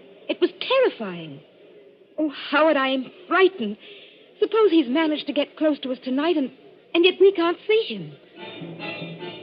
Well, the music started, Marcia. I shall have to go. Must you go, Howard? Really? If I break this appointment with Ferndale, dear, the deal will be called off. And since I haven't got too much backing anyway, All right, dear. I understand. Go ahead. Unless you wanted to come with me. And Miss Myron's opening tonight? Oh, I couldn't do that. I tell you, you'll be perfectly safe here, dear. Of course, Howard. I know that. You're in full view of 3,000 people. Nobody could attack you. The only door to this box is guarded. Outside that door will be Miss Fenton, who's devoted to you, and the chauffeur who's even more devoted to you. What could happen, dear? Nothing, of course. And I'd prefer to be alone anyway. Yes, I rather guessed Oh, that. please, dear. It's just that I can't endure anybody being with me when I'm watching a great play. But that doesn't include you, darling. Then, if you'll accept these, madam, in honor of our first anniversary. Oh, Howard. Well, they're lovely. Of course I'll accept them. And here's a program. Got everything else you need? Yes. Yes, I think so. I'll just open the door to the passage to make sure our watchdogs are on guard. Yes, they're out there, all right. Good night, Marcia. See you in an hour or two. Good night, Howard. And good luck. Miss Fenton, Bradley. Yes, Mr. White. Yes, sir. Anything wrong? Miss Fenton, you've been my wife's companion secretary for 5 or 6 years. Yes, Mr. White, and I've loved every minute of it. And you, Bradley, you haven't been my chauffeur for quite so long, but they tell me you're an ex-wrestler. That's right, sir. Champion of the Shoreditch Athletic Club. And in my prime, though I says it as shouldn't, as good a man as ever climbed through the ropes. Now, you know your instructions, Bradley. You trust me, sir. Nobody gets into this here box tonight unless it's over my dead body. Nothing must happen, do you understand? Nothing. Please, you're as white as paper. As for you, Miss Fenton, I'm afraid it's a little awkward. I know I ought to ask you to go in and join Marcia, but... Oh, you needn't apologize, Mr. White. I know she doesn't want company. She'll be leaning forward with her elbows on the box rail, just as she always does. She isn't merely watching a play. She's acting, Lady Macbeth. Every line, every gesture. And I don't mean to disturb her. You won't leave this door, either of you. You trust me, sir. If... no. Anything wrong, Bradley? It is a very rummy-looking cove coming along the passage, sir, wearing a big black cloak with a red lining. Oh, that man, Bradley. That's only Herr von Arnheim. He's a professional magician and escape artist. I was just wondering... Excuse me. Don't worry, Mr. White. We'll look after her. Von Arnheim. I say von Arnheim. Thou canst not say I did it. Never shake the gory locks at me. I beg your pardon? And I beg yours, my friend. I was merely quoting a line from the play. You are not leaving the theater. Surely not walking out on Macbeth. I'm afraid I've got to. Oh, that's a pity, my friend. You will miss some of my best effects, to say nothing of Shakespeare's. When Banquo's ghost appears at the table. I don't want to hear any more about ghosts, thanks. Banquo's or anybody else's. I imagine you mean your wife's late husband. You've heard about it, then? Yes, your wife has told me a good deal. She seemed to think that in my profession I might have some charm over demons or spell against ghosts. You know, von Arnheim, in a muddled kind of way, that's what I've been wondering myself. Unfortunately, no. I am all too human. But your problem interests me. And I confess it worries me. Worries you? What about me? As I understand it, her first husband was a half-mad American actor who later went completely mad and died in New York. His, what's the word I want? Or obsession? That's it, obsession. His obsession was Marcia Blair's eyes. Yes, always her eyes. They seemed to hypnotize him. It is not new, you know. You'll find the same motive, the eyes of a beautiful woman, all through the works of Edgar Allan Poe. Then, as I understand it, after this man's death, she began to receive a series of letters. Foul letters. Apparently written by him, and threatening her with some rather horrible form of death if she married you. I tell you, Barry Lake is dead. He can't get up out of his coffin. Oh, getting out of coffins, my friend, is not so difficult. I have done it myself. Oh, please stop joking, von Arnheim. You don't happen to be dead. True. There is that small difference. Is your wife here in the theater tonight? Yes. She wouldn't have come here except that it's Marion Willard's first night. We haven't seen Marion, either of us, in years. She's back there in Box D. So I hear. I was hoping that you might invite me to share the box. Look here, old man. I don't want to seem inhospitable, but she doesn't want company? Well, that's about it. Well, then walk back a little distance with me, this way, so that we can see the stage from the back of the dress circle. Now, the orchestra has stopped, and they'll ring up in a moment. There. Look at it. Look at what? The stage, man. The lights have gone out. All except the dim yellow footlights shining at the curtain. The last cough, the last murmur, the last rustle of program dies away in one vast, breathing hush. The curtain goes up. Let go of my arm, Von Arnheim. I've got to leave. Now, what are the stage directions? A desert place. Thunder and lightning. Enter 3 witches.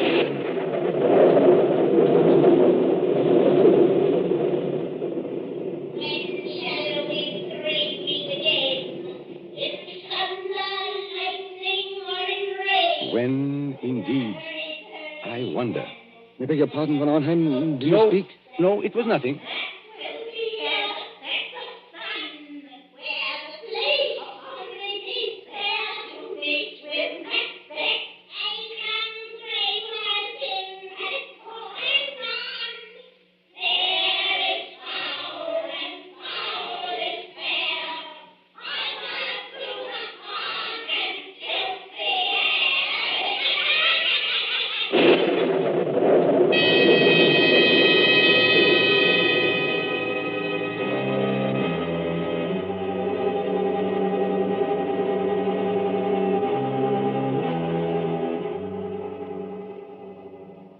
London newspapers for that year 1936, you may read how Myron Willard triumphed at Drury Lane as Macbeth.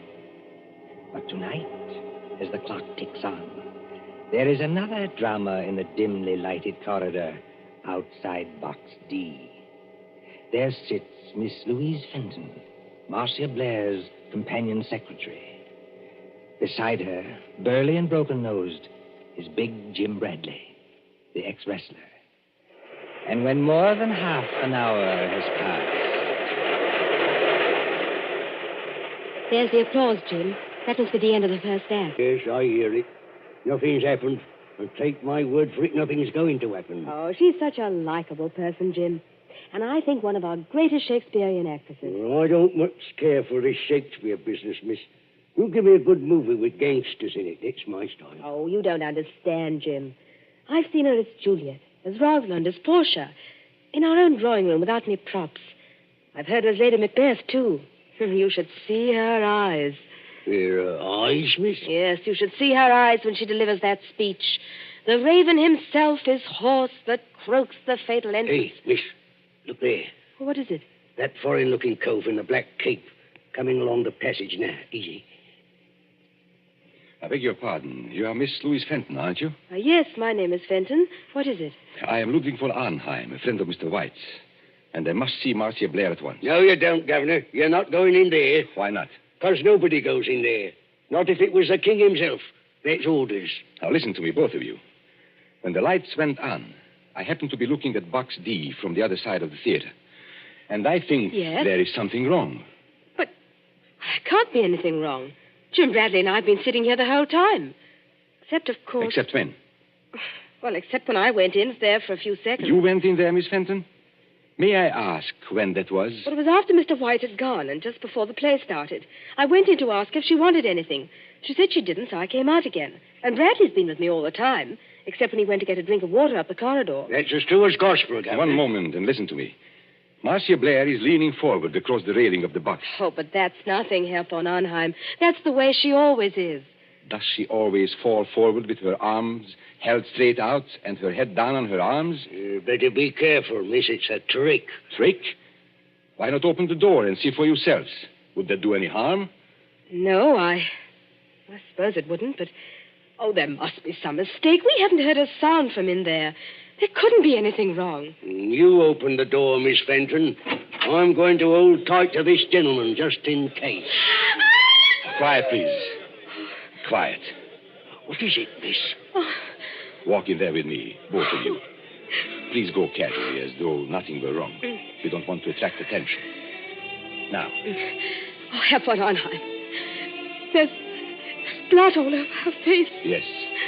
And don't begin screaming again, Miss Fenton, when I tell you she's dead. Bradley? Yes, sir? Pick Miss Blair's body up and carry her out into the corridor. In another minute, we'll have the whole theater wanting to know what's wrong. All right, sir. You win. But what about the people in the other boxes? Won't they see? They've gone down to the bar to get a drink. They won't see anything. Hurry. She ain't no lightweight, the poor lady ain't. Steady does it. Hold the door open. That's got it. Now, close the door. Shall I put her down on the floor, Governor? Yes, better do that. I never took those threats seriously. That's what I blame myself for. And if something did happen, well, I thought he'd attack her. I never thought he'd hide away across the theater and fire a shot. And you were quite right, Miss Fenton. Marcia Blair was not shot. She wasn't shot. No. Take a look at the wound. Oh, I can't look at it. She was stabbed. Stabbed through the right eye with a narrow, sharp blade, which entered her brain and killed her instantly. Not a pretty death, but a quick one. You seem to know a lot about this, Governor. Perhaps I do, my friend, and perhaps I can guess a lot more. You mean somebody stood out there and threw a knife at her? Like a ruddy music hall turn? No, I don't mean that either. There's no knife in the wound and none in the box. The murderer took it away.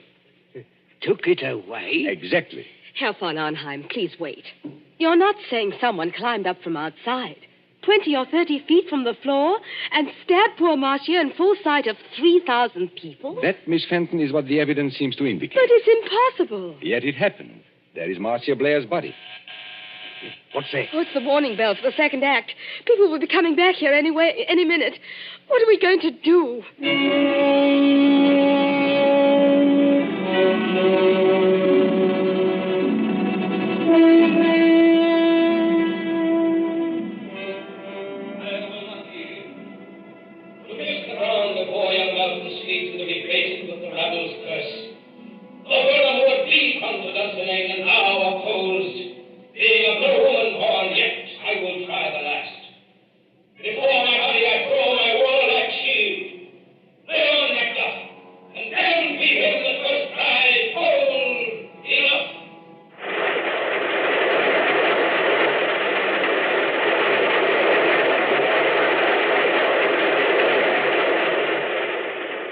Applause, acclaim, triumph.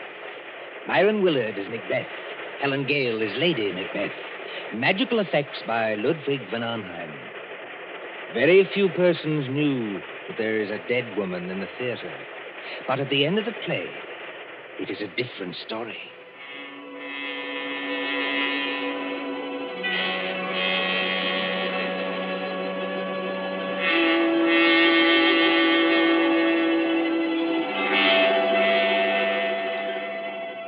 The crowd files out, past a cordon of police.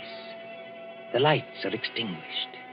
The great theater is dark and mumbling with echoes. See the stage now. Only the battens or overhead lights pour down a pale blaze on two men who stand grotesquely against the background of Dunsinane Castle. One of these men is Howard White, very near collapse. The other is Myron Willard himself, still wearing his makeup, still wearing helmet and chain mail. And when Willard speaks...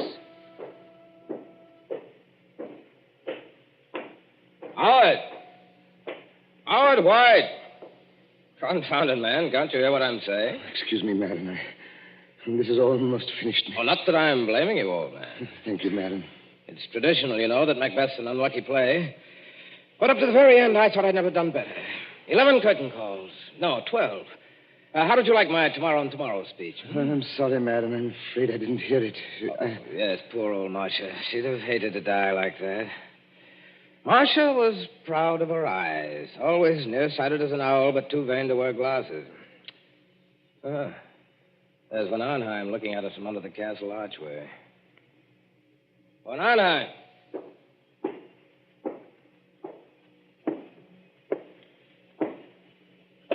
Did you call me, my friend?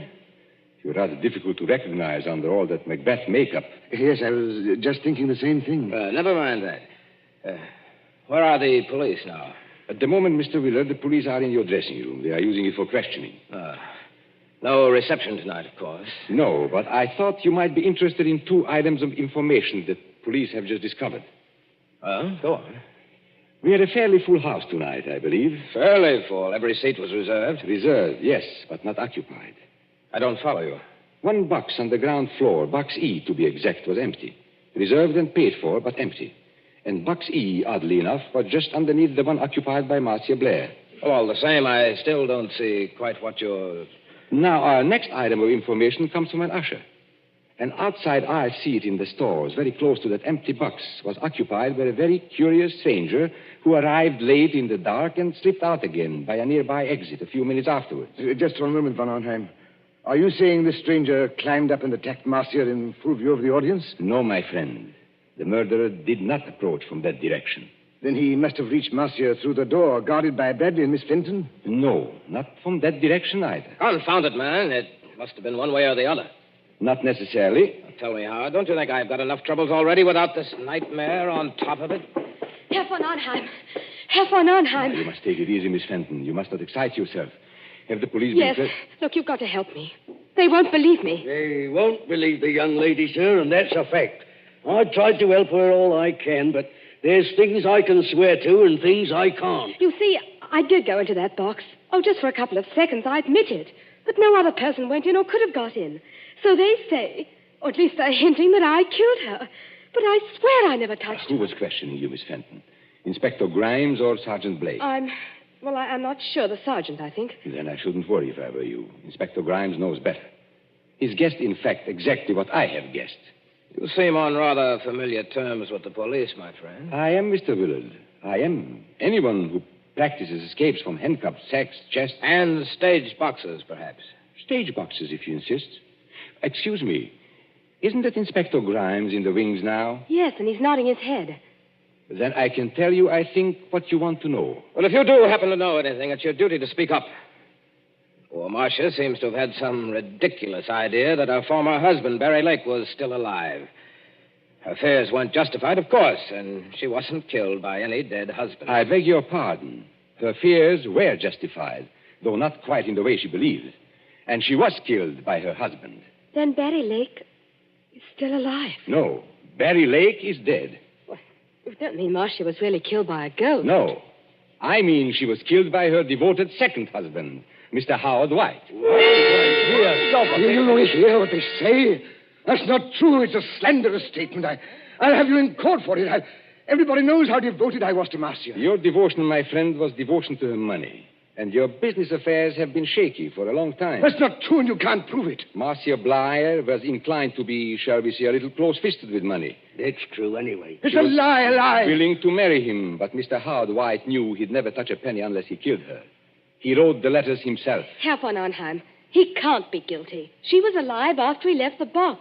He wasn't anywhere near her when she died. Perfectly correct, Miss Fenton. He wasn't there, and yet he killed her. Exactly. But you and Bradley can supply the clue that will hang him. Me, sir? I don't know nothing. No, I don't either. I think you do if you'll put your mind to it. Do you remember what Howard White said to her just before he left the box? Yes, he said, "Good night, Marcia. See you in an hour or two."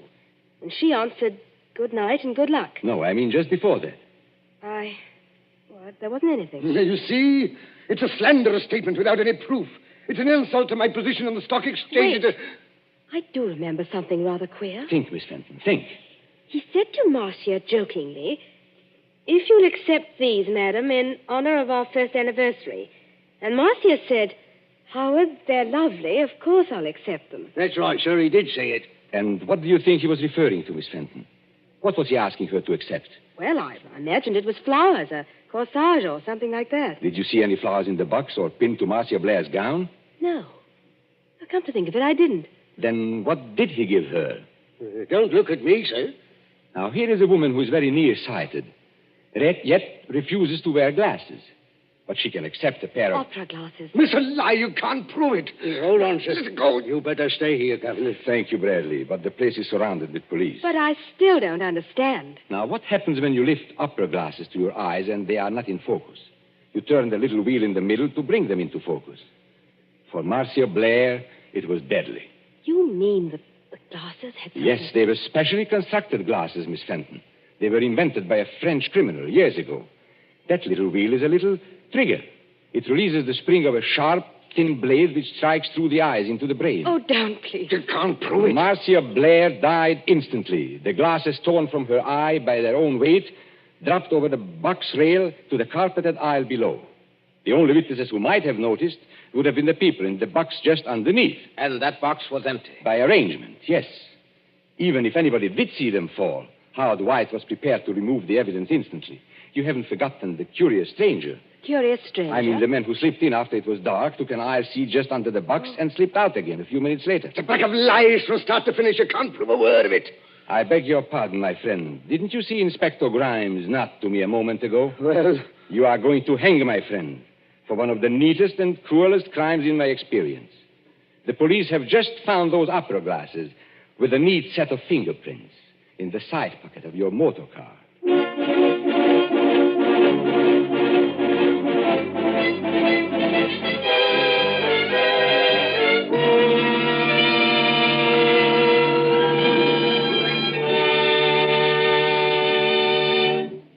And so ends Fire Burn and Cauldron Bubble, starring the distinguished actor Paul Lucas.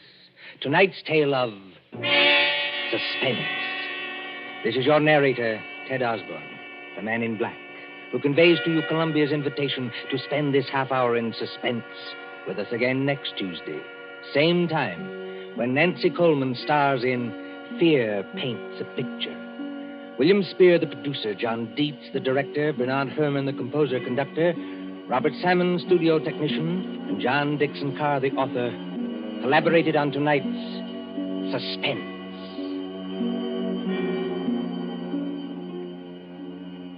This is the Columbia Broadcasting System.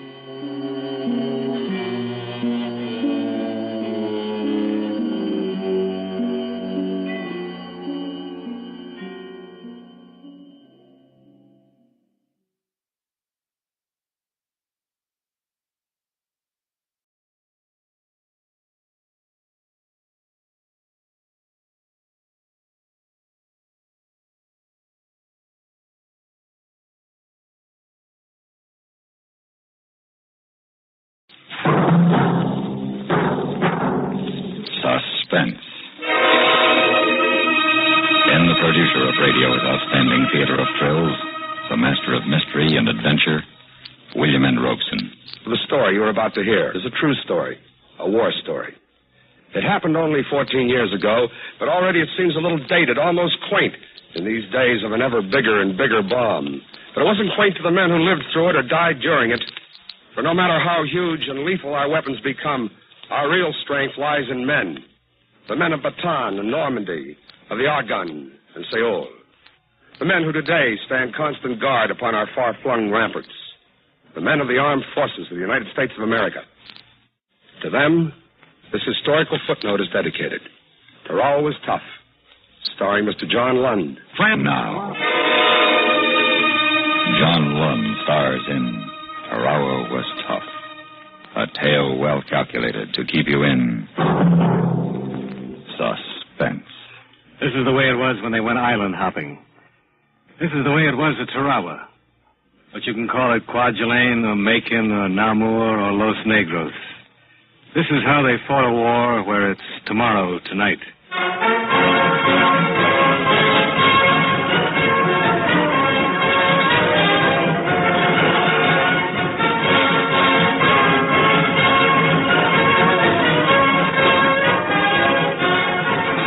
The training's all over now. You're ready to ship out. You're tough and you're hard and you're raring to go. But wars move slowly, even the best of them. And so you sit and wait, crowded into a shed on a pier in the harbor of Wellington, New Zealand. You've been laying around this shed for 12 hours now, waiting to get aboard your transport, and you'd go box-sock if it wasn't for the radio that the Red Cross fellow rigged up. It's tuned to your favorite station, Radio Tokyo. Hey, what a tune, huh? What a tune. Can you imagine what Sinatra will do to that? Sinatra would murder it. Listen to Bing. Bing, Bing. You're getting old, Les. Sinatra's a kid nowadays. Well, I reckon Moish is right, Les. We've been out of the States too long.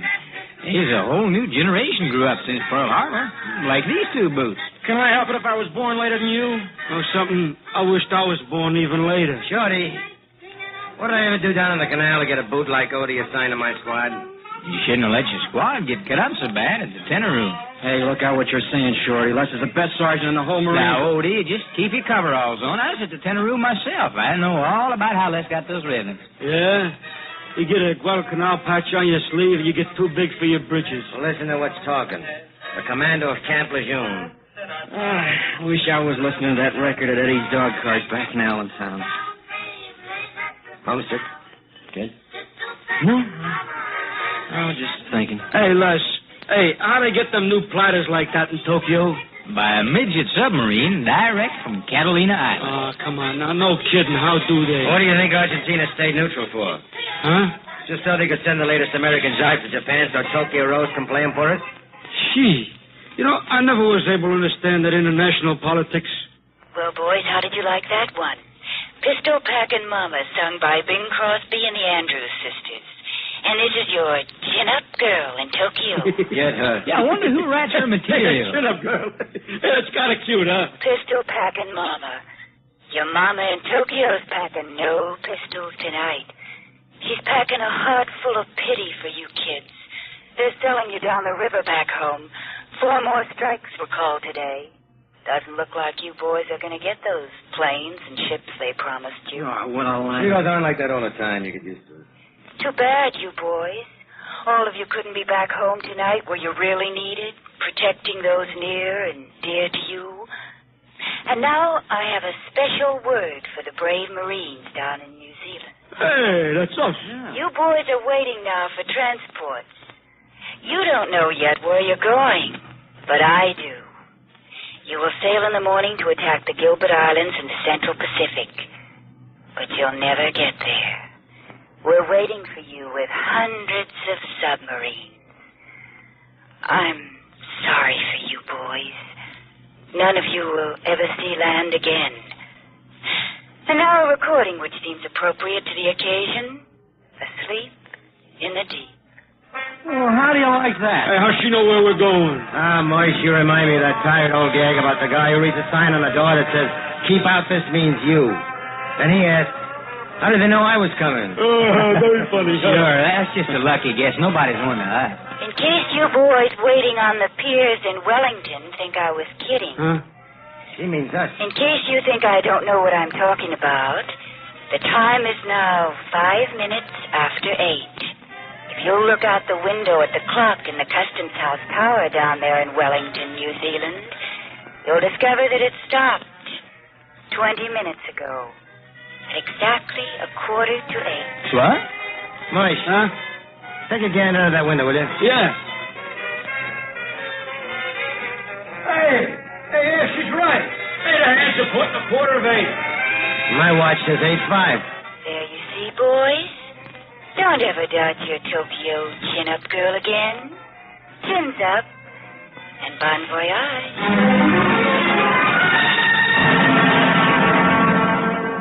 Oh, well, you can't load 20 transports full of Marines and tanks and jeeps and guns without somebody getting wise. When you pull anchor early in the morning and meet your naval escort outside the harbor, you forget all about that dizzy broad on the Tokyo radio. Let them send all the subs they've got left. You'll be ready for them. Because you've never seen so many carriers and cruisers and battle wagons in your life. You know you're on your way to something big. And they don't leave you in the dark about it. New Zealand is just slipping under the horizon to the south when they herd you together for a chart talk. Man, there's been a lot of scuttlebutt about where we're going. And it's time we give you the lowdown because all of us have got a lot of work to do before we get there. Our job is to take Tarawa. Where's that? Never heard of it. Tarawa is the principal atoll in the Gilbert Islands. The Gilbert? I thought Tokyo Rose was right. Ah, she was only guessing. Part of the task force will attack Macon Island to the north. I think some of you boys are pretty well acquainted with Macon. Now, another force will attack Alabama in the south. But our job is to take Tarawa. And we expect it to be plenty tough. Now, take a good look at this map. Study it. Study it hard.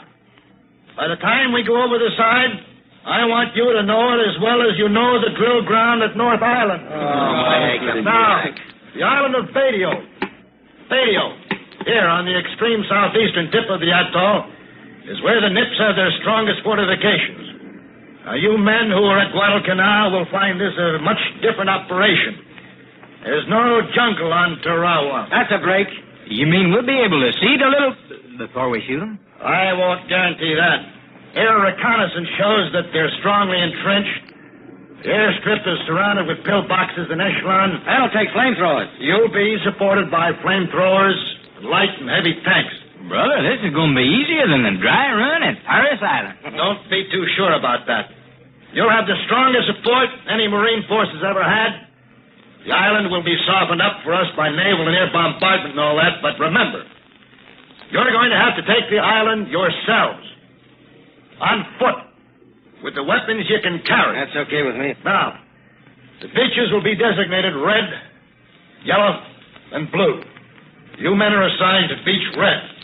Hour after hour, you go over the maps and the charts and the air photographs, printing each detail in your memory, cramming like a kid before a geography exam. You only take time off to chow, to hit the sack, and to take your turn topside on the sunny deck. Oh, man, what a way to fight a war, huh? And I get paid for laying out here, getting this lovely tan. That's what you think. Oh, man. You know, I hope I'll be able to keep tan like this until I get back to Brooklyn. Boys, you better cover up. You look like a bad case of the 4th of July. Nah, I'm okay. I always get red like this here at first, but don't mean nothing. Now listen, Moish, we're getting near the equator. This sun is different than the sun in Canarsie. What are you talking? I don't see no difference. There ain't two suns, is there? No, it's the same sun. Well, then... You know what I'd like right now? Huh, what? A bottle of Mexican beer and a bowl of chili. Hey, chili. Hey, did you ever know any Mexican girls, Shorty? You know, if I try real hard, I can see a connection there. Don't try. I knew a Mexican girl in Dago once, while I was at North Island. No kidding. Yeah. Ever know a Mr. Smith in New York? No. Oh, I never run into him. That's funny. Yeah, friend of yours? No. Well, this Mexican girl, she was. What? Friend of mine. Get Casanova Greenberg. Huh? It was that you call me odious son of dirty. Oh, not necessarily. Casanova was a guy who had a way with women. Oh. You noticed that about me, too, huh? Hey, did I ever tell you about that Aussie girl I met in Sydney? She had false teeth, uppers and lowers, full set. So you talk. You might think that... But just to talk. Because nobody really listens. You talk because you don't want to listen to the pounding of your own heart, racing against time, against the too-soon time when it may stop forever. You talk, or you just lie there and look out at the blue, blue water, and you wonder, what are you doing here? How did you get here? And you wonder if Tokyo Rose was guessing, or did she really have the word? And you wonder, most of all, if you ever will reach dry land again.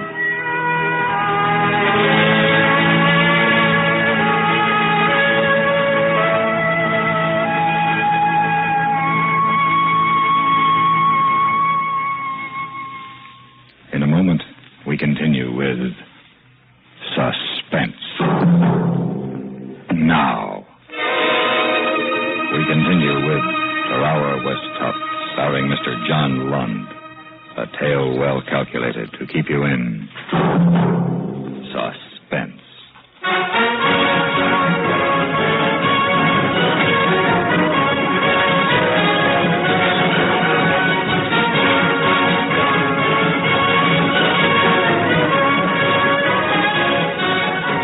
There are 2,000 Marines aboard this transport, and below decks it isn't exactly a cruise ship.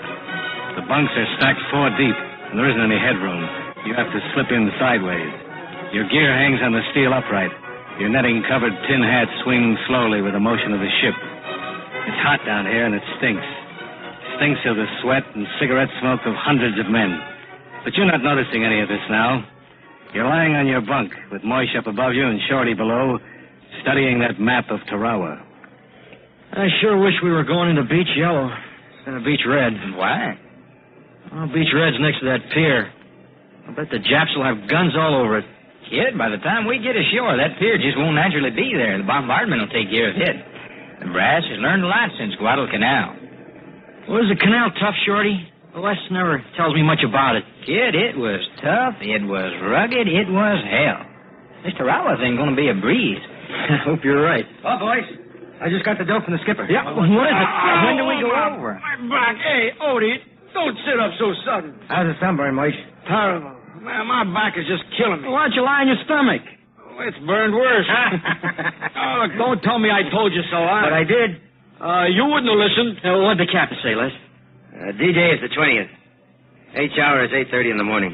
Tonight's the 18th. And we go over day after tomorrow. We go over tomorrow night. And if you guys got any letters to write, now'd be a good time to do it. You read your Maori? No, not today. You better do it, kid. We're going to be pretty busy from now on. But you can't write. What can you say? You got too much on your mind to write. They spring a boat station drill along about 400 hours. By the time that's over, you got to line up for chow. You spend the rest of the day checking over the maps and photographs and your equipment down to the last cartridge and grenade. And as the day passes, you start to tighten up. You can feel the other guys tightening up, too. It's all over the ship. Everything's the same, the placid blue sea with the sun sparkling across it, the flung-out lines of transports and carriers and battle wagons. It's just like it has been for 6 days. But inside you, inside every man on board, it's different. It's hard to get your breath. Your heart's pounding like a trip hammer. Your nerves stretch tighter and tighter. And by nightfall, you feel that something has got to snap inside you. And then along about midnight, a loudspeaker box. All hands secure condition 3. Set condition 1A. Oh, man, here we go. Come on, get your gear together. Relax, kid. That's for the Navy crew that's running this tub, the hired help. Yeah, you got plenty of time, Odie.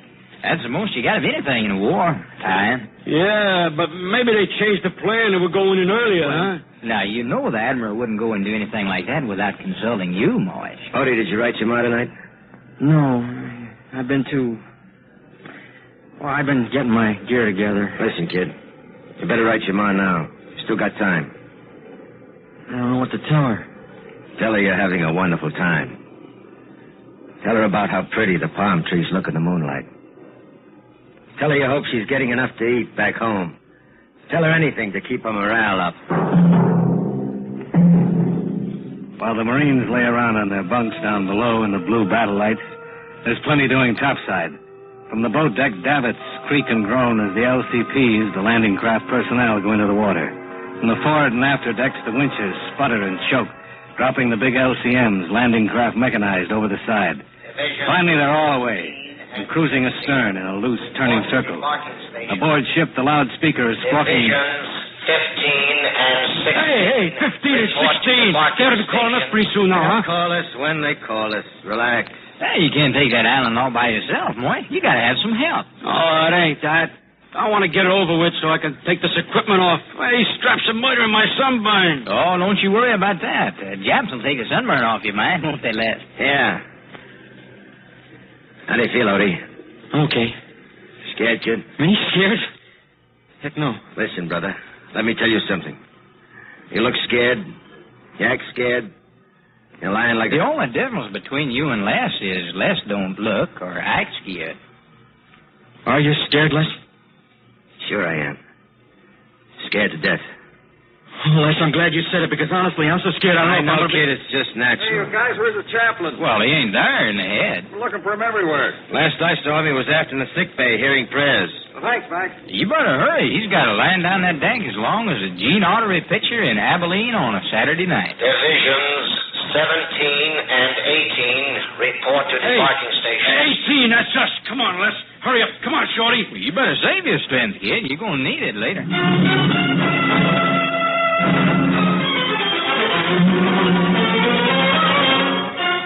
They're crouching in the landing barge now.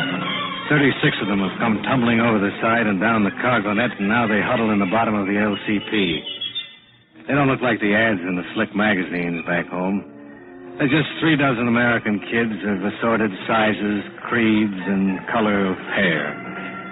They aren't quite as slap-happy as a football team on its way to the Rose Bowl, but they aren't acting like they had a date with destiny either. They're just a bunch of well-trained kids talking shop. Now, Odie, mind what I told you. When we get ashore, you keep your butt down. Yeah, that's important, Odie. You ain't got a tin hat on your tail. Another thing, first time on the fire, maybe you'll freeze. Well, don't let that worry you. Just freeze. I'll be there to look after you. Oh, unless you treat me like a kid, I can take care of myself. Now, you hear me. I'm looking after you, see? Who's going to look after you, Sergeant York? It's not yet dawn, and the boats are cruising around in a circle at the rendezvous point, a mile off the beach. It's quiet except for the purring of the engines and the low talk of the men. And then, way off toward the horizon, there's a jacket ball of sparks. Hey, what was that? The Navy. Battleships and cruisers offshore. Doing our work for us. Brother, when they get through pounding that beach, there won't be a Jap left to rig a booby trap. That, boys, is what is known as softening up. Oh, I told you this is going to be a pushover. It takes hours to organize and land an invasion force. You don't rush off toward the beach at top speed yelling gung-ho. You wait. You circle and wait while the big guns of the Navy pound the 800-yard wide island of Baguio. And then the sun bounces up out of the ocean off toward Hawaii, and it's daylight and hot. And still you wait, circling slowly. And when the battle wagons leave off, the dive bombers take over, swarming up from the flat decks of a dozen carriers hidden behind the horizon, roaring down on the Japanese gun positions, crumbling the pillboxes, pulverizing the concrete ramparts in the most intensive air bombardment in history. To you, crouching mouth agape offshore in the LCP, it looks as though nothing could remain alive under that murderous fire. It's getting close to 8 hour now, and you get the flash from the flagship, and the circle breaks up, and the boats fan out, heading for Beach Red. But you don't go in full throttle. You creep in, slowly, feeling for a safe channel through the treacherous coral reefs, praying the high tide will hold its promised 4.5 feet of water till you can unload these kids on the page of a history book. You peel your eyeballs, searching the coral formations beneath the rippling green water. And then, suddenly something's changed. Something is not quite the same. And then you get it. It's quiet. The Navy guns have ceased firing. The Navy planes have let up, so the men can go in. It's H hour, and no sound comes from Baguio. Not a single rifle barks a challenge to your coming. How you doing, kid? Okay. Look at that. Not a peep out of them, and only a couple of 100 yards to go. Hey, what's that? What's the matter? We run aground. Yeah, you've run aground. You can back away, all right, but you can't go forward. Your bottom's crunching coral. This is the end of the line. Oh, here we go. Okay, boys, get on your overshoes as far as we go. How do you like that? And my reach to Red Beach and return. Got some snafu. All right, boys, over you go. And keep those rifles out of the water. All right, guys. All right, come on, let's go.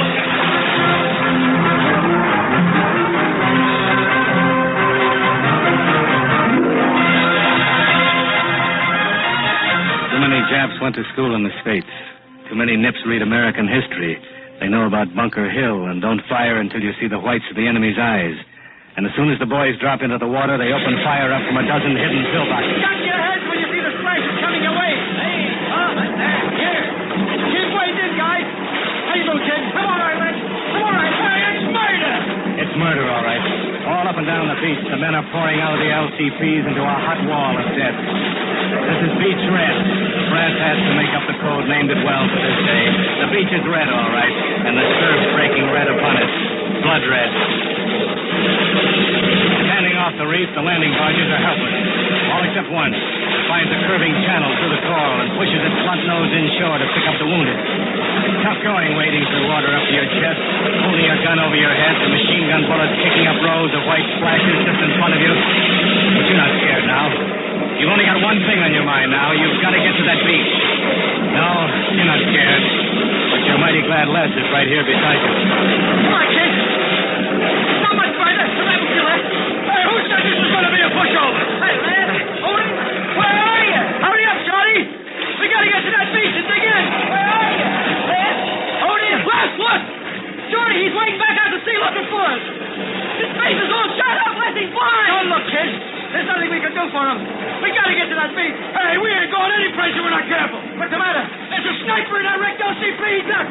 They're shooting this way. Get down on it. Get shot. man! Hey, stop one! Stop one had my name on it! All right, there's an LCP over there picking up wounded! We gotta get him on it. LCP!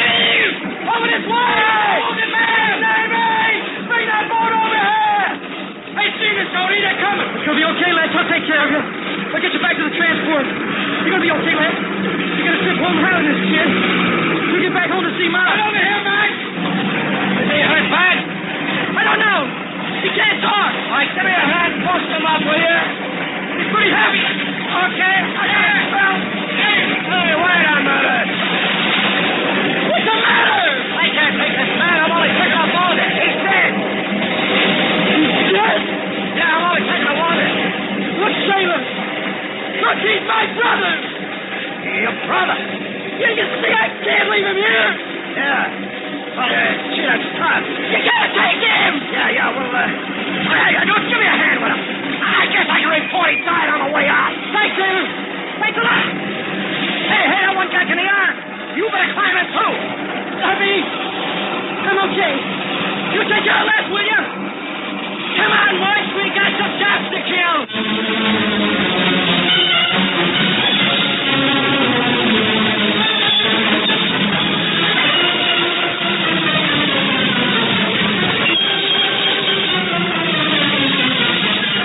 Yes, Tarawa was tough. So was Hollandia Bay and Guadalcanal and Saipan and Iwo Jima, Okinawa, and Awetuck. But they were won and held by men. Even the final island of Honshu, on which the two first adolescent bombs burst, was finally won and held by men. The men of the armed forces of the United States. The men whom America honors.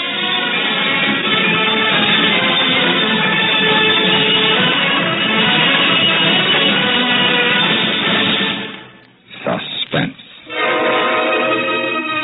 in which Mr. John Lund starred in Tarawa Was Tough.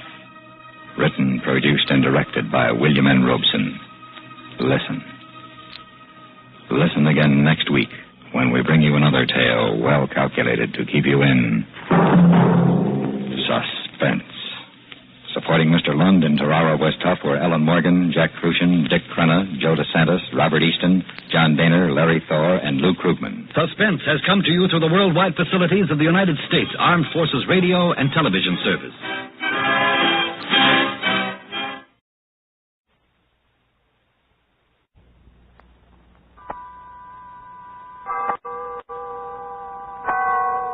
Autolite and its 98,000 dealers bring you Mr. Herbert Marshall in a true story. Tonight's presentation of Suspense.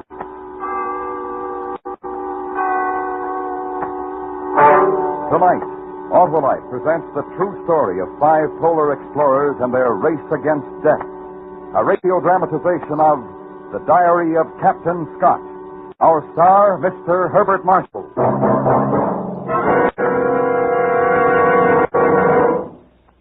Hey, Wilcox, you're under arrest. What for, For Sheriff? helping make a fast getaway, that's what for. Oh, not I, Sheriff. It's those ignition-engineered Autolite spark plugs in my car. They're experts on fast getaways, and they can't be beat for smoother performance and gas savings either. Well, then I want them Autolite spark plugs for my car. You bet you do, Sheriff. Everybody wants those world-famous ignition-engineered Autolite spark plugs. So why not have your neighborhood Autolite spark plug dealer check the exact condition of your spark plugs with his exclusive Autolite plug check indicator. And if they're worn out or wrong for your style of driving, he'll recommend those gas-saving, super-smooth, ignition-engineered Autolite spark plugs. How do I find my nearest Autolite spark plug dealer, Wilcox? Why, just phone Western Union by number and ask for Operator 25. She'll gladly tell you the location of your nearest Autolite spark plug dealer. And remember, from bumper to tail light, you're always right with Autolite. And now, with The Diary of Captain Scott and the performance of Mr. Herbert Marshall, Autolite hopes once again to keep you in suspense.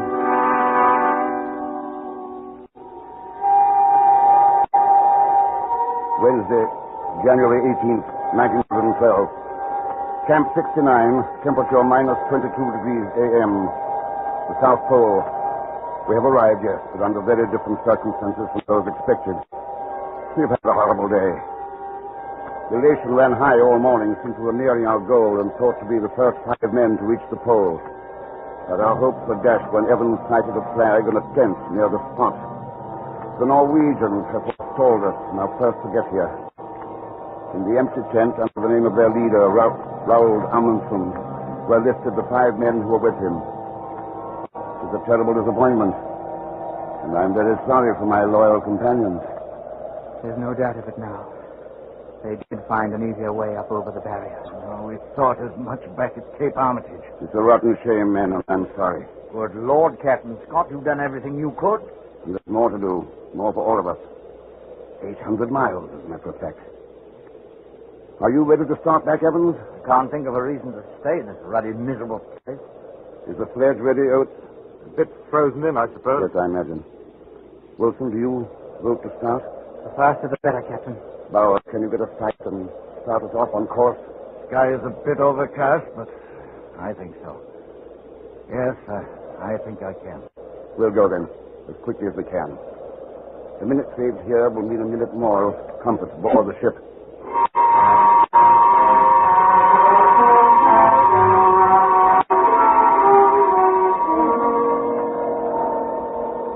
January 18th, temperature minus 26 p.m. The moment of departure is here. It is impossible to collect our thoughts, and few of them are voiced. But I know the same are with all of us. Can we pull the heavy sledge with great distance? 800 miles of a trackless, windswept barrier and drift.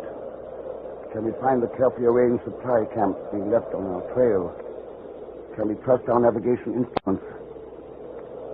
Can we survive?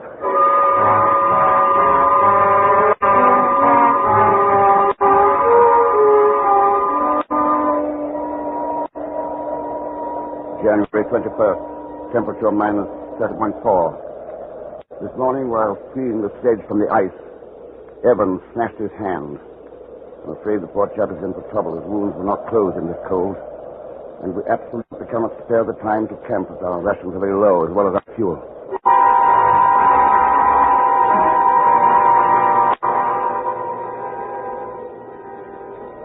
January 28th, night camp. Temperature minus 27. The miles continue to fall behind us, but with painful slowness. Our diet and with it our general condition has improved since finding our half-degree supply camp. Only 42 miles to the next one, but we're not without ailments. Oates is suffering from a very cold foot. Evans' hands and face are in a horrible state. And tonight Wilson is suffering tortures from snow blindness. Bowers and I are the only ones without trouble at present.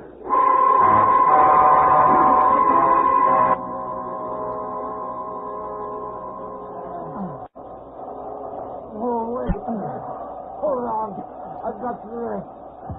Don't try to help, Evans. Just hold to the sled. I wasn't helping, Captain. I've got to rest anyway. I get dizzy. Don't sit down, Evans. Step on your feet. Can't we put him in his sleeping bag and put him on the sledge? No, I won't do that. We can pull him. I won't do it. If it's for the good of the rest of us, Evans. No, I'll stay here first. Then, if it's an order. No, not that kind of an order. I won't be dragged on by the rest of us. Then you've got to come along. 7 or 8 more miles, Evans. Then we'll be stopping for some rest and a hot meal. I'm not thinking of those miles. How many more 7 miles are there? Let's cover these as How well. many more? Evans. I'll do the best I can. I'm sure of it, Evans. And everything will be all right? Yes. All right. There'll be hot food in a few more hours. Let's move on.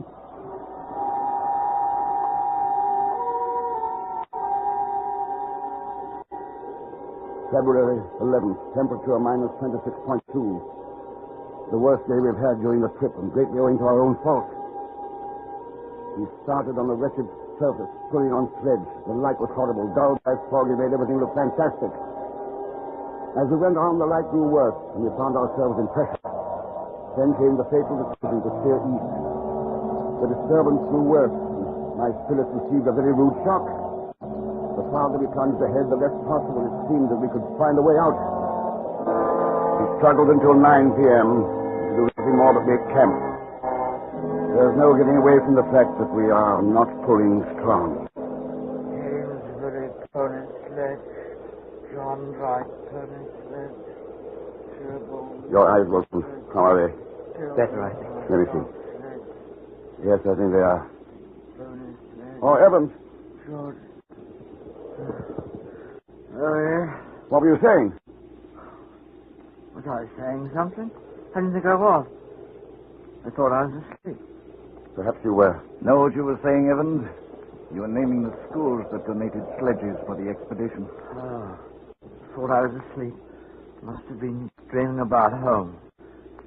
I like it better there than I do here. I mean, I like dreaming about it. I like it. Get as much rest as you can, Evans. We'll mount an early start. Boats, how's your foot? It's better, Captain. It bothers a bit in the morning, but then it gets better. Good. How do you get along so well, Captain? Well, because I know everything's going to be all right. Are you just cheering us up, or do you really think so? Of course I think so.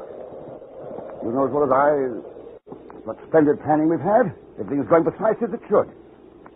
There's a line of supply camps right back to the ship. All we've got to do is follow it.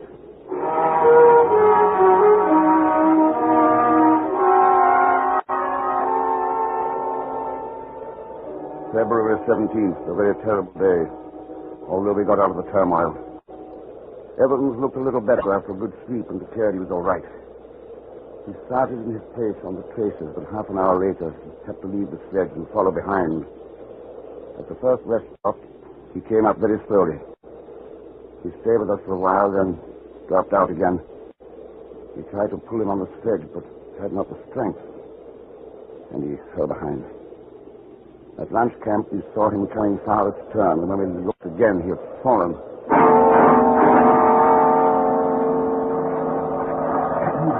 Evans, is he alive? Wait. Get him to his feet. Get him moving.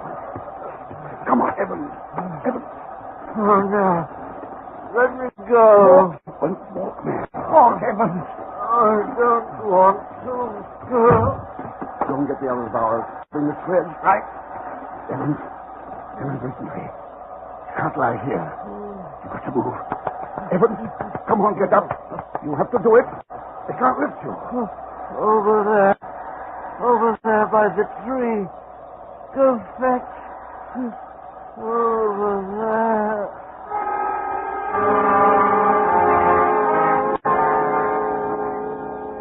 When we got him into the tent, he was quite comatose. And he died quietly at 12:30 p.m. It's a terrible thing to lose a companion that way. His passing is a frightfully personal thing to each of us. As is usual, our doubts and fears are not voiced. But I don't think that one of us does not wonder how many of the remaining 4 can survive.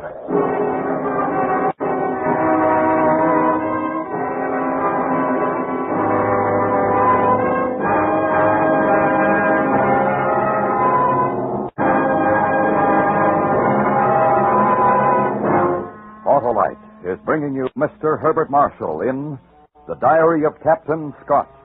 Tonight's production in radio's outstanding theater of thrills, Suspense.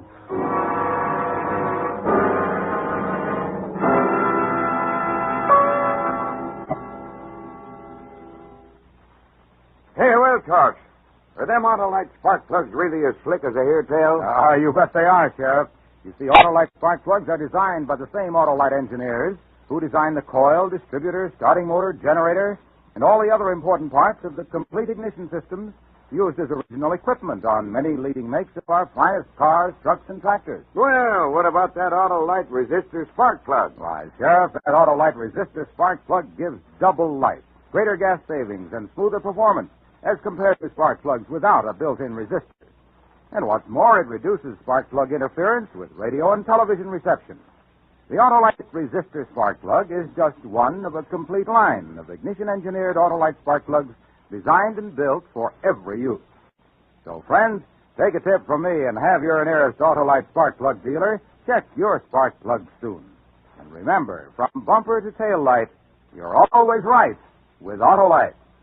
And now, Autolite brings back to our Hollywood soundstage Mr. Herbert Marshall in Elliot Lewis's production of The Diary of Captain Scott.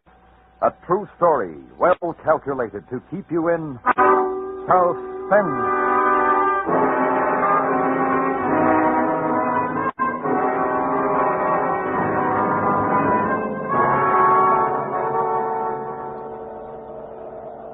February 22nd, night camp.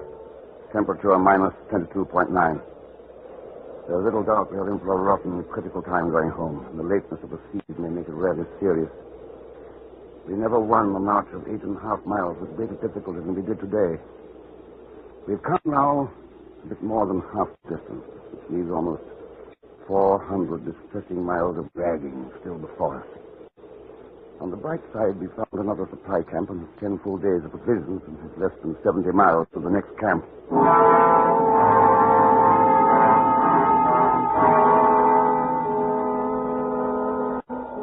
February 25th, night camp.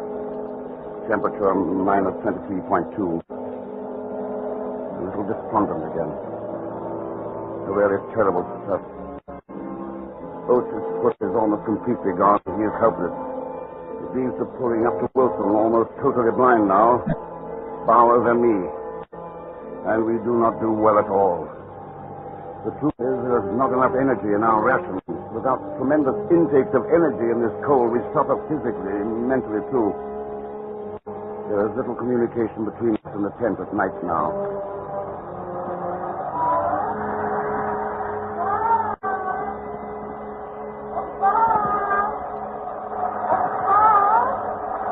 Yes? What is it, Scott? Well, I thought I heard something. I thought you said something, didn't you? No. Bowers. I've got to talk to you, Bowers. Oh, of course. Hi, Bowers. I'm terribly worried. I didn't think it was you who was called. I heard my wife. Under these conditions, I Wait, hardly think... It started last night. I was with her, Bowers, and there wasn't a dream. I was lying awake, looking up at the peak of the tent.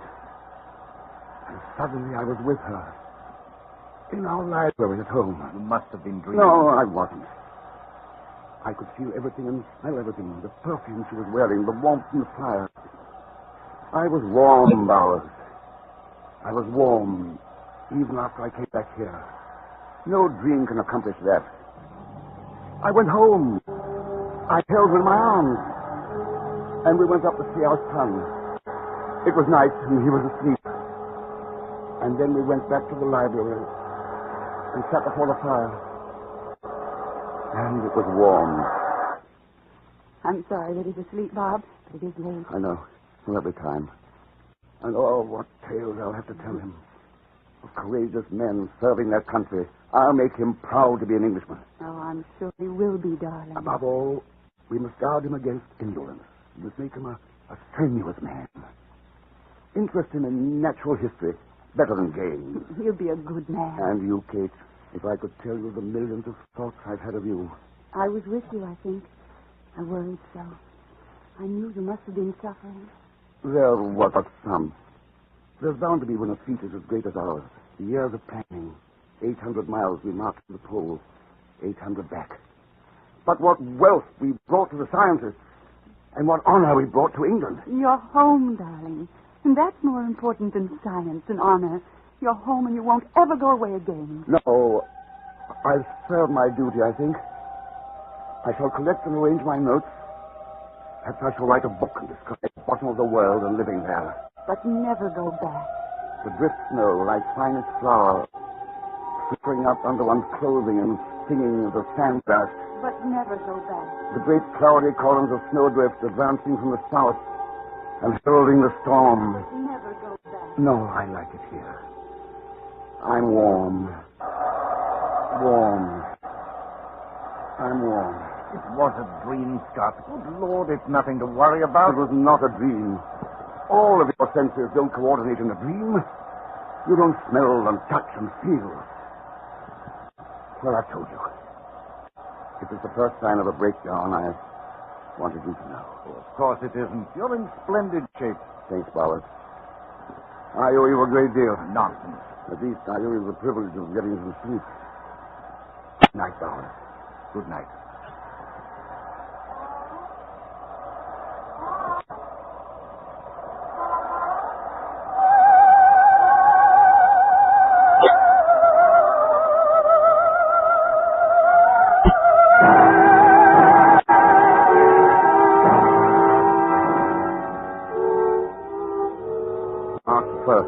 Lunch, very cold last night. Minimum minus 41.5. But our fortunes have changed. At least the future looks brighter. Bauer's excellent navigating has kept us precisely on course, and on it we found an unexpected supply tent containing rations and a note addressed to me. The men back at the Cape had taken it upon themselves to change plans, for which we are happy. The next camp, we expected only supplies, has been enlarged and manned. We are to be met there with dog sledges. At that point, our dragging days are finished. And only 24.5 miles away.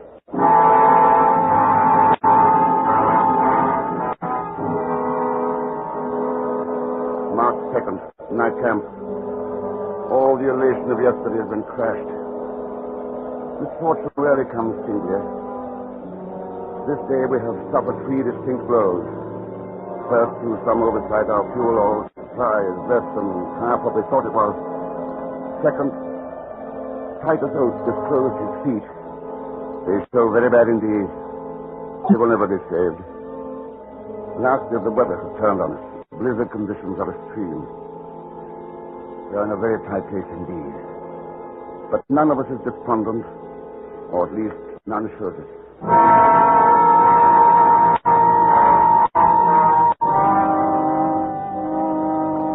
March 10th. Things steadily going downhill. Midday, minus 43. Blizzard still with us. Oates unable to go on, so camped at noon. Have covered only 11 miles in 8 days past. Captain. Yes, Oates. It's quite difficult to say this without sounding heroic, but I'm going to die, and I know it. No, you aren't, Oates. You mustn't talk like that. It's no good, Captain. I know I am, and I'm not afraid. Stop that, Oates. I know what I'm saying. And the quicker it happens, the better. I'm not going to hold the rest of you back. I know how I felt about poor Evans. He was holding us back, and I knew he was going to die, and I was angry at him for keeping on as long as he did. Oates, what kind of talk is that, Oates? Oh, it's the truth, and I don't care. When he was holding us back, and I knew there was no chance of him, I wanted him to die. I don't know what the rest of you were thinking, but that's what I was. And now I'm holding you back. And I won't have that. I want you to leave me. We'll not leave you, Oates. Please, Captain. I'm not afraid. I'd like to go. I'm tired and it hurts, and I'd like to go to sleep and not wake up. I've no family to leave like the rest of you. We won't leave you, Oates. You know that. I want it that way. I'll get in my sleeping bag. I'll just sleep. I'm not afraid. I want to. We can't do that, Oates. Even if we agreed with you, we couldn't leave you. Please, Captain, you know I'm right. All of you know. Please. Please.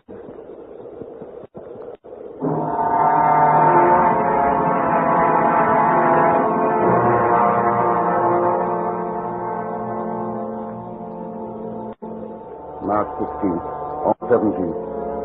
We lost track of dates, but I think the last is correct. Poor Titus Oates is gone. Should this journal be found, I want these facts recorded. This was his end. He woke in the morning yesterday. It was blowing a blizzard. He said, "I'm just going outside. Shan't be long." He went out into the blizzard, and we have not seen him since.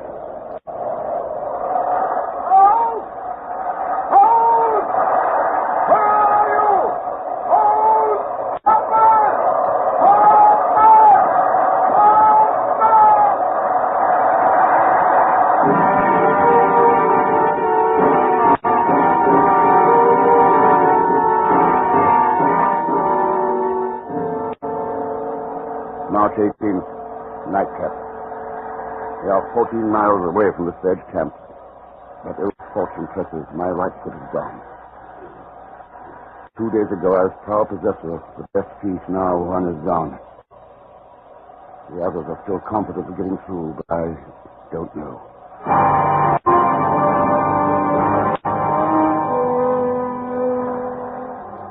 March 21st. Got within 11 miles of dog sled camp yesterday. The blizzard forced us to lay up. We cannot move against it. We do not dare to leave the tent. We would surely die if we did.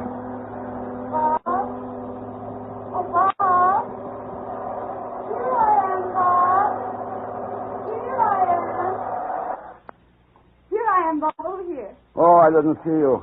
So nice in the sun. I thought I'd sit out for a bit. Too nice. Nothing like this at your precious South Pole. No, nothing like this.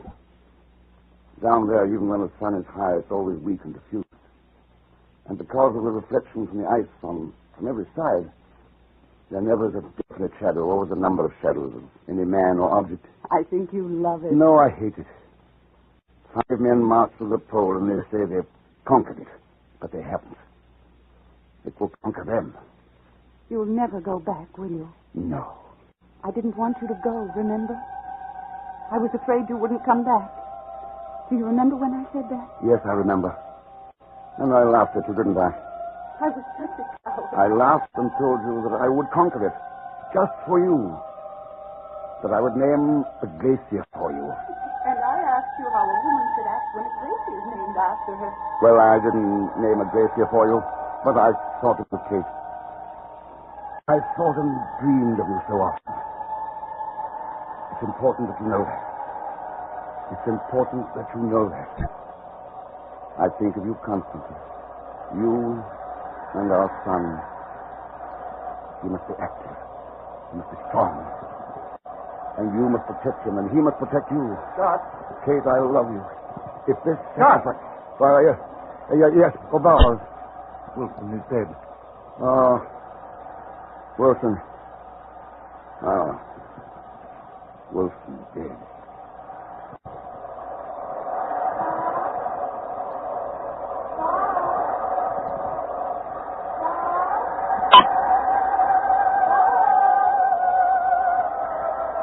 March 29th.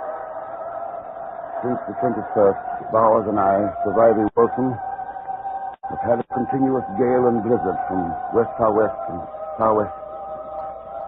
We had fuel to make 2 cups of tea apiece and bare food for 2 days on the 20th. Every day we've been ready to start for the dog sledge camp 11 miles away. But outside the door of the tent it remains a scene of whirling drift. I do not think we can hope for any better things now. We shall stick it out to the end. But we are getting weaker, of course. And the end cannot be far. It seems a pity.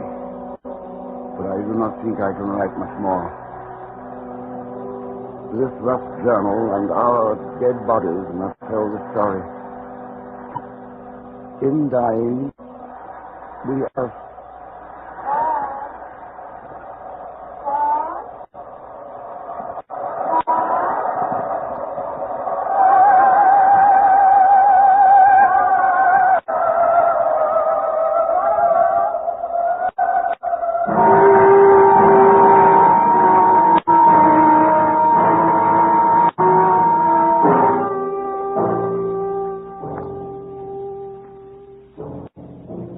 Following year, an expedition formed by Captain Scott's comrades at the main depot at Cape Armitage set out and found his body, along with that of Bowers and Wilson. Search was carried on for Oates and Evans, but they were never found. A great cairn was built at the site of Scott's final camp, a trivial monument to the courage of 5 men, and especially to the complete devotion to duty of Robert Falcon Scott, who until his dying breath continued to keep a record of the fatal journey.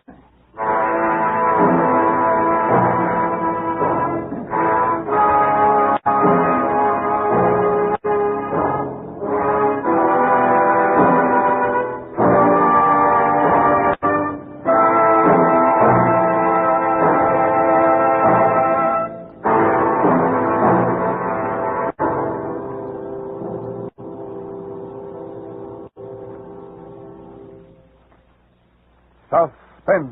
A true story presented by Autolite. Tonight's star, Mr. Herbert Marshall.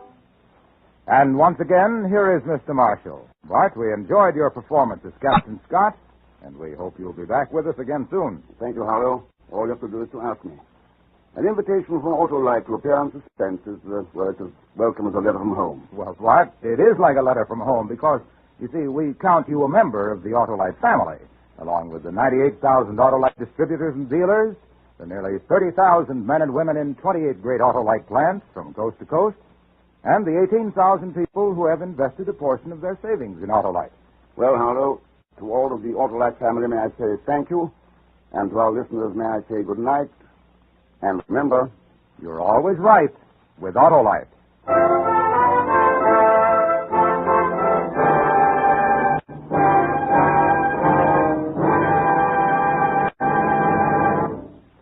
Next week, another true story about an almost legendary man. The dramatic recreation of The Shooting of Billy the Kid, starring Mr. Frank Lovejoy. The program will be heard on Suspense.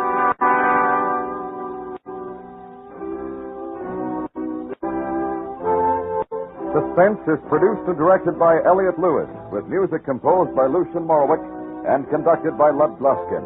The soloist tonight was Eloise. The Diary of Captain Scott was adapted for Suspense by Gil Dowd.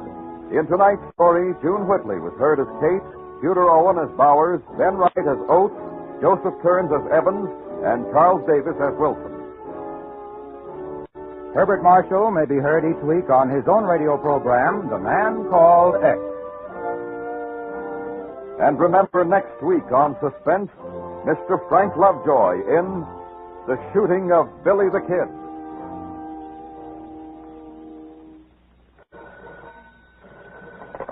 For the location of your nearest Autolite spark plug or Autolite battery dealer, or your nearest authorized Autolite service station, phone Western Union by number and ask for operator 25. Switch to Autolite. Good night. This is the CBS Radio Network.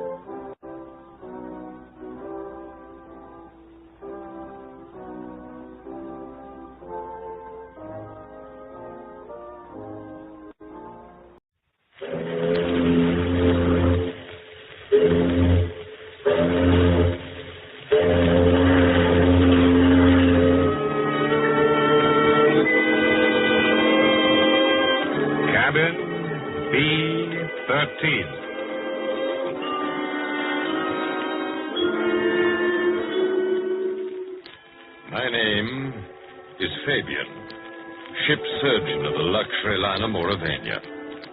Tonight, as we lie alongside the docks of the great port of Southampton, the ship is ghostly, deserted. Our passengers on this world cruise have gone to London. And as I sit here in my cabin, B-13, I'm reminded how the tides and storms of 1,000 voyages have wrought nothing more strange, more sinister than man's desire for adventure in the strange ports and lands we touch. I remember Bill and Brenda Leslie. It was years ago before the war, and the effect on their characters of the mortal terror that overtook them in London. CBS brings you John Dixon Carr's famous Dr. Fabian, ship surgeon, world traveler, and host in Cabin B-13 for strange and incredible tales of mystery and murder, directed by John Dietz.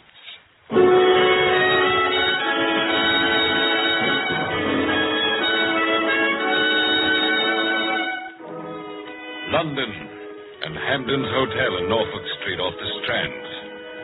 A quiet little street sloping down to the river, quiet little hotel. So dingy with its stuffiness of old carpets and yesterday's tea trays that you'd never suspect how fashionable it is or how expensive. Can't you hear the lift whining as its two latest arrivals, the husband American, the wife English, go swaying up to a bumpy stop? This way, sir. Come on, Brenda.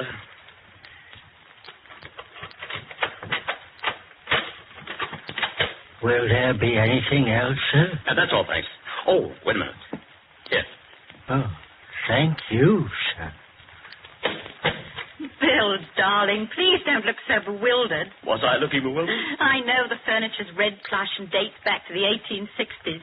I know we can't get a private bathroom. By George, the waiters look as old as the furniture. But if only we'd gone to Claridge's or the Savoy or Any one of a dozen places I suggested. Darling, you don't understand. No? Who the devil wants to go to Claridge's or the Savoy? This is London. Oh, Bill, I'm afraid I still don't understand. I've been in the diplomatic service for 7 years. I've been stationed in 3 capitals, but I've never been here. It's a lovely old town. Oh, it's home. It's home to me, too, in a way. It's put a spell on my imagination ever since I was a boy so high. Sherlock Holmes, Dr. Fu Manchu, hansom cabs rattling through the fog. Darling, you don't think we'd still ride about in hansoms? No, but it's the spirit of the thing. Here, look out of this window. Yes? Gray and black buildings. Twilight coming down. And yes, look down there. Where? I don't see anything. It's one of your famous barrel organs. Here, let's have the window up. It's under our windows, Brenda. What's the tune, dear? Do you know it? Oh, something about she was a lassie from Lancashire. It's a very old one. But it's right, don't you see? Everything's right. And if I crane out of the window sideways like this, I can see down to the river. That's where the bodies fall off walls and the police launches go out. Oh, Bill, please listen to me. Yes? Put your arms around me. Look down at me. There. I have a funny face. I admit I have a funny face. I love you terribly, Bill. I don't mean any words like very much or a lot. Just silly and terribly. But of all the romantic Americans I've ever met, you have the most absurd and fantastic ideas about England. You don't really expect to find Scotland Yard men in bowler hats trailing you every step. Now, do you? That wasn't the point, Brenda. When you think about it, just remember the barrel organ. Safe, stodgy, comfortable. That's London, Bill. Will you remember? Well, at least they've got telephones in this place. Hello? Mr. William Leslie? Yes, speaking. This is the reception desk, Mr. Leslie. There's a man here who insists on seeing you. In fact, the man is on his way upstairs. He's a police officer. What did you say? A police officer, sir. A police officer, huh? I see. He isn't by any chance from Scotland Yard? Yes, sir. I thought you might like to know. Did you hear that, Brenda? Yes, I heard it, but surely... About 6 hours in England. Oh, this is ridiculous, Bill. There must be some mistake. Well, there probably is. All the same, come to think of it, I don't feel very keen about facing one of these bowler hats in real life. But why do they come to us? We haven't done anything. Nothing I can think of. That's what worries me. Get ready for the hat and the raincoat and the cropped mustache. Yes? Mr. Leslie? Mrs. Leslie? That's right. Won't you come in? Thank you. Sorry to have to trouble you, sir. I'm a police officer, Metropolitan CID. Here's my warrant card. I see. Chief Inspector... Bradford, sir. And I'm bound to tell you I'm here about a pretty serious matter. But we haven't done anything. Easy, Brenda, easy. Sit down, Inspector. Thank you, sir. Now, don't mind my notebook. It's a mere formality. You and your wife arrived this morning by the Mauravania. Your wife is British and carries her own passport, correct? Yes, that's correct. A week from today, you leave by the same ship for Lisbon. At Lisbon, you take up a new diplomatic assignment at the American Embassy. Correct? Yes, just one moment. I'd like you to look at this snapshot I have here. Who is it? But it's Bill. I mean, well, except for that awful shirt and tie. Well, it is Bill. So help me, I never had that picture taken. I know you didn't, Mr. Leslie. That's Flash Morgan. Ever hear of him? Never. Is he wanted for something? He's wanted for several murders. We won't mention bank robbery. Also, he's a ripper, if you know what that means. He uses a razor and likes it. Me, the image of a famous murderer? They don't look so different from the rest of us. Do you realize, sir, you can't leave this hotel without being nabbed as Morgan by the first clupper you meet? But I can prove who I am. I've got my papers. You've got your papers. Right. Suppose Morgan gets them. Morgan? The Mauravania sails a week from today. Somebody called William Leslie, carrying diplomatic immunity, sails with her. What's to prove it's really you? You mean he might... I do. Oh, that's impossible. He couldn't get away with it. No, I don't think he could, but I'll give you 10 to 1 he'd prize it. This is too small a country to hide in, and he can't get away. He's desperate. This is his last hope. What about Brenda here? There are several things that might happen to Mrs. Leslie. All unpleasant. There's just one more matter I'm bound to warn you of. You've warned us, Inspector Radford. We appreciate it most awfully. What else could there be? Morgan may try to get into this hotel. Safe, stodgy, comfortable. I see what you mean, Brenda. Beg your pardon, sir? Oh, just a little joke between my wife and myself. It's getting chilly. Better close the window. Look here, Inspector. This, Ripper, or whatever he is, couldn't possibly know there's a man who looks just like him. He couldn't, eh? Have you seen any evening paper? No. Some fool took a picture of you getting off the boat train. It's been published with comments on the resemblance. You'll find Morgan's story also with pictures on the front page. Here's the Standard. Read it. But haven't you got any idea where this man is? No, madam, we haven't. He used to have a hangout at 96 Fleet Street up over a barber's shop. He won't go there now. He's loaded with money from the Whitehall bank job. He's got a razor, and he's ready to use it. Now, if you'll excuse me... Inspector, wait. What do you want us to do? I want you to stay in this hotel, both of you, until that boat sails. Cooped up here for a week just on a theory of yours? Yes, Mr. Leslie. Just on a theory. Suppose I do go out. I can't stop you, sir. The guard I'm leaving here can't stop you. But I might send you some photographs of people with their throats cut. Sorry to have upset you. Good day.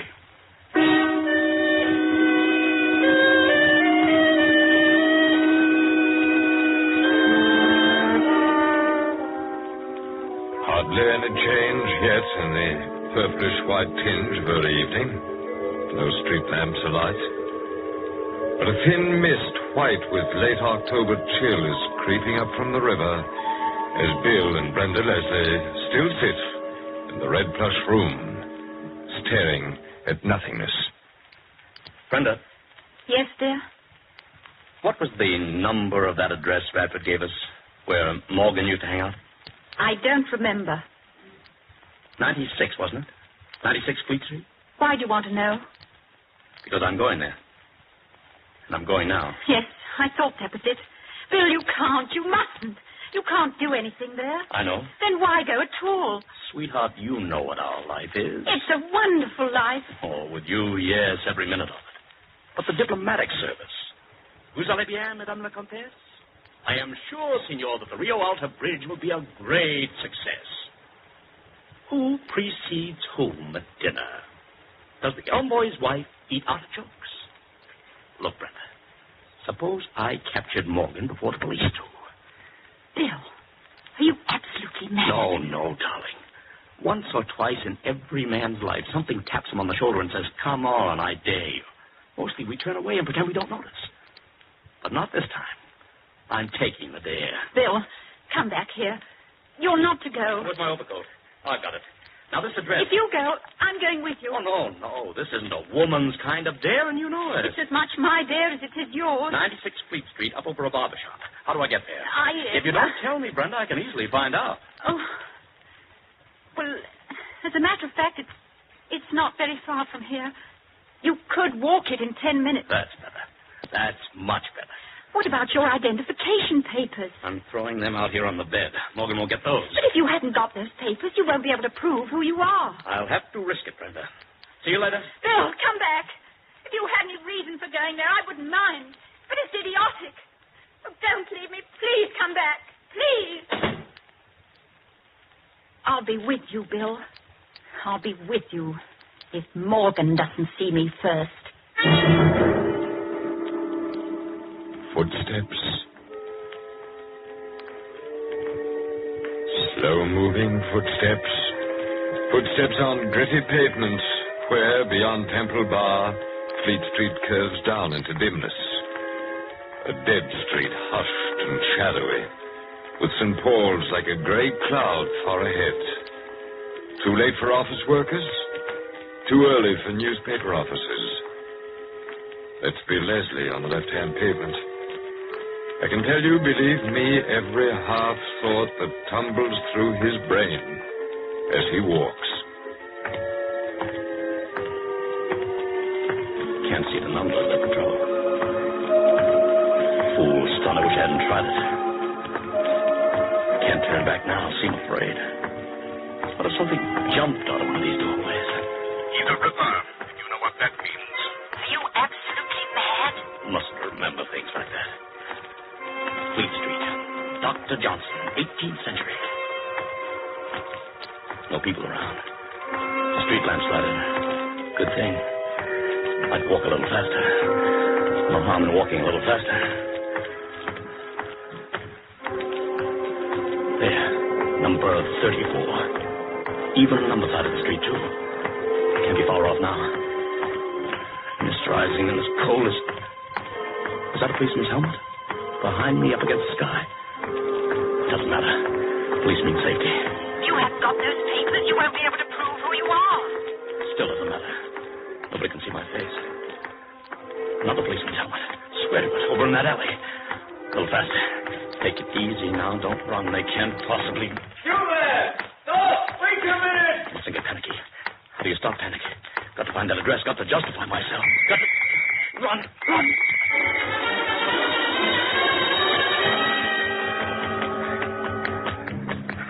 96. Little entry. No door. Flight of steps. Easy on the jump now. Run up quiet as you can. Door with glass panel. Henry M. Jenkins, barber. Door open and... A large room, perhaps not too clean, with a cork floor giving back no sound. Facing you, a window. On your left, another door. On your right, a wall of mirrors with two white barber chairs. This is what Bill Leslie sees amid a gleam of mirrors with a thick odor of hair tonic. On a white stool sits a little old man with yellow-white hair and a reddish nose, peering up from a paper with cockney friendliness. Why, I beg your pardon. I didn't mean to crash in like this. Not a bit of it, sir. Nobody here, sir. Glad to have you come up any way you like. I've come about something important. I want a shave, please. And I'll just close this door. Shave, sir? Very good, sir. If you'll just come over here. That's it. Your overcoat, sir. Allow me. Oh, thanks. And in this chair, please. Now, we'll just whip out the cloth and round your neck it goes. Oh, wait a minute. Don't tilt me backwards yet. Are you Mr. Jenkins? And now that, sir, is what I call a real honor. What's so funny about it? Sorry, sir, it's only a joke. My name is Jenkins, and that's a fact. But mostly the gentlemen call me Old Scratch. Old Scratch? Oh, not in a religious way. Lummy, I don't not. With me, a chapel goer for 40 years, and a teetotaler so's me hand wouldn't shake. Excuse me, sir. Mix the lather. No, sir, it's only a joke. If they call me Old Scratch, or as it might be Old Nick, it's 'cause they know I won't nick 'em. Never miss with a razor, I don't. There now. Now we just tip the chair back. And I'll bet this lather I'm putting on is as comfortable as, as going home to tea and kippers on a night like this. It's remarkable, sir, how comfortable... Here, sir. What is it? What's wrong? We're trying to signal you, that's all. Hey? Keep on lathering. Don't speak any louder than I do. What is it, sir? What's up? Flash Morgan has just come in. Who? Flash Morgan. But there's nobody here but you and me. Lift your head up and look. You didn't see him. You were looking at the shaving mug. I saw him come in by the door from the stairs when you moved the chair. You're sure you don't know who Morgan is? So help me, Harry, I don't. He's a killer. Wanted by the police. The police? Here now. I'll finish with the ladder. Then start shaving. But make it quick. Get a razor. Yes, sir. But that's it. Where's the bloke? Is he a blooming ghost? He didn't look at either of us. He didn't make a sound. I saw him in the mirror. He bolted the glass panel door on the inside. Look over and see if it isn't bolted. Yes, sir, it's bolted. He walked to a door at the back of this room. Behind me. Can you see it? Yes, sir. Of course I can see it. Where does that door lead? Upstairs? No, sir. There's no upstairs on this side of the house. But there's got to be. Morgan lived... I had some friends who... Don't move your chin like that. Keep your head where I put it. If you was looking for 96 proper, you must have seen the numbers in a bad light. Oh? That's under the arch and round the back, like a lot of these old houses. This is 96B. And where does the door lead? Only to a cupboard, sir. A big cupboard. Somebody's hiding there now. That's right. Morgan's there with his razor. That's the end of the shave, sir. I trust it's satisfactory. Hot towel, sir. Here, thanks. Hot and steaming. Hang on to your nerve, old Scratch. We'll get him in 2 minutes. Towel satisfactory, sir. I'm a peaceful man, Governor. I don't want no trouble. Now, listen. When you take the towel off, go to the shelf under the mirrors and mess around with the bottles. Ask me if I'd like some kind of lotion. And edge toward the glass door. When you get near it, run like blazes and yell for the police. The whole neighborhood's full of cops. Morgan will come out fighting when he hears you run. I'll pick up that high stool and try to hold him off. The cops didn't find me because they went to the wrong 96. That door behind you. Well? The knob's moving. Then we'll have to do it when I count 3. I can't, sir. I just ain't up to it. You can run, can't you? 1, 2, 3. Better stay where you are, both of you. Oh, well. What do I hear in Chief Inspector Radford? You do? Sorry to break the glass door, old Scratch, but it seemed to be bolted on the inside. Yes, it is. In you go, boys. We may need several men here. Well, Inspector, don't you recognize me? I'm Bill Leslie. Yes, you probably are. Where's Morgan? He's in that cupboard over there. I don't want to handle him. Have your men got guns? We don't carry guns. Sergeant. Yes, sir. Go over and guard that window. Davis, you stay here. I'll take the wasp out of his nest. Right, sir. Coming out, Morgan? No? All right, have it your own way. I'm turning the knob and... Lord almighty. Find that blood, sir. It's Morgan, all right. But he won't give any trouble now. His throat's been cut. His throat's cut? But who? Curse it, Mr. Leslie. Why do you have to go and kill him?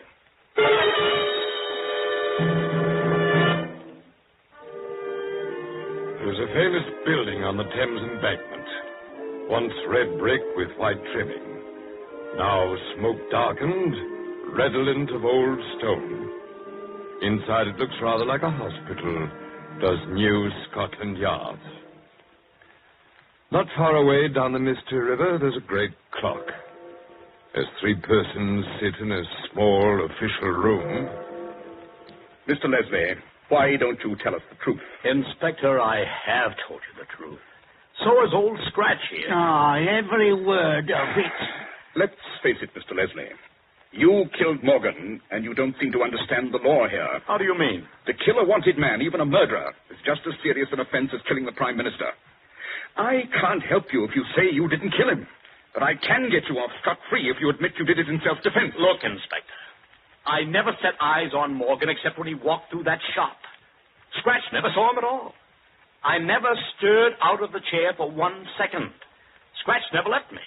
Never even took his hands off me for a second.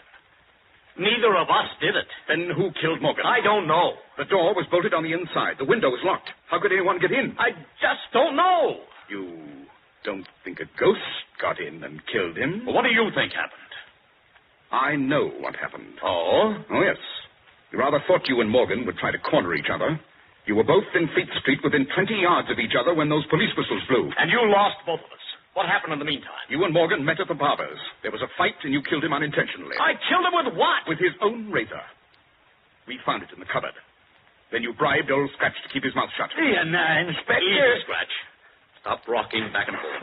I'd like to tangle up my hair and pull it out by the roots. I'd like to stand on the track with a engine coming. I'd like to... Lummy, ain't there any justice? Morgan was loaded with money, carried 1,000 quid in an oilskin tobacco pouch. It wasn't on his body. If you gave it to Scratch and Scratch hid it in the confusion after we broke in... You know, Inspector, I've been wrong about this whole thing. Oh. That's better. Oh, not the way you mean. I thought my big trouble would be to prove my identity. But you don't doubt my identity. Or do you? I don't know. But officially, until your wife identifies you... That's what I've been asking all night, and you won't answer. Where is Brenda? Well, sir, the fact You is... haven't got her locked up somewhere. No, of course not. The fact is, we can't find her. Isn't she at the hotel? No, your wife left the hotel just after you did. Brenda left the... Where'd she go? To 96 Fleet Street. How do you know that? The real entrance to 96 is at the back, up a flight of stairs past the barber's window. One of our men saw her there, then lost her. You mean Morgan may have seen her before he came into the shop and attacked her? Mr. Leslie, you're the one who's got to take it easy. Just sit down, gentle-like. Do you see now why you've got to give up this crazy story that you didn't kill Morgan and that you and old Scratch were never out of each other's sight? But it's true. Don't you see what I want to know? Did Morgan kill your wife? I want to know whether there was any blood on the razor before you fought Morgan. This, as they say in the nursery books, is an office. That's a filing cabinet. You're smoking a pipe. I've got to hold on to things because they're getting blurred. Blast you, I never fought Morgan. Want to think it over for a while? Brenda's dead. That's what you're saying. Don't start to object. That's what you're intimating. And if Brenda's dead, on the course of it... Chief Inspector. Sergeant, keep out of here. I told you not to... Yes, sir, but I couldn't help it. She's here. She's been in the anteroom listening to every word you've said. Who's here? Mrs. Leslie. She says she wants to give herself up. Bill! Bill! Please stay where you are, Mrs. Leslie. You want to give yourself up? No, not for murder. Oh, I'm so horribly frightened and mixed up. I don't know what I did say. But I had to talk to you because I saw the murder committed. You saw it from where? From outside the window, on the back stairs. Oh, Bill, darling, I got there before you did. You had to ask directions at the beginning. I saw you come in. Into the barber shop? Yes. But I think I'd have known what happened, even if I hadn't seen it. Are you one of our women detectives, Mrs. Leslie? Oh, please, Mr. Radford. It's because I am a woman that I'd have noticed. You're too used to it. Bill thinks that man you call Old Scratch was never out of his sight for a moment. But he's forgotten something. Forgotten what? You've forgotten there were 30 seconds when you had a hot towel over your face and eyes. Sergeant, better grab our friend Scratch's arms, quick. Hurry! Let him take, man. Go on, Mrs. Leslie. He went to the cupboard. He opened the door only partly and slashed inside. He dropped the razor inside and came back with an oilskin pouch of money. He put the money under a trap in the cork floor. It took less than 30 seconds if you timed it. It's a pity I ain't got another razor. Old Scratch never misses with a razor. Better put the cuffs on him, Sergeant. You see, I already guessed he was an accomplice of Morgan. You what? Oh, Bill, you're so adventurous you won't use common sense. He was reading an evening paper with pictures of Morgan and you, too. But he said he'd never heard of Morgan. You spoke first, so he knew you were the American. And he saw a way of killing his partner, Morgan, for the money. If he just dropped that razor in the cupboard, the police would think it belonged to Morgan, wouldn't they? I'm afraid they would. Only I'm an awful coward. I was so paralyzed I couldn't even scream. Somebody chased me. Maybe it was the police. And I fainted in some old woman's room. Oh, Inspector, may I go to my husband now? You may, Mrs. Leslie, with the apologies of the CID. Bill, please take me away from London before your sense of adventure starts again. I don't understand these detective stories.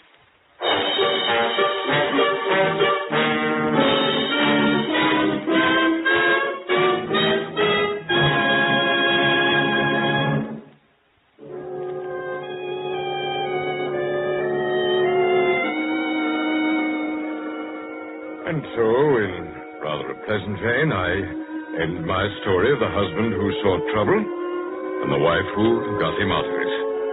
And as I, Dr. Fabian, ship's surgeon of the Mauravania, sit here in my cabin, B-13, remembering this story, I wonder what other memories of strange and sinister happenings will come back as we touch at the other ports of our world cruise. I hope to greet you again next week in cabin B13.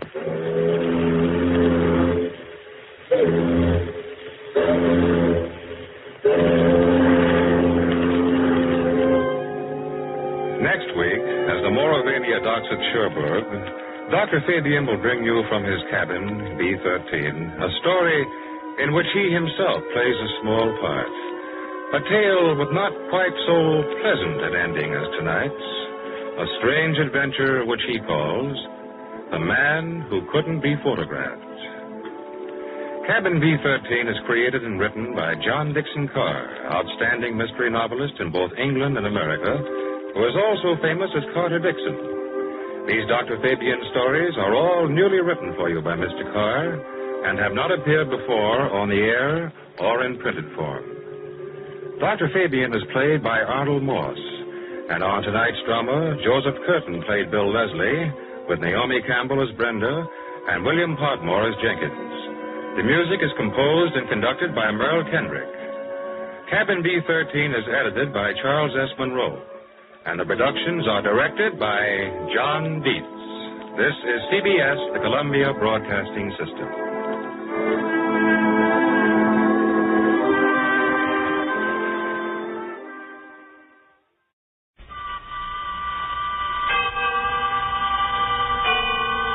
Autolite and its 98,000 dealers bring you Mr. Ronald Reagan in tonight's presentation of Suspense.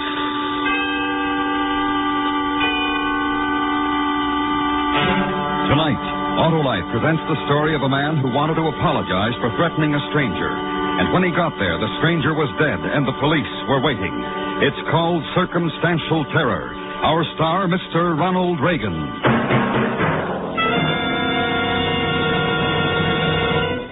This is Harlow Wilcox with a $100,000 reminder. That total will be given to recognized charities in cash through the Autolite Family Charity Drawing. And you may be one of 25 persons selected to name your own church, hospital, or any other local or national recognized charity to share in this huge sum. There's no obligation except printing your name and address, but your favorite recognized charity may share in thousands of dollars. To tell you how important this is to his organization, we are privileged to present General George Kenney, President of the Arthritis and Rheumatism Foundation. This generous Autolite offer will greatly aid the work of such groups as the Arthritis and Rheumatism Foundation. If you are one of the 25 persons chosen to name your favorite organization, I hope you will remember the 10 million people who suffer the pain and the crippling of arthritis. They will be most grateful for your help. Good luck to you in this Autolite Family Charity Drawing. To enter this drawing, just visit any of these Autolite Family car showrooms and fill out a registration form.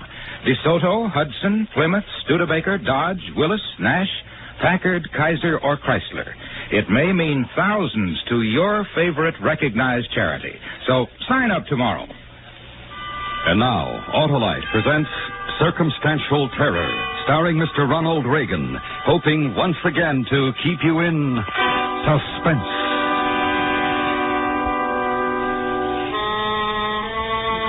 I wasn't the only one who was mad at him. All the other guys felt just about like I did. About Curly Weber, that is. You see, if he hadn't let the pressure go too high, we'd have all been in good shape right now. As it was, the boiler blew up and wrecked the cleaning plant where I worked. The owner collected the insurance money and got out of the business, which left us with no jobs.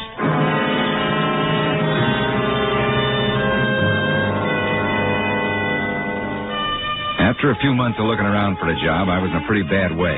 Then I connected. Only trouble was it wouldn't start for 3 weeks. By now I was broke, irritable, and mad at the world. So I wasn't what you'd call a pleasant-type fellow when I walked into this liquor store for a package of smokes about 11 o'clock one night. So, what else could I do, Eddie? There I was with egg on my face and that phony salesman telling me I was going to have to take what he gives me or get nothing at all. What do you have to buy from him for? This outfit has the distributor tied up. 25% of what I make from his scotch. I'd like a pack of cigarettes. Hold your horses, mister. I got another customer. So, I check around town to see if maybe I can get the scotch somewhere else. How'd you make out? Go ahead. Take a guess. Come on, mister. Get off the dime. Just give me What's the matter with you? Ain't you got no manners? Just give me a pack of cigarettes and stop shooting off your mouth. Me shooting off my mouth? Look, Buster, I got a pretty good trade right now, so why don't you take your two-bit sale somewhere else? I don't even like the way you look. Listen, smart guy. I've taken a lot of lip from guys like you in the last few months. One more crack out of you and I'll smear you all over the joint, do you hear? All right, mister, all right. Take it easy. Sam don't mean no harm. That's just the way he talks. And let him talk to somebody else like that. Hey, why don't you give me cigarettes, Sam? We can talk some more after he leaves. Okay. What kind do you want, mister? I don't want any kind. I just want you to remember something. Next time you see me, you'd better cross over to the other side of the street. It'll be healthier for you. Remember that.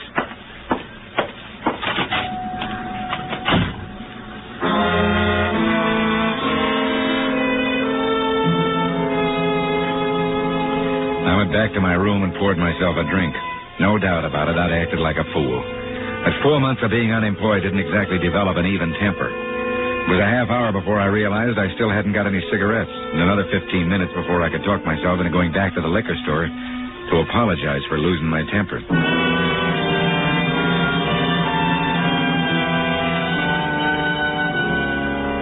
The street was dark, and the only light on the whole block came from the glowing window of the liquor store. I still wasn't sure what I was going to say to Sam when I got there, but I knew I'd fix everything up all right.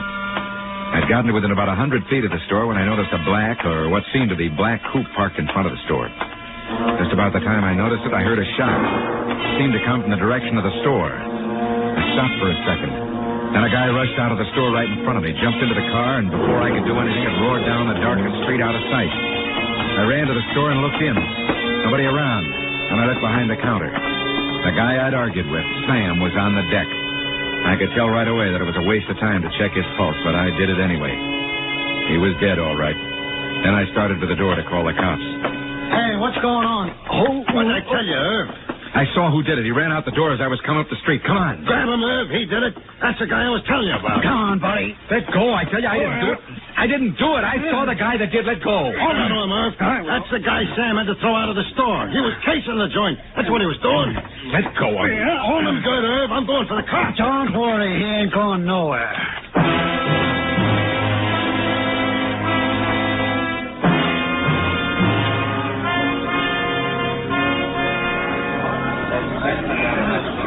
Just as I was getting up to go after the police, these two guys rush in and hold me. I didn't do it, I tell you. He's lying, officer. We'll find out if he's lying when the guys from homicide get here. I don't even own a gun. That gun laying by Sam's body is Sam's gun. Looks to me like this guy shot him with his own gun. If you don't shut your mouth. Easy does it. What happens when the guys from homicide get here? You want my honest opinion, mister? Yeah, sure. I didn't put the cuffs on you for laughs. I think you've had it, buddy. It's only an opinion, but from what I can see here, and what I've gotten from these witnesses, you're nailed, buddy. Nailed good.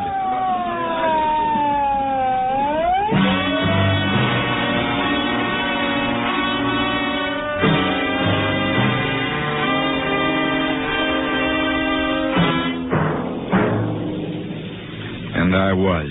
By the time it was presented to the grand jury, the state had a real good case prepared against me. The liquor store owner's gun only had his prints on it, which made it look as if I'd tried a phony hold-up and jumped him when he drew it. Then there was money scattered all over the store, which made it look as if I'd been surprised before I had a chance to get away. That guy Eddie, who'd been in the store when I had my argument, wouldn't let me up. He pounded nails in my coffin every time he opened his mouth. If I'd had a job when all this happened, they'd have had trouble giving me a motive. And being broke and unemployed made it look that much worse. As a result, I wasn't surprised when the grand jury came through with an indictment for first-degree murder. As far as I was concerned, it was all over but the hanging.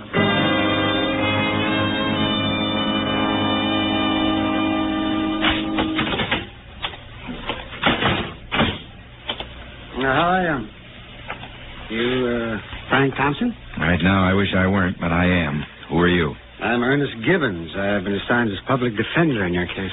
You're wasting your time. Why? Are you guilty? No, I'm not. Well, then I'm not wasting my time. Mind if I sit down? Go ahead. Well, I think you got most of the facts straight in my mind. Now, I want you to tell me in your own words what happened. Did you read the transcript of the inquest? Yes, I did. That's all there is to it. Uh-huh. Well, look, Frank, I'm here to help you if I can. Now, don't make it tough for me. I think we can beat this if you help me. How? Well, first, let's forget that story about running in after the storekeeper was shot. Now, nobody believes that. Would you believe it if I tell it to you again? Should I? Yes, because it's the truth. Well, can you describe the man you saw running out? More or less. Well, what do you mean by more or less? Well, I got a pretty good look at his face. He had a mustache. But I couldn't tell you how tall he was or how much he weighed. It seemed to me to be just medium all around.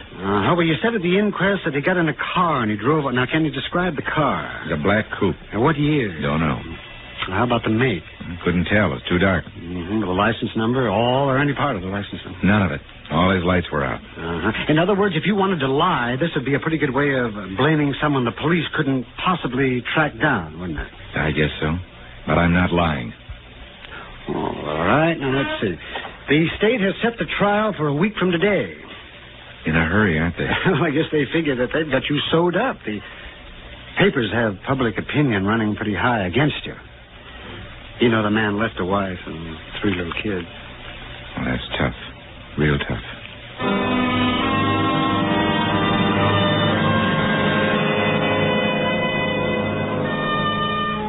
It was a couple of days later that Ernie came to me and said they were selecting the jurors who'd hear the case.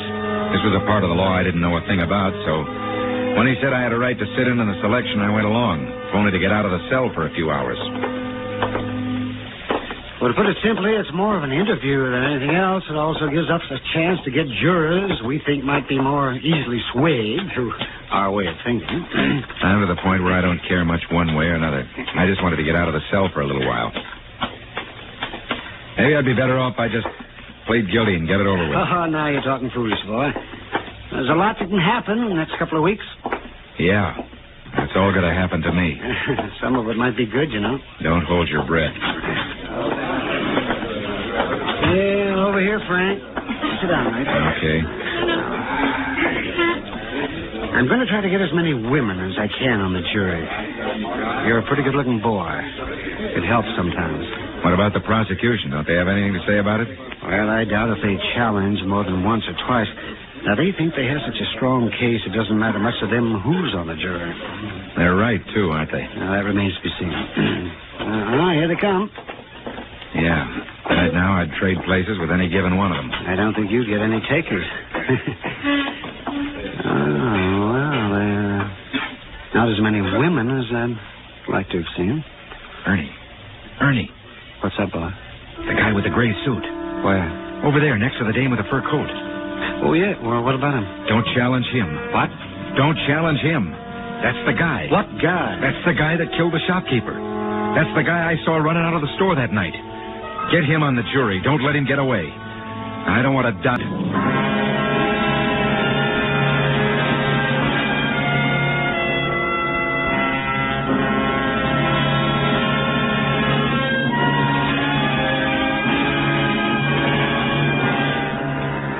Autolite is bringing you Mr. Ronald Reagan in Circumstantial Terror.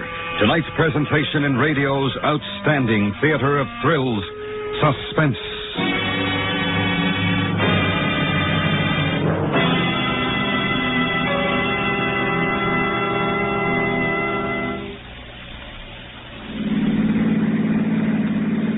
Hey, Charlie, what Nash model is this? Oh, this is the new Nash Statesman, Harlow. You know, this year, Nash offers the widest range of models and prices in history. And you can get such optional features as power steering, power brakes, and even power lift windows. And, of course, Harlow, Nash has Autolite equipment, too. And Autolite is proud of its long association with Nash and Nash dealers everywhere. That's why we're privileged to salute Nash as a distinguished member of our Autolite family. Distinguished is the word for the new Nash, Harlow, and advanced, too. The 1954 Nash gives you greater safety with exclusive unitized Nash air flight construction, greater economy on regular gasoline, greater comfort with a new exclusive Nash all-weather-eye air conditioning system that heats, ventilates, and cools at your command. And Nash introduces a completely new kind of car. Watch for it. Okay, Charlie, and thanks for the ride. Always a pleasure, Harlow, especially in a new Nash. And now, Autolite brings back to our Hollywood soundstage Mr. Ronald Reagan in Elliot Lewis's production of Circumstantial Terror, a tale well calculated to keep you in suspense.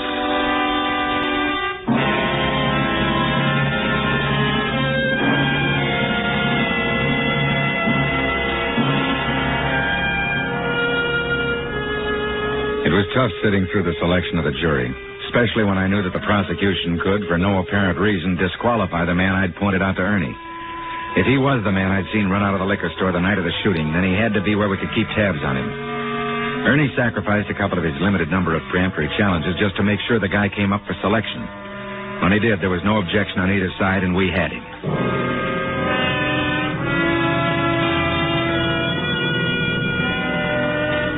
Later that afternoon, when Ernie came to my cell, we tried to figure out what we were going to do with him. Well, now that we've got him, what are we going to do with him? Well, that's your job to figure out, Ernie. You're the lawyer. We're no better off now than we were at the beginning to substantiate your claim. I saw him. Isn't that enough? Well, you're on trial, not him. Well, supposing I get up in court and say he's the man, what would happen? They'd probably declare it a mistrial and discharge the jury and go to work on another trial, but you'd stay in jail. Wouldn't they question him? Maybe. It's pretty obvious he'd say you were off your rocker. Remember, Frank, you're the one who's accused. Defending yourself by accusing him just on your say-so is pretty flimsy. Who'd believe it, would you? Well, couldn't you do it? Couldn't you tell someone? Proof, Frank. Proof. What can I possibly do but quote you? What am I going to do? Just what we're doing. Go through with this trial. Then I'll appeal, no matter what the verdict is, and see if we can rope our friend into making a mistake. But he'll duck as soon as the trial's over, won't he? Probably, but at least he'll be around while the trial is on. Now, if you cause a mistrial, he'll be gone a lot faster. It isn't fair. I know he's This is a court of law. The burden of proof is on the accuser. What real proof have they got against me? They don't have to catch a man in the act of murder to convict him of it. Circumstantial evidence can be strong enough, and in your case, it seems to be. It's driving me nuts to think that this guy's going to help send me away for a murder he committed. Yeah, they haven't sentenced you yet, boy. Let's see what happens. And if it does happen? Maybe we'll have something I can use to ask for a new trial, if we get into trouble. Where's the trial going to be? Well, Judge Thurston will preside, I think. Let me see, that'll put it in the City Hall Annex. Where's that? In the Annex, that's a small building on the north side of the City Hall. That's next to the parking lot. Why? Just asking, that's all. Frank? Yeah? Don't try any grandstand plays. Any tangle with the jury might result in a mistrial, and I don't think that's a good idea. Okay. I won't mess with them. That's good. Well, yeah, I gotta get going. Going home? Well, I guess so. Tell me something, Ernie. Sure. Well, what do you want to know? What are my chances, Ernie? And don't kid me. I wouldn't kid you, Frank. I don't know right now, but I'd sure be lying if I said they were good. Thanks. That's what I wanted to know.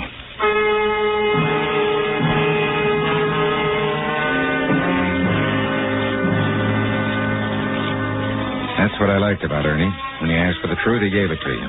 Back in my cot and thought about the whole mess. Everything had happened so fast, I really hadn't had time to take stock of my position. Now I did. And what I came up with made me want to beat my brains out against the steel bars out of sheer frustration. It wasn't anybody's fault if you discounted the guy that actually did the killing. I didn't have any beef with the law or the people who were carrying out the law. It was just that they didn't know they were going to convict an innocent man.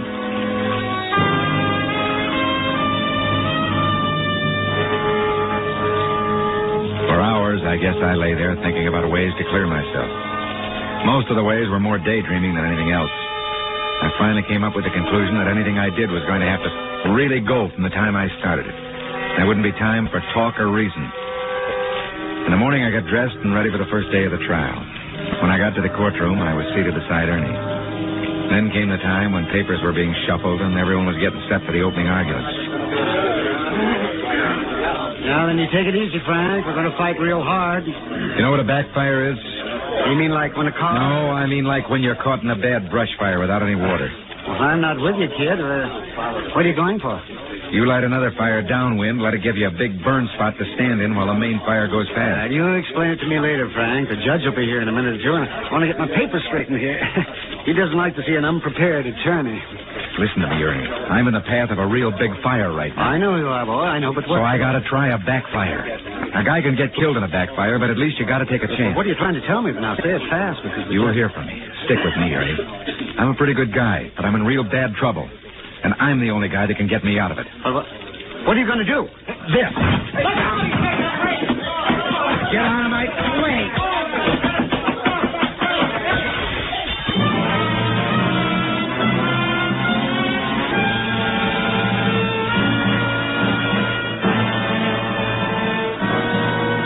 It was the only thing I could do. I couldn't sit by while 12 people tried to make up their minds whether I must die for a murder I didn't commit.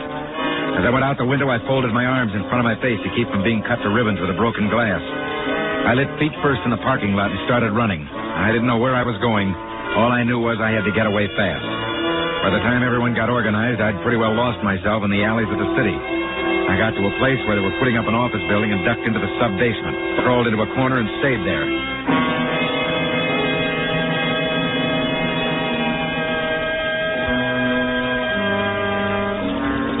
Somewhere around midnight, I slid out and started with the only guy in town I knew wouldn't turn me in as soon as he saw me, Ernie Gibbons. When I got there, his place had a light on in the kitchen, so I went around the back.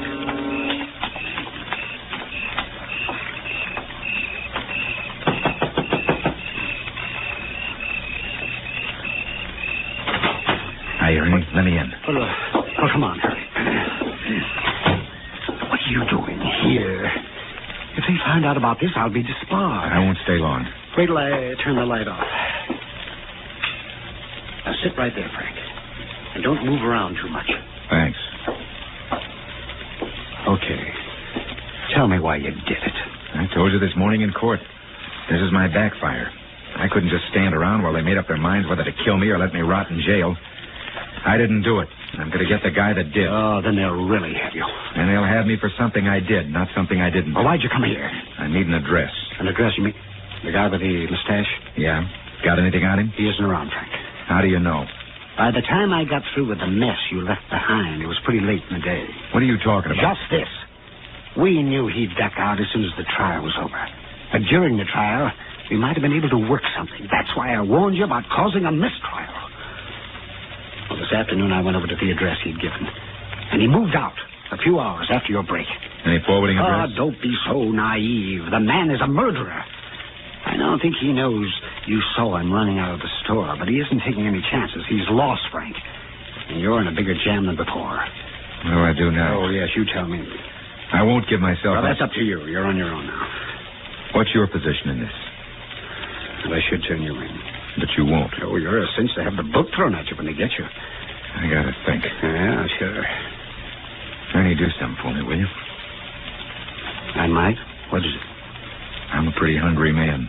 Could you rustle me up some food? Oh, sure, Frank. I'll fix you some food.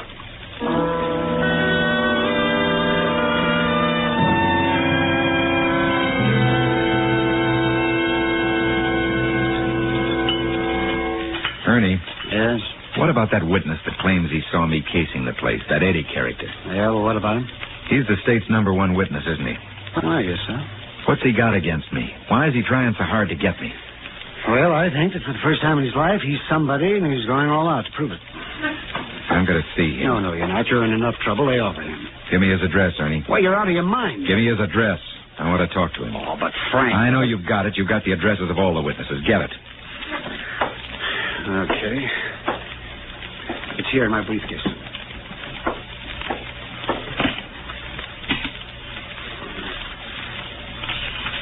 Hey. What? Well, that's funny. I never noticed this before. Noticed what? What are you mumbling about? The witness against you lives right over the liquor store where the guy was shot. Ernie. Yeah? Just a thought. But he's the fellow that accused me of casing the shop. Suppose it was the other way around. Suppose he was casing it for our friend with the mustache. Well, you'd have to prove a connection between the two men. But... So how are you going to do that? I don't know. I'll figure that out when I get there. Oh, I can't let you do that, Frank. Don't try to stop me. Well, you could get picked up on the way there. I'll be there in a few minutes. 3 or 4 miles from here. You're lending me your car. I am? Yeah. Give me the keys. Okay. Here. So long, Ernie. I wish I could stop you. Don't try it. I wouldn't want to hurt you. Oh, well, thank you. So long.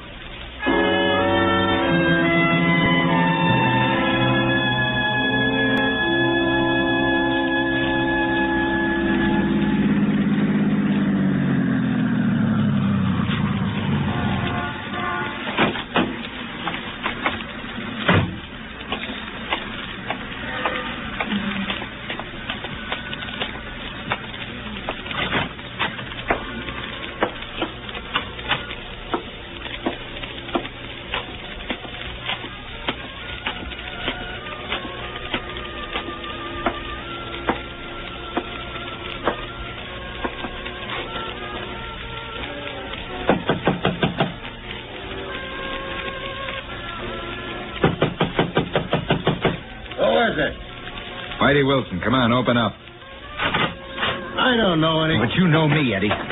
Thompson. That's right, Frank Thompson, fall guy. What do you want from me? I want to know why you're so anxious to see me burn. You tried to hold Sam up and kill him, that's why. You know better than that. I do? What other reason would I have? Hold it down to a roar, Eddie. I gotta get some sleep. Come on in, mister. You with the mustache. Thompson. Yeah, that's what Eddie said when he saw me. All right, Eddie, what's this guy doing here? He's, but it don't mean... Posey, huh? One guy in a witness box and one guy in a jury. You really got it made. Yeah. What are you gonna do about it? Make you tell the truth. What are you talking about? Why'd you kill him? Need the money? Get out of here. After you write me a confession. So I can burn instead of you? That's right. You're wasting your time. Am I? Get the cops, Eddie. Now. Get up, you. Am I wasting my time? Am I? I don't write nothing. You won't.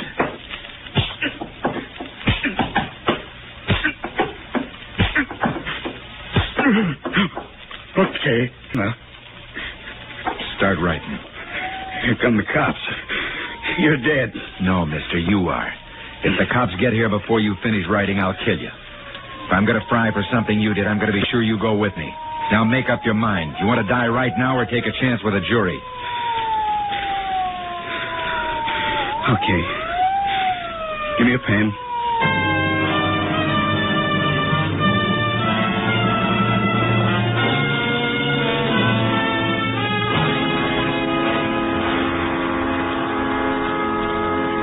I hope you understand why I sent for the cops, Frank. I didn't want you getting any more trouble. Oh, sure, that's all right.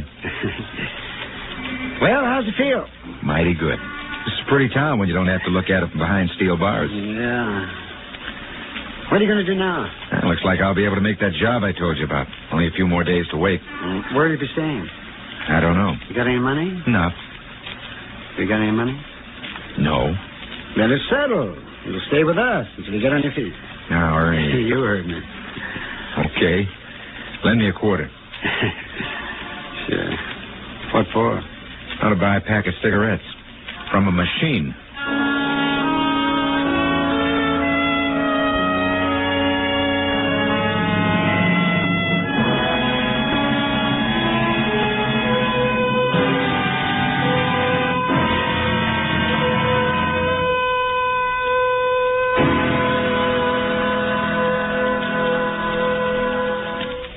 Suspense.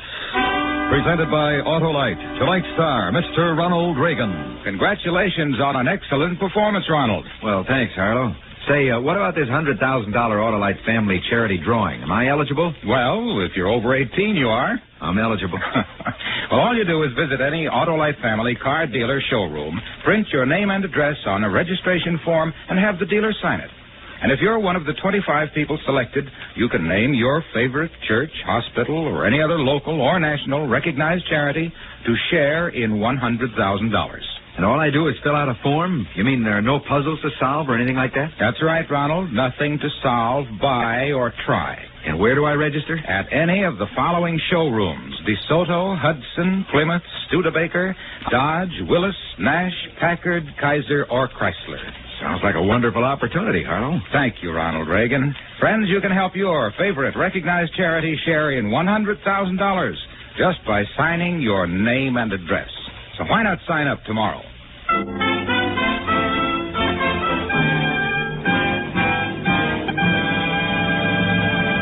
Next week, the story of a cross-country train trip, during which a police officer finds himself torn between his assignment and his personal feelings for the girl in car 32. Our star, Mr. Victor Mature. That's next week on Suspense. Suspense is produced and directed by Elliot Lewis, with music composed by Lucian Morowick and conducted by Lud Gluskin. Circumstantial Terror was written for Suspense by Ross Murray. In tonight's story, Howard McNear was heard as Ernie. Featured in the cast were Vic Pern, Clayton Post, Charles Calvert, Hal Gerard, and Kurt Martell. Ronald Reagan is currently starred with Steve Forrest and Dewey Martin in the MGM production Prisoner of War.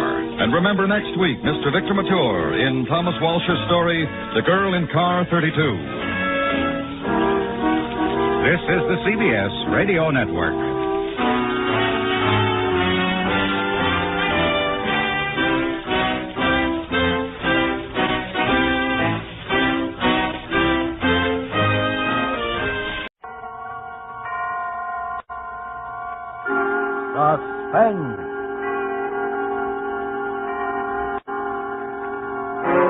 Autolite and its 96,000 dealers present Miss Marlene Dietrich in Murder Strikes Three Times, a suspense play produced and edited by William Spear.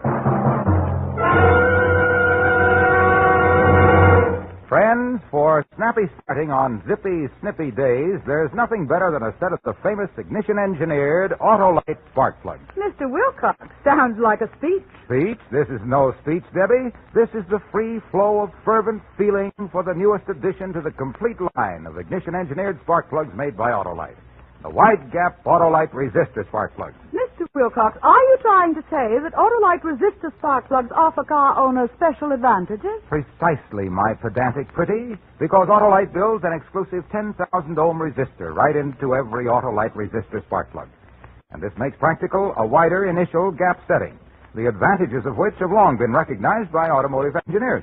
I never knew that, Mr. Wilcox. Tell me more. My girl, Autolite resistor spark plugs give double life under equal conditions as compared to spark plugs without the built-in resistor. Yes, sir, this newest addition to the complete Autolite ignition-engineered spark plug line is the only spark plug that will give you smoother performance on leaner gas mixtures and greater gas savings. So, see your Autolite spark plug dealer tomorrow for a set of the famous ignition-engineered Autolite spark plugs. And remember, whether you choose the regular type or the resistor type, you'll be right, because you're always right with Autolite. And now, with Murder Strikes Three Times and the performance of Marlene Dietrich, Autolite hopes once again to keep you in suspense. And so John L. Lewis and the soft coal mine operators will be getting down to specific cases soon. And now, the exclusive that I promised you earlier in the program. A report so sensational that I am going to devote all of my remaining time to it.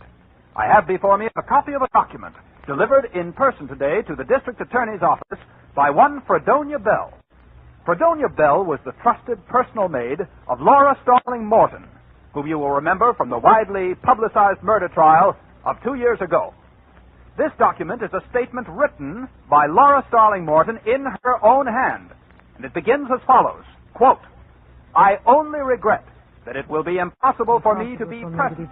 And this is read aloud. What I shall relate here concerns 3 men.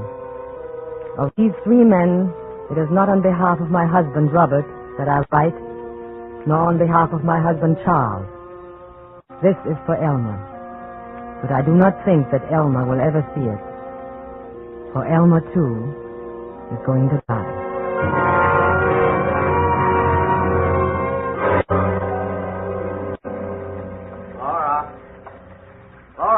Yes, Robert?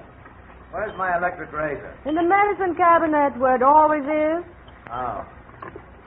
Well, Robert, I wish you wouldn't shave while you're in the bathtub that way. What's the difference where I shave? I like to shave in the bathtub. I just don't like to see you meddling with electricity while you're in there.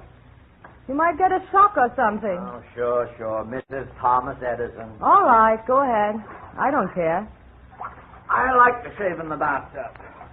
I'm relaxed in the bathtub. I read in the bathtub. I think in the bathtub. I'm not going to change my habits for you. I know, dear. I suppose that is a lot to expect. Oh, for heaven's sake. I can't really understand. Robert! Robert!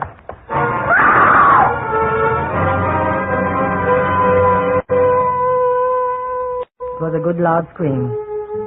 Then I stood in the door of the bathroom and looked. A good long look. Then I called the doctor. The doctor called the police.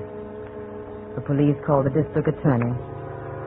And I found myself confronted by a young man with red hair and glasses who gave the immediate impression of being clever, unscrupulous, and objectionable. That was Elmer. Mrs. Williams, I'm Elmer Garner of the district attorney's office. How do you do, Mr. Garner? I thought you and I had better have a little private chat. What about, Mr. Garner? About your husband. What about my husband? Mrs. Williams, I'm going to be very frank with you on a number of counts. I'm what is known as an assistant district attorney. Mr. Garner, I have just lost my husband. I hardly think... I'm coming to that, Mrs. Williams. Now, the district attorney has put me on this case because, well, he thinks he doesn't have a case. routine investigation.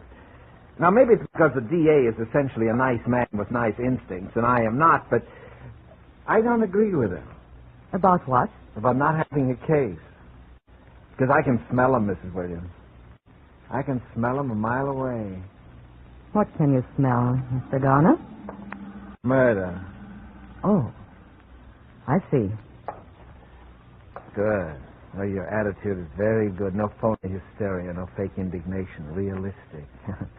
Oh, I like that. I'm that way myself. Mr. Garner, I'm trying my best to maintain my composure under trying circumstances. I must say your extraordinary insinuation does not make it any easier. Now, look. I know you killed him. And you know that I know you killed him. Mr. Garner. Now, as I said, I was going to be very frank with you, Miss Williams, and I am. On your side of the story is the fact that although I know you killed him, it may be a little difficult to prove that you killed him. Not too difficult, but a little. I should think it might, since it is utterly untrue. Now, let's see what cards I hold. You are a laboratory technician, or you were before you were married, right? Right. And your technical knowledge would have told you that a man using a faulty electrical appliance while sitting in a tub full of water stood an excellent chance of electrocuting himself. I also know that a man firing a bullet into his head would stand an excellent chance of killing himself. The insulation in the cable of that electric razor was frayed. Now, that might have happened through normal wear, but it also might have happened because it was tampered with by you. And then again, as you say, it might not. Would it surprise you to know that we've got your fingerprints all over that razor? It would surprise me more if you hadn't. Or on everything else in the house, for that matter, Mr. Garner. Uh-huh. Oh, you're a very intelligent woman, Mrs. Williams. You're right. It would have looked funny. You were smart not to wipe off those prints. Very smart. Thank you. However, so much for the means. Now, for the motive. We can establish, of course, that you and your husband didn't get along. Unfortunately, you can establish that about many husbands and wives. And that your husband was insured for $50,000 in your favor. And that there's about $50,000 more in community property. And that you inherit, right? Naturally. Well, $100,000 is quite a nice little motive, Mrs. Williams. But it doesn't prove anything, does it, Mr. Garner? It depends on how it's used by the prosecuting attorney. And that's me, you know. I know. Tell me, do you have a lawyer, Mrs. Williams? Not yet. Uh-huh. Oh, you are a very intelligent woman. That would have looked bad, too, if you'd had a lawyer right on tap. But you're going to need a lawyer, you know. So it would appear. All right. How about me? You? Sure, I'm a lawyer. You have just finished telling me that you would be the prosecuting attorney. Well, that's just the point. Why spend a lot of money on a lawyer who probably can't get you off anyway when you can spend it on me and have a sure thing? You see? Yes, I see. All I want is half. $50,000. No. Matter too much? No. Now, look, sister, you don't seem to realize that I'm in a position, depending how I handle this case, either to set you free or to hang you. That, Mr. Garner, is where we disagree. You mean you're willing to gamble if I can't do it? If you wish to put it that way... All right. But $50,000 will look cheap. Cheap! When they slip that noose around your neck.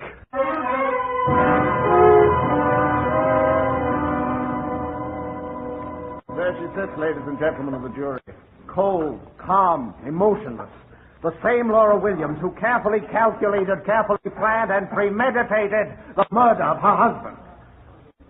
I ask the death penalty. I must ask it. For ponder well, ladies and gentlemen of the jury. If you set her free, believe me, this will not be the last accident to mark the bloody trail through life of Laura Williams. And when that accident occurs, when the next victim is struck down, his innocent blood will be upon your hands.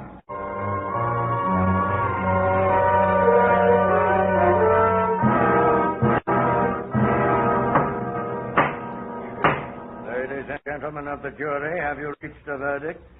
We have. What is your verdict? On the grounds of insufficient evidence, we find the defendant not guilty. Well,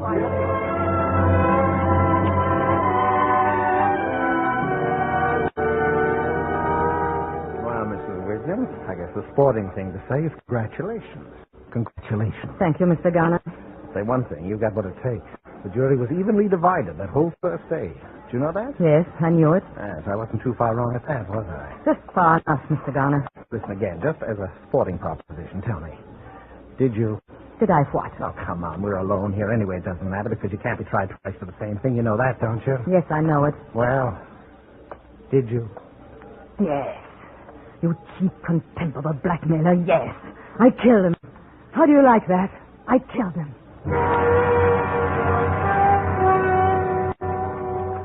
Yes, I told him the truth.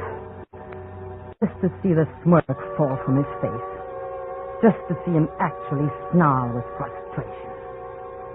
Knowing that I'd gotten away with murder and he couldn't do anything about it. Yes, I couldn't have resisted telling him then. Even though it meant I'd die of it. Which I will.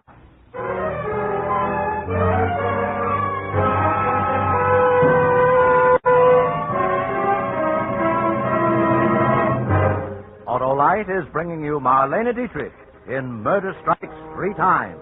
Tonight's production in radio's outstanding theater of thrills, Suspense.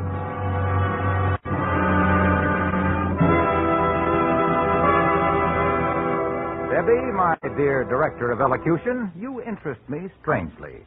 First you're hoity-toity, then you're hoity-poity. How come? Mr. Wilcox, I am leading a double life. Double life? Say, that's just what the new wide-gap Autolite resistor spark plugs offer car owners everywhere. Double life under equal conditions as compared to spark plugs without built-in resistor. Gently, Mr. Wilcox, gently. You see, friends, wide-gap Autolite resistor spark plugs are the newest addition to the complete line of ignition-engineered spark plugs made by Autolite. They offer money-saving advantages, smoother performance, greater gas saving, quicker starting in cold weather. Mr. Wilcox, your diphthongs are showing. Thank you, my little lecturer. Next time you stop at your favorite service station, ask your dealer to install a set of ignition-engineered Autolite spark plugs in your car. And whether you choose the regular type or the resistor-type spark plugs, you'll be right, because you're always right with Autolite. And now, Autolite brings back to our Hollywood soundstage our star, Marlene Dietrich, and featuring Hans Conried as Elmer in Murder Strikes 3 Times, a tale well calculated to keep you in suspense.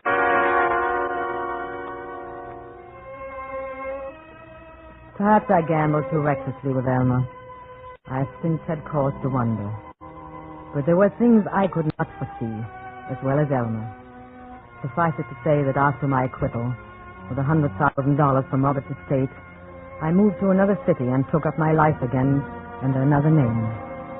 That there, as Laura Starling, I met and married Charles Morton, a charming and eccentric man whose genius as a research chemist accounted not only for those qualities which endeared him to me, but for a very considerable personal fortune as well. I was quite happy and completely in love. And as the years went by, I had seen, I thought, the last of Elmer.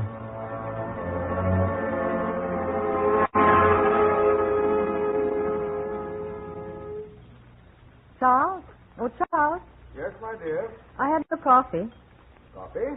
You said you wanted coffee. It's ready now. But I have some coffee. You took that out there 3 hours ago. Now come in and get your coffee. Yes, in a moment, my dear. As soon as I finish for Charles, you come out of the smelly laboratory and have your coffee. Besides, I have a surprise for you. You have? Well, I'll be right in, dear. And bring the other coffee cup with you. Yes. Now, what's all this about a surprise? Look. What? Oh, yes. I seem to have left my glasses in the laboratory. Oh, Charles, you're simply priceless. It's a cake. This is our anniversary, darling. Our 4th wedding anniversary. Is it? So it is. Laura, this is so thoughtful of you. I'm afraid I'm hopeless, my dear. I know it's the husband who should be thoughtful, but You're just you, darling. Now sit down and relax for a while. Yes. Oh, here's your cup. Thank you. Charles, what's in that cup? Coffee. Charles, I'm sure that even in the atomic age, coffee does not come in the form of white crystals. Oh, yes. I'd finished my coffee and... Charles, what is it? Thiochlorate. You see, at the moment, I'm Charles. working... What? That's deadly poison. So it is. You see, the Oh, sign Charles, I read- wish you wouldn't mix things up in the cups and dishes that way. It's dangerous. Dangerous? Suppose you got the cups mixed up. Suppose you Good drank... heavens, Laura. Half the stuff you use in chemistry is dangerous if you go to drink it. But who's going to do that? It's like eating soap. You wash your hands with it every day, but who'd think of eating it? Now, you take that cup right back out to the laboratory and empty it and wash it out. All right. Charles, Yes? I was wondering, since it's our anniversary, Yes? let's go out to dinner and celebrate. Why, yes. I think that's a splendid idea. Oh, my goodness. What? Oh, I completely forgot. My brother is coming to see us today. Brother? Or my half-brother. I meant to tell you. Charles, I never knew you had a brother. Didn't you? Well, you see, he's been in the Army for about 5 years. He just got back a short time ago, and I got a wire yesterday saying he'd be passing through town and he'd like to see me. So... Does he know you're remarried? Well, I suppose. I suppose he doesn't. As a matter of fact, we've never been very close. Neither of us much of a letter writing, and so on, but he's the only relative I've got. And all the sympathy I've wasted on you because I thought you were an orphan or something. Oh, I was, practically. When is he coming? Why, this afternoon sometime, I think. Well, I guess that's your answer. I am sorry, my dear. Charles, that's all right. Maybe your brother would like to go out and celebrate with us. Well? Right in there, sir. Hello there. Hello, Charles. Come in. And I want you to meet my wife. Laura, this is my brother, Elmer.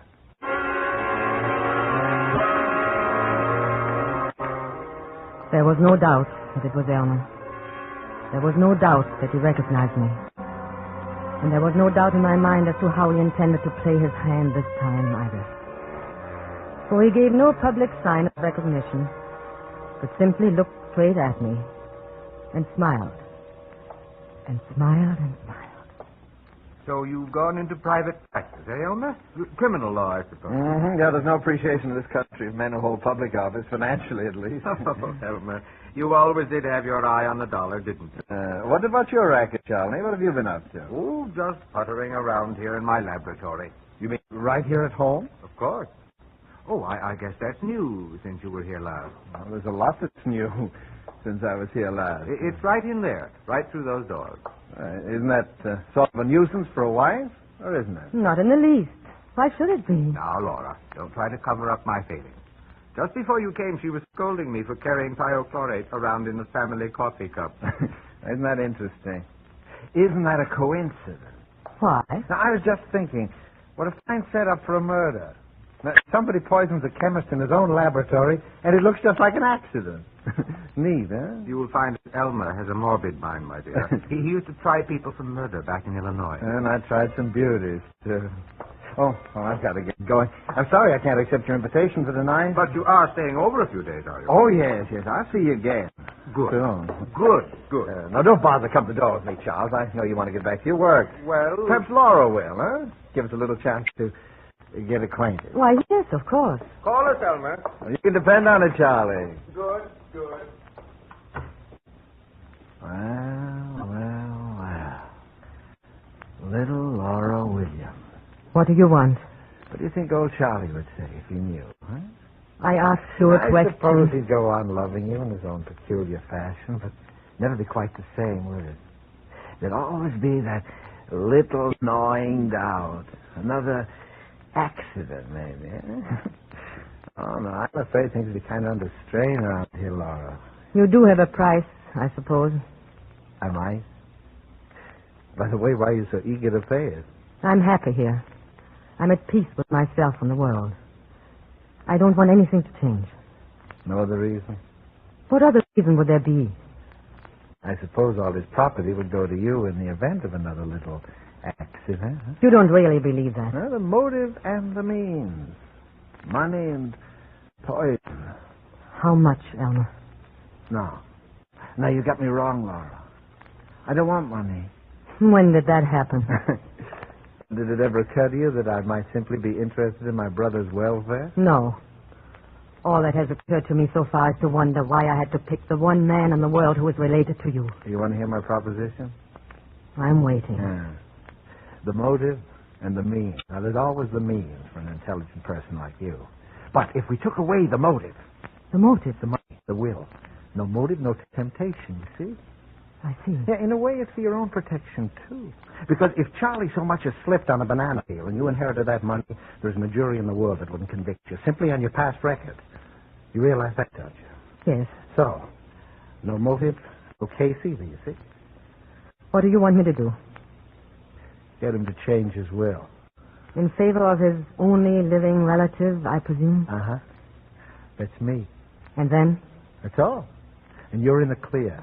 Because after that, Charlie couldn't suspect you, even if I told him. Probably wouldn't believe it. Throw me out of the house for persecuting his little bride. Maybe even change his will right back again, you see?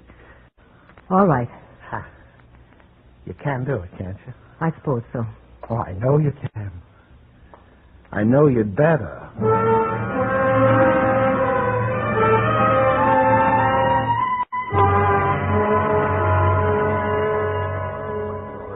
Such a strange request from me. Darling, I don't want your money. I only want you. I know, dear, but after all, I'm considerably older than you are, my dear, and chances are that someday... No, the whole idea of losing you and then profiting by it, it's just hateful. But who else would I leave it to? Leave it to your brother. Elmer? Why not? It doesn't matter, but... Well... Please, darling, for me. All right, my dear, if it really makes a difference to you. Now, don't you worry about it anymore. I'll take care of it sometime. No, I want you to do it now, right away, today.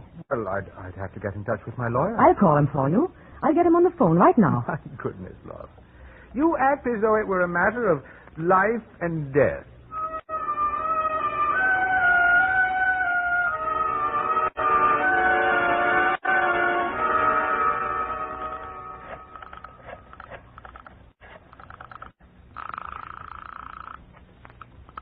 Ambassador Hotel. Mr. Elmer Garner, please. Thank you. Yeah? This is Laura. Uh-huh. It's all right. It's all arranged. Is it? Yes, the lawyer's coming tomorrow. Did he tell the lawyer the changes he wanted made? Yes, he did. Not that I think you'd ever tell a lie, Laura, but how do I know all this? Hasn't he told you? No. Then perhaps you'd better drop in this evening. That's more like it. I'll expect you after dinner. I'll be there.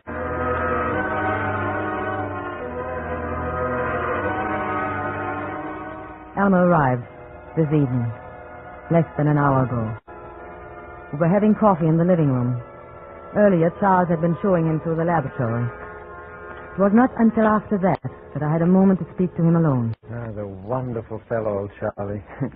So trusting. Did he tell you? About what? The will. Oh, that. Yeah. It seems to be that I'm to be told Charlie's beloved heir. He still can't understand it. Are you satisfied then? My dear Laura, I was never more satisfied in my life. Almost evens things up, doesn't it? Almost. You never forgot that, did you? That you lost. Lost? Who said I lost? Game isn't over till the last card is played, sister. It is for you. Now get out of here. Okay. All in good time. Sorry I had to leave you, but those reactions have to be checked every hour. Oh, that's all right, Charlie. Laura and I were just going over old times in Illinois. You didn't know we both came from Illinois, did you? No, I hadn't realized. I'm sure I told you, Charles. You must have forgotten. Oh, yes, probably. Coffee ready? Yes. Will you have coffee with us, Elmer? Oh, you bet I will. Anything in it? No, nothing in mine. Charles always takes his black, too. Laura does make the best coffee. Well, then, here's to Laura's coffee. There was something about his smile when he said it. That smile. And then all of a sudden I saw it. I saw the whole terrible thing. Don't drink it, Charles!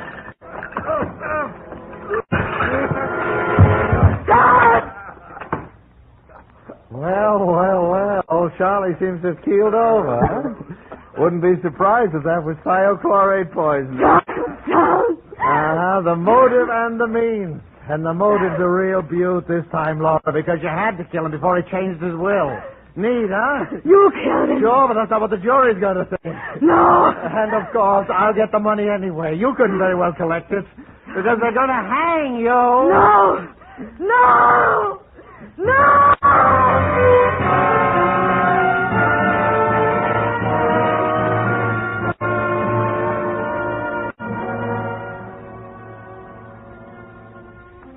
Elmer's downstairs in the living room.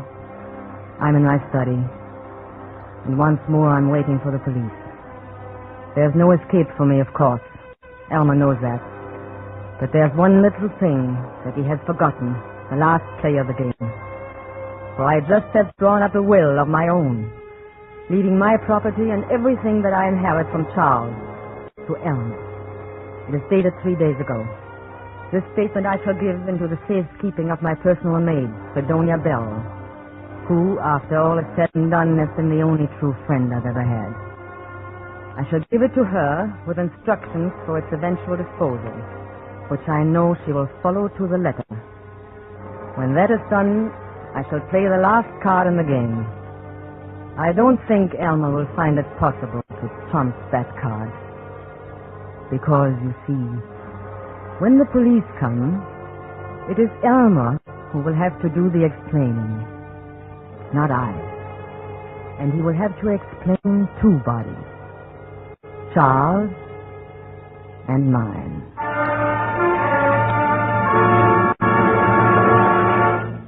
Charles and mine, unquote. And as the world knows, Laura Morton was found dead by the same means which caused her husband's death in that double tragedy 2 years ago. And now we have this document. And the irony of the document, ladies and gentlemen, the terrible irony, is that it was delivered to the district attorney's office by Fredonia Bell this evening at 8 o'clock, 2 years later. And why did the good Fredonia wait until tonight?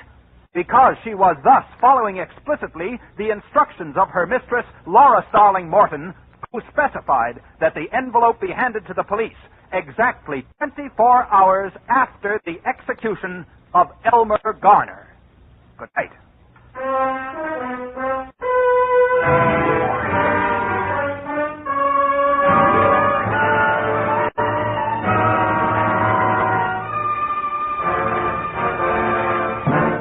Suspense, presented by Autolite.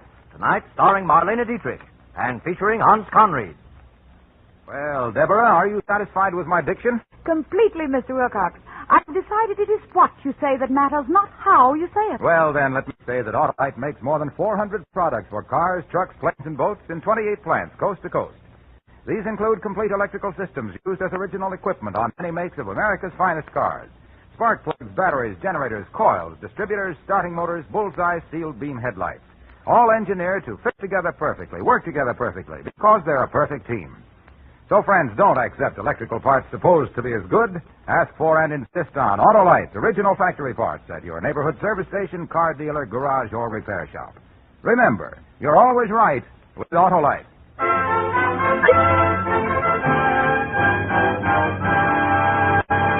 Next Thursday for Suspense, Dick Powell will be our star. The play is called Slow Burn. And it is, as we say, a tale well calculated to keep you in suspense. Tonight's Suspense play was produced and edited by William Spear and directed by Norman MacDonald. Music for Suspense is composed by Lucien Morawek and conducted by Lud Gluskin. Murder Strikes Three Times is an original play for radio by John DeWitt. Marlene Dietrich will soon be seen in the Warner Brothers production Stage Fright. You can buy Autolite regular or resistor spark plugs, Autolite Stay-Full batteries, Autolite electrical parts at your neighborhood Autolite dealers. Switch to Autolite. Good night. There is still a tremendous job to be done in gaining new knowledge about the causes, prevention, treatment, and cure of heart diseases. Give to this worthy cause. Send your contribution to HEART, H-E-A-R-T, care of your local post office. This is CBS, the Columbia Broadcasting System.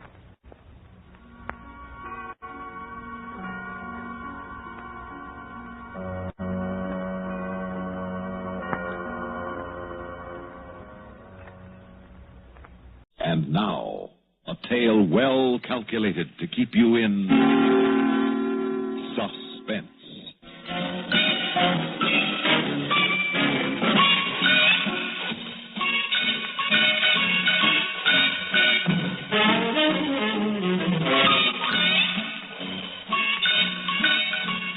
Nearly ready, honey?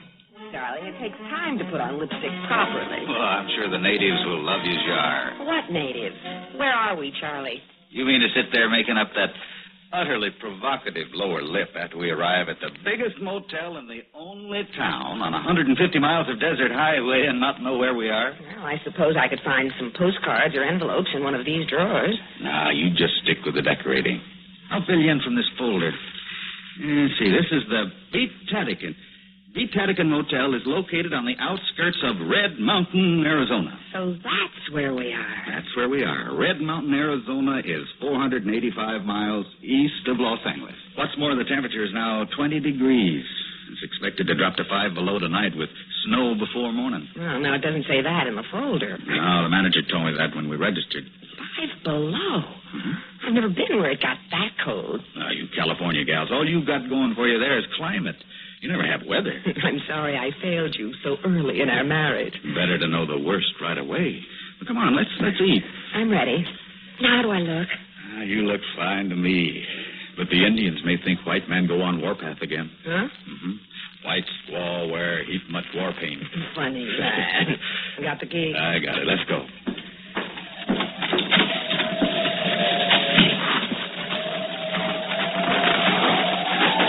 Ooh, it's cold. 20 degrees and dropping. Hey, be careful. There's ice there. Oh. Here, hang on to me. What's that? It's a train. That's what it is. Look, over there, across the road. A train? Out here in the middle of nowhere? Sure. It's main line from L.A. to Chicago. Runs alongside the highway out here for hundreds of miles. Look at them eating dinner in that dining car. I'll bet they're nice and warm.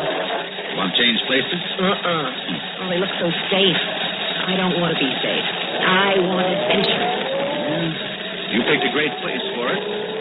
Red Mountain, the hot spot of northern Arizona. Just look at it. There's one main street, 52 motels, 87 gas stations. And 6 restaurants featuring chill mac and canned soup. Yeah, the manager shills for the Kachina doll down toward the center of town. Watch out for that little truck, Charlie. I see him. He's far enough away, I think. Oh, that's so-and-so. What's that it is? I don't know. He waited till I pulled out in front of him, and then he let me have his bright lights. He blinded me in the rear vision mirror. Oh, maybe he's signaling he wants to pass. Well, let him. Oh, that's it. He's blowing his horn. There he goes. He's in an awful hurry. Oh, look out. He's putting out his brakes. He piled into him. He's drunk, that's what. Or crazy. Well, now he's slowed down to 20. Well, I'll have to pass him. He won't let you. What is this? I speed up, he speeds up. Oh, let him go then, Charlie. It's a good thing nobody was coming toward us. Watch out, he's slowing down again. 15. Do you suppose he's doing that on purpose? No, I don't know. Hey, come on, get going. I'm going to have to try it again.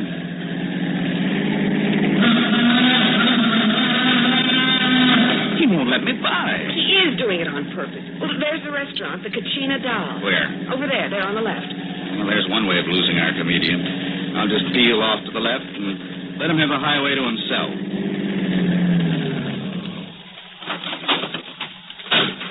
He doesn't seem to want the highway, Charlie. Hmm? Look up the road. He's turning into that gas station. He's coming back. I'll let him. Come on, let's eat. Charlie, you better lock the car. Why? Him. There's nothing for anybody to take. I'd feel better if you locked it. Oh, all right. Look, he's cruising by, looking us over like he was a cop and we did something. Yeah, maybe he is. It occurred to me when he first swung in front of us. Well, he isn't in uniform. Well, there, the car's all locked. Let's go. Charlie, down the road, he's turning around again. What's the matter with him? Well, whatever it is, it's his problem. Let's eat.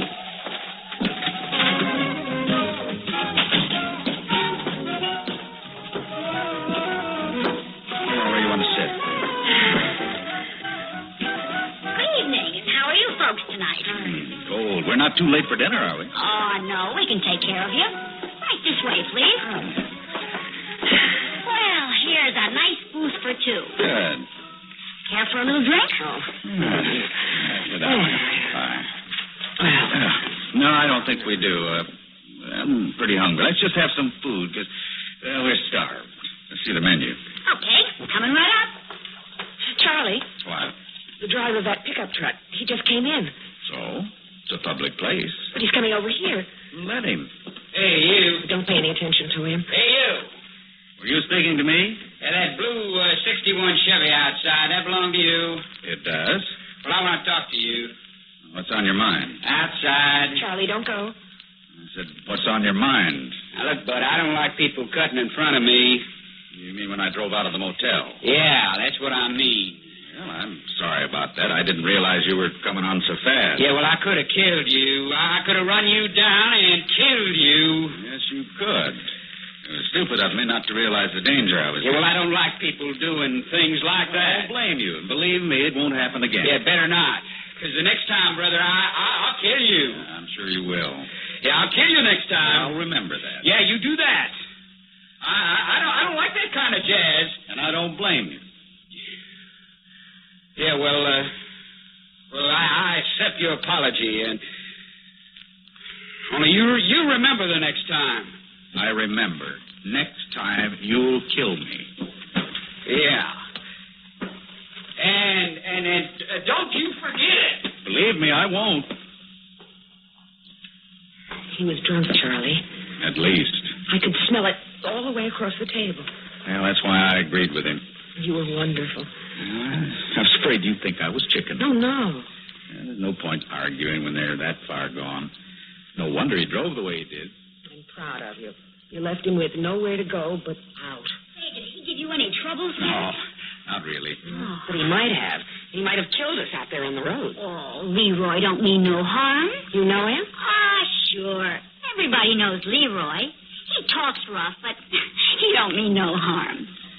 Well, your folks decided? I'm not very hungry now. Oh, but you must eat something, hon. You order for me.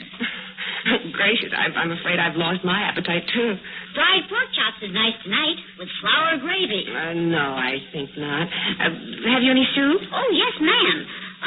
Vegetable, tomato, green pea. In cans? Well, as a matter of fact, yes. Good. I'd prefer it that way. You do? Yes. Yes, then the cook can't get at it. Huh? We'll have vegetable soup. Well, okay. 2 vegetable soup. And what else? That's all. Yes, ma'am. And listen, don't let Leroy upset you. He's just a big kid, that's all. Oh, who put that on? Another folk song. Charlie?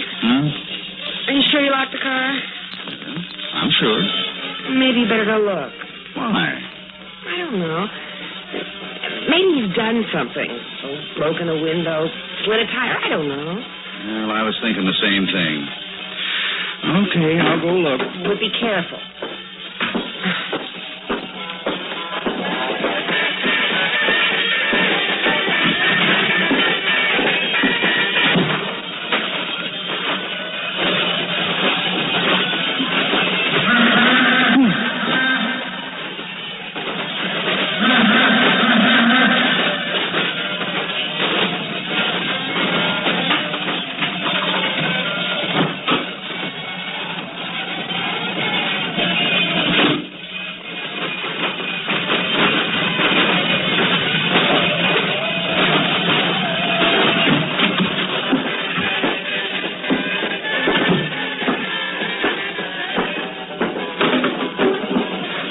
Everything okay? Yeah, everything's okay. I've been thinking, hon. I think we ought to report him to the police. Maybe. We could have been killed, you know. If anybody had been coming the other way, when he wouldn't let us past him, we'd have been killed. I know. If he tried the same thing on somebody else and they were hurt, or worse, I'd never forgive myself. Well, here we are, folks. 2 vegetable soup. There. Say, are you sure you don't want to try the fried pork chop? Quite sure, thank you. Yes. Can you call the police for me? The police? What for? I ask you now, can you call them for me? Now, look, if it's on account of Leroy, well, I wouldn't do that if I was you. You're not me, are you? No. Well, I'll call him if you say so, but, you know, I'm kind of glad I'm not you. What kind of a crack is that? Leroy. You don't bother me.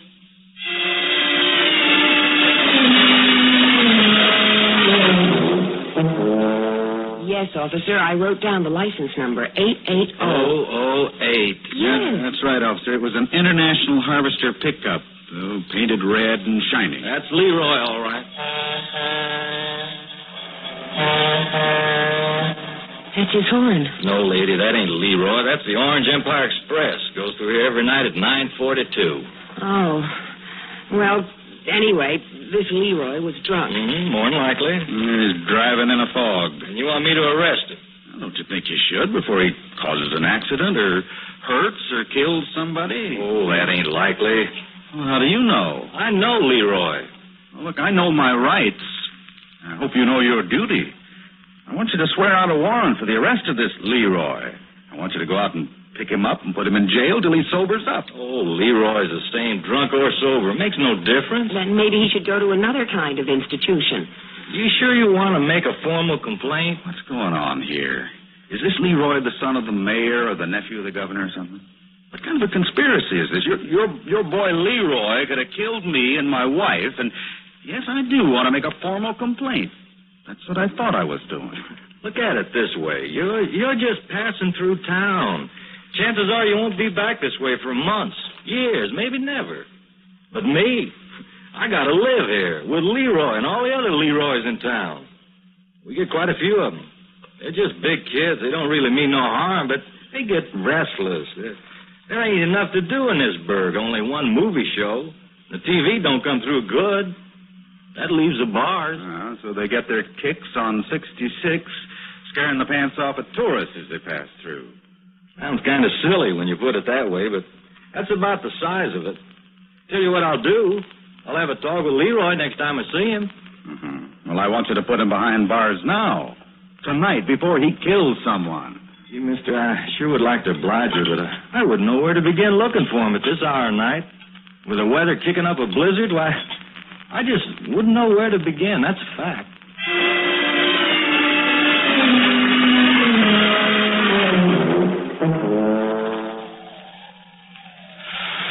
I don't mean to invade your privacy, hon, but haven't you already filed the nails on that hand? Huh?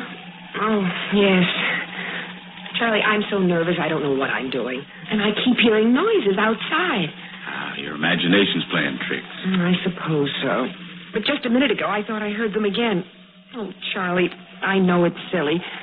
But would you please check the car again for me? Oh, come on, Flo. Please. And then I promise I'll get ready for bed. All right. Flo. What is it? Somebody let the air out of the back tire. Leroy.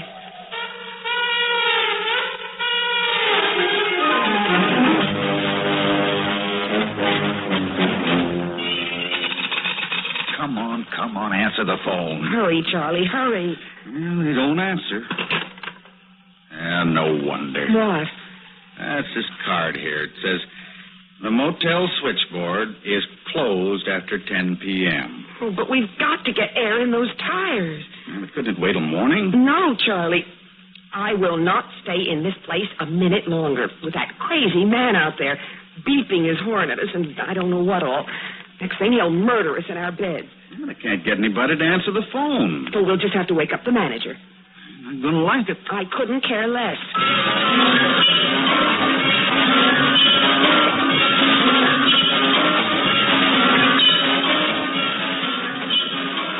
There's nothing I can do for you, Mac. I'm all alone here.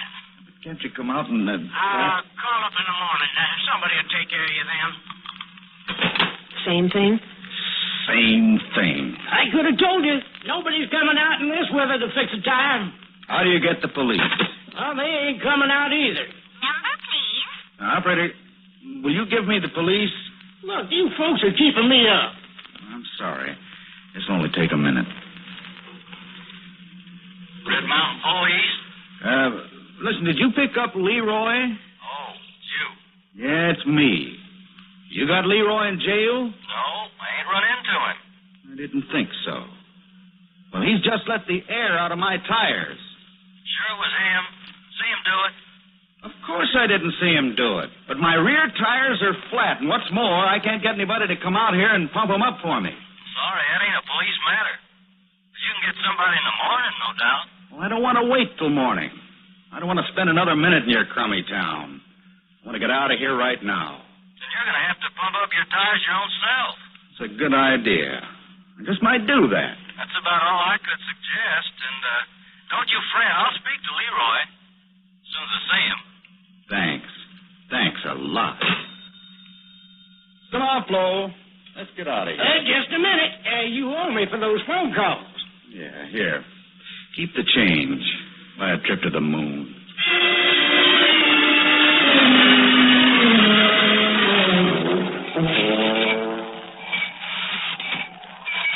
How's it going, honey? The last one's nearly up. Is the car packed? Everything's ready to go. Oh, listen. That's him. That's his horn. Hurry, Charlie. No. Don't let's panic, Flo. What can he do? No, I don't know. I don't know. Oh, what's he done, really? Charlie, just don't try to reason with me. Get that tire pumped up and take me away from here. Oh, please. Please, Charlie, please. Please.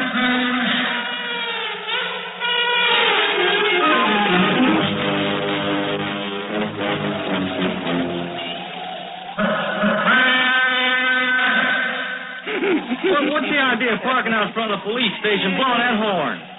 You're giving this town a bad name, scaring them tourists. They wanted me to arrest you. Oh, you wouldn't do that to no friend. I didn't want to, but then you had to go and let the air out of their tires.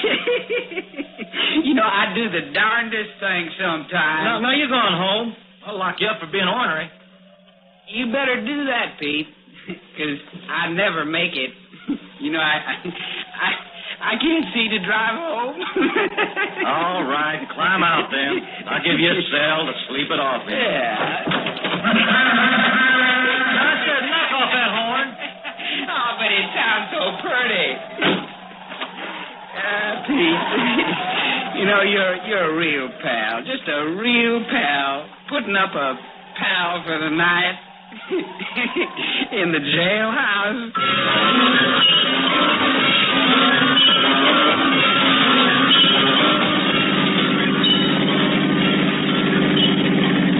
Sign, hon?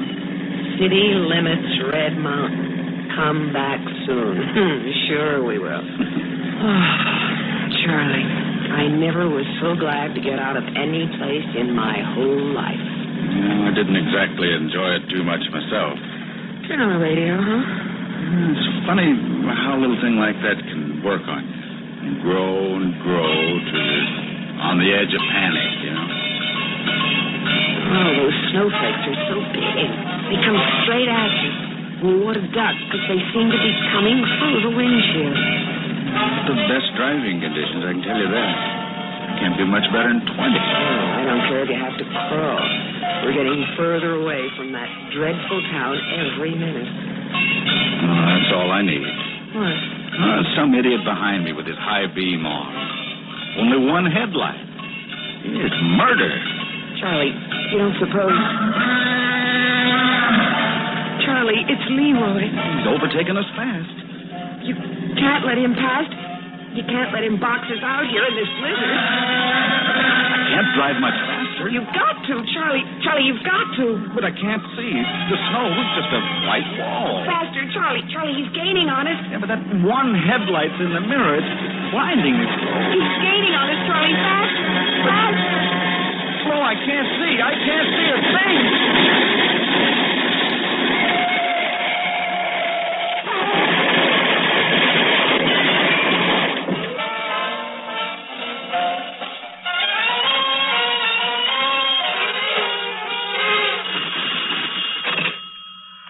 Jennigan Motel. This is Pete over at the police station. Yeah, you woke me up. I'm sorry, Sam. That tourist that was beaten by Leroy, he still there? No, I wouldn't know. I was trying to get some sleep. Yeah, well, if you see him, tell him I picked up Leroy. Tell him Leroy's sleeping it off in the jail.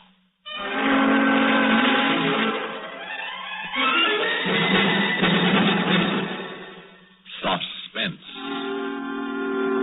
You've been listening to Snow on 66, written especially for Suspense by William N. Robeson, and starring Grayson Hall, and Jimmy Blaine.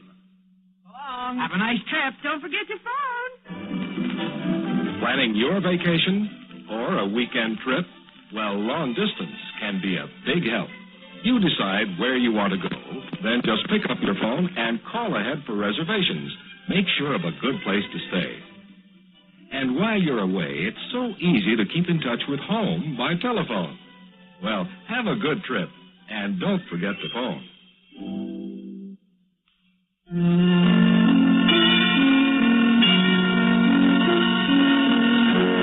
Suspense is produced and directed by Fred Hendrickson. Music supervision by Ethel Huber.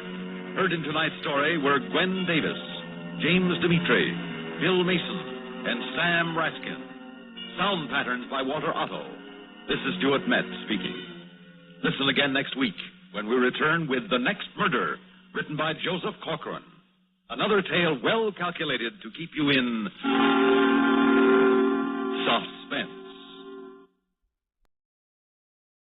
Who was the first to conquer space? It's incontrovertible that the first to conquer living space is the Castro convertible. Who conquers space with fine design, who saves you money all the time, who stops in the convertible line. Castro convertible.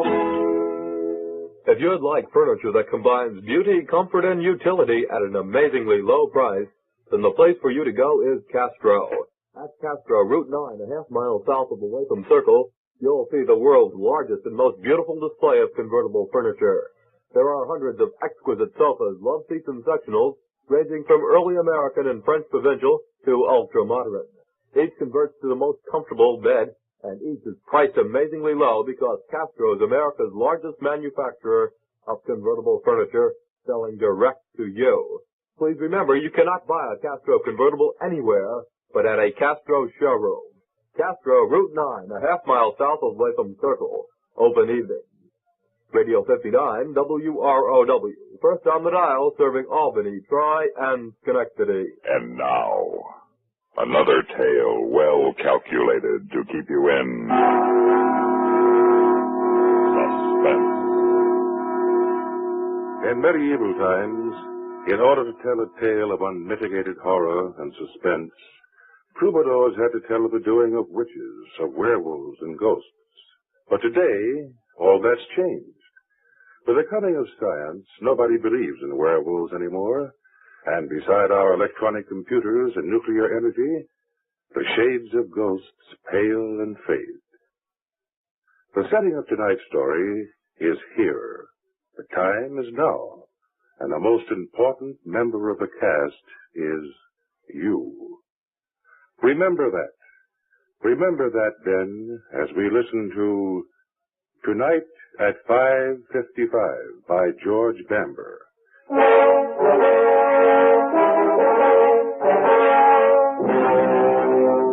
Chairman, something I'd like you to consider before it goes any further. Chairman? Yes, sir. What time do you have? 17:30 hours, sir. Make that read 17:32 exactly. Yes, sir. Take up a position of guard outside the door and lock it. No one is to enter or leave this room for the next 25 minutes under any circumstances. Is that clear? Yes, sir.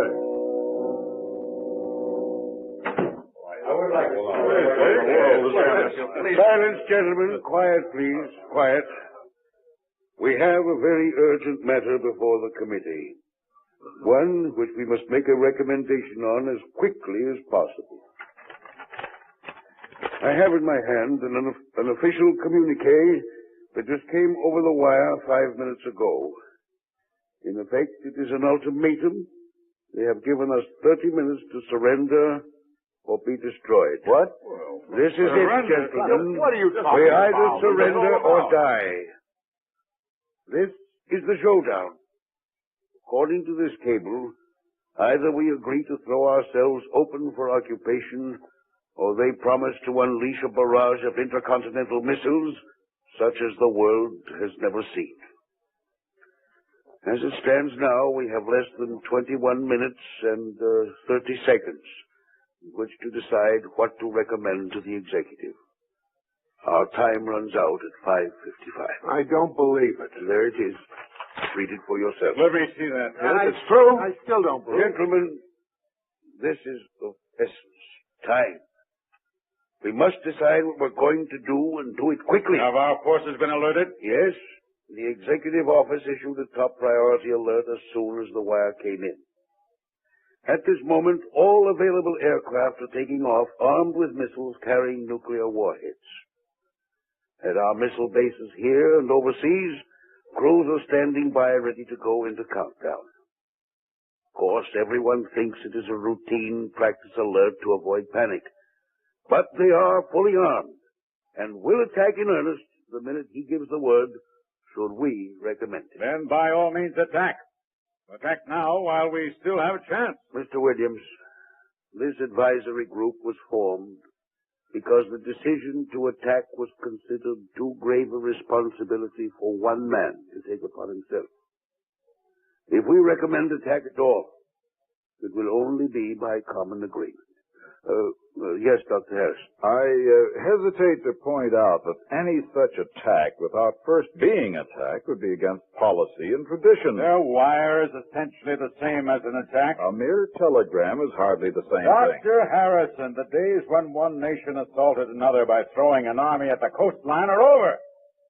In modern warfare, a nation can be completely wiped out in 30 minutes.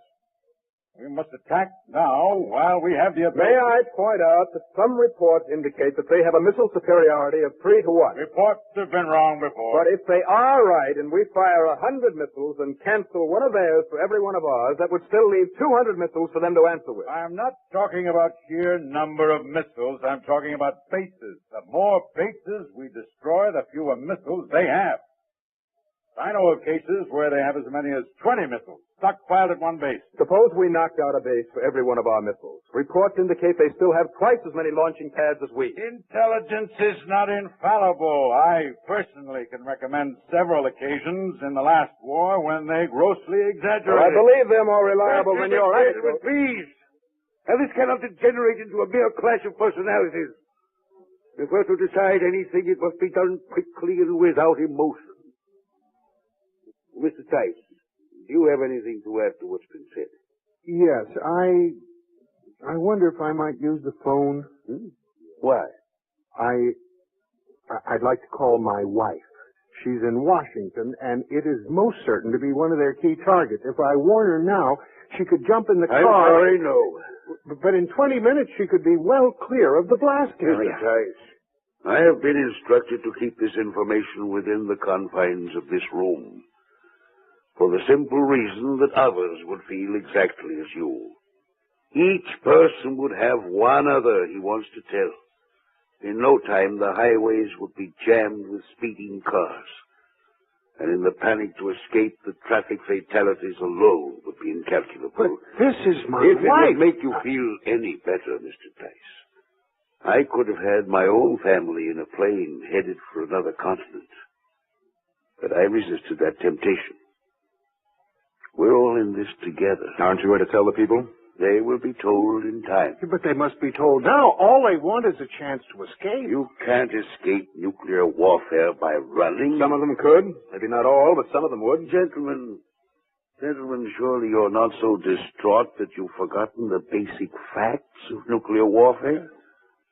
Certainly some will escape the immediate blasts. Most of those living in the more desolate parts of the country will. But they will still have to survive radioactive fallout. The only ones who will survive both blast and fallout will be the ones with underground shelters. And there will be 20 minutes from the time the first missile appears on our early warning screens until the first impact. Plenty of time to warn the people with shelter to go to it and not give panic any more time to wreak destruction than it already has. Gentlemen, the people will be warned. Shall we proceed? All those people just sitting there, waiting. My wife. My poor wife. We have exactly 17 minutes until 5:55. Shall we proceed?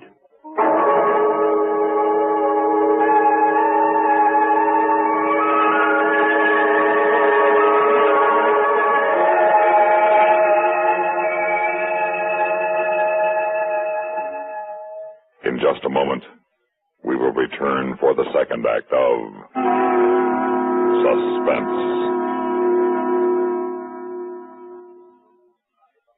Do you have an air conditioner? Do you have a forced air furnace? If you do, you need to change filters regularly, twice a year at least. When you change, get new Fram Permachem-treated air filters. New Fram, F-R-A-M, Permachem-treated air filters.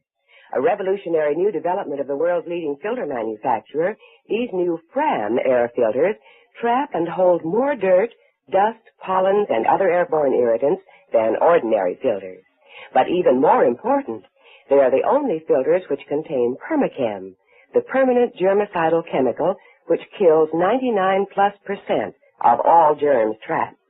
Keep the air in your home hospital clean with new Fram Permachem-treated air filters. They're guaranteed by Good Housekeeping magazine. Ask your dealer for the brand new Fram Change-It-Yourself filter kit that fits all room air conditioners, or have your serviceman change filters for you.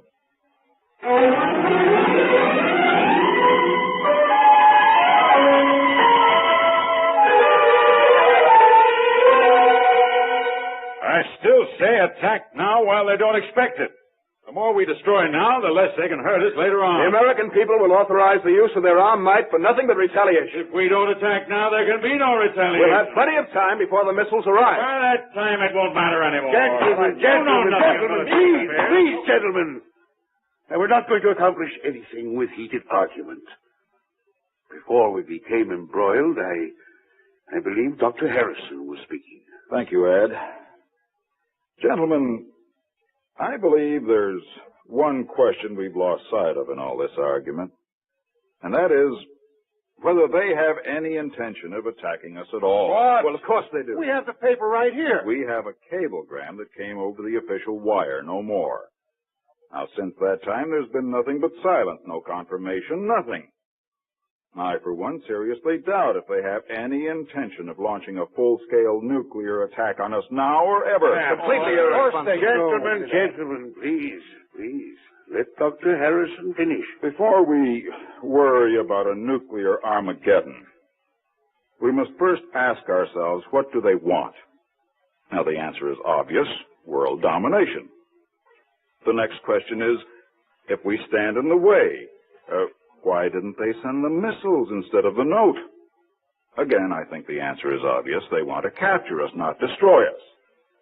Here, we must ask ourselves, what profit a man to conquer the whole world if he lose his own soul? What are you driving at? Yes, Dr. Harrison, please be brief. We have only 14 minutes and 22 seconds. Well, suppose we don't surrender, and they carry through with their threat. What would happen? Now, it is estimated that it would take a total of 300 IBM and intermediate-range missiles to put us out of action. Do you know what that many megatons of nuclear explosives would do to a country of this size? Population centers would be heaps of concrete and steel ash. A huge cloud of radioactive filth would blanket the earth, dropping out thousands of tons of radioactive death, killing off what little population we had left, polluting the hills and streams and even the grass, so that this great nation, the world's most productive and richest consumer market, would become a radioactive wasteland. A dark continent where even the natural resources are inaccessible. We are all well aware of the effects of radioactive fallout. Yes, but that's only what will happen if we sit here and do nothing. But we know we won't do that. As soon as the first enemy missile breaks over our horizon, we will unloose a missile to answer it. The 300 will be multiplied by 2, making 6, possibly 7 or 800 thermonuclear explosions. The cloud blanketing this country will have a sister cloud over theirs, and the 2 radioactive clouds will drift eastward, raining death and destruction as they go. Gentlemen, an all-out nuclear attack would mean suicide to them as well as to us, and they have no intention of committing suicide. And why did they send the cable? Because they're gambling. I consider this cable to be no more than a bluff, as if this were no more than a huge international poker game.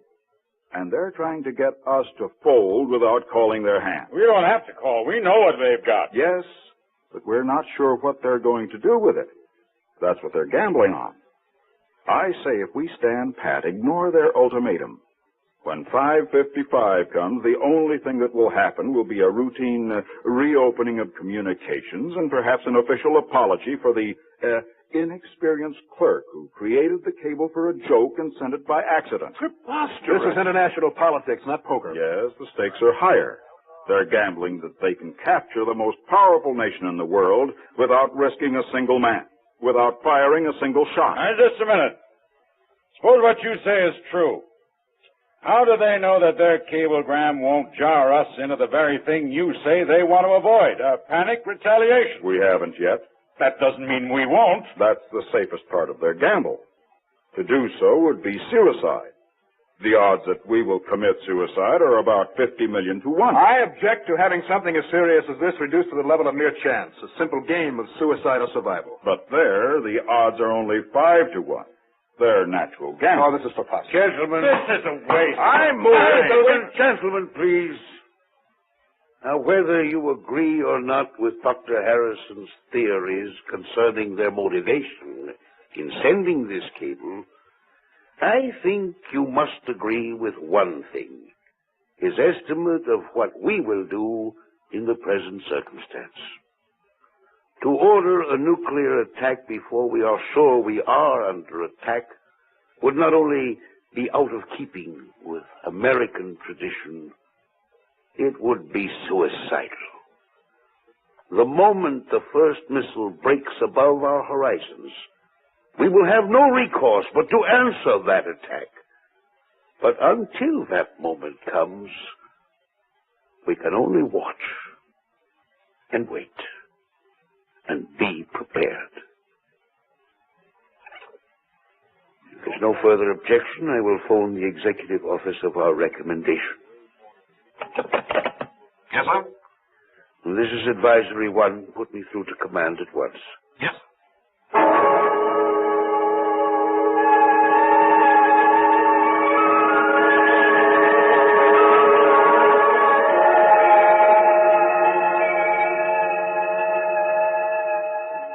In a moment, we will return for the third act of Suspense.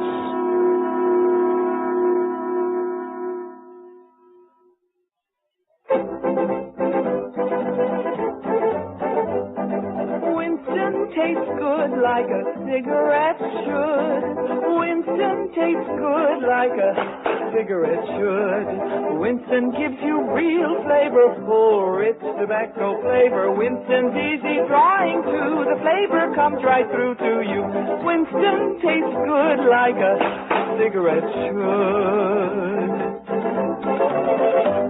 A modern filter? Sure, Winston has it. But that's only the beginning of a Winston. Up front, up where it really counts, Winston packs exclusive filter blend. Light, flavorful tobaccos, specially selected and specially processed for filter smoking. Filter blend. That's why it's fun to smoke Winston, America's best-selling filter cigarette. Winston tastes good like a cigarette should.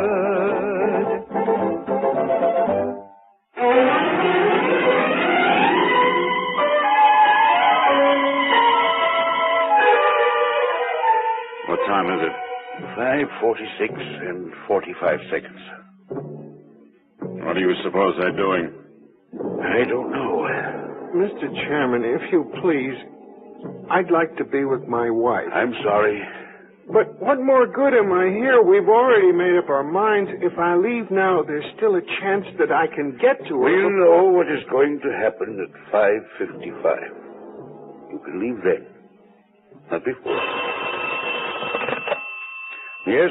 Monitoring stations overseas report negative, sir. Nothing? All stations went off the air 25 minutes ago. How about the overseas radio service? Have they got any news reports? I don't know, sir. Let me check that. They're definitely up to something. We knew that when we got the cable I down. say we must attack now. Hello, sir. Yes? Quiet, please. Go ahead. Overseas radio service, off the air. Do we have any intelligence reports at all? I don't know. I'll have to check and call back. Very good. How much more evidence do you need? They've captured the entire continent. It'll only be a matter of moments before they begin their attack on us. The silencing of ORS means nothing. It could be nothing but a precautionary measure on our part. I'll turn on the monitor. That'll keep us in constant touch with our Mid-Continent Operations Center. Early warning systems report negative. Satellite monitoring report negative. All skies are clear. Stand by for further information. There, you see? Yes, the calm before the storm. I demand that we do something stronger than merely recommend. If necessary, we should supersede executive authority and take matters into our own hands. Mr. Williams, the command to attack can come only from one man, and it will be taken only from him. I'm sure that he will give no such order until the first missile breaks over our horizon. Until that time, I suggest you sit down and wait.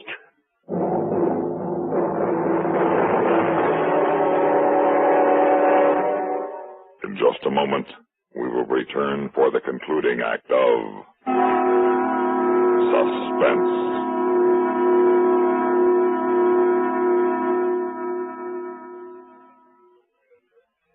Thirsty people everywhere prefer ice-cold Pepsi-Cola. And because it's light, it refreshes without filling. Charlie, be sociable. I am, Kay. Pepsi is a favorite of thirsty people from Maine to Hawaii, from Alaska to Florida. Charlie. It's perfect for parties or picnics, so serve Pepsi to your guests. That's helpful, but... This is the sociable part. Keep plenty of Pepsi ice-cold and ready. Remember, it goes fast because everybody likes Pepsi. Singing still sounds more inviting. May I? Be sociable, look smart, keep up to date with Pepsi. Drink light, refreshing Pepsi. Stay young and fair and debonair. Be sociable, have a Pepsi. But singing doesn't say, pick up an extra carton of Pepsi today. Better yet, get a case. You do that.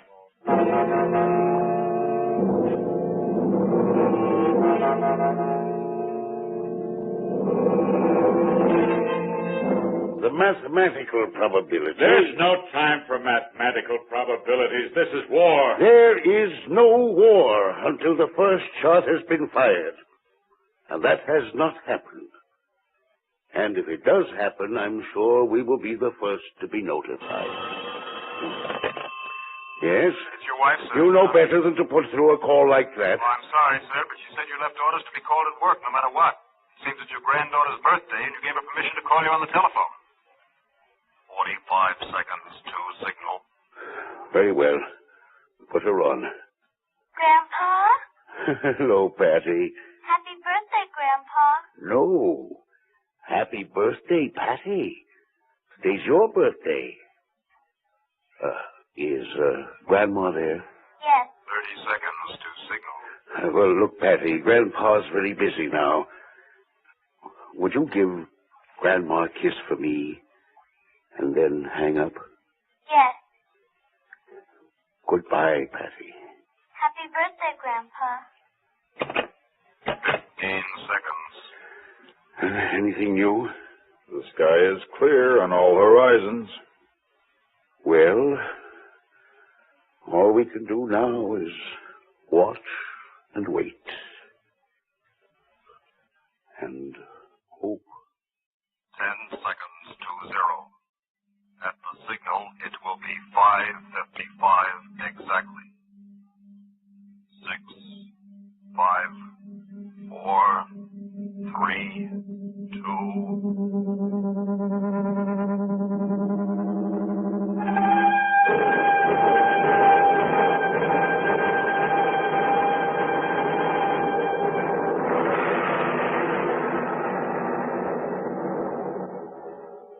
Suspense.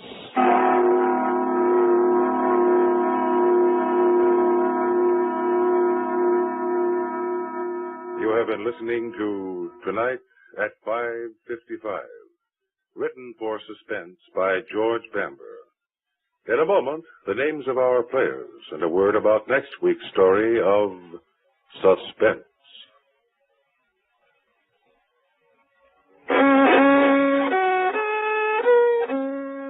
Are you all out of tune because you're irregular? Then help yourself get back in tune with Kellogg's All Brand. You'll feel right on pitch when Kellogg's All Brand goes gently to work. Relieves constipation due to lack of bulk by supplying your system with bulk-forming whole bran. Yes, a daily bowl full of Kellogg's All Brand with milk helps put you right back in tune. The natural way. The good-tasting way, too. Fact is, Kellogg's All Bran is the one brand cereal that combines proved effectiveness with appetizing taste and crispness. It never gets mushy in milk. So remember, if constipation's a problem, gentle it away, as millions do, with Kellogg's All Bran. The good food way to keep regular as clockwork. ALL-BRAN. Kellogg's All Bran. At your grocer's.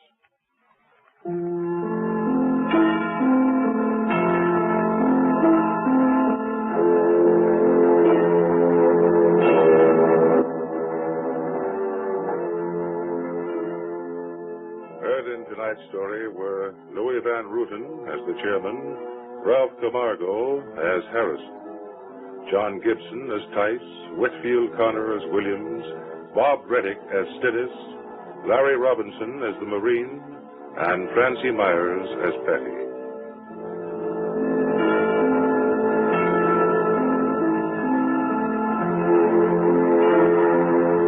Listen again next week when we return with One More Shot by William N. Robeson. Another tale well calculated to keep you in suspense. The latest news follows, then Have Gun Will Travel on CBS Radio.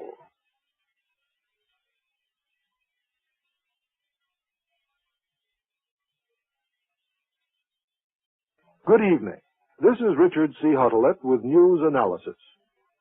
Easter Sunday is an odd time indeed to note the birthday of Nikita Sergeyevich Khrushchev. But there he stands, 66 years old today, a reality with which this generation must cope. He has set himself up in competition with the Christian ethic. In place of redemption through sacrifice, which is perhaps the central tenet of Christianity, Khrushchev advocates satisfaction through obedience. Even those who are sure that eternal religious values will prevail and that communism is a passing thing find themselves compelled to meet its challenge in much of their daily existence. That this should be so is due in large measure to the little man who now begins a new year of life. Nikita Khrushchev has pictured himself as one who has grown to fit the office he holds. Certainly, there was no visible aura of greatness around him when I worked in Moscow shortly after the war. Even traveling around the Ukraine, of which he was then boss, one saw him as no more than a tough, competent administrator. What was not apparent immediately when he rose to the top after the death of Stalin was the degree to which he contributed to his own success. He was no intellectual giant to command respect as a Marxian theorist, nor was he an old revolutionary. Khrushchev was an ice-cold, practical politician who had clawed his way to the top. He had learned how to fight, to intrigue, to wait, and to survive, and that is the man he is today. When theory suits his purpose, he spouts theory, like self-determination and coexistence. But he drowned the Hungarian rebellion in blood and applauded the Chinese doing the same in Tibet. In moving to the top, he condemned Stalin's personality cult and preached collective leadership. Then he picked off his opponents one by one, Malenkov, Molotov, Kaganovich, Zhukov, Bulganin, until he is now the sole ruler of the Soviet state. Stalin could hold Russia in check through the weight of his prestige and the cruelty of his police machine. In his last years after the war, the Soviet Union became an outcast among nations. Its foreign activities were naked terror, bloody purges in Eastern Europe, the Berlin blockade, the Korean War. At home, it was stagnant, over-centralized, muscle-bound. When Khrushchev took over, he could not have continued Stalin's policy even if he had wanted to. As a practical man, he had to ride the forces of change that burst out all over. And this he has done, following no ideological formula, but only his healthy instinct for power. Russia needs more food, so he took a gigantic gamble in plowing up 90 million acres of virgin land where rainfall is uncertain. He liquidated the state's motor tractor stations and gave the peasants the incentive to produce. He decentralized industry to slip off the straitjacket of top-heavy planning and dissolved the old internal empire of the secret police. He has appealed for the support of the growing technical and managerial class, given it a slogan and an effort that appeals to pride, patriotism, greed, and ambition. Catch and surpass the United States. Khrushchev does not tolerate political freedom, much less opposition. He has the means of iron control. But his hand is not as heavy as Stalin's, and he has given his people a razzle-dazzle show of success. His Sputniks led man into space. His 7-year plan has the economy booming, even providing more consumers' goods. He has organized the satellites in a rational economic system and embarked on a long-range program of penetration in Asia, Africa, and Latin America. He turns crises on and off, arranges trips around the world, and sets the terms on which a summit conference convenes. Today, at the peak of his career, unrestrained by any constitutional checks and balances, unhampered by political opposition or public hostility, he is probably the most powerful individual in the world. Alert, shrewd, resourceful, bursting with energy, he is also a ham actor and a stage manager par excellence. These are the qualities with which he has seized the initiative in the Soviet Union and in his dealings with the West. It is not that he has a superior creed or even that he necessarily follows a communist doctrine. His advantage stems largely from the confusion and lethargy of his Western opponents, particularly where Christian peoples have found it convenient to abandon Christian principles and where the Easter message of sacrifice as the means of redemption falls on deaf ears. This is Richard C. Hottelet, recorded in Washington. This is the CBS Radio Network.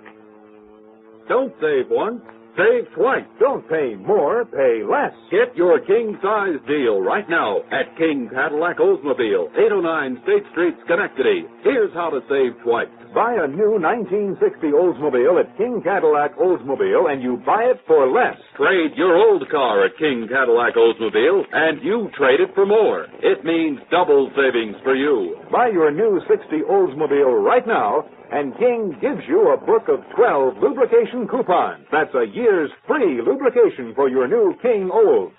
King Cadillac Oldsmobile makes it oh so easy to own the Oldsmobile you've always wanted. You pick the King credit plan tailored just for you. Save 2 ways right now and get those free lubrication coupons. King Cadillac Oldsmobile with new Cadillacs, new Oldsmobiles, and 75 tested used cars at 809 State Street, Schenectady. Open daily till 9, Saturdays till 6. It's a king-size invitation for you. Radio 59 WROW, the news station for the Tri-Cities.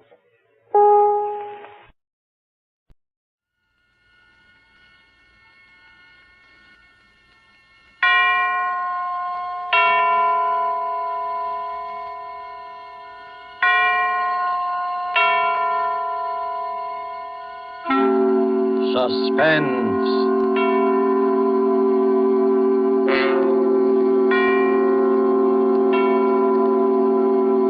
This is the Man in Black, here again to introduce Columbia's program, Suspense.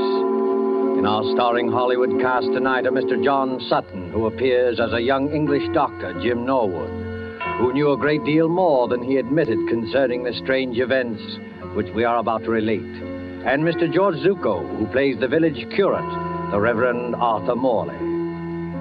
Our story, and it bears none but a coincidental resemblance to H.G. Wells' famous short novel, The Invisible Man, is by John Dixon Carr, and is called The Man Without a Body.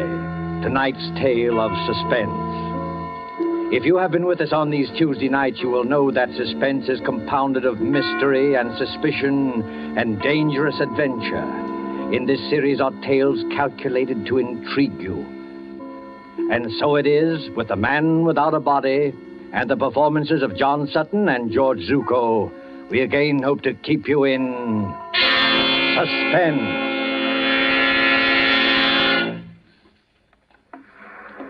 A lonely beach of low white sand hills edged by the surf of the North Sea. And back from the beach, drowsing as it has drowsed for 10 centuries, lies the village of Aldbridge in Suffolk. There is the seawall, now defaced by air raid shelters. And there are the rolling grain fields, the thatched white cottages, the spire of St. Luke's Church above the oak trees. Ancient and bell-haunted, lost among hedgerows, this village could never cause consternation in London newspaper offices. And yet, on that warm night nearly 4 years ago... This time it's really happened. A man without a body, completely invisible. Copy, boy. Copy, boy. Look at this dispatch. Reign of terror in Suffolk Village. Has another of H.G. Wells' romances come true? An invisible man? I can't believe it. What's the matter with that village? They all gone scatty? Mr. George Wellman, builder, states that as he was returning home along the main road from Bury St. Edmunds... He distinctly saw a man's hat, without any head under it, moving towards him about 6 feet above the ground. Oh, George must have been full of beer. We can't use this story. Copy, boy! Even more surprising evidence was given by the Reverend Arthur Morley, vicar of St. Luke's Church. Who? The parson? You don't think he was full of beer? One question above all agitates the village. Who is Professor Ansmith? Who is this elderly American, said to be an inventor, who has settled at Aldbridge and leased a part of the house belonging to the local doctor? Out of some terrifying workshop, to strike like a maniac, where least expected, has there at last emerged... A real invisible man? The Church of St. Luke, Aldbridge, on that same Sunday evening. The evening service is over now, though an echo of bells still lingers. In the vestry at the rear of the church, where white surplices hang like ghosts, the Reverend Arthur Morley sits with his daughter Janice.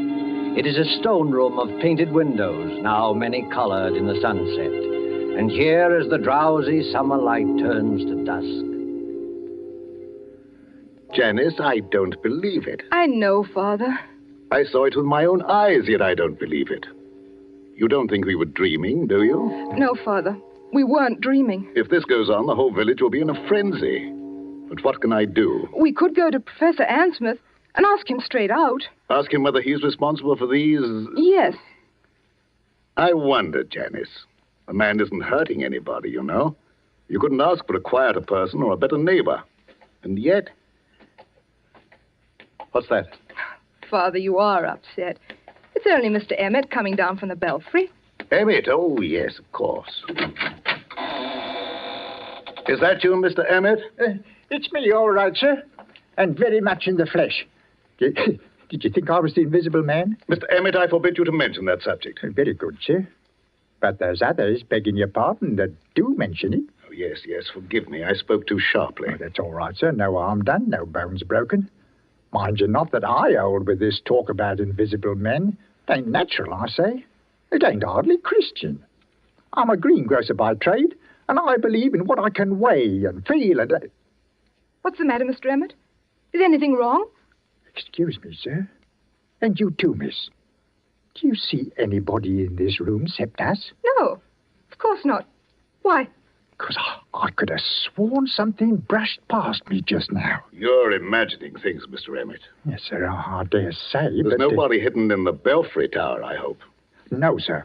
I had a look-see. And what's more, there's not going to be anybody up there once I've locked the door. Now, let the blighter try and get in. Oh, please, Mr. Emmett. And you too, Father. You're talking about this invisible man as though... As though he actually existed. There's something funny going on, miss. You can't deny that. No, none of us can deny it. And what's more, sir, it's getting pretty dark in here. Hadn't you and Miss Janice better get along to the vicarage while I lock up? No, we can't go just yet, Mr. Emmett. We're expecting Dr. Norwood. Dr. Jim Norwood, sir? What does he say about all this? Oh, you might ask him yourself, Mr. Emmett. I think that's probably him now. Come in. The vestry door's not locked. Oh, hello, Padre. Hello, Janice. I'm sorry I'm late. Oh, hello, Jim. You seem a good deal out of breath. I am out of breath, Janice, because there's blue blazes to pay down in the village. Not more trouble. Yes, I'm afraid so. They're holding a mass meeting at the Coach and Horses, and they're ready to murder Professor Ansmith. If this invisible man cuts any more capers, we may see a real old-fashioned lynching in an English village. Now, look here, my boy. This has got to stop. I know that, Padre, but how are we going to stop it? Sit down there, Jim, across the table from me. Yes, sir. First of all, what do you know about this Professor Ansmith? Nothing, sir. Nothing at all. But you rent part of your house to him. Oh, my dear Padre, that house is twice as big as I can possibly manage. I was only too glad to get a tenant. He gave you references, I imagine? Yes, but I didn't bother to check them. He's a quiet old boy. Pays his rent on the dot. Never does anything except read and go for long walks. Are you quite sure of that, Jim? The village has war nerves, that's all. With the camouflage aerodrome in the neighborhood, they're apt to imagine anything. True, perhaps, but... That talk about dynamos humming in the old boy's room and blue lights flashing is rubbish out of a sensational film. They imagine the whole thing. Finally, this crazy story about an invisible man playing the gramophone. Why, It's not a crazy story, Jim. Janice and I saw it happen. You what? Last night, about 9:30, Janice and I were out for a walk in the lane that runs past your house. On the way, we met Willie Kendrick, and he joined us. Well, sir? Listen, Jim. On that side of the house, there's a little square room with 2 windows and no furniture except a round table and a couple of chairs. Do you know the one we mean? Yes, of course. Professor Ansmith uses it. What about the room? It wasn't quite blackout time. The windows were up, the curtains weren't drawn, and the room was brightly lighted. On the table stood an old-fashioned gramophone with a horn and a crank handle. Beside it lay a pair of white cotton gloves, like gardener's gloves. The gramophone was playing away for dear life, but there was nobody in the room. Janice thought that was a bit odd, a gramophone going full tilt with nobody there, and called my attention to it. Just then, the gramophone started to run down. We could hear the record slow and go off key. As it did so... Well, sir, go on. As it did so, those white gloves got up off the table. Got up off the table? Got up off the table, took hold of the gramophone, and wound it up again. Mr. Emmett, what on earth are you doing? I dropped some candlesticks. So I see. Please pick them up again. Yes, miss. Padre, are you serious? Perfectly serious. A pair of gloves without any hands inside them? Yes. But what did they do exactly? The left-hand glove steadied the gramophone. The right-hand glove wound it up. Then they both hung in the air, beating time to the music. It should have been funny. I can only assure you it was not funny. Oh, what happened then? Oh, Jim, it was horrible. Willie Kendrick let out a yell and ran down the lane between the apple trees as though the devil were after him. I can't say I blame him. Father and I just stood there and... Stared is the word, my dear. Yes, stared. I can't forget any of it. The 3-legged table and the whirling record and the blue flowers on the wallpaper. But there was nobody there. We could see past the table and under the table and all over the room. And there was nobody there. Except the man without any body. Confound the man without any body. Father, suppose it is true. As a clergyman, my dear, I prefer to remain agnostic. This thing is a trick. Yes, but how's it done and why? That's the whole point, Jim. What worries me is the effect on our people here. We call ourselves intelligent, and yet, look at us. Even Mr. Emmett there. Hey, what's that about me, sir? A few minutes ago, you thought something brushed past you when you were coming down the stairs from the bell tower. Now, didn't you? Well, yes, sir. You see what I mean, Jim? But I didn't really think so, sir. Not really. It was imagination, just like the doctor said. Because I searched that tower. I locked the door afterwards. Exactly. But the mere force of suggestion, nothing more, might lead you to believe. That's not suggestion, Father. Sir. Oh, Set by below. There's nobody in that belfry. Bells can't ring by themselves, old man. There's somebody pulling the rope up there, and we're going to find out who it is. Now, one moment, all of you. What's wrong, Padre? You're as white as a ghost. This blasphemous mockery, it seems, extends even to the church. Very well. You will stay with Janice, my boy. Emmett and I will collar this invisible man. Why can't I go too? I don't believe in this, but I should prefer to have someone with Janice. You're not afraid, Mr. Emmett? If it's alive, sir, I'm not afraid of it. And if it's dead, well, you're not afraid of it. The tower door's open, sir. I'm ready. Don't do it, Father. Don't go. You can't help them, Janice. Sit down here. Take it easy. Jim Norwood, what's wrong with you? Wrong with me? You've got an odd look, too. And the light's fading. And the surplices look like ghosts. And in another minute, that bell would drive me mad.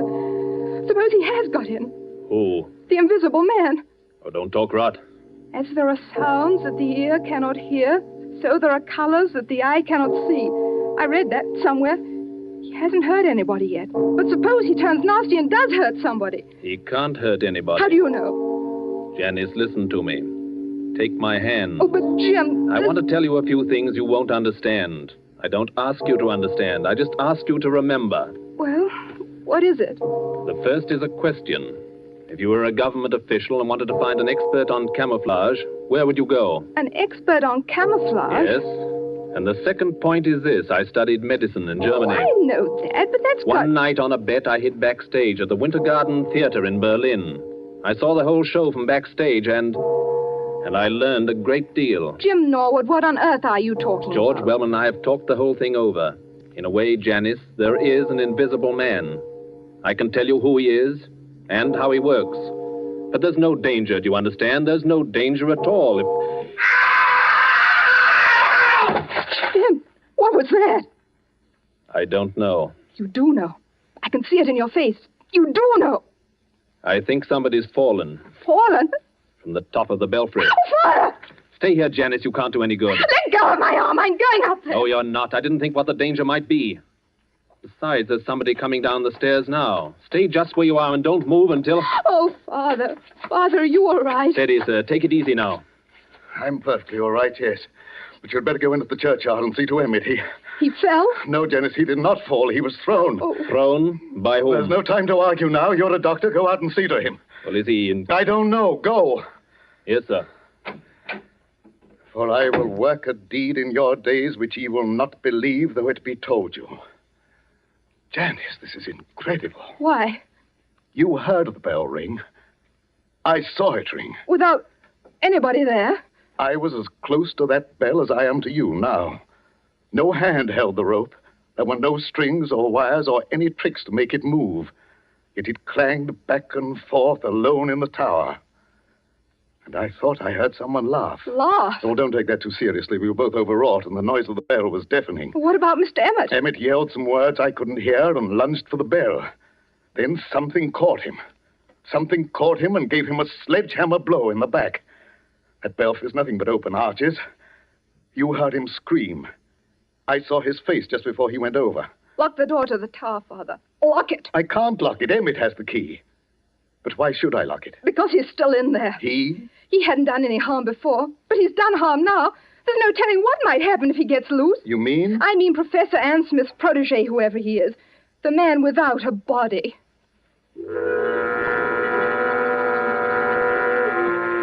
Under the red sunset, some quarter of a mile away, a grass-carpeted lane winds between rows of apple trees. The lane is dusky, though lights shine into it from the windows of a large stone house, Dr. Norwood's house beyond the apple trees. Up and down, a shadowy figure is pacing, an elderly figure, a dejected figure, tall and frail as a shadow among shadows, muttering to itself, shaking its head, now and then raising one fist in bewilderment or anguish. Sometimes the light gleams on large spectacles and a kindly mouth. Up and down, endlessly up and down strides Professor Ann Smith. I'm not guilty. I'm not guilty. How can I convince them that I'm not Who's there? I saw you dodge behind that tree. Stand out, sir. Did you call me, Professor Ansmith? Yes, I did call you. Who are you? You probably won't recognize me, Professor Ansmith. Nevertheless, my friend, may I ask what your name is? My name is Wellman, Professor. George Wellman. Wellman. I've heard that name. Maybe you have. I'm a builder by trade, and a great friend of Dr. Norwood's. Wait one moment. Aren't you the young man whose firm is putting up these air-raid shelters along the seawall and making such an unholy din with your riveting machines? That's me. And come to think of it, aren't you the one who first started this alarm about an invisible man? Yes, because I met him. You did not meet him, sir. This whole thesis is scientific nonsense, and I won't have it. You won't have what? I'm an old man, Mr. Wellman. I never did anybody the least harm. As God is my judge, I know nothing whatever about this... What's that? It looks like the vicar's car, Professor. You'd better stand back. This is a pretty narrow lane. Ansmith! Professor Ansmith! Yes, Mr. Morley, I hear you. Well, we thought you'd better drive over here straight away. I think you've met my daughter. And, of course, you know Dr. Norwood. Yes, but there's no time for any social formalities. Get into your house, Professor Ansmith. Get in quickly and close the shutters. But why should I do that? Because there's a mob coming, sir, and we can't stop them. Hurry, do hurry. A mob coming here? Why? Haven't you heard the news? I've heard nothing, my friend. The only person I've seen has been that young man there who chews a toothpick and hides behind the trees. George Wellman? What on earth are you doing here? Watching, Janice. Watching and waiting, just as usual. Listen to me, Professor Ansmith. Henry Emmett, the head verger at St. Luke's, was thrown from the belfry window not 20 minutes ago. Not by me, sir, I assure you. I had nothing to do with it. No, not by you, but apparently by the invisible man. Oh, Father in heaven, will this never stop? Not till we catch the fellow. No. Be quiet, Mr. Wellman, please. I'm sorry, Padre. I take it back. I myself can testify that no visible person laid hands on Emmett. He was struck as though with a gigantic fist. What's the matter, Professor Ansmith? Is anything wrong? No. I was just thinking. Is Emmett dead? Fortunately, no. I'm glad of that, my friend, for a certain person's sake. He's not even seriously hurt. The bell tower isn't high, and a tree broke the force of his fall. But he's badly shaken up, and that crowd at the Coach and Horses means trouble. If you haven't anything to say to us, if you haven't a word of explanation to utter... Listen, Padre, don't you hear anything? Yes, I thought I heard voices. Can't be that crowd from the village. We're too far ahead of them. It's a crowd, all right. And they've been here for hours. But where? I don't see anybody. Jim, look, behind the trees. Look behind the trees. Look beyond the hedgerows. Look for any place where a watcher can hide. And may I ask what they're doing here? They're watching you, Professor Ansmith. More of your spies, you mean? You can call them anything you please. But they're getting impatient and they want a showdown. If I as much as hold my hand up like this... Don't throw stones at the windows, you fools! You're only breaking the doctor's windows! Gentlemen, I can't have any more of this. Be quiet, all of you, and listen to me.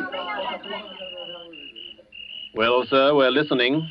I'm a peaceful man. I like to live in peace with my neighbors. I have nothing to do with this so-called reign of terror. But you don't believe that, do you? No. Then I must expose a fraud. Now, don't blame me if I expose the trickster, too. I have made preparations to show you the invisible man. The man without a body. Quiet, everybody! Mr. Morley, I believe you and your daughter walked through this lane last night while I was away at Bury St. Edmunds. I don't know about your being away, sir. My daughter and I were certainly